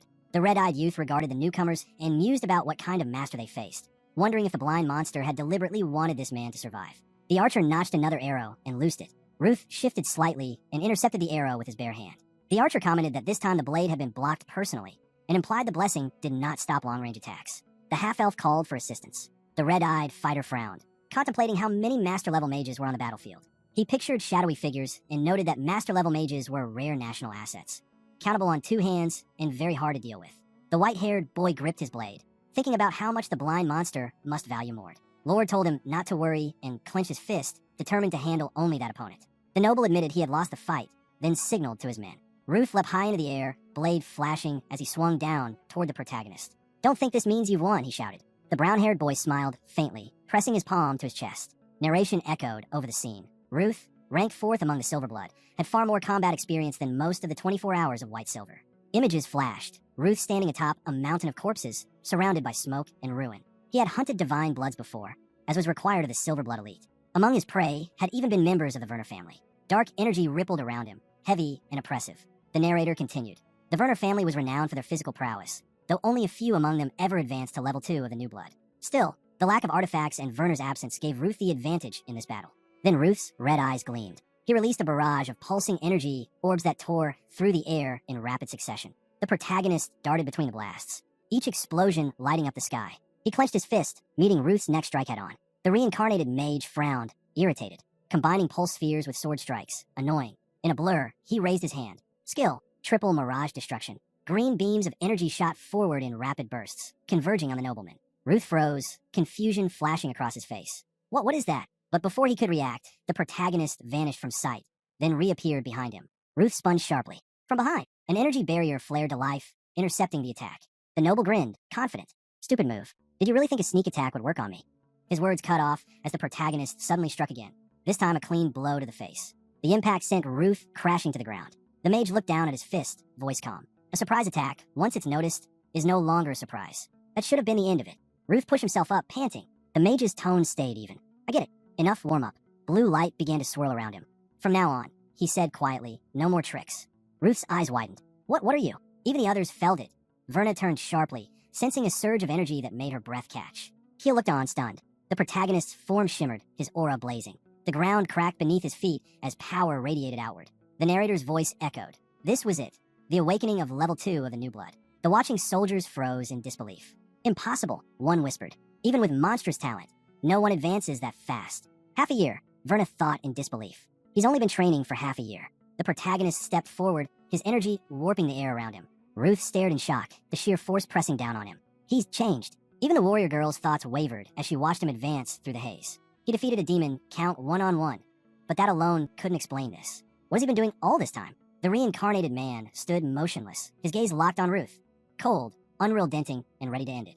All this time, the protagonist had been fighting, relentlessly. He pictured Ultaz, the battlefield still vivid in his mind. That 1-on-1 clash with the demon baron had carved itself into Memorty. Corpses littered the ground. He remembered his battles against the Silver Blood, against a high-class warrior who fell before him. He recalled the skeletal remains of the Archlich he had destroyed, along with 2 high-level mages who had stood by its side. Then came the image of the blonde witch, the god-cursed witch, slain in her full release form. And finally, the demon count, the battle that ended only days ago. The protagonist clenched his fist. His power pulsed through the air as he struck at Ruth. The noble blocked, his blade trembling under the impact. Ruth gritted his teeth. How could he be this strong? The reincarnated man's voice was calm, almost curious. So this is the power of the new blood? The artifacts you're so proud of, they're not the originals, are they? Just copies. A chilling light flickered in his eyes as he stepped forward. Let's see how durable your imitation really is. He lunged, his fist glowing. Mirage destruction. A searing green beam shot toward Ruth, shaking the ground. The noble steadied himself and advanced, shouting, so what if you have magical abilities, divine blessings, or artifacts? That's all you've got. The protagonist met his gaze coldly. Then why are you losing? Ruth's fury deepened. Even with an artifact, the difference in strength, how is it this vast? A sudden flash of yellow illuminated the battlefield. Everyone turned. Ruth's eyes widened in disbelief. What is that? How much power have you been hiding? The reincarnated warrior dashed forward, his speed breaking through the light. Ruth swung his sword up just in time, catching the strike. Sparks erupted as their weapons clashed. The protagonist's voice was steady, cutting through the chaos. You lost because you couldn't predict the scope of your own power. Shock rippled through the silver blood ranks. The glow around the youth intensified, golden and wild. Mort's gaze hardened. And that's not all. You couldn't predict the power of my comrade either. In the distance, a long-haired elf held a brilliant energy sphere, its light bending the air around it. Beside him, the white-haired elf stood with his warriors, radiating authority. The narrator's tone deepened. The ancient elves, beings who, according to legend, once battled the gods themselves. Descendants of the divine tree. To carry their blood is to bear the heritage of true elven nobility. The silver blood soldiers stared at the blonde half-elf in disbelief. How can a half-elf possess the power of the ancient ones?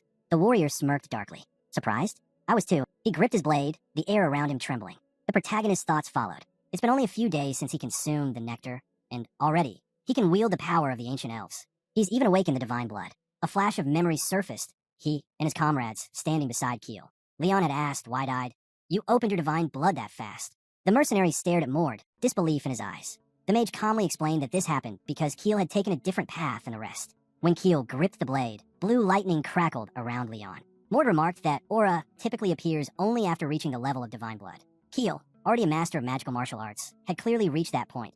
He was now capable of wielding aura. The warrior charged forward, ready to strike. To the reincarnated one, it was no surprise. Reaching the level of divine blood so quickly was only natural for him. The blonde fighter activated his skill, Bracelet of Speed. In an instant, he lunged. The silver blood soldier raised his blade to block, but Keel vanished from sight and reappeared behind him, driving a kick straight into his back. The impact sent the soldier crashing to the ground. Stunned, the fighter struggled to comprehend what kind of speed he had just witnessed. Before he could recover, he turned, only to see Keel raising a hammer, crackling with lightning. Wait, he cried out. But before the plea could finish, a bright column of light erupted from the ground. Ruth clutched his chest in panic, and then Keel's fist was already before his face. The blow landed hard, sending him flying through the air. His body smashed into a tree before crashing to the ground. Keel looked down at the aristocrat, his tone cold and confident. That's what I'd expect from someone blessed by the gods. Even with his artifacts shattered, the wounded boy was still conscious. Trembling, he looked up at Keel and begged, spare me. I'm a high-ranking member of the Silver Blood. I can give you information, something that could help you greatly. Mort stepped forward, his voice calm but firm. We don't need it. He walked slowly toward the noble. If someone of the 4th rank holds it, there's probably nothing valuable in that information. Anything useful would be under strict restriction. and you'd never tell anyway. The silver blood follower collapsed to the ground, fear written all over him. Please, spare me. I can still be useful. The mage clenched his fist. You're lying. Ruth's eyes went wide with terror. Merciful goddess, please. White clouds drifted above the mountains. A lone figure stood with his back turned, staring into the distance. Another man approached and asked quietly, what happened? The ranks of the 24 white bloods. There's been a break, said the brown-haired one. Farther up the mountain, several men were climbing. Daisley spoke, his tone grim. Judging from that scream earlier, I'd say he's dead. Not surprising, considering he was 4th rank. Am I right? Yes, the brown-haired man replied. But in the center of that scream, I saw something unbelievable. The stranger narrowed his eyes. The stranger pictured a formidable protagonist in his mind. The brown-haired man said it looked like the monster that could bring them trouble had opened its eyes, and in doing so had killed one of the 24 white silvers. Daisley said it was amusing and asked whether the culprit might be divine blood. The brown-haired replied anything was possible. A thick fog rolled through the mountains. Black silhouettes moved inside it. Daisley said he didn't know when this would end, and that they'd have to deal with it upon returning. The monster pressed a hand to its chest and addressed the silver blood men. It observed that they belonged to a rebellious dragon line. White clouds drifted above the trees. A fighter asked where a boy like that had come from. His comrade said he didn't know. Keel crossed his arms and warned them not to try to reason it out. He offered that advice as someone who had spent time with the boy.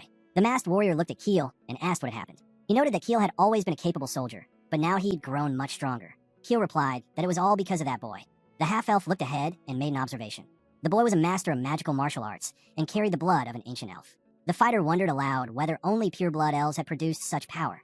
Until now. The youth turned to his comrade, puzzled. The warrior said they'd be in trouble if the white forest elves learned the truth. If the half-elf's line traced back to the ancient elves, it could cause complications. The boy asked what difference that would make. Little Keel stared ahead. One man told him bluntly that with mixed blood, he was a disgrace to the clan and should leave the forest. Keel said he would kill them all if they contacted him. The soldier decided to stop the topic. He noted Keel had become more aggressive since they last met. The blonde asked if that was true. The youth answered, saying he'd learned by watching Keel. Erna looked at the box in her hands and asked if she could keep it. She said Keel had plenty of everything, so she could take the magic items collected from the silver blood. The girl turned to the reincarnated one and asked what he planned to do with them now. Lord noted that Lord announced that he was heading north to the White Demon Realm. The warrior grinned broadly and warned him to be cautious. The White Demon Realm was no ordinary place. Dangerous, unpredictable. Few who entered returned unchanged. Mort smiled faintly and told him to do the same. That from here on, he too should be careful. The main character's eyes hardened. If word ever spread that Erna knew the truth about the Archduke, things would turn dangerous fast. He wouldn't allow that to happen. Turning to the warrior, he said firmly that he hoped Erna wouldn't take it upon herself to reveal the truth or really more supporters. The time wasn't right. The white-haired girl covered a small smile with her hand. Are you worried about me? She asked lightly. They stood facing each other. Don't worry, she continued. The Archduke and I have no personal connection. There won't be any real problems. But tell me, who else should I be careful around? The young man narrowed his eyes. The Archduke trusts 10 people above all others, he said. Images of the men appeared in his mind. Now that Baron is dead, there are 9 left. They all know the truth, but still act like loyal dogs. Except for Kessner. Erna's curiosity deepened. Does Sir Kessner not suspect anything? She asked. The protagonist pictured a man's face. No, he said quietly. I trust him. Thanks to Keel's information, we confirmed he doesn't know the truth about the Archduke. The warrior crossed his arms thoughtfully. He doesn't seem like the type who'd pretend ignorance for anyone. Erna's eyes widened. The protagonist continued. Prince Alan knows everything and still follows the Archduke. You picture a man with a sharp beard, a commanding presence. Prince Alan is leading the fight for succession now. He might be the one we should fear most. The warrior lifted her fist toward him, thanking him with a small smile. Whatever happens, we're in this together. Erna looked at the mage and smiled warmly. We'll see each other again soon. The boy raised his fist in return. We'll meet again in the north. Agreed, Mord replied, bumping his fist against hers. The group turned to leave, following the protagonist's lead. Leon asked, we're heading east? The reincarnated one nodded. There's a place we need to visit there. Get ready. We'll be crossing the border soon. The youth glanced back at his comrade. The fighter frowned slightly. So we're heading east and crossing the border? The boy gave a small nod, his gaze steady. The journey ahead had only just begun. Leon asked why the Shadow Wolf Squad was still shadowing them. He turned to Mort and asked if Mort realized the position they were in. The protagonist replied that he understood the situation better than anyone. When a warrior pressed why they still planned to circle around, the mage explained his goal, to gather as many fragments of the world as possible. He said it was necessary, and that for now on their route would continue north. The fighter objected, arguing there was no point in taking more risks. Mort agreed and moved forward to meet the soldier, offering to part ways and thanking them for their help so far. Keel watched. The protagonist said they would take the shortest route north. The others could go their own way below. The soldier spoke up. He reminded them the man they were escorting was a talent their unit had pinned hopes on, General Ilden, and their duty was to deliver him safely. The boy questioned this. He identified himself as a mid-level warrior from the Guardian Squad and asked whether, since he had joined, he should now fall under the squad's command. Keel considered Leon's seniority in the Shadow Wolves, but also thought Mord would not accept that without resistance. The protagonist stepped in to clarify. He said he had not been officially accepted and was not affiliated with any organization. Even if he were, he had no intention of getting involved with the Shadow Wolf unit. He added that General Ilden had promised him the right to freedom in 8 months. The fighter responded sharply, claiming their task was to accompany the protagonist until they reached the north, and implying the protagonist was trying to delay the mission. The protagonist replied plainly. He would not be manipulated for someone else's convenience. He presented 2 options. They could either follow and help him, or split up and return north separately. Leon drew his blade and called the protagonist a brat. He pointed the blade and warned that if the protagonist refused orders, he would be forced to make him comply. The protagonist asked if Leon intended to use force. Leon thought he could win. Liam, uneasy, glanced between them and asked why the argument had to go this far again. Maybe they should stop it. But Keel held up a hand. Wait, he said quietly. The soldier stepped forward, his boots thudding against the ground. Good chance to make things clear, he said. Let's find out who really stands where. Without warning, the fighter swung his blade at the protagonist. Mord clenched his fist, and a burst of violet light tore through the forest. The reincarnated man watched with a frown. He had studied this fighter's every battle before, and the fact that Leon dared to say he'd force him meant he was confident in his strength. The mage met the strike with his bare fist, blocking the blade, then forced it aside with a single motion. Sparks scattered through the trees. The others looked on wide-eyed. Leon muttered, "He's stronger than I thought." The young man beside him nodded. "Leon's a legend in our squad. He's taken down entire order units alone, men already in the 2nd stage of awakening. And now, he's not even going all out."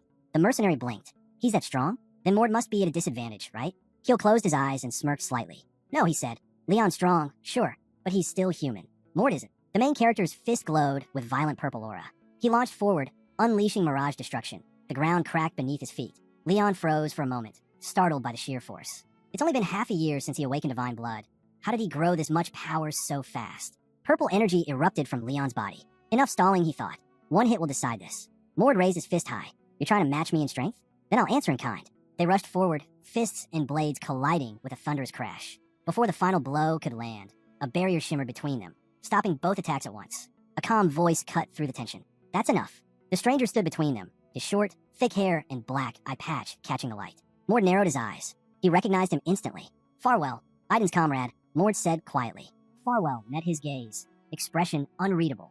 "Nice to meet you," he replied coldly, standing his ground between the 2 warriors. Leon tightened his grip on his sword, eyes fixed on the newcomer. Leon stepped forward, irritated. "My lord, let me handle this. I'll teach him a lesson." But Mord didn't flinch. He kept his gaze steady. Farwell raised a hand. "That won't be necessary," he said. Mord's right. His voice was calm, but firm. Turning toward Leon, he added, "You don't have the skill to give him lessons anyway." The barrier before Mord flickered, then shattered into light. Leon froze, stunned. That barrier had stopped my attacks with ease. Farwell walked toward Mord, stopping a few paces away. "Let's postpone this," he said evenly. "I have something to discuss with you." Mord frowned, clearly skeptical. "And what do you need to talk about?"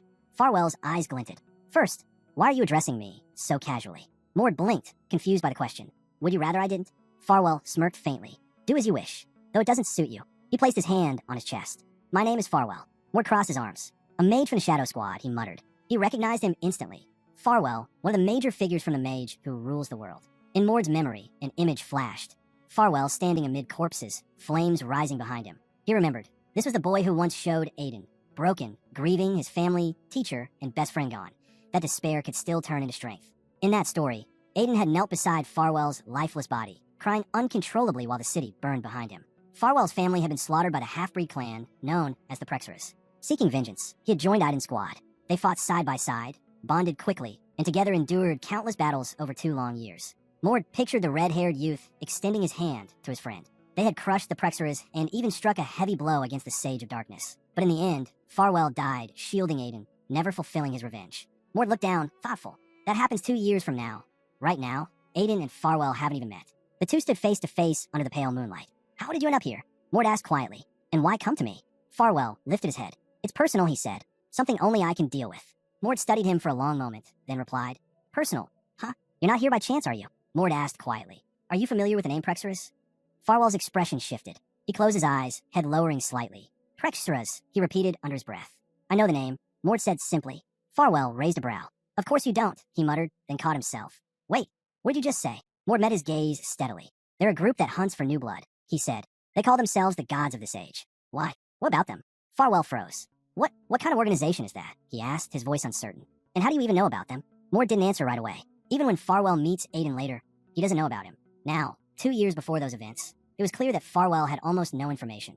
Mord exhaled. Doesn't matter where I learned it, he said finally. The point is, I know more than you. Farwell pressed his lips together, silent. Enough dancing around, Mord said firmly. What do you want from me? Without hesitation, Farwell knelt before him. Help me, he said. Let me fight beside you, and I'll help you get your revenge. Mord studied him, eyes narrowing. Farwell's mind flashed with the image of an old man, his general, saying that Mord could track down and destroy the Prexorus. Mord raised his hand slowly. And if I could, what would you do for me? Farwell looked up, determination burning in his eyes. I'm a mage of the 5th circle. I've noticed your group has no mages. I'll lend you my power, if you'll help me destroy the Prexorus. Mord's stare softened slightly. I understand, he said at last. Then I accept you. Farwell blinked, almost surprised by how easily he'd agreed. Inwardly, Mord was already calculating. A 5th circle mage with talent to rival Idens. With him, eliminating the Prexorus will be easy. They're small, and their conflict with the Silver Blood will finish them eventually anyway. If I destroy them early, I can reduce the damage they bring to the world. He imagined a battlefield littered with corpses, the enemy wiped out before they could ever rise. And more importantly, I've just recruited Iden's future comrade, years ahead of time. Mord's gaze narrowed, a faint spark flickering in his eyes. That alone is a massive advantage. Across the fire, Farwell watched him silently. Mord finally spoke. You're with me now, Farwell. From here on, we move together. The flames crackled between them as the night deepened. A quiet pact forged in the glow of vengeance and foresight. Mord leaned back slightly, his tone calm. He explained that Farwell would be serving as a guard for a few years, a step necessary for his own training. Then, with a relaxed expression, he added, I can't help you take your revenge right now. Is that fine with you? Leon approached, carrying a small wooden box. Mord gestured toward it. Instead, I'll show you that I can help you when the time comes. Inside the box lay a staff and an old, well-kept book. Farwell blinked in surprise. What's all this? He asked, picking up the staff. Even at a glance, he could tell it was far superior to his own wand. Beneath it rested a necklace and a pair of earrings, each engraved with intricate magical sigils. Mord said casually, the necklace stores spells. The earrings, they let you control magic flow more precisely. Farwell opened the book next, his eyes widening. Wait, these are ancient magic texts, he breathed. You can only find books like these in ruins. How did you? He looked at the mercenary, bewildered. You're not even mages. Where did you get all this? The knight shrugged. We've never had a mage in our ranks. No one could use them, until now. Mord studied Farwell quietly. It's hard to increase one's magic level alone. Decades of knowledge are stored in books like these. Impossible to learn without guidance. In the end, it's always easier to learn by using what already exists than by trying to invent it yourself. He pictured rows of young mages hunched over their grimoires, decades of research stacked around them. Farwell, only 15, was already a 5th circle mage, stronger than Aiden had been at that age. This is my chance, Mord thought. If I nurture him early, his potential will explode. Mord grinned faintly. Farwell tilted his head, confused by the sudden smile. What's with that look, he asked. This came just in time, Mord said. You said you'd hit a wall in your training, right? Consider this your way past it. Farwell held the staff tighter, lowering his gaze. I owe you a great debt, he said quietly. Even after I've taken my revenge, I'll repay it. You have my word. Leon chuckled, closing his eyes with mild irritation. Mord waved it off. No need for that. Think of it as a reward for helping convince Leon to back down. He'll turn away, try not to laugh. Using the knowledge of the mage who rules the world to make his future ally stronger. That's hilarious, he thought. Farwell smirked as he examined his new weapon. The air shimmered faintly with mana as he tested its power. Mord watched him with quiet satisfaction. Let's see how fast you grow, Farwell. The boy looked up again, surprised when Mord asked casually, How old are you anyway? I'm 15, Mord replied. Farwell blinked, stunned. You're 15? He repeated, staring straight ahead. The world really is huge. I never imagined I'd meet a monster my own age. Mord smiled faintly, amused. You haven't seen anything yet. Farwell raised a brow. Then tell me, what's next? He called him a monster. The man only smirked. The mage apologized, saying he couldn't think of any other word to describe him, and admitted he was curious to see what kind of future this man would shape. The protagonist gave him a confident smile. You won't be disappointed, he said. Above the city, the skies were clear. In the northwestern part of the continent, within the kingdom of Vert, the group of boys walked down a bustling street. Farwell commented that despite their numbers, crossing the border hadn't been hard. Keel simply replied that they were experts at that sort of thing. Leon turned toward the protagonist. We're finally here. So what's the plan in this country? The protagonist shrugged. Nothing special. Farwell and Leon stared at him in disbelief. The reincarnated one grinned faintly. We'll just break a few things and leave. White clouds drifted lazily above the city. None of the others really understood what he meant. Lewin stood holding his blade beside a wolf. The narrator introduced him, Lewin from the Shadow Wolf Squad, a warrior seasoned by over 20 years in the realm of white demons. He and his team moved through a dim cave. After countless battles against humans, monsters, demons, and the horrors of the dungeons, combat had become second nature to him. Lewin looked ahead, uneasy, then back at the man leading them. How had he even known about these ruins, with no information to go on? He recalled how the protagonist had gone straight to a small border village, cast a spell in the basement of the village hall, and just like that, a passage had opened before their eyes. The protagonist clenched his fist, stepping into the ruins. Leon guessed he already knew this place, but the older the ruins, the deadlier the traps. With one swing, the protagonist smashed through a wall. Dust filled the air. Lewin watched in silence, wondering if brute strength alone could really get them through. A single torch flickered on the wall, casting long shadows. The protagonist turned to his team. From this point on, your roles matter. The shadow squad straightened, ready. Our roles, one of them asked. He looked over his shoulder at them. Attacks will come from all 4 directions. Take them head on.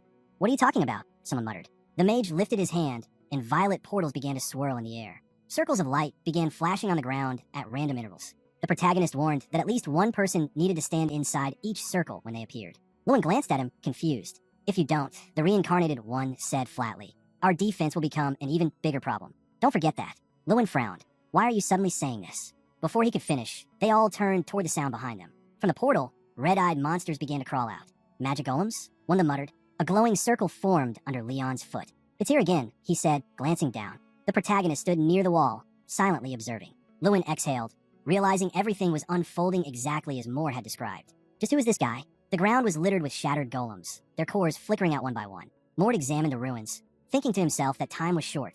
There were far too many dungeons and ancient sites left unexplored. He held up a small purple stone, its surface gleaming faintly. He decided he'd have to optimize his route north, gathering whatever resources he could along the way. Nearby, a mercenary held up a flask uncertainly. You're saying I can actually drink this? He turned to Kin with a grin. It's the real thing, nectar. Farwell and the others watched in disbelief. Nectar? The one for myths? A soldier asked, eyes wide. The brunette chuckled. If that's true, then the risk was worth it. The protagonist glanced toward the excited Leon. Unlike the counterfeits made from silver blood, he explained, this is genuine, born from the mythical era. Images of blood-soaked figures flashed through his mind. He murmured that this was also the reason the Silver Blood clan had attacked the Aiden family, because the so-called nectar of the modern world was created through the sacrifice of unawakened divine blood. He folded his arms, looking aside thoughtfully. Out of the 5 known nectars, 2 were already gone. He needed to decide how to use the remaining 3 hidden in the north. Turning to his comrades, the reincarnated one said, Leon's talent may be limited, but nectar will make up for it. He'll soon reach master level. Farwell stepped closer. So what next? More ruins? Another dungeon? Neither, the protagonist replied, his gaze sharp. This time, we're cleaning up trash. Under the pale moon, the forest glowed silver. Villagers stood trembling, their eyes fixed on the boy. Why are you doing this? One pleaded. If it's money you want, I'll give you everything I have. The blonde leaned forward, a sly grin spreading across his face. Money? I can get that anytime, he said softly. This is something else entirely. Because that's how the world works, the blonde said casually. Emmett traced a purple circle on the ground with his blade as the villagers watched, frozen in terror. Sometimes, he continued, life throws you unexpected tragedies, he smiled faintly. And today it's your turn. He smirked, saying he'd had enough. One of the villagers cried out, what are you doing? Emmett ignored him, completing the circle around them. The sacrifice must be alive, he said, spreading his arms with a wicked grin. Thank you for staying that way. Wait, one of the villagers pleaded, reaching out desperately. But he only clapped his hands. A burst of blinding light consumed the forest. When the glow faded, the clearing was empty. Only Emmett remained, standing beside the still glowing circle. He smiled darkly. Perfect. Spending time with dark mages does have its perks. He stood motionless for a moment, then sighed. Now then, where should I go next? Maybe find someone rich enough to make it worth my time.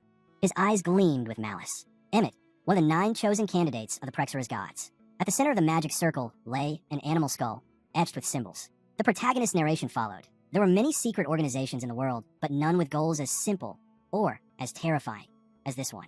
A man with long hair stood before a golden sigil, the light casting his shadow like a god's. Their purpose was clear, to ascend and become gods themselves. Hands reached toward a silver book marked with a single, staring eye. Moore explained that Prexorezo was both the name of their order and the relic they worshipped, an artifact left behind by an ancient deity. The blonde appeared again, draped in a crimson cape. The reincarnated one explained that the relic had chosen 9 candidates, granting them power whenever they offered worthy sacrifices. Farwell stood before a crowd, crucifying a man as part of the ritual. The victims varied, humans with unique bloodlines, those with immense magical power, even descendants of divine beings. The blonde shifted his stance, thinking how easily the other candidates made their sacrifices. The night stretched deep and quiet above the mansion. Emmett chuckled to himself. I'm just a thief. I'll raid a few villages, make some money, live easy. He pushed open the mansion doors. I'm back, but silence greeted him. Frowning, he looked around. Where is everyone? From the second floor, a voice replied. You've been gone quite a while. Emmett glanced up. A man stood there, the protagonist. Who are you? The blonde demanded. The reincarnated one met his gaze coldly. Emmett scowled. What did you do to my men? Behind the protagonist, corpses lay scattered across the floor. I killed them, he said calmly. They were eating human flesh. Even had a butcher shop in the basement. The thief frowned. I know who you are, he said quietly. You were sent by another god candidate, weren't you? The boys appeared beside the reincarnated one, their presence casting long shadows across the dim hall. In life, the the protagonist said, his voice steady. Unexpected tragedies happen. The blonde turned his back to them, glaring at the fighters who had suddenly appeared. The reincarnated one's gaze hardened. And for you, he said coldly, that tragedy is today. Flames roared in the distance. A woman and a young boy stood before burning buildings. Every time the boy closed his eyes, that scene returned, the night his world ended. The metallic scent of blood mixed with the rain. A scream tore through the village. The woman's voice echoed endlessly as the boy stumbled backward, tumbling down a cliff. Farewell, she cried, reaching out in desperation. At least, let him live. A bright blue eye snapped open. The boy gripped his staff tightly. Finally, got it, he whispered. Across the battlefield, the limbless blonde howled in agony. Lewin clenched his fist. Feels like I've been fighting him for an hour, he said. He regenerates every time I hit him. What is this thing? Behind him, the brunette watched grimly. That regeneration, that destructive power, it was unlike anything he'd ever seen. This was a monster beyond their reach. The boy looked toward Mord. This time, the battle was one-sided, the enemy overwhelmed and destroyed. Farwell closed his eyes, hearing his own voice echo faintly. Was this man really my enemy? He stepped forward, waving his hand dismissively. He's all yours. I've drained my power. He should be easy to finish. The boy took a step closer. This is my gift to you. W's voice lingered in his mind. Find out for yourself who your true enemy is. Emmett sat slumped beside a shattered wall, breathing heavily. The reincarnated one approached, extending a hand. I've got questions for you, he said. The brunette's voice cut through the silence. Don't make his death easy. In that day, one of the 9 god candidates of Prexareza vanished from the world. Snow blanketed the mountains. Time moved on. Mord and his squad entered the realm of white demons. On their path, shattered bones marked their battles. They had already destroyed the 3rd of the 7 souls belonging to the Archmage Lick. 4 souls remained. A flag burned quietly in the wind. The Sage of Darkness struck one of the main branches within Huvens County, suffering heavy injuries in return. A purple crystal flickered. The fragments of the world they carried had increased. 13 now in total. Elsewhere, within Juan's territory, a man in red shouted, Visit this time. Mort stepped through the doorway. You're back earlier than promised, the man said. The boy with blue eyes looked up. Yeah, he replied. I'm back. Across the room stood a tall figure with a blindfold, General Ilden. A thin ribbon covered Daisley's eyes. He heard a calm voice. Thanks for your support. Mort stood before him, expression unreadable. The gap between us is still too wide, he said. Even after 20 days of fighting, you never went all out, did you? He took a step forward. Show me now. The table between them shattered under the force of his palm. Daisley smiled faintly. You must have had a long journey, he said. I was going to let you rest today, but since you insist, I suppose I can't refuse. Ilden stood beside the splintered table. Let's see what you've achieved. Snow drifted gently outside the stone building, over the county's training field. The blindfolded man said, Here, unlike the main castle, I don't have to worry about anyone watching. So let's have some fun. The brunette nodded. There was no point in holding back. He lunged forward, determined to go all out from the start. Mort's fist blazed with light as it struck.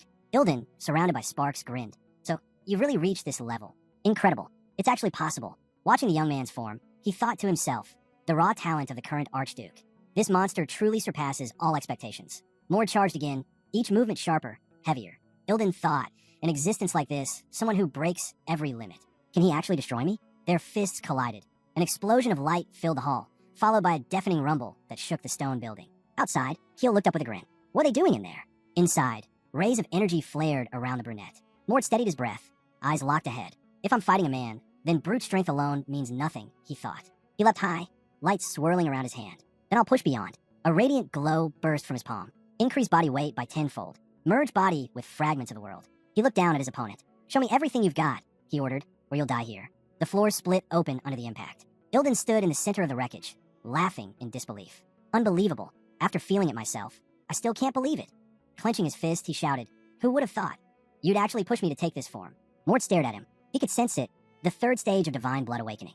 Unlike the 1st or 2nd stages, this one cloaked the entire body with divine power itself. Standing amidst the rubble, Mort said evenly, I don't know what you just did, but your weight's changed. Ilden smirked. The same goes for you. The general stood tall, unshaken. The brunette studied him closely, outwardly calm, but the pressure he felt from him had doubled. His weight, it's doubled. And yet, he's not afraid. He had tapped into the power of a warrior, even if just a little. At that moment, only 2 people in the entire world possessed it, Leon and him. Ilden folded his arms, watching closely. The momentum radiating from the boy's body was so refined, so advanced, that even at the 3rd stage of divine blood, Ilden could barely keep up. If the general ever managed to fully master this power, even divine blood strength would barely restrain him. The blindfolded man spoke calmly. If only I could handle that power after reaching the 3rd stage. But you're doing it far too easily. Mort nodded slightly. Maybe the answer lies in my journey, he said to himself. After all, he'd been trained by the god of war himself. The silver-haired man waved his hand dismissively. Do you really think you can reach that level? Mort met his gaze, unwavering. You say that as if you could just grant me this power. Then, with absolute certainty, he replied, I can. The general's eyes widened. He looked down at his palm in disbelief. With my guidance, Mord said, you'll be able to master it. But he smirked. I don't teach for free. Ilden frowned. And what do you want? Mord raised 2 fingers. 2 things. That'll be enough. The first, he said, is sincerity. He gestured with his hands as he explained. It means no more games. Speak openly. Say what's truly on your mind. Ilden touched his chin, repeating softly, sincerity.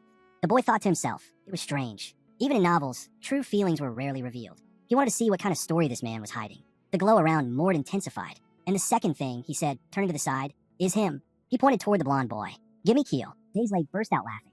You talk like you're asking for my daughter's hand in marriage. Leon froze in surprise. Wait, you need me? The boy shook his head. Not you, old man. Him. His legs shimmered with blue light as he took a step forward. Ilden narrowed his eyes. Is there a reason it has to be Keel? He only helped you because I ordered him to. Mord looked straight at him. Does acting under someone's orders make the risk to his life any less real?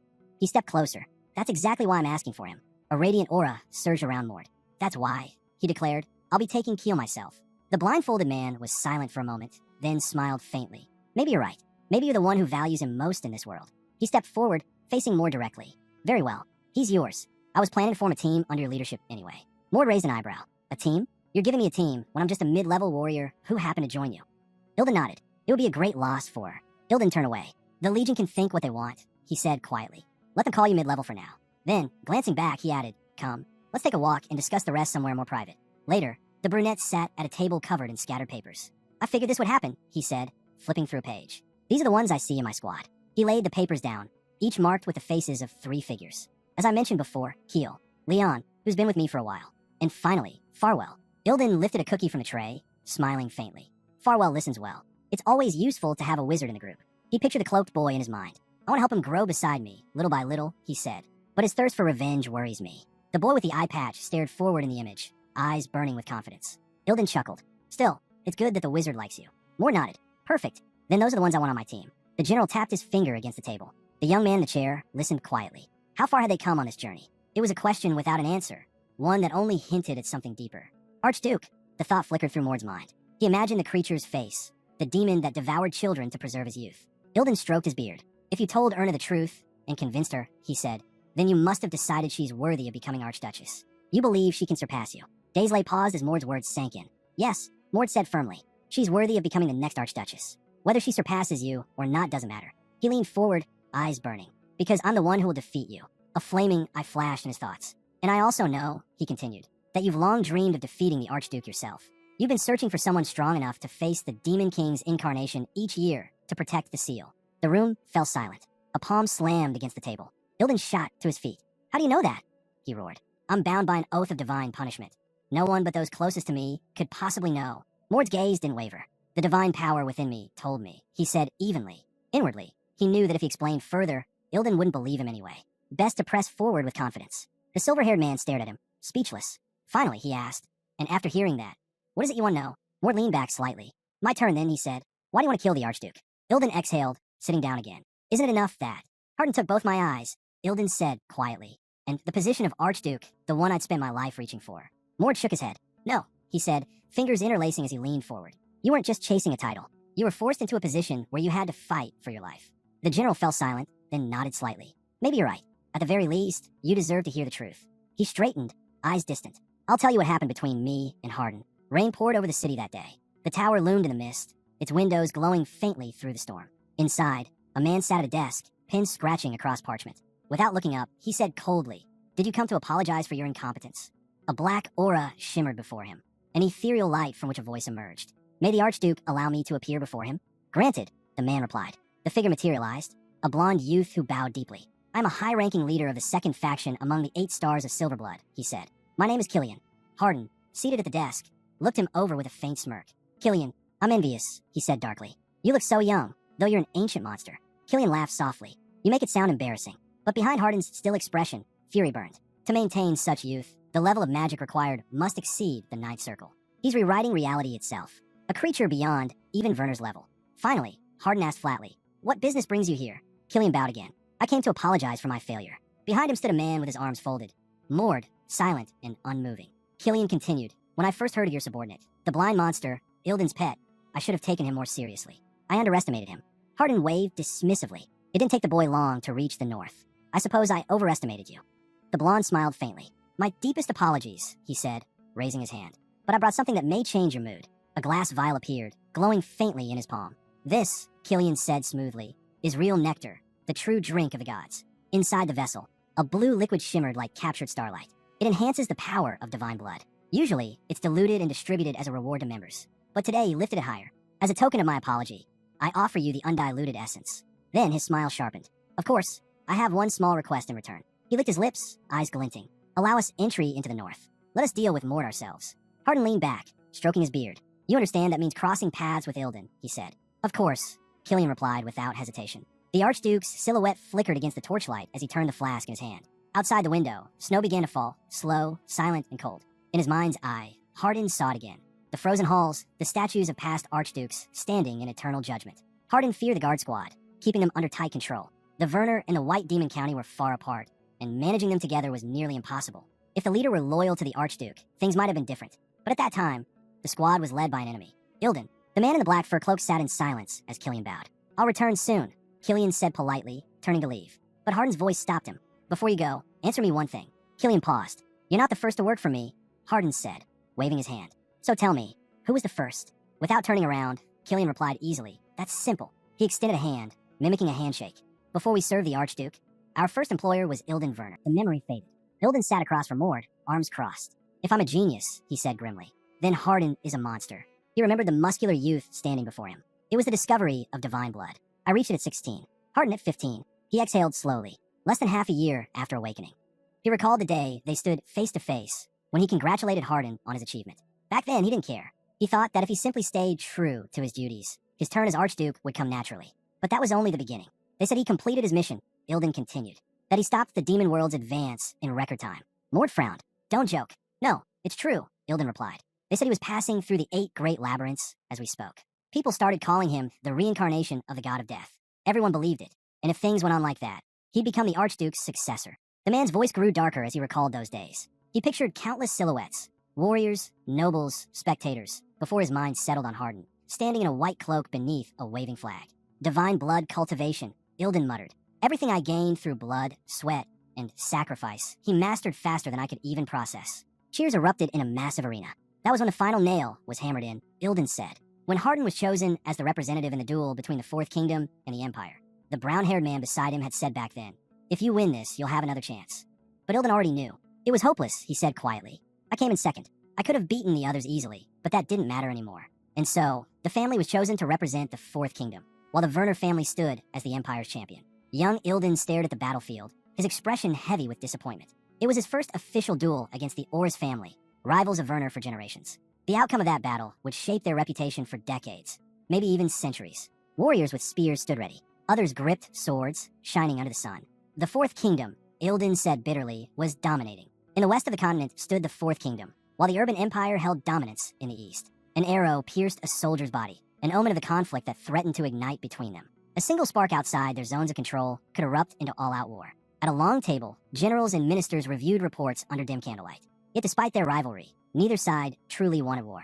Instead, they agreed to a compromise. Each nation would send 5 warriors. The results of their duels would determine the outcome of the war itself. Under an open sky stood a massive round coliseum. The rules were simple.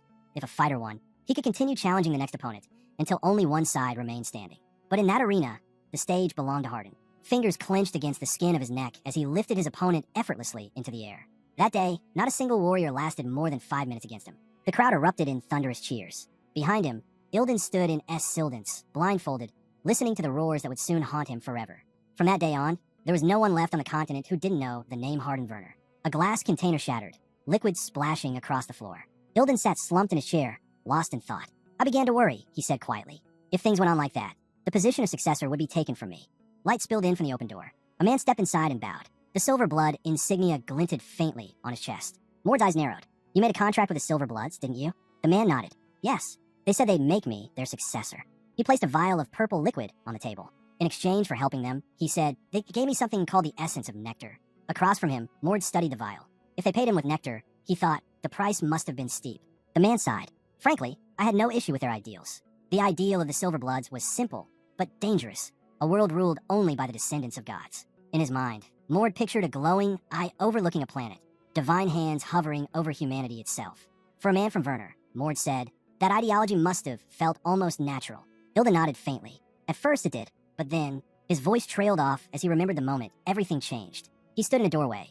Inside, the floor was littered with corpses. A boy stood amid the bodies, smiling faintly. It's the law of nature, the boy said. Sacrifices must be made for the sake of the future. The weak, those without divine blood, can't save the world. He snapped his fingers, his eye gleaming a sinister red. Don't you agree? Ilden's voice trembled with disgust. You call that saving the world? The blond boy tilted his head. You should be grateful. They're blessed to serve a higher purpose. He raised the vial of nectar. This, he said, is the result of their devotion.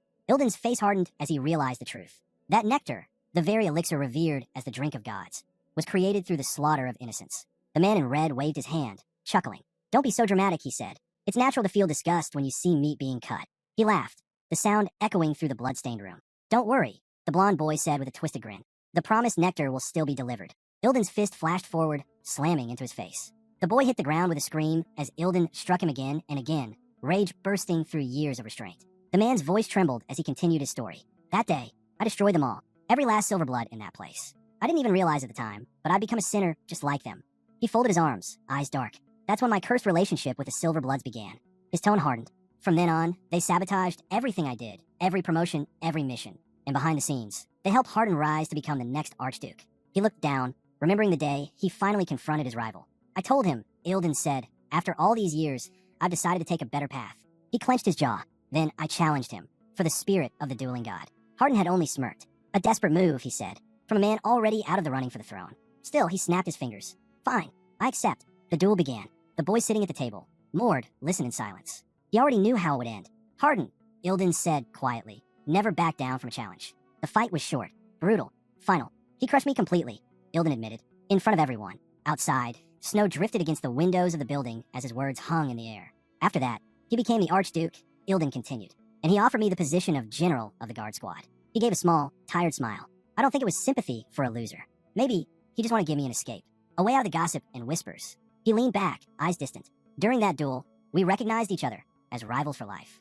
He remembered standing beside his comrades, finally free of the silver blood shadow, free from the family's chains. For a time, he said softly, everything was calm. I thought things were finally turning out well. Then his expression darkened. But one day, blood filled my mouth. I felt it. Something was wrong. The Archduke suddenly aged overnight, he said. No reason, no warning, and the Silver Bloods seized the moment. His voice dropped. They came to Harden, and unlike me, he accepted them. A faint, bitter smile crossed Ilden's lips. I knew then it had to be him. No one else could bear the burden of protecting this world. The image flickered in his memory. Harden bound in glowing chains, his eyes wild. The Silver Bloods had consumed him completely, twisting his will, using his madness to fulfill their mission. In the end, Ilden whispered, he truly believed he was the only one who could protect the seal of the Demon King. He clenched his fists, but instead, he became a monster, one who devoured his own children. The candlelight trembled as Ilden, Daisley, leaned forward. I couldn't let him or the Werner bloodline be desecrated by those fiends any longer, he said. So I began to search. The flame flickered, reflecting in his blindfold. I searched for hope, he said quietly. For someone who could defeat Harden. Someone who could return freedom. To me and to my family. Across the table, the brunette watched him in silence. He was glad he'd asked. It proved the man wasn't just obsessed with becoming Archduke. The hero hadn't realized how genuine he was. That honesty was the very reason so many followed him. Ilden smiled faintly. Did you hear everything you wanted? Mord, seated in a chair, nodded. Yeah, that's enough. He leaned back and added, since you told me your whole story, I'll give you something in return. From his side, he revealed a tablet covered in red symbols. Ever seen a rune engraved stone tablet before? He asked. Snow drifted down onto the tower roof as Mord turned away. The man's next question cut through the cold air. You're asking the general for his sake, aren't you? Keel shut his eyes. Elden told me to stay by M's side, even if it means standing against him. How could he make me say that? Looking up, the blond man spoke quietly. Then promise me one thing. What kind of promise? Mord asked. A blindfolded man was brought forward. Promise to fulfill Elden's long-standing wish. If you do, I'll give my life for you. Mord nodded without hesitation. I promise. I'll see it through. Elden's wish will be fulfilled. Keel smiled. Is that so? He turned away, his tone soft. That's enough. He was a man who kept his word. Yet Keel had no idea what that promise would truly mean. Resting his hand behind his head, Keel asked, so, are we finally going to meet Leon? I heard we have to start as regular warriors because our identities are still secret. The brunette shrugged. There's no helping it. A disaster is coming at dawn. Someone cursed from the stone building. Keel sighed. A regular warrior. Huh? Great. Mord looked ahead. It can't be helped. The identities of the Shadow Wolf squad are classified. Regular warriors? Why us too? Leon muttered. At least they didn't have to retake the warrior exams. I'm a mid-level warrior and a squad leader, someone shouted indignantly. Watching them, the hero thought they deserved better. Compared to normal ranks, it felt like making a colonel start as a second lieutenant. A man stepped closer. Anyone else in the squad? Farwell tapped his staff. If it's just us, I doubt it'll be enough. Mord crossed his arms. No, this unit's meant to be small, elite. The bandaged man turned toward the hero. Since we're all in this together, the brunette said, crossing his arms, why don't you tell us about your abilities? Farwell cracked his knuckles and nodded. All right, he gestured toward a cloaked figure beside him. Farwell pointed toward the stars. I come from the breath of my family, one of the 5 stars closest to the moon. He sat down, a book resting in his hands. My power helps with research, he admitted, but it's not much use in battle. Lifting his hair, he revealed the bandage over his left eye. When I awaken the divine blood, I can open this eye. Keel studied him, so you can't see it now. That's right, Farwell said calmly. It only works when the divine blood is released. The group exchanged glances, surprised when he added, with excess mana, though, I can see a little. Farwell waved his hand, explaining, normally, we can't use all the mana we produce. A lot of it goes to waste. Keel tapped his chin, thinking aloud. So, when your divine blood awakens, you can use that extra mana, or even share it with your teammates to restore their strength. Mord nodded from beside the squad. We'll need to test it. Let's see how effective it really is. Their team's reputation wasn't the best. Mord had turned down several warriors to keep the group small and selective. The brunette looked forward. We'll have to prove ourselves. Earn our ranks properly. The boys clenched their fists, excitement sparking. Then let's start right now. Mord stepped forward, motioning toward the assembled warriors. We're at minimum capacity. That means 2 paths. Either we join other squads for joint missions, or we answer emergency support calls. Farwell gripped his staff. So basically, we can't do much yet. He smirked. Until then, we train until we drop. The team straightened, determination burning in their eyes. Mord clenched his fist. When the time comes, we strike together. Snow swept across the white hills of the Demon Kingdom's borderlands. Men stood in formation, surrounded by monsters. A bald warrior cursed under his breath. Aduit, the seasoned fighter, scowled. A true warrior never retreats. The proud soldiers of Werner stand their ground. They faced the tide of blue-skinned monsters, their breaths misting in the frozen air. He glanced at his troops. 500 men against more than 1,000 beasts. He gritted his teeth. I've already called for reinforcements, but they'll need time. A massive troll opened its jaws and roared. Aduit's eyes narrowed. A night troll, he realized. The next moment, a blade flashed, slicing through the creature's chest. Snow burst upward as the soldiers tightened their grip on their weapons. A duck stepped forward, sword ready, fury blazing in his eyes. If this keeps up, we'll be wiped out. The wind howled, and the snowstorm raged around them as the battle began. The bald warrior called out to the commander, voice tense. Above the battlefield, a flash of light split the sky. The trolls lifted their heads just as a blue beam came crashing down. Mord let out a low, dark chuckle. Through the fog, a group of heroes emerged. The brunette spoke first. Hope we're not too late. Keel grinned. 1,000 ice trolls, huh? Sounds like the perfect opportunity for a promotion. Leon smirked. Then let's make it interesting. How about a bet?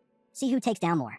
The heroes stood back to back, weapons raised. The blonde nodded. I'm in. He blinked at him, startled. Wait, what did you just say? Farwell stepped forward, staff in hand, blue runes glowing around him. We receive an emergency request, he said calmly. We are the Mord squad. As his magic flared, a path of blood stretched toward a distant house. Inside, a man dragged in a bear carcass. Without turning, the figure dressed in black said quietly, You're here. The girl dropped the carcass to the floor, reaching back for her weapon. What brings you here? She asked the masked figure. Wiping her blade clean, she listened as he replied, The general needs you. Her icy blue eyes lifted. And what does he want from me? He wants you to join the guard squad, the man said, and assist one specific person. Seated nearby, she sighed. Give a little time. I'll be done in a month at most. The masked man tilted his head. Then what should we call you? Her axe came down, cutting through flesh. Just call me her. Understood. Are you? He said softly. Blood splattered across her face. Meanwhile, the Mord squad's name was spreading fast, their reputation and influence growing with each mission. A sphere of light glowed at the top of Farwell's staff. Keel's eyes widened when he spotted a man in black. That's Elder Leon, he murmured. Thanks to Eldon's recommendation, Leon had been appointed as their new training instructor for Keel and Leon. The mage raised his palm, a bright orb shining within it. With Mord's support, he had mastered the 5th circle spell and was now preparing to train for the 6th. During those harsh sessions, Mord shattered the training floor, his strength surging with each spar against Ilden. At last, the time came. Their squad received its 2nd official mission. For heroes marched side by side, joined by the recruits of the Hater Squad. Their goal, to stop the spread of demonification. Black Beast charged across the corrupted zone. Hater, the mid-ranking warrior, shouted orders. Vanguard, shift formation. Mord squad, cover the rear. The heroes halted, watching the chaos unfold. Wolves crossed his arms. Why that formation? He asked, puzzled. Ahead, the men in black unleashed waves of magic, their firepower tearing through the beasts. Keel watched in silence. They're handling it with firepower alone. He frowned slightly. Still, I'm only 15. This is just the start. The squad members needed real combat to gain experience. One of them frowned. Again, is this really necessary? The blonde man only smiled. Not everyone's like you.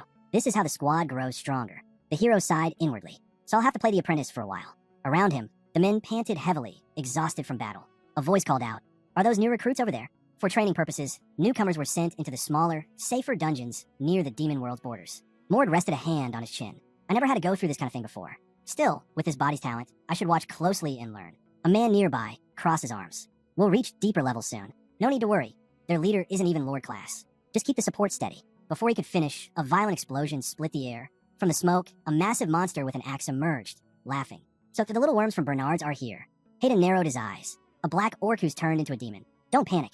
If we follow our drills, we can handle him. Wergun's voice rose sharply. Wait, something's off. The demon's right eye glowed red, the pupil thin and vertical. The boy froze, staring at the creature's silhouette. The red-eyed demon sneered. Well, isn't this interesting? You're the one who humiliated me last time, aren't you? A chill ran through the group. The Earl of the Demon Realm, Wergun, had appeared again. He laughed. Mord's expression hardened. So that's him, he muttered. First time I've seen him in person. Darkness swirled behind the orc's massive form as Wergun's voice thundered. How dare you look down on me? A blinding flash lit the field. Mord steadied his stance and asked quietly, "Do you understand now?" The red-eyed demon let out a roar. "Arrogant fool. I'll make you regret ever crossing me." Hader's muscles tensed. "Everyone, get ready. That thing's lord level." All around them, monsters began to appear, and then came the scream, "Even undead? Where did all these things come from?" The man frowned. "I heard strange reports from the dungeons lately, but this?" His gaze swept the battlefield. 50 undead, 4 death knights, and 1 lord-level boss. This is insane. Hader gritted his teeth. "Can we even survive this?" The red-eyed demon smirked, snapping his fingers. "Looks like playtime's over." The heroes stepped forward together. Leon raised his voice. "Don't ever say I just coast through life." Behind him, a young warrior shouted, "Our numbers are dropping fast." He clenched his fist. "Then I'll clear the way. You handle the rest." Mort stepped up beside him and raised his fist. The monster stared at him, puzzled. "What are you doing?" Only his legs shifted, a faint hum of power building beneath him. What remained of the undead were quickly swept away. A wave of power tore through them, erasing half their bodies in an instant. The red-eyed demon stared ahead, his single eye widening in shock. Hader's voice trembled as he spoke. "I suspected it. Wigan's influence. Even from outside, he's been affecting the demon realm's depths." The young man stepped forward. "If something impossible happens," he said calmly, "then the answer is usually obvious." He thought to himself, just like in a novel. Facing the darkness, Mord's voice echoed. "You have fragments of the world, don't you?" The red-eyed demon's expression froze. How do you know that?" The hero stood beside Keel. "There's something I need to confirm with him. You guys handle everything else for now." He turned his gaze toward the monsters. "Haven't they been dealt with yet?" The undead were slowly regenerating, their broken forms reassembling. Mort explained, "Undead don't die right away. There's always a trace left behind."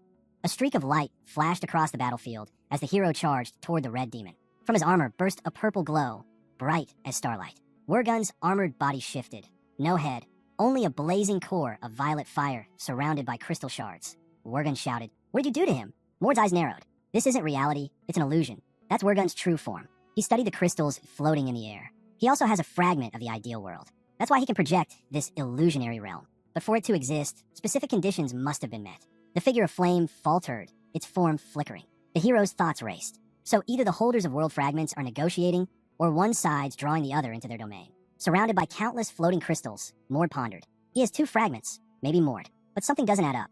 These fragments are tied to this world, according to the sacred council of creation. An image flashed in his mind, a man dressed in white, holding a radiant crystal. There's no way these could be transferred between worlds, he thought. That's why the gods left the fragments behind when they ascended. Mord spoke firmly. "You must have many questions." Wergun said nothing. The hero's gaze hardened. "The number of fragments matters, but he doesn't know how many I have. He probably thinks I hold far fewer." The living armor raised its hand, purple light pulsing. "How dare you challenge me alone?" The hero didn't move. His focus was absolute. Then, without warning, a girl in black appeared, her weapon slicing through the air. Mord's eyes widened. Someone entered this space.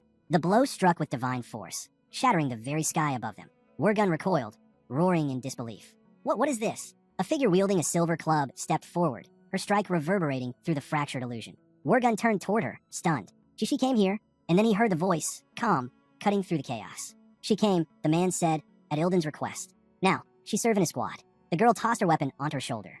The young man studied her, long black hair, sharp blue eyes, and a massive club that didn't suit her small frame. He thought. The brunette met his gaze confidently. He froze. Aryu Ranphilos, the main villain of the novel. In The Mage Who Rules the World, she was the most formidable antagonist, the one who left the deepest mark on Aiden's memory. In a story filled with overpowered figures, she stood out. The woman who cornered the protagonist, a great wizard, more than once. Mord watched her silently. "I don't know why she's here, But if she came at Sir Ilden's request, she must be an ally. The young man frowned slightly. So that's how she managed to enter this realm. Lowering her head, Aryu spoke quietly. Below, the hero's eyes widened as he noticed 3 glowing fragments orbiting her. 3 world fragments. A sudden scream broke the tense silence. Bright light exploded from Wergun's AR Mord. How dare you insult me? He roared, fury blazing. I'll make sure you pay for this. The brunette frowned. We'll finish talking later, he said to Aryu. Right now, he comes first. She gave a small nod. Agreed. The demon's hand rose, energy condensing at his palm. You're far too confident for mortals. A devastating beam of light shot outward, the flash of destruction. Mord's eyes narrowed. Divine power surged through him, his hair and eyes turning silver as he activated the 2nd level of divine blood. He vanished in an instant, closing the distance. Steel met steel, his sword arced downward. You can do whatever you want, Wergun snarled, punching forward. But I'll end you here. The living armor staggered back from the impact. Fragments of light danced in the air around him. Behind him, Aryu's blade flashed, her attack landing in perfect sync. The demon growled. What trickery is this? Aryu's eyes gleamed as snowflakes spiraled around her. Recognition flashed across Wergun's burning core. That power.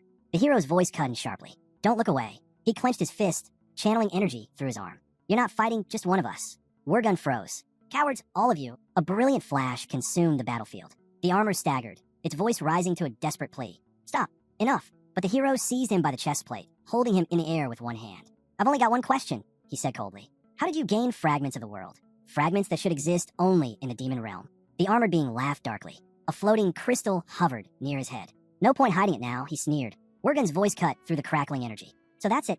The creature's tone lowered. I was once just a piece of armor, created with special abilities. He was able to split himself, the armor said coldly, into countless parts, forging weapons from his own body and granting them to others under the guise of contracts. Mord's eyes darkened. The black orc you killed earlier, the demon continued, was one of mine. But I never needed to make deals with the weak. They were simply absorbed by my power and became my property. He laughed bitterly. Through them, I explored ancient ruins. And eventually, I found it, a fragment of the world hidden deep below. Mord's gaze shifted to the floating crystal. So that's how he found the first one. The rest must have come the same way. I see, Mord said quietly. Then everything's clear. He raised his sword. This ends here. The armor jolted. Wait, I'm not finished yet. If you kill me, the creature shouted, the fragments will scatter. You'll never find them again. The boy hesitated for only a second. I can't sacrifice countless lives just to recover 2 fragments, he thought. Then he smiled faintly. You don't need to worry about that. What? The armor rasped. Mord's eyes locked onto him. Because this is where you die. A surge of power erupted. Fragments clattered to the floor as the world trembled. In the distance, soldiers cursed, their voices drowned out by the howling wind. What's happening? What's that noise? A blinding light exploded before them. They exchanged uneasy looks. Think we can enter it? Like that woman did earlier? The glow intensified. They drew their weapons instinctively. From the portal, 2 figures stepped out. The hero, and beside him, Aryu. Keel ran up first. Commander, what happened? Mord's expression remained calm. One was indeed the Earl of the Demon World, he said. I fought him and killed him. Gasps spread through the Hater squad. The Earl of the Demon World, dead? Someone whispered. Only he could have done something like that. Hater winced slightly when addressed, but Mord just smiled. You did well on this mission. The warrior lowered his gaze, embarrassed. It was only possible thanks to him. He nodded toward the hero. Outside, the sky burned orange as birds crossed the sunset. At a nearby table, Aryu sat with her arms crossed. From today, she said calmly, I'll be part of your squad. The brown-haired man smiled. Thank you for your help back there. Without you, that battle would have been impossible. Aryu closed her eyes in silence. When the commander asked, then why did you decide to join us? She answered without hesitation. I owe a debt to Ilden, she said. He asked me to stay with Mord and help him reach his goal. Keel and Farwell exchanged stunned looks. Aryu's gaze sharpened. I hope the hero doesn't ask for anything, Mord. The young man's eyes narrowed slightly. That might sound rude, he thought, but it didn't seem like Aryu meant any harm. Besides, it was to be expected. After all, the gods themselves had given Mord the fragments of the world. He glanced at her quietly. In the mage who rules the world, her counterpart had hunted down the guardians of the fragments, killing them one by one to claim their power. But that only happened much later, after the great battle for the fragments had reached its peak. Still, Mord thought, there's one more thing I need to ask her. Crossing his arms, he looked at her steadily. I want to clarify something. Aryu's eyes widened slightly as he continued. Are you a dragon? She froze for a moment, then shook her head. No, why would you think that? Mord frowned. During the last battle, you used the power of the dragon people. Aryu waved her hand dismissively. Just because I can use their power doesn't mean I'm one of them. I have human eyes. No tail, no horns. Mord leaned back, considering her words. She's right. She's not from the dragon clan, but still, a shadow seemed to stretch behind her. Faint, ancient, powerful. Aryu isn't one of them, he realized. She's something higher, a descendant of the true dragons, the ones who fought the gods themselves in the age of creation. He exhaled and leaned against a chair. You can go, Aryu. Get some rest. She stood, nodded once, and turned to leave. The men watched her go in silence. Someone muttered, "The atmosphere's tense." Leon turned to Keel. "Who is she, anyway?" Keel shook his head. "This is the first time I've met her in person. But even among the Shadow Wolves, she's a mystery." Their commander raised an eyebrow. "Really?" He placed a hand on Mord's shoulder. "She fought beside you against the Earl of the Demon World, didn't she? Is she strong?" Mord frowned, thinking for a moment. "At least as strong as I am." Leon's eyes went wide. Farwell and Keel exchanged stunned looks. No one knew Mord's power better than they did. And if he said that Aryu was his equal, that meant her strength was unimaginable. Meanwhile, Aryu walked down the quiet street, the sunset glinting off her hair. Her steps were steady, her gaze unwavering. Soldiers who passed her whispered among themselves, unsure who she really was. Far from them, in a dim dungeon, another girl with dark hair lay on the cold floor. Her brows furrowed as she lifted her head. Behind the bars, an old man stood watching her, a faint grin twisting his face. Aryu gasped, sitting upright in her bed, hand pressed to her forehead. "Damn it," she muttered under her breath. Elsewhere, in the snowy streets of the White Demon Kingdom, the hero's squad moved forward through the cold wind. "Wait, Farwell's already a mid-level mage," the half-elf blurted out in disbelief. Farwell rubbed his temples, trying not to smile as he walked beside him. His hands trembled slightly from the cold and the strain of training. Keel laughed softly, trudging beside them through the snow. He muttered to himself that, even after a whole year, he still hadn't managed to rise above the rank of an ordinary warrior, while Farwell had already advanced to mid-level. The main character closed his eyes and replied calmly that there was nothing they could do. Their squad hadn't earned enough merit for a promotion since they focused more on training than active missions. And because Farwell was a high-ranking mage, everyone naturally treated him with respect. Wergun frowned, while Leon stiffened, staring ahead. The brown-haired man spoke up, saying their squad's reputation had improved since working alongside the Hater Squad. Now was the perfect time to test their true strength. Leon forced a nervous smile, admitting that this place seemed ideal for that. The quest's objective was clear. They had to venture deep into the ruins of the White Demonic Realm and subdue the creatures lurking within. Massive monsters appeared before them, baring their teeth and taunting the humans, asking if they were here to become their next meal. The hero shot forward, divine power surging through him as he launched a devastating blow, triple mirage destruction. The monsters staggered back, shouting for him to wait. His silver hair gleamed, and in that instant, they realized he carried divine blood. The young man smirked. Too early to be shocked. The enemy frowned, but before he could respond, the soldiers stepped forward, their silver hair shining. Everyone except the lone girl. The hero added that their squad wasn't ordinary. It was as if each of them had been chosen for something greater. They pressed onward through the tunnel. The blonde remarked that they weren't just comrades, they were demons, too. This place, he said, was perfect for training. The half-elf smiled, noting that all their hard work was finally paying off. When they reached the treasury, they froze. Piles of gold and priceless artifacts surrounded them. Keel raised his hands, grinning wide. "Look at all this treasure." The hero glanced back at the wizard, while the blonde examined the gold bars and the girl kicked at a nearby monster. Farwell spoke up, wondering aloud what kind of ruins these were, ones that sealed away 10 demons as guards. The brown-haired man guessed that the White Demonic Kingdom must have several other ruins created by the same god. Sitting down, he added that since that god was defeated in the Northern War for supremacy, his existence likely ended long ago.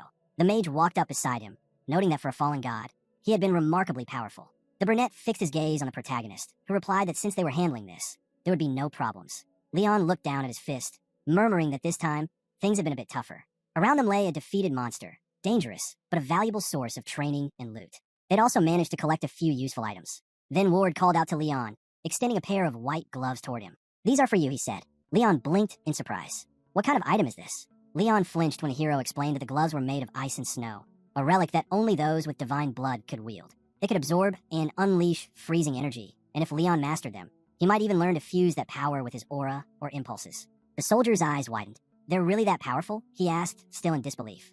The commander simply nodded, and Leon looked up at him, eyes glimmering with gratitude. The hero, watching him, thought quietly that investing in Leon's growth was the right choice. Her progress had already outpaced his own, and besides, he could always buy another pair later. The half-elf smirked and said it seemed their squad's overall strength had just leveled up.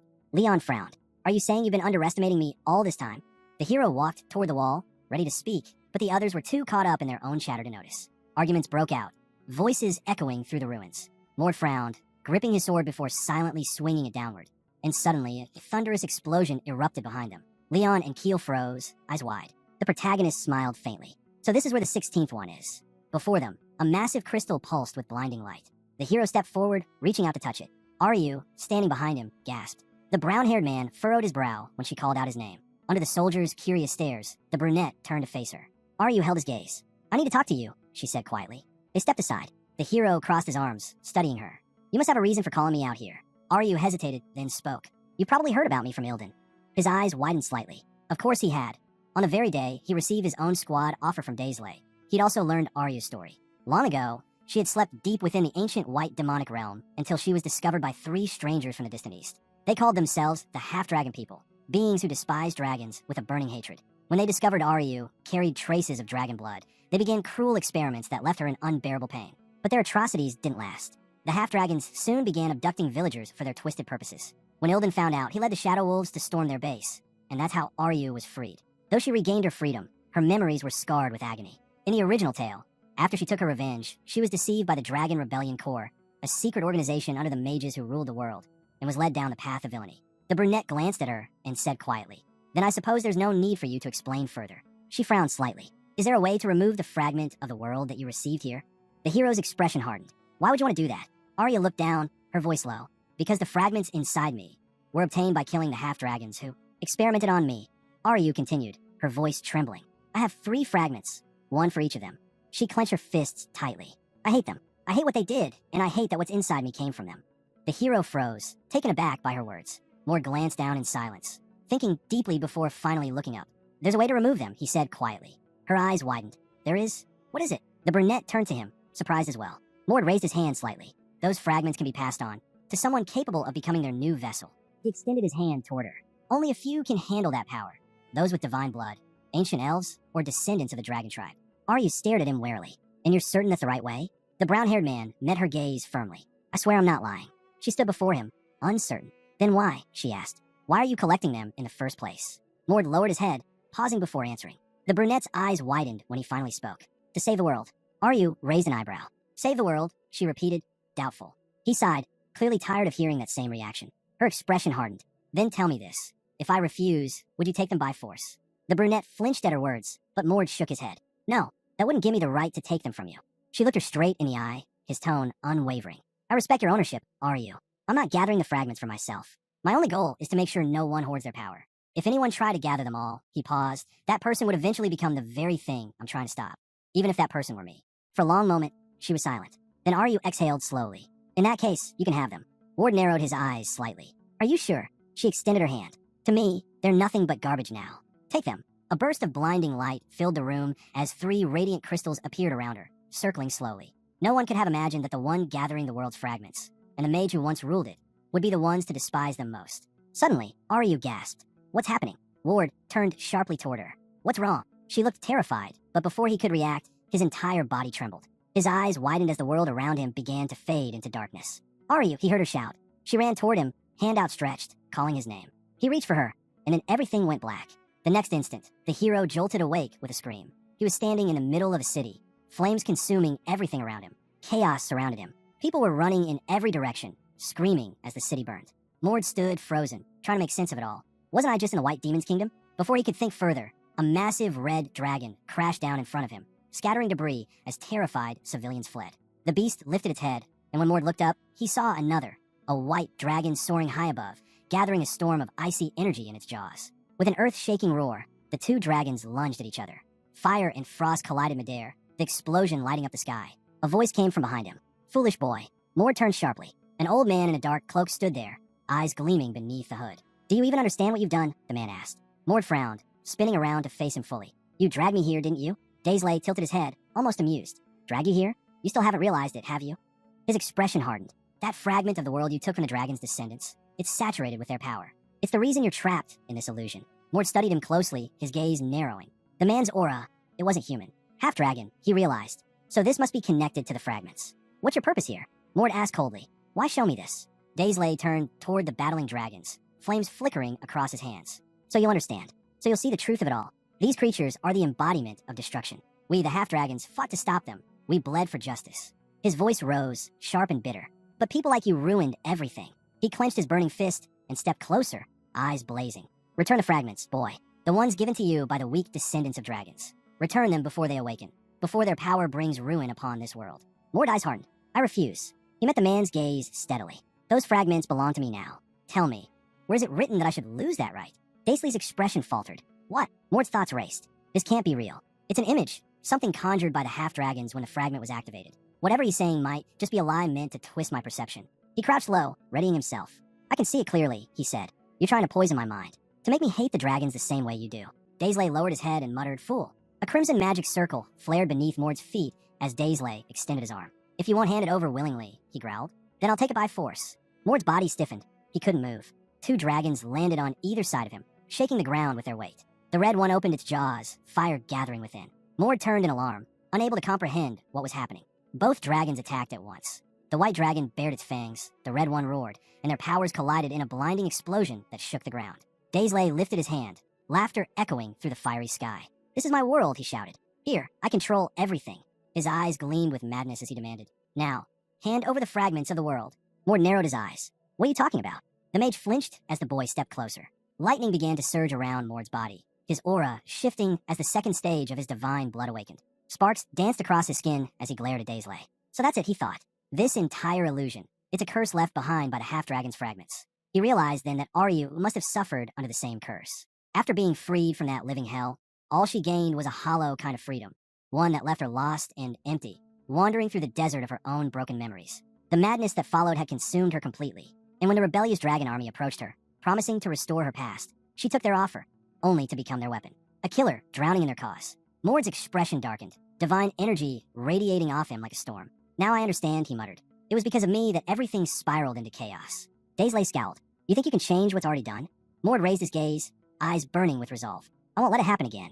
Daisley sneered. You? Stop me? Impossible. Mord vanished in an instant, appearing right before him.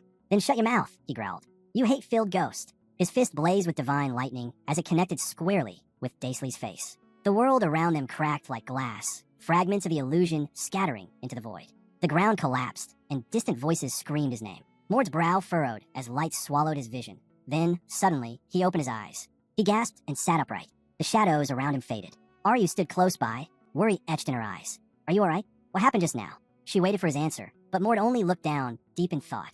The mage who once ruled the world. Aryu was only trying to reclaim pieces of who she was, he realized. Yet the rebellious dragon army used her pain against her, and destroyed her without ever knowing the truth. He clenched his fists. I won't let that happen again. Straightening, Mord looked at her and said quietly, Thank you.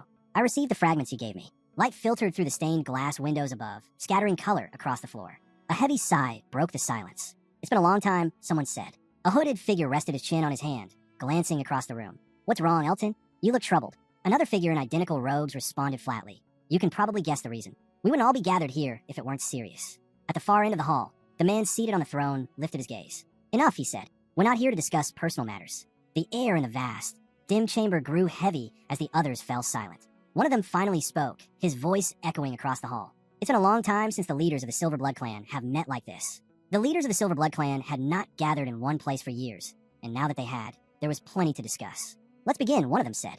A man at the far end of the table chuckled. Before we start, Elton, did you ever finish those negotiations with the rebel army? I heard those people aren't exactly easy to please. Elton waved a hand dismissively. The results were average. We reached an agreement. They'll cross the sea within the next 3 years. Another leader leaned back in his chair, resting both hands on the armrests. At least that means we've delayed a large-scale move, he said. That's good news. Even the Golden Branch had their struggles. The man in the center removed his hand from his face and straightened up, his tone suddenly serious. That reminds me, I had a strange dream recently. A quiet tension filled the room. One of the others frowned. When someone with your gift of foresight says something like that, it's unsettling. What kind of dream was it? The man bit his finger lightly, lost in thought. It was hazy, he said slowly. There were 3 of us, and someone else, a 4th. He was trying to do something, and the 3 of us were trying to stop him. It felt important, but that's all I remember. The man on the throne rested his chin on his hand. Right now, I have no idea what it could mean, he admitted. But if any of you experience a similar dream, report it immediately. They exchanged silent glances before turning back to their reports. Next topic, one of them announced. Werner, the legitimate heir. Another leader nodded. He's the one who gave up the 24th seat of White Silver. Someone muttered under their breath. That blind monster, Ilden, he seemed unusually attached to that boy. The leader sitting near the center leaned on his hand, studying the report carefully. As he read, a dark aura began to swirl faintly around him. He spoke the name written on the page, the hero's name, and the air seemed to shift. The scene changed. The sun blazed in the sky. Mord and Aryu stood face to face, locked in a training match while the others watched from the sidelines. The mage, observing their duel, commented quietly. Her control is slipping. The longer she fights, the more unstable her power becomes. Leon nodded nervously. You're telling me, he said, forcing a smile. I must have been out of my mind, suggesting we spar with her. Everyone knew. The only one capable of standing against Aryu was Mord himself. Their weapons clashed, the air around them thick with frost and energy. Aryu glanced down, noticing ice forming beneath Mord's boots. Why isn't it affecting you? She asked. Every opponent I've faced before has frozen solid. Mord didn't flinch. Because you're still not controlling your power properly. She hesitated. So you're saying I'm weak? The brown-haired man shook his head. No, I'm saying your essence is strong. That's what makes it dangerous. He frowned slightly, adding, your strength isn't the problem. It's learning how to bear it. The hero thought to himself that, at this stage, Aryu's ability to generate cold was almost laughable compared to the potential hidden within her. Even in the era of the mage who ruled the world, her true identity had never been fully uncovered. For Aiden, she had died long before the truth could ever come to light. Mord narrowed his eyes. A dragon who forgot who she was, or perhaps one who was forgotten. Among the true dragons, the beings said to have descended from beyond the world's creation, Aryu was a descendant of one who wielded the ancient power of ice and snow. The girl frowned slightly, lowering her guard as the warrior studied her. He thought that, for someone with the blood of a true dragon, her freezing ability was barely a shadow of what it could be. If you focus on developing that power, Mord said, you might begin to uncover who you really are. Aryu lowered her head. Do you really think that'll work? There's no harm in trying, he replied calmly. She looked at him in surprise when he added, to understand who you are, you'll need to experience many different things, not just battle. For a moment, she stared silently, then smiled. You're right, she said, gripping her sword tightly. I'll follow your words. She raised her blade before him, eyes filled with determination. It had been a year since Sung was reborn as Mord. In that time, he had changed greatly, in strength, in focus, in purpose. His soldiers now looked up to him with admiration. Clenching his fist, Mord reflected quietly. 24 fragments of the world. I've gathered them all. If those fragments could merge into one, the first stage would be complete. Back then, when Aiden, the mage who ruled the world, gathered a single complete set of 24 fragments, he immediately advanced to the next phase. This, Mord thought, is where the real beginning starts. A voice suddenly called out to him. Mord! He turned to see Hader waving from across the training ground, a playful smile on her face. You really trashed the place, she laughed. Mord chuckled. Guess we're lucky we're on the same level as you, then. But as his eyes shifted, he noticed the man standing beside her. Who's that? He wondered. Hader gestured to her companion. This is Sir Yurik, she said proudly. Senior warrior, and my new team commander. The man stepped forward, extending a hand with a friendly smile. Nice to finally meet you. Mord grasped his hand firmly. Mord, he replied, his tone steady. Yurik's expression turned serious. I actually came to ask you for a favor, he said. Mord tilted his head slightly. A favor? I'd like your support, continued. We're preparing for a major mission, and Command's already approved cooperation with your unit. Mord's eyes narrowed slightly. A joint operation, then? Exactly, confirmed. This one's important, and having your squad alongside ours would make a difference. The hero studied him closely. During their last independent mission, Mord's unit had scoured the entire realm of white demons and collected a remarkable number of world fragments. He expected that this new operation would yield similar results. I agreed to it, Mord said firmly. He turned when someone called his name from behind. The knight smiled. Perfect timing, he said. I was just about to introduce you all. He gestured to the newcomer. This guy's part of my unit, too. Mord frowned as the red-haired man stepped into view, recognition flashing in his eyes. The man froze, beads of sweat forming on his brow. And Mord, Fine stammered, eyes wide. The wind rustled through the trees as Urk burst into laughter. Well, isn't that a coincidence? What are the odds you two would end up on the same team? Fine forced a weak smile, but inside his stomach turned. My first mission after all this time. And it's with him, standing beside Mord, who remained calm as ever. Fine could feel the sweat running down his back. The same guy who hit me so hard, I ended up in the infirmary for a week. Should I punch him later? Before he could even decide, Mord turned slightly. How have you been? He asked casually. Fine froze. Mord tilted his head. Your face. You look pale. What happened to that glare you always gave me? Lost the will to swing back. Fine said nothing, his mouth twitching as he chuckled quietly. The two squads made their way through the forest, leaves crunching beneath their boots. So, Mord asked, how did you end up in this unit? Fine exhaled slowly. When I got back from the medical center, everything had changed, he said. Instructor Delay was suspended. Mord frowned. Suspended? Not retired. Fine nodded. Yeah, turns out it was more complicated than I thought. Apparently, he and the Archduke had a falling out. The Archduke used it as an excuse to launch an investigation into the training grounds. His tone hardened. Daisley's actions were exposed, and since I was one of the supervisors at the time, I had to leave too. He looked down. I spent 8 months wandering before I heard a rumor. The Northern Front was desperate for new recruits. Anyone with combat experience who applied for a transfer would be accepted immediately. So, I did. Mord regarded him carefully. An independent operational unit isn't an easy place, he warned. Are you sure you're ready for it? Fine lifted his head, his expression steady. That means there's a real chance to prove myself. So yes, I'm ready. Mord held his gaze for a moment, then nodded. Good. Then make it count. Fine blinked, stunned by the unexpected encouragement. Thanks, he managed to say, still staring ahead in disbelief. The knight's usual smile vanished, replaced by a hard, commanding look. This mission, he said firmly, cannot fail under any circumstances. It concerns an old enemy of the Grand Duke. Urk continued, his tone heavy. The Orna's family, descendants of Werner himself. Their bloodline traces back to the son of the sun god, Radis, the god of punishment, Ornas. He paused, scanning the faces of his soldiers. He was known as a divine retribution incarnate. Ornas punished all who defied his father's will. carving his path to power through endless bloodshed, until he became punishment itself. The unit fell silent. But he went on. In those same wars, there was one who stood against him, again and again. The god of duels, Werner, son of the sky goddess Arin. The clash between the god of punishment and the god of duels became a rivalry that shook heaven and earth. Their stubborn feud raged for centuries, and even 500 years later, it continued. Not as a battle between gods, but as an unending struggle between their descendants. His expression hardened. The Ornas have resurfaced. They've already annihilated several of the kingdom's support units. A grim silence spread through the group. Moments later, the soldiers descended into the dungeon of the demon world. The air was thick and oppressive. The walls pulsed faintly, alive with demonic energy. This dungeon's reached the third stage of demonization, he warned, his voice echoing through the dark corridor. The ground trembled violently, pebbles raining from the ceiling. Brace yourselves, someone shouted. Yurik's eyes narrowed. A breakthrough is coming, he said. When it happens, every demon in this pit will surge to the surface. Mort frowned, already anticipating it. The Ornas will run the moment it starts, he said. They're masters of disappearing when things turn ugly. Yurik glanced at him. So what do you suggest? Mort smirked. I've got an idea.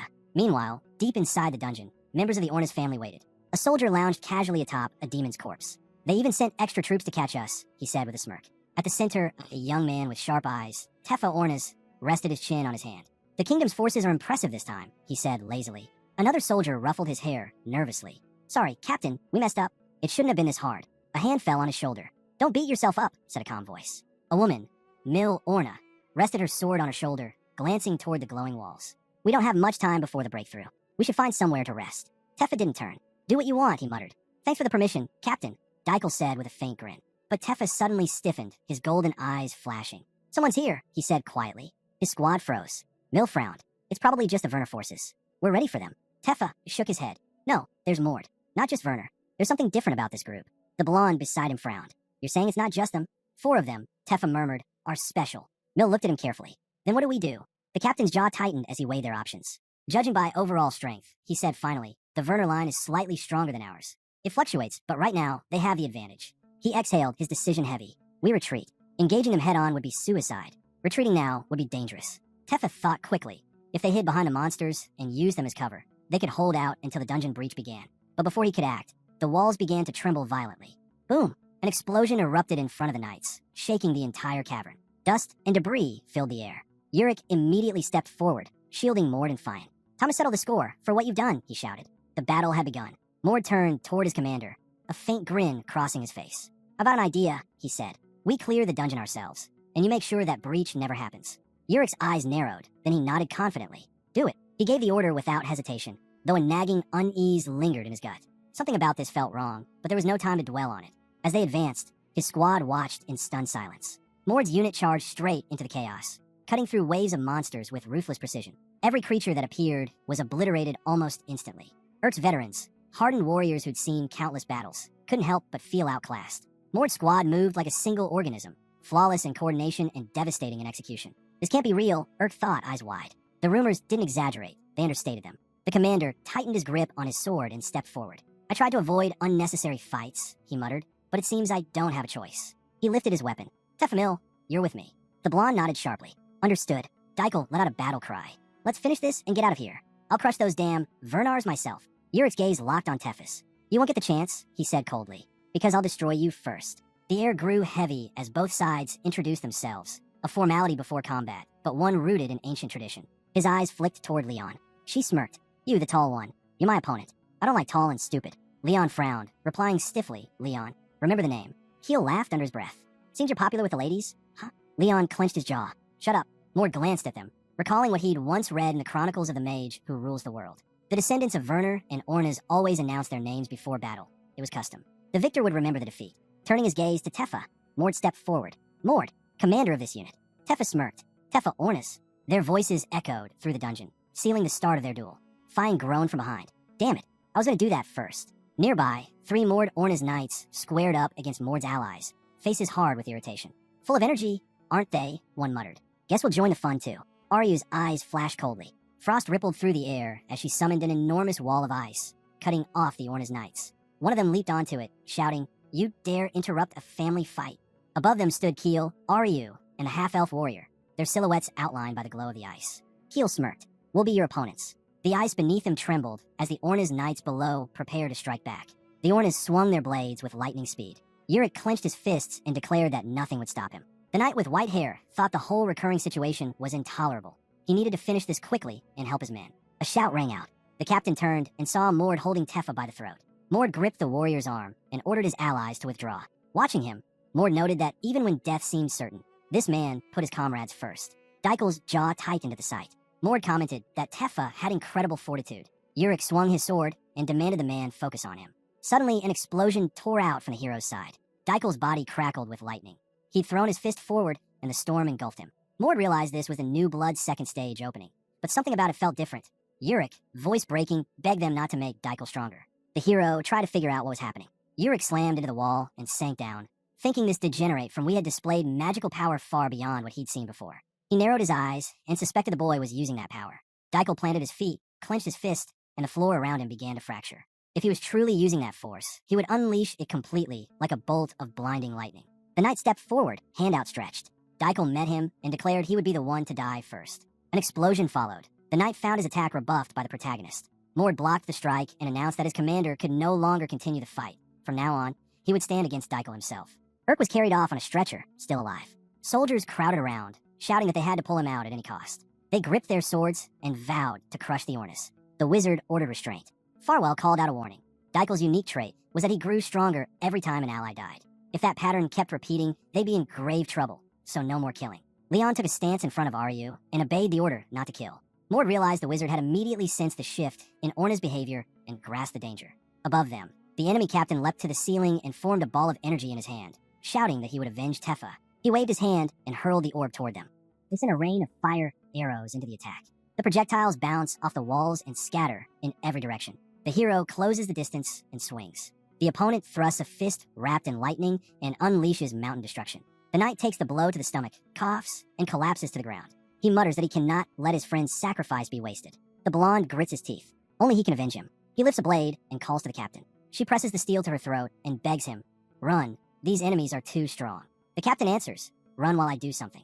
"Leon, stop her," the wizard shouts. Mill smiles and tells Daikel to survive. Blood pours from the girl's throat. The captain sees the deaths of his comrades flash through his mind and mentally apologizes to them. The blonde screams. The boy realizes he is incompetent. The hero covers his hand against the enemy's overwhelming energy. The captain can't obey the order to run. Keel and Aryu stare at the enemy in shock. Leon frowns in alarm. Daikel thinks he can't simply abandon them. The hero notes that once the second stage of opening the new blood is reached, weapons and artifacts granted by the orders activate. Golden gloves materialize around the opponent's hands. Daikel's armor, the prized armor of Ornis, dawns. He declares they will all die by his hand. The half-elf takes the blade and says they will die together. The hero orders them to step back. The blonde looks toward the commander in surprise and asks if he'll really fight alone. He answers yes. The hero thinks privately that T and Mill have shown themselves surprisingly well, despite being enemies. The boy clenches his fist as energy fills his body. The warrior says he wants to show some courtesy. "Are you Mord?" Daikel asks his opponent. The other confirms it. The blonde admits he doesn't know where a monster like that came from, but he intends to kill him here and now. "It's impossible," the hero says, and then both launch at the same time. They push off the ground and charge, fists ready. The street trembles with the force of their approach. Ilden looks out a window and senses a tremendous power. One side is Mord. The other is a descendant of Ornis. Daisley murmurs that they have finally met. When someone asks what he means, Ilden smiles and replies that he was only remarking on the moment. Thinking aloud, he asked what brought her here after such a long Sildens. The woman took the cup in her hands and remarked that he clearly wasn't pleased by her visit. He sighed and replied that it couldn't be helped. She only appeared when something bad was about to happen. The guest set her cup down. Daisley muttered that it would be better if they never met at all. The woman smiled faintly and said that it seemed the Silverbloods were keeping an eye on someone up north. The host leaned forward. "Who exactly?" he asked. "I've got 2 people in mind," she said, "but I can't say for certain." She flinched when Daisley suggested he might know one of them. "Then tell me," she pressed. Ilden grinned. "I'll tell you," he said, "after I've questioned them myself." At that moment, the scene shifted. The protagonist raised his fist to strike. His soldiers watched in awe. Their captain's battle was beyond belief. Menard and Daikel clashed violently, each blow heavier than the last. The enemy's fist smashed into the warrior's jaw, and the hero countered with a strike to the forehead. Their duel was no longer a fight. It was war. Ward swung hard, his attack crashing into the captain's stomach. Daikel gritted his teeth, realizing that if not for his artifact armor, his body would already be broken. He leapt backward, thinking this couldn't continue much longer. The captain's grip tightened on his sword hilt. T and Mill's sacrifice couldn't be for nothing. The blonde's blade burned with heat, glowing brighter as his resolve hardened. The hero looked at him with mild surprise when Daikel charged forward, fiery blade in hand. "I'll kill you with this," he shouted. The flames carved through the air, his eyes blazing with fury. His power gathered into a massive, burning sword. He swung, sending a roaring wave of fire rushing toward the hero, a deadly inferno. The opponent's mana flared. He noted the captain's incredible resolve and took a fighting stance, energy pulsing in his hands. "I'll answer you with the same resolve," he said. It was a secret technique of Werner, one only available to those who had opened the second level of blood. He thrust his fist forward. A massive stream of energy erupted, tearing through the air and splitting the sky. Daikel's eyes widened in shock. He understood instantly what was coming. A deafening explosion followed. The ground split, tiles shattered beneath the shockwave. When the dust settled, the enemy knelt before the hero, gasping.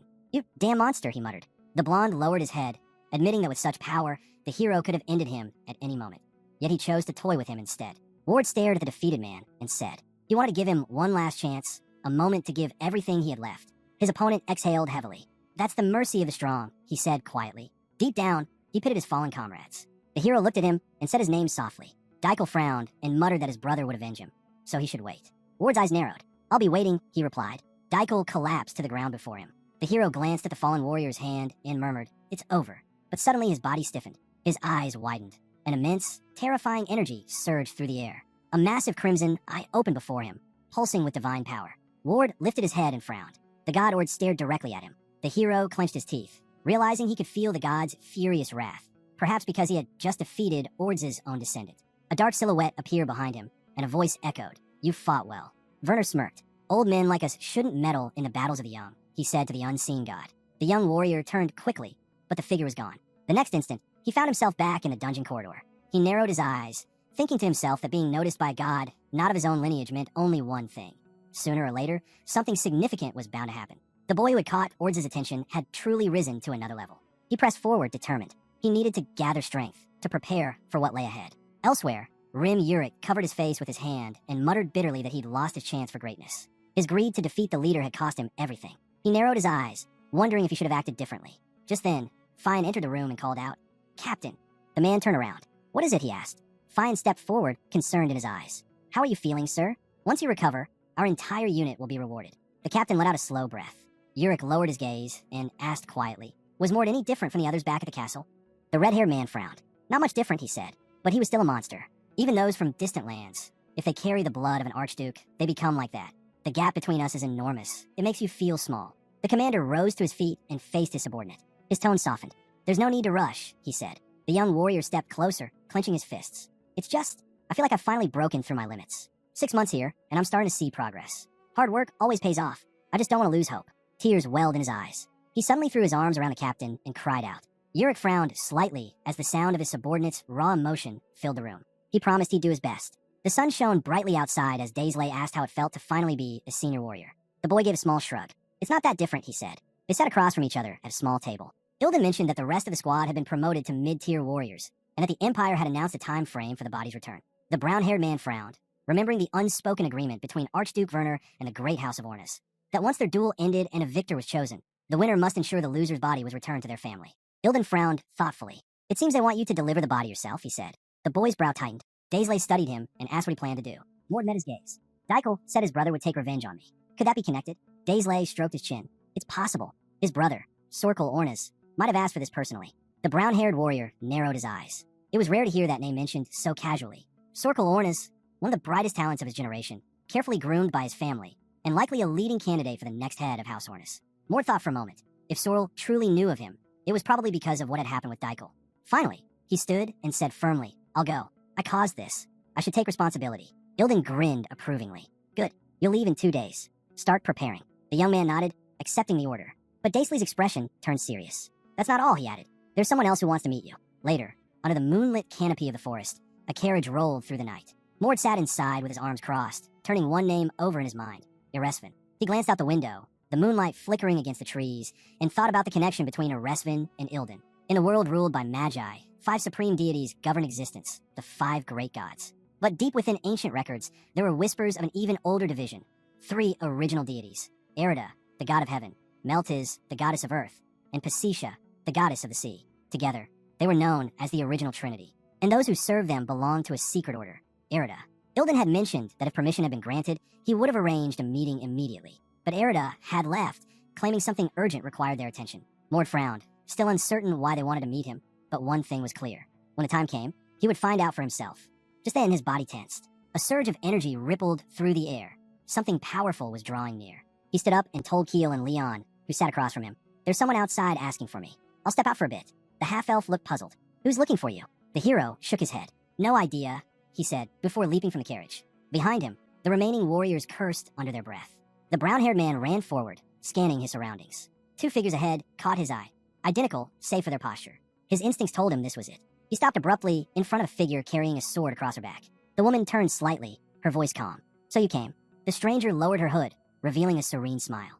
"I'm Luisa Urala," she said, "member of Erida and one of the saints." The boy studied her carefully. He hadn't expected their paths to cross like this. Her presence was gentle, almost disarming. Yet the divine blood of the god of duels within him whispered one warning.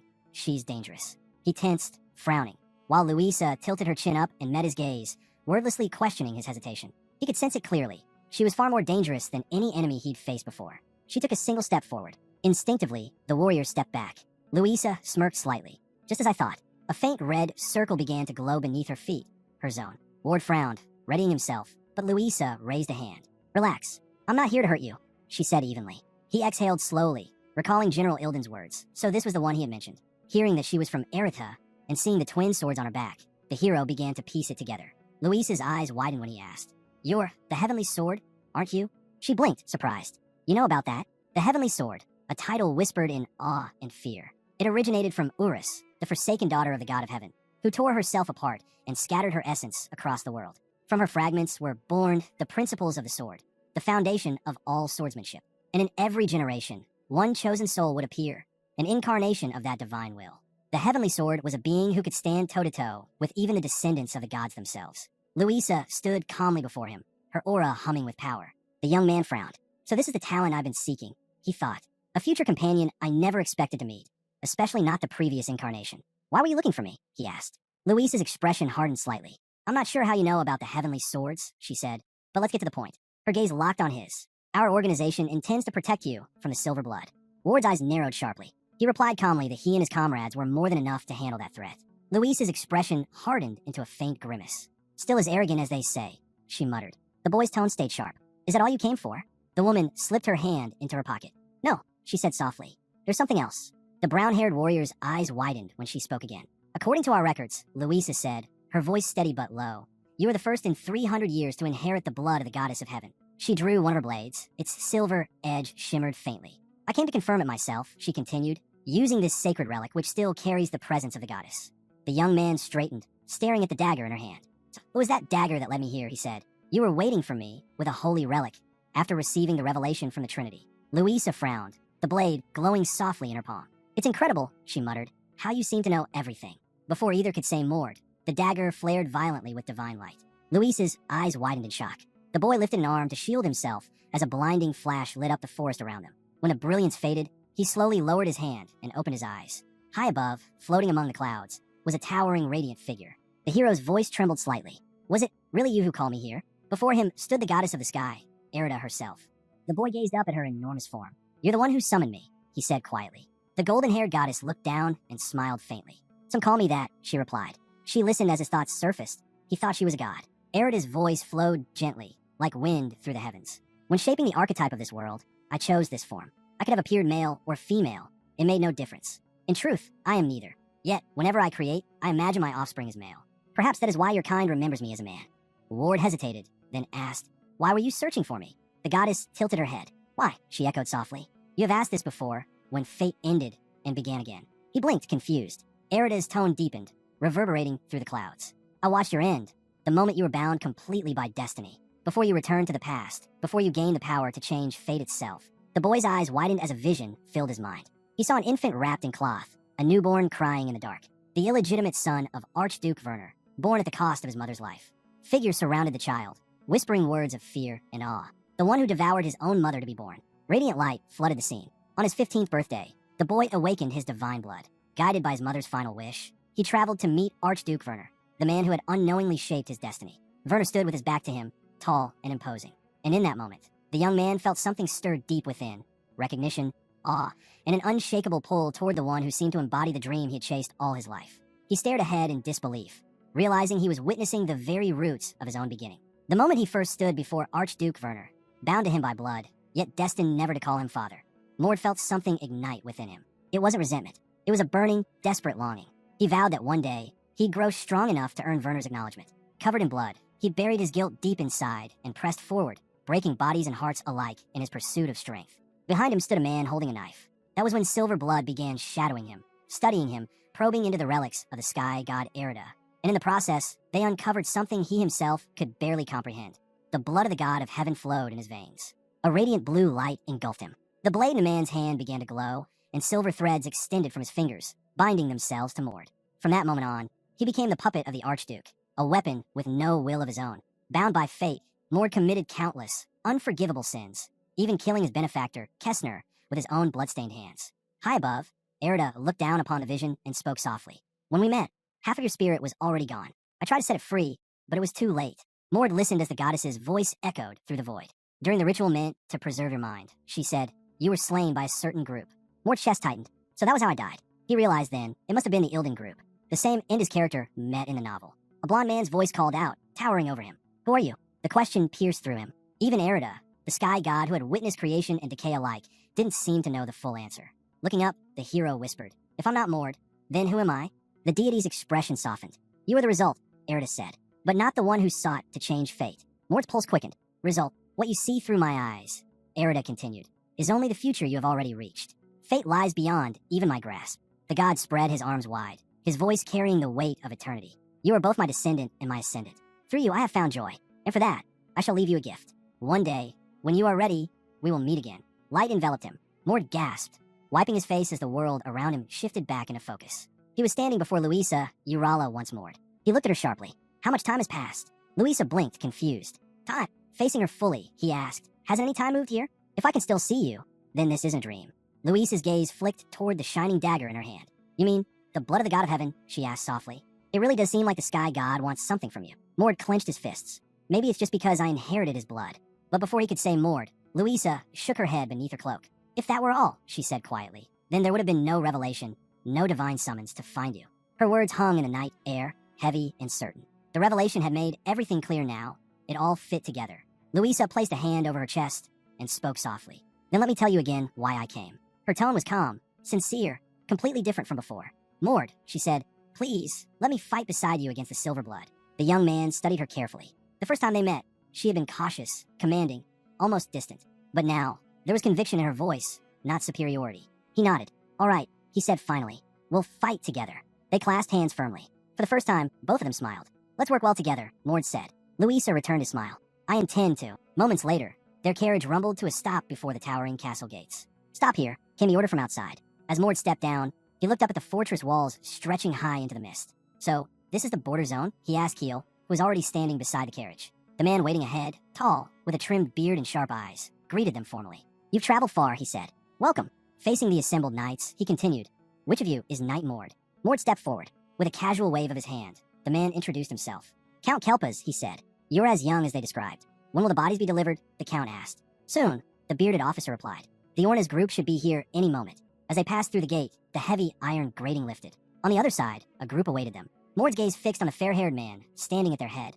Arms folded, posture firm. Sorkel, he thought immediately. The man's cold eyes met his. So you're Mord. Mord gave a slight nod. Sorrel's expression didn't change. You're younger than I expected. Mord's mouth curled into a faint smirk. If this is about age, I'll let you have the victory, old man. Sorrel frowned. There's only one reason I asked you here, he said flatly. I want to see the face of the man who killed my brother. Tell me, how'd he die? Mord lowered his eyes for a moment. Then you really are Sorkel Ornas, he said quietly. Your brother met his end with honor. He looked up again. Mill and T did as well. They were enemies, but they were people worthy of respect. Sorrel's gaze softened, if only slightly. I see, he murmured. Just then, a faint shimmer filled the air. A translucent bird descended from above, scattering glimmering feathers before landing on Mord's shoulder. He froze. A spirit messenger? What's happening? He muttered under his breath. Then his eyes widened in alarm. Everyone, get out of here. Now. Sorrel blinked, confused. What are you talking about? The ground suddenly rumbled. A violent tremor swept through the hall. Mord's expression hardened. A silver blood trap, he spat. Moo. Impressive. Came a mocking voice from behind the shaking walls. A blonde-haired man sat lazily on the floor, smirking. She attacked, exploited a gap, and even sent a spirit messenger ahead. Typical. Before Mord, a woman stepped into view, her twin swords gleaming faintly in the dim light. The man's grin widened. As expected from the heavenly sword, he said. Louisa stood tall, her cloak torn and her expression fierce. You truly live up to the name. the blonde murmured. Around them, the floor was littered with bodies, knights and soldiers fallen where they stood. The blonde glanced around the bloodstained room and said coldly, "It wouldn't matter how many we brought. None of them would have survived this." "They've been preparing this trap for a long time," the man said with a cold smirk. "And this time, Circle walked right into it. All the better for us." A sudden flash sliced through the air, a strike narrowly missing him. He laughed softly, still as fierce as ever. Louisa, a child of the past who's grown into quite the challenge. A bundle of hay toppled to the floor. Louisa's gaze flicked to the others scattered across the ground. "What are you planning?" she demanded. The man didn't answer. He only frowned, his eyes shifting toward the movement behind her. Sorrel lay on the ground, dazed, eyes wide in confusion. He groaned, clutching his head as he struggled upright. "What is this place?" "A dungeon." A voice called from behind him. "You're awake?" He turned sharply. Mord and his team stood before him. Sorrel's men immediately drew their swords and stepped forward defensively, but the blonde man beside them raised a hand. "Wait, why aren't you doing anything?"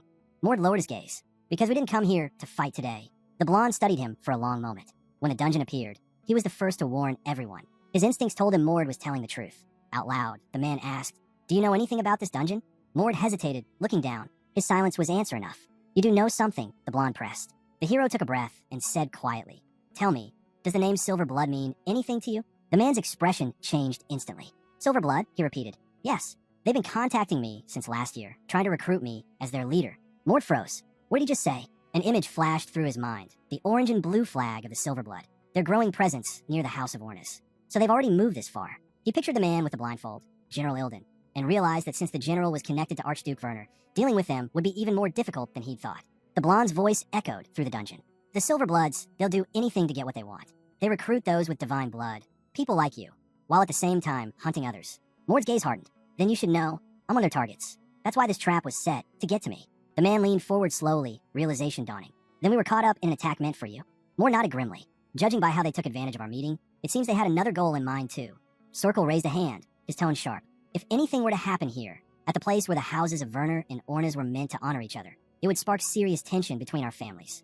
Mord's eyes darkened. "Exactly," he said. "That's what makes this trap so dangerous." Standing tall beside his team, the hero looked directly at the others. "So, what do you plan to do next?" The man met his gaze steadily, then asked in return, "And what are you planning, Mord?" Speaking calmly, Mord raised 2 fingers. "We have 2 choices," he said. He pointed to the first. "Option 1, we join forces and conquer this dungeon together." Sorrel frowned, arms still crossed. Mord then lifted the second finger. "Option 2, we go our separate ways and conquer it alone." The blonde exhaled sharply. "Either way, there's risk. Maybe I should just deal with you first." Mord's eyes narrowed, his tone steady. "If you want revenge, I'll accept it." For a tense moment, they stood face to face, silent but unwavering. Then Sorkel's expression shifted. "No, it's fine," he said at last. His comrades turned to him in shock. "We'll work together," he continued, "at least until we make it out of this place. I didn't come here for revenge. Not today. I came to mark who the real enemy is." Mord nodded firmly. "Then we're in agreement. Let's move." A low chuckle echoed through the dungeon. "How fascinating," a voice drawled. 2 enemies forming an alliance, even if only for a while. Circle's head snapped toward the sound. "Who's there?" From the shadows stepped a figure cloaked in black, his hood concealing everything but a faint, cold grin. "Silver Blood," Mord muttered. "Right you are," the man said mockingly. "I thought I'd share something amusing before you die." He lifted a hand toward the dungeon walls. This place was built by a forgotten tribe of gods. They made it to filter out their own kind, to see who was worthy to become a warrior. Mord's eyes narrowed. "So this dungeon can kill even a god?" The hooded man chuckled. "Perhaps. For gods who fail to ascend, death is nothing unusual. Here, those who die become nourishment for the survivors. It's the blessing of sacrifice that strengthens those who remain alive." Sorkel's face hardened as realization dawned. The man tilted his head. "So tell me, knowing that, do you really think you can trust each other?" A shadow crossed Sorrel's features. "Ridiculous," he spat. "Do you take me for a fool? I'm a descendant of the great Ornis family. I don't need to kill Mord. I could just kill you and take your strength for myself." The cloaked figure laughed softly. Arrogant, just as I heard. The ground trembled. Stones cracked and fell from the ceiling. "Since you're so confident," the man said, "allow me to send you a gift." A deafening crash shook the room as a massive stone creature burst through the wall. A towering monster made entirely of jagged rock and divine residue. "Let's see," the voice taunted, "how you handle this." The creature roared, its footsteps shaking the dungeon floor. Wes stepped forward beside Mord. "Just so you know," he said grimly, "I hope you're not planning to hold back." The air around him shimmered with power. "Because I'm going all out, and I'm going to kill the one who trapped us here." Mord grinned, energy crackling around him as his hair and eyes turned a bright, glowing white. "That's a deal I can accept," he said. Both men turned toward the creature, their auras blazing. "Wait for us a little longer, Silver Blood," they said in unison. The cloaked man smiled from the shadows as the 2 warriors launched forward. Their forms blurred, and with a thunderous impact, the heroes clashed against the stone monster, shaking the dungeon to its core. A deep rumble echoed through the dungeon. The heroes struck at once, their attacks clashing against the towering stone monster. Watching from the glowing blue portal, a man in a dark cloak rested his hand on his chin. I knew they were strong, he murmured, but are they really that strong? From the rift behind him, another figure appeared. Everything all right, Toll? He asked. The hooded newcomer glanced at the scene and said quietly, looks like they might need our help. Toll turned toward him. Oh, are you volunteering? He asked. His tone made the man's intentions obvious. In this dungeon, the blood of the fallen only fueled the power of the survivors. Soral and Mord launched another fierce strike at the monster. The man watched, his eyes narrowing. So, he wants to use this chaos to grow stronger, he muttered. Then I'll kill them myself and claim that strength. The purple light of the rift dimmed. Before disappearing, a voice echoed faintly. Don't regret it later. He let out a short laugh. Regret? What's the point? Moments later, a group of men in black suits appeared before him. He smiled. Looks like it's time to get ready for our meeting. Around them, shattered fragments of slain monsters littered the floor. Someone commented, the Silver Bloods team came prepared. No one expected this many golems. We stepped forward. We finished them all. No exceptions. The heroes froze as the ground began to quake. What's that record? One asked. I thought we took care of the golems, another replied. Obviously, the hero muttered, glancing at Leon. Leon looked down at his hands. The transformation's ending. A girl's voice broke the silence. Wait, why are you all staring like that? They exchanged confused looks. Only those who had reached the second stage of awakening their divine blood should have been able to endure this. A faint mist surrounded Soral as he spoke. The only ones here who've reached that stage are Mord and me. A faint glow shimmered around him. Standing across, the white-haired man thought silently. This dungeon, it suppresses the power of anyone with divine blood. Only one person in the world could have created a place like this. The group gathered quickly, planning their next move. The hero gestured toward the red-haired man beside him. This is the great wizard, Carrion, one of the 8 stars of the Silver Bloods' second faction. One of the strongest magicians on the Western continent. The white-haired man frowned. Knowing him, he won't reveal his true body. He'll control a puppet instead. But even that puppet is no small threat. Sensing his aura, the man realized this presence alone had already shifted the flow of fate. Then a familiar voice echoed from the blue portal. Oh, finally realizing how serious this is. From the glowing rift stepped a man with calm footsteps, his hands clasped behind his back. His eyes fixed on Mord and Soral as he spoke. The man stepped forward, hands still clasped behind his back. It's an honor to finally meet you, he said with a calm smile. I am Amal. His expression hardened as he introduced himself properly. I represent the 3rd faction of Silverblood, the 16th step to heaven. From behind him, a squad of warriors emerged, each dressed in matching uniforms. Amal's voice carried through the dungeon. I'll be the one leading you to your deaths. So, let your sacrifice pave the way to the rightful future. Mord scowled. The rightful future? You talk as if you've seen it yourself. Amal chuckled, repeating the words with a hint of amusement. The rightful future. Doesn't that phrase fit me better? He flexed his wrist, the faint hum of power surrounding him. Soral, standing close by, cut in sharply. Divine blood, immunity to the dungeon suppression, right? The hero nodded, his body glowing faintly in a soft blue light. Exactly. But first, he said coldly, we need to thin their numbers. Fear rippled through the armed soldiers. Mord clenched his fist and charged straight into them. The second stage of divine blood. One of them muttered in disbelief. The hero's thoughts sharpened. This facility was designed to suppress divine power. Naturally, it weakens those bound by it, but it can't affect someone whose strength surpasses its limits. In an instant, Amal's soldiers were thrown back violently. Only those on the level of Archduke Werner, whose divine blood surpassed even the gods, or wielders of world fragments could ignore the dungeon suppression. Mord, the hero called out, turning to the figure behind him. Heal now. Transform. The blonde swordsman raised his weapon, hearing the order clearly. 2 enemies rushed toward him recklessly. Heal smirked. You really want to die? Electric light began to spark around him. Tell me, what do you believe in, other than your numbers? Thunder roared. Blinding lightning burst from his blade. One of the men gasped. A half-elf? How does he have the strength of an ancient elf? Lightning cracked across the ground, and the battlefield lit up in a storm of power. A few feet away, a female warrior swung her massive club. Aryu slammed it against an enemy's shield with a heavy thud. How? How can she be that strong? The man thought, struggling to block her strike. The brunette's eye flashed a vivid blue. Then freeze, he shouted. A wave of frost erupted outward, coating the ground in solid ice. Aryu raised her weapon again, eyes wide. Freeze them, even Mord, she commanded. Turning around, she scowled. How many of these silver blood dogs are there? They just keep coming. The heroes were surrounded, pressed from all sides. Farwell stood in front of Leon, his back straight. Don't worry, he said calmly. This won't last long. We just need to cut them down before they overwhelm us. Leon hesitated. What's the plan? Farwell touched the bandage across his arm. Even if I transform, I'll only last 30 seconds. The silver blood soldiers looked up, startled by his words. Farwell tore the bandage away and smiled grimly. 30 seconds is all I need. Then deal with them. In those 30 seconds, Farwell said, his voice calm but resolute. A glowing blue seal spread beneath the hero's feet, pulsing with energy. Looking straight ahead, he turned to Leon. I've added another spell to Giant's muscles. The rest is up to you.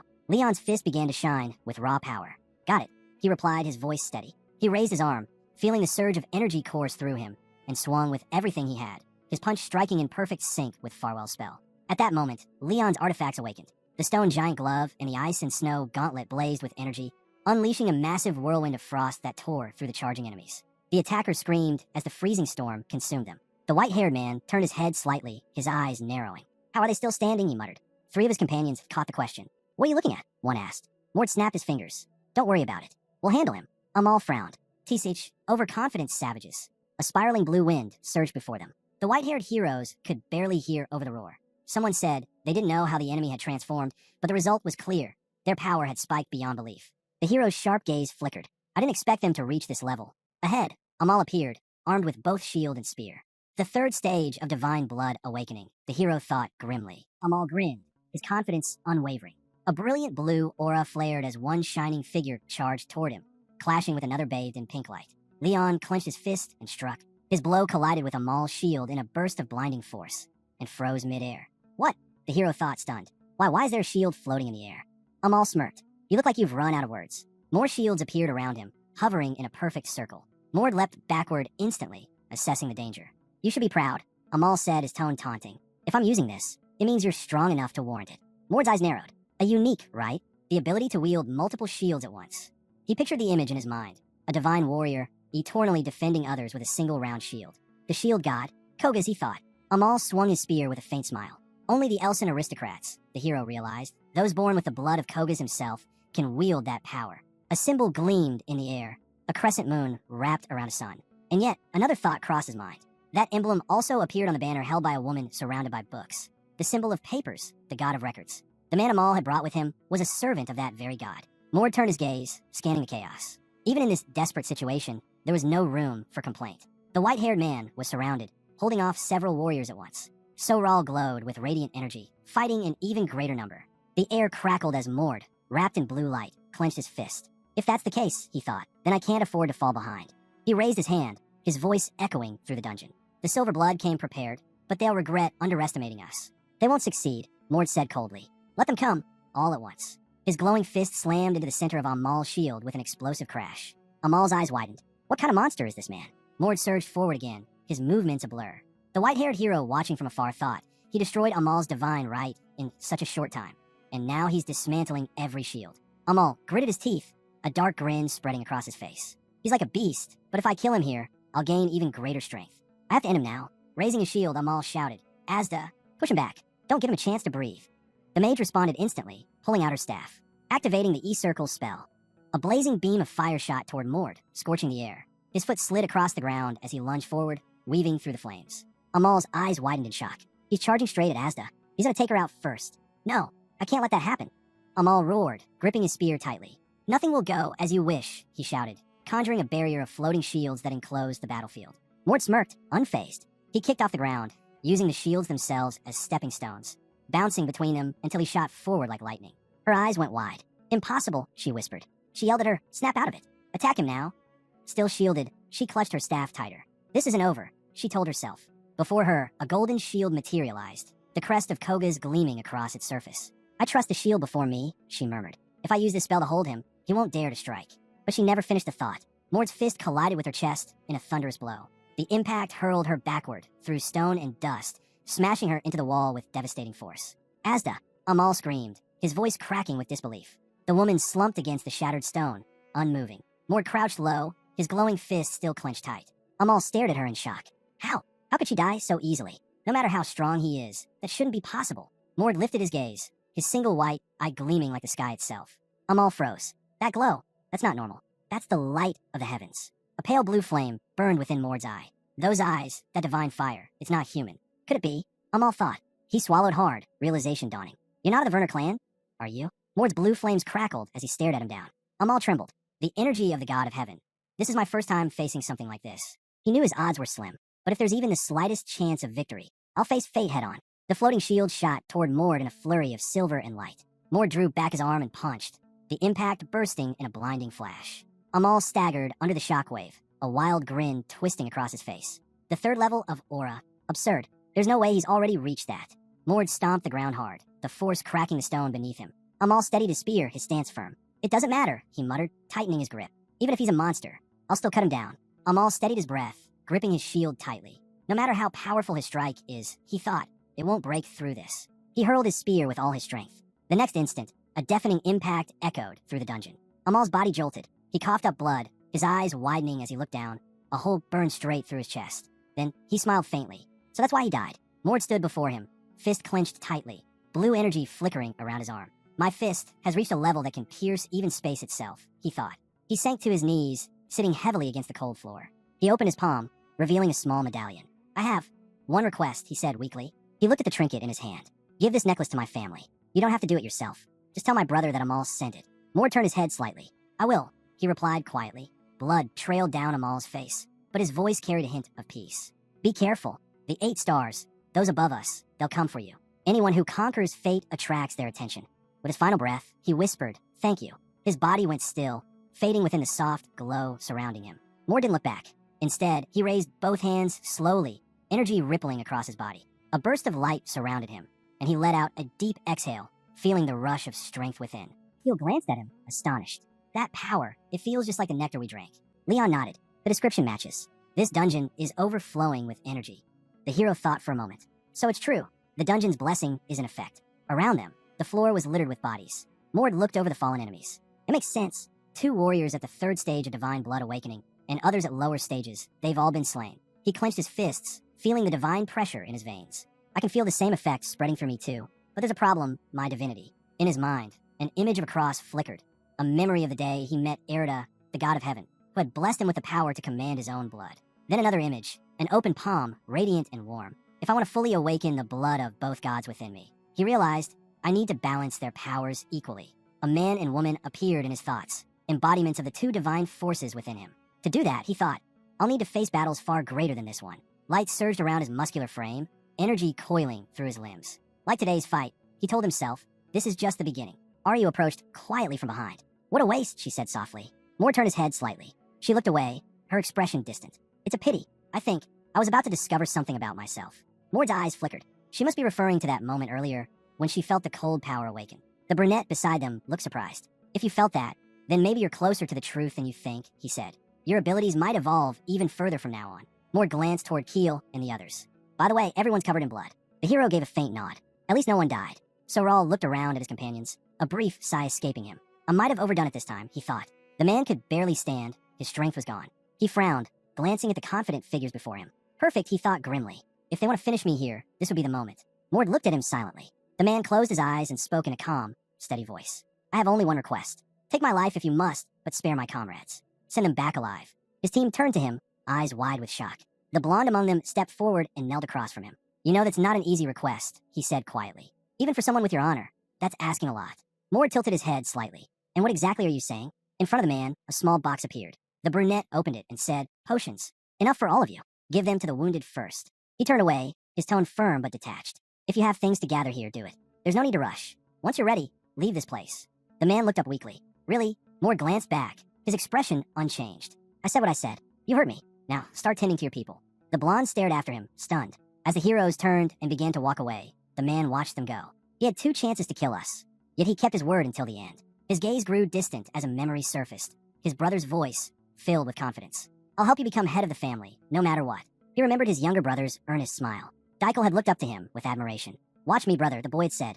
I'll become a great warrior like you. Soral's expression darkened. In his heart, he spoke to his brother. You said you'd free me from this life, this endless struggle between brothers, all chasing status and power like prisoners in a gilded cage. He saw that moment again, leading his little brother by the hand, filled with pride and hope. I couldn't keep my promise to guide you, and still, you became strong. Soral turned toward Mord, his eyes shadowed. Since the last time I saw you, you've truly become a warrior worthy of respect. Mord met his gaze as the bloodstained blonde warrior spoke. I recognize you as a true warrior. Mord frowned. Your recognition doesn't mean I'll stop avenging Daikel. The blonde smiled faintly. Even if you fail to avenge him, I won't hold it against you. Mord straightened, his voice low but confident. Then I'll wait for that day. His comrades gathered near the glowing portal. The dungeon entrance has reopened, one of them called out. Mord turned slightly, the blue light reflecting off his eyes. In his mind, he recalled what he'd read, the story of Soral. In a novel, Soral was a tragic figure, he thought. A man who dreamed of leading his family, but lost everything to a rival backed by Silverblood. He pictured the red-haired man, standing among the fallen, and remembered how the story ended. After that defeat, So-Ral joined the Ilden group under the new family head and eventually met his end there. Mord looked at him one last time.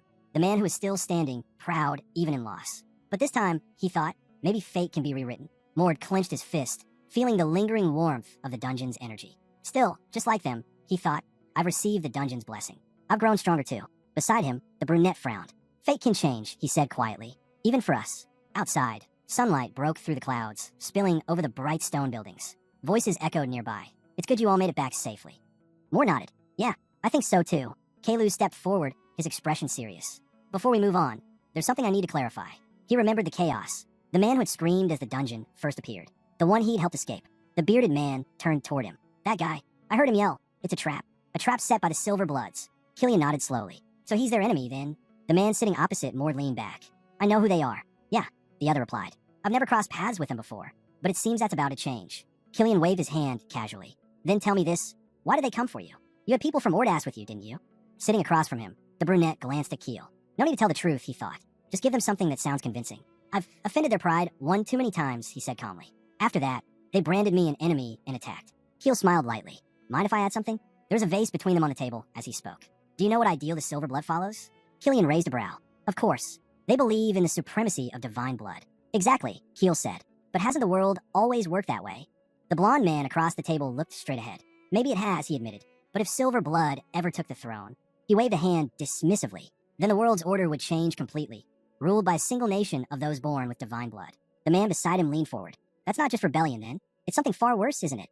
The blonde nodded. Much worse. They don't just want to rule the world. They want to unify it. Turn the entire continent into one empire. Killian sighed, closing his eyes. What a grand, long-term dream. They're talking about creating a single nation that would stretch across the entire land. He paused. Still, they seemed serious about it. Opening his eyes again, the man across from him spoke slowly. Understood. Then I'll remember every word we've said here. We'll have to be very careful about who we call allies from now on. Outside, the sky had turned gold and crimson, the sun sinking beyond the rooftops. Someone muttered with a small laugh. How did he manage to say all that without even moving his face? Keel walked ahead with his hands behind his head. I'm used to it, he said casually. Not exactly a tough crowd. Mord followed behind him. He just told them what they wanted to hear, he said under his breath. Mord's thoughts lingered on that. From Killian's perspective, it's easier to believe a convenient lie than face the real story. He had woven the story well enough for them to believe it. Still, Mord knew the truth about the Silver Blood was far darker, and that today's events had opened their eyes to its real danger. Tail turned to him suddenly. Then what's their true goal? Isn't it to unite the continent? Sunlight filtered through the tall windows, scattering amber rays across the room. Mord shook his head. No, that's not at all. They don't need to unite the world just to put themselves on top. If that were their plan, they'd have already forced every nation into submission long ago. He fell silent for a moment when another question followed. Then what is it you're not telling us? Standing beside his comrades, Mord finally answered. One of the Silver Blood's true objectives is to awaken the Divine King. The words hung heavy in the air. Far away, in a grand, dimly lit chamber, a man sat quietly at a table. A flicker of blue flame appeared beside him. Out of that light stepped a figure, the man known as Killian. He bowed slightly. It's been a long time, he said with a faint smile. Across the table, Alan met his gaze, his expression cold. Killian looked around the lavish office. Is His Grace, the Grand Duke, not present? That's none of your concern, Alan replied flatly. Killian chuckled softly. Oh, come now. You forget. I outrank you in the organization. The man at the table leaned back, unimpressed. And you came here to boast about that? You think you can mock me just because the Duke isn't here to stop you?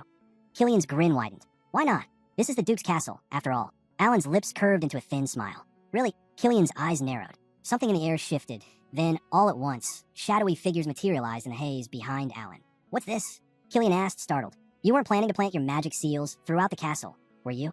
Alan's voice was calm, but cutting. Or are you going to pretend you had no such intentions? The dark shapes moved closer, cloaked figures outlined by faint, pulsating light. Killian's mind raced. He noticed my spells so quickly. That means he's an archmage too.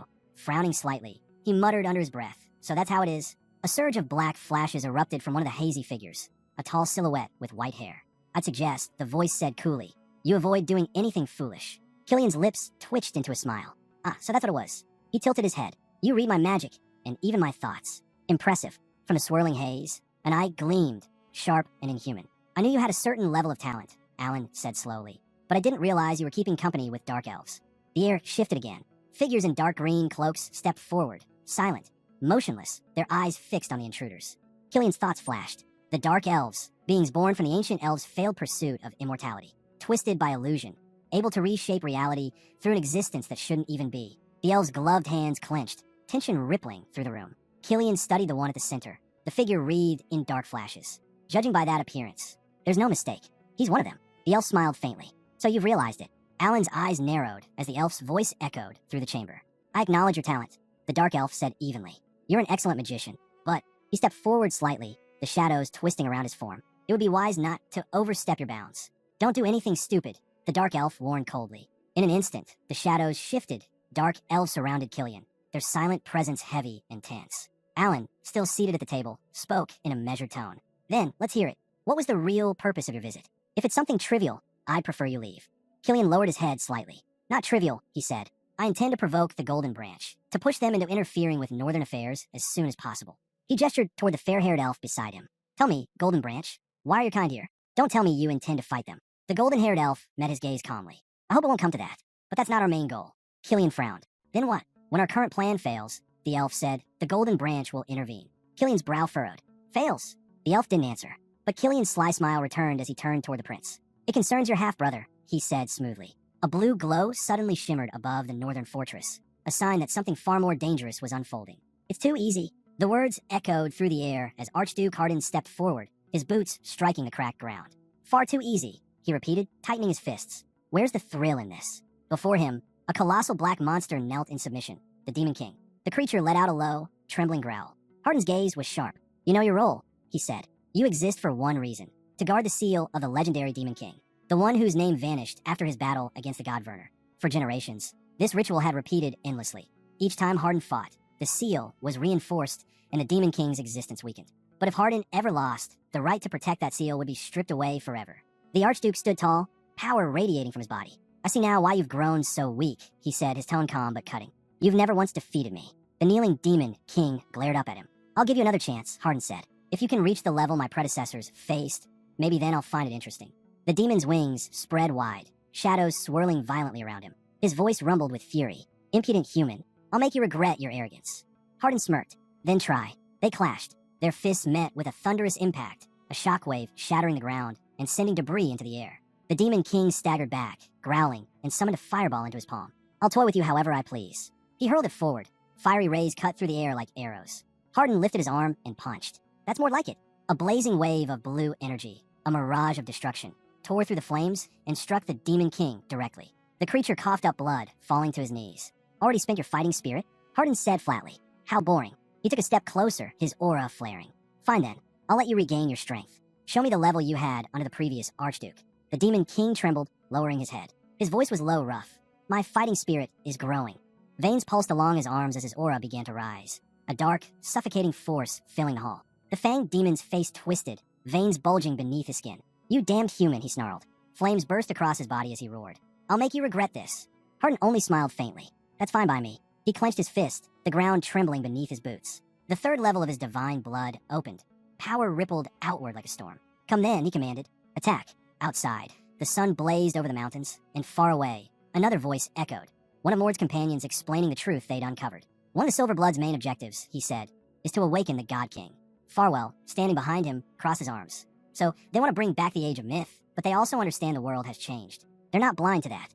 They also know something else, added the blonde man quietly, his eyes narrowing as he pictured a radiant cross within an open palm. The divine people, Mord said, are essentially fragments of the gods themselves. Images of cloaked figures filled his thoughts. The blood of the gods, it's the trace they left behind in humanity. But when the gods ascended to the heavens, their traces began to fade. He imagined a throne bathed in divine light, empty yet powerful. To stop that from happening, Mord continued, the Silver Blood wants to create a God King, someone capable of preserving that divine blood forever. Ward spoke next, his voice hard. Their plan is to gather the blood of every person who carries even a drop of divine blood. He stared ahead grimly.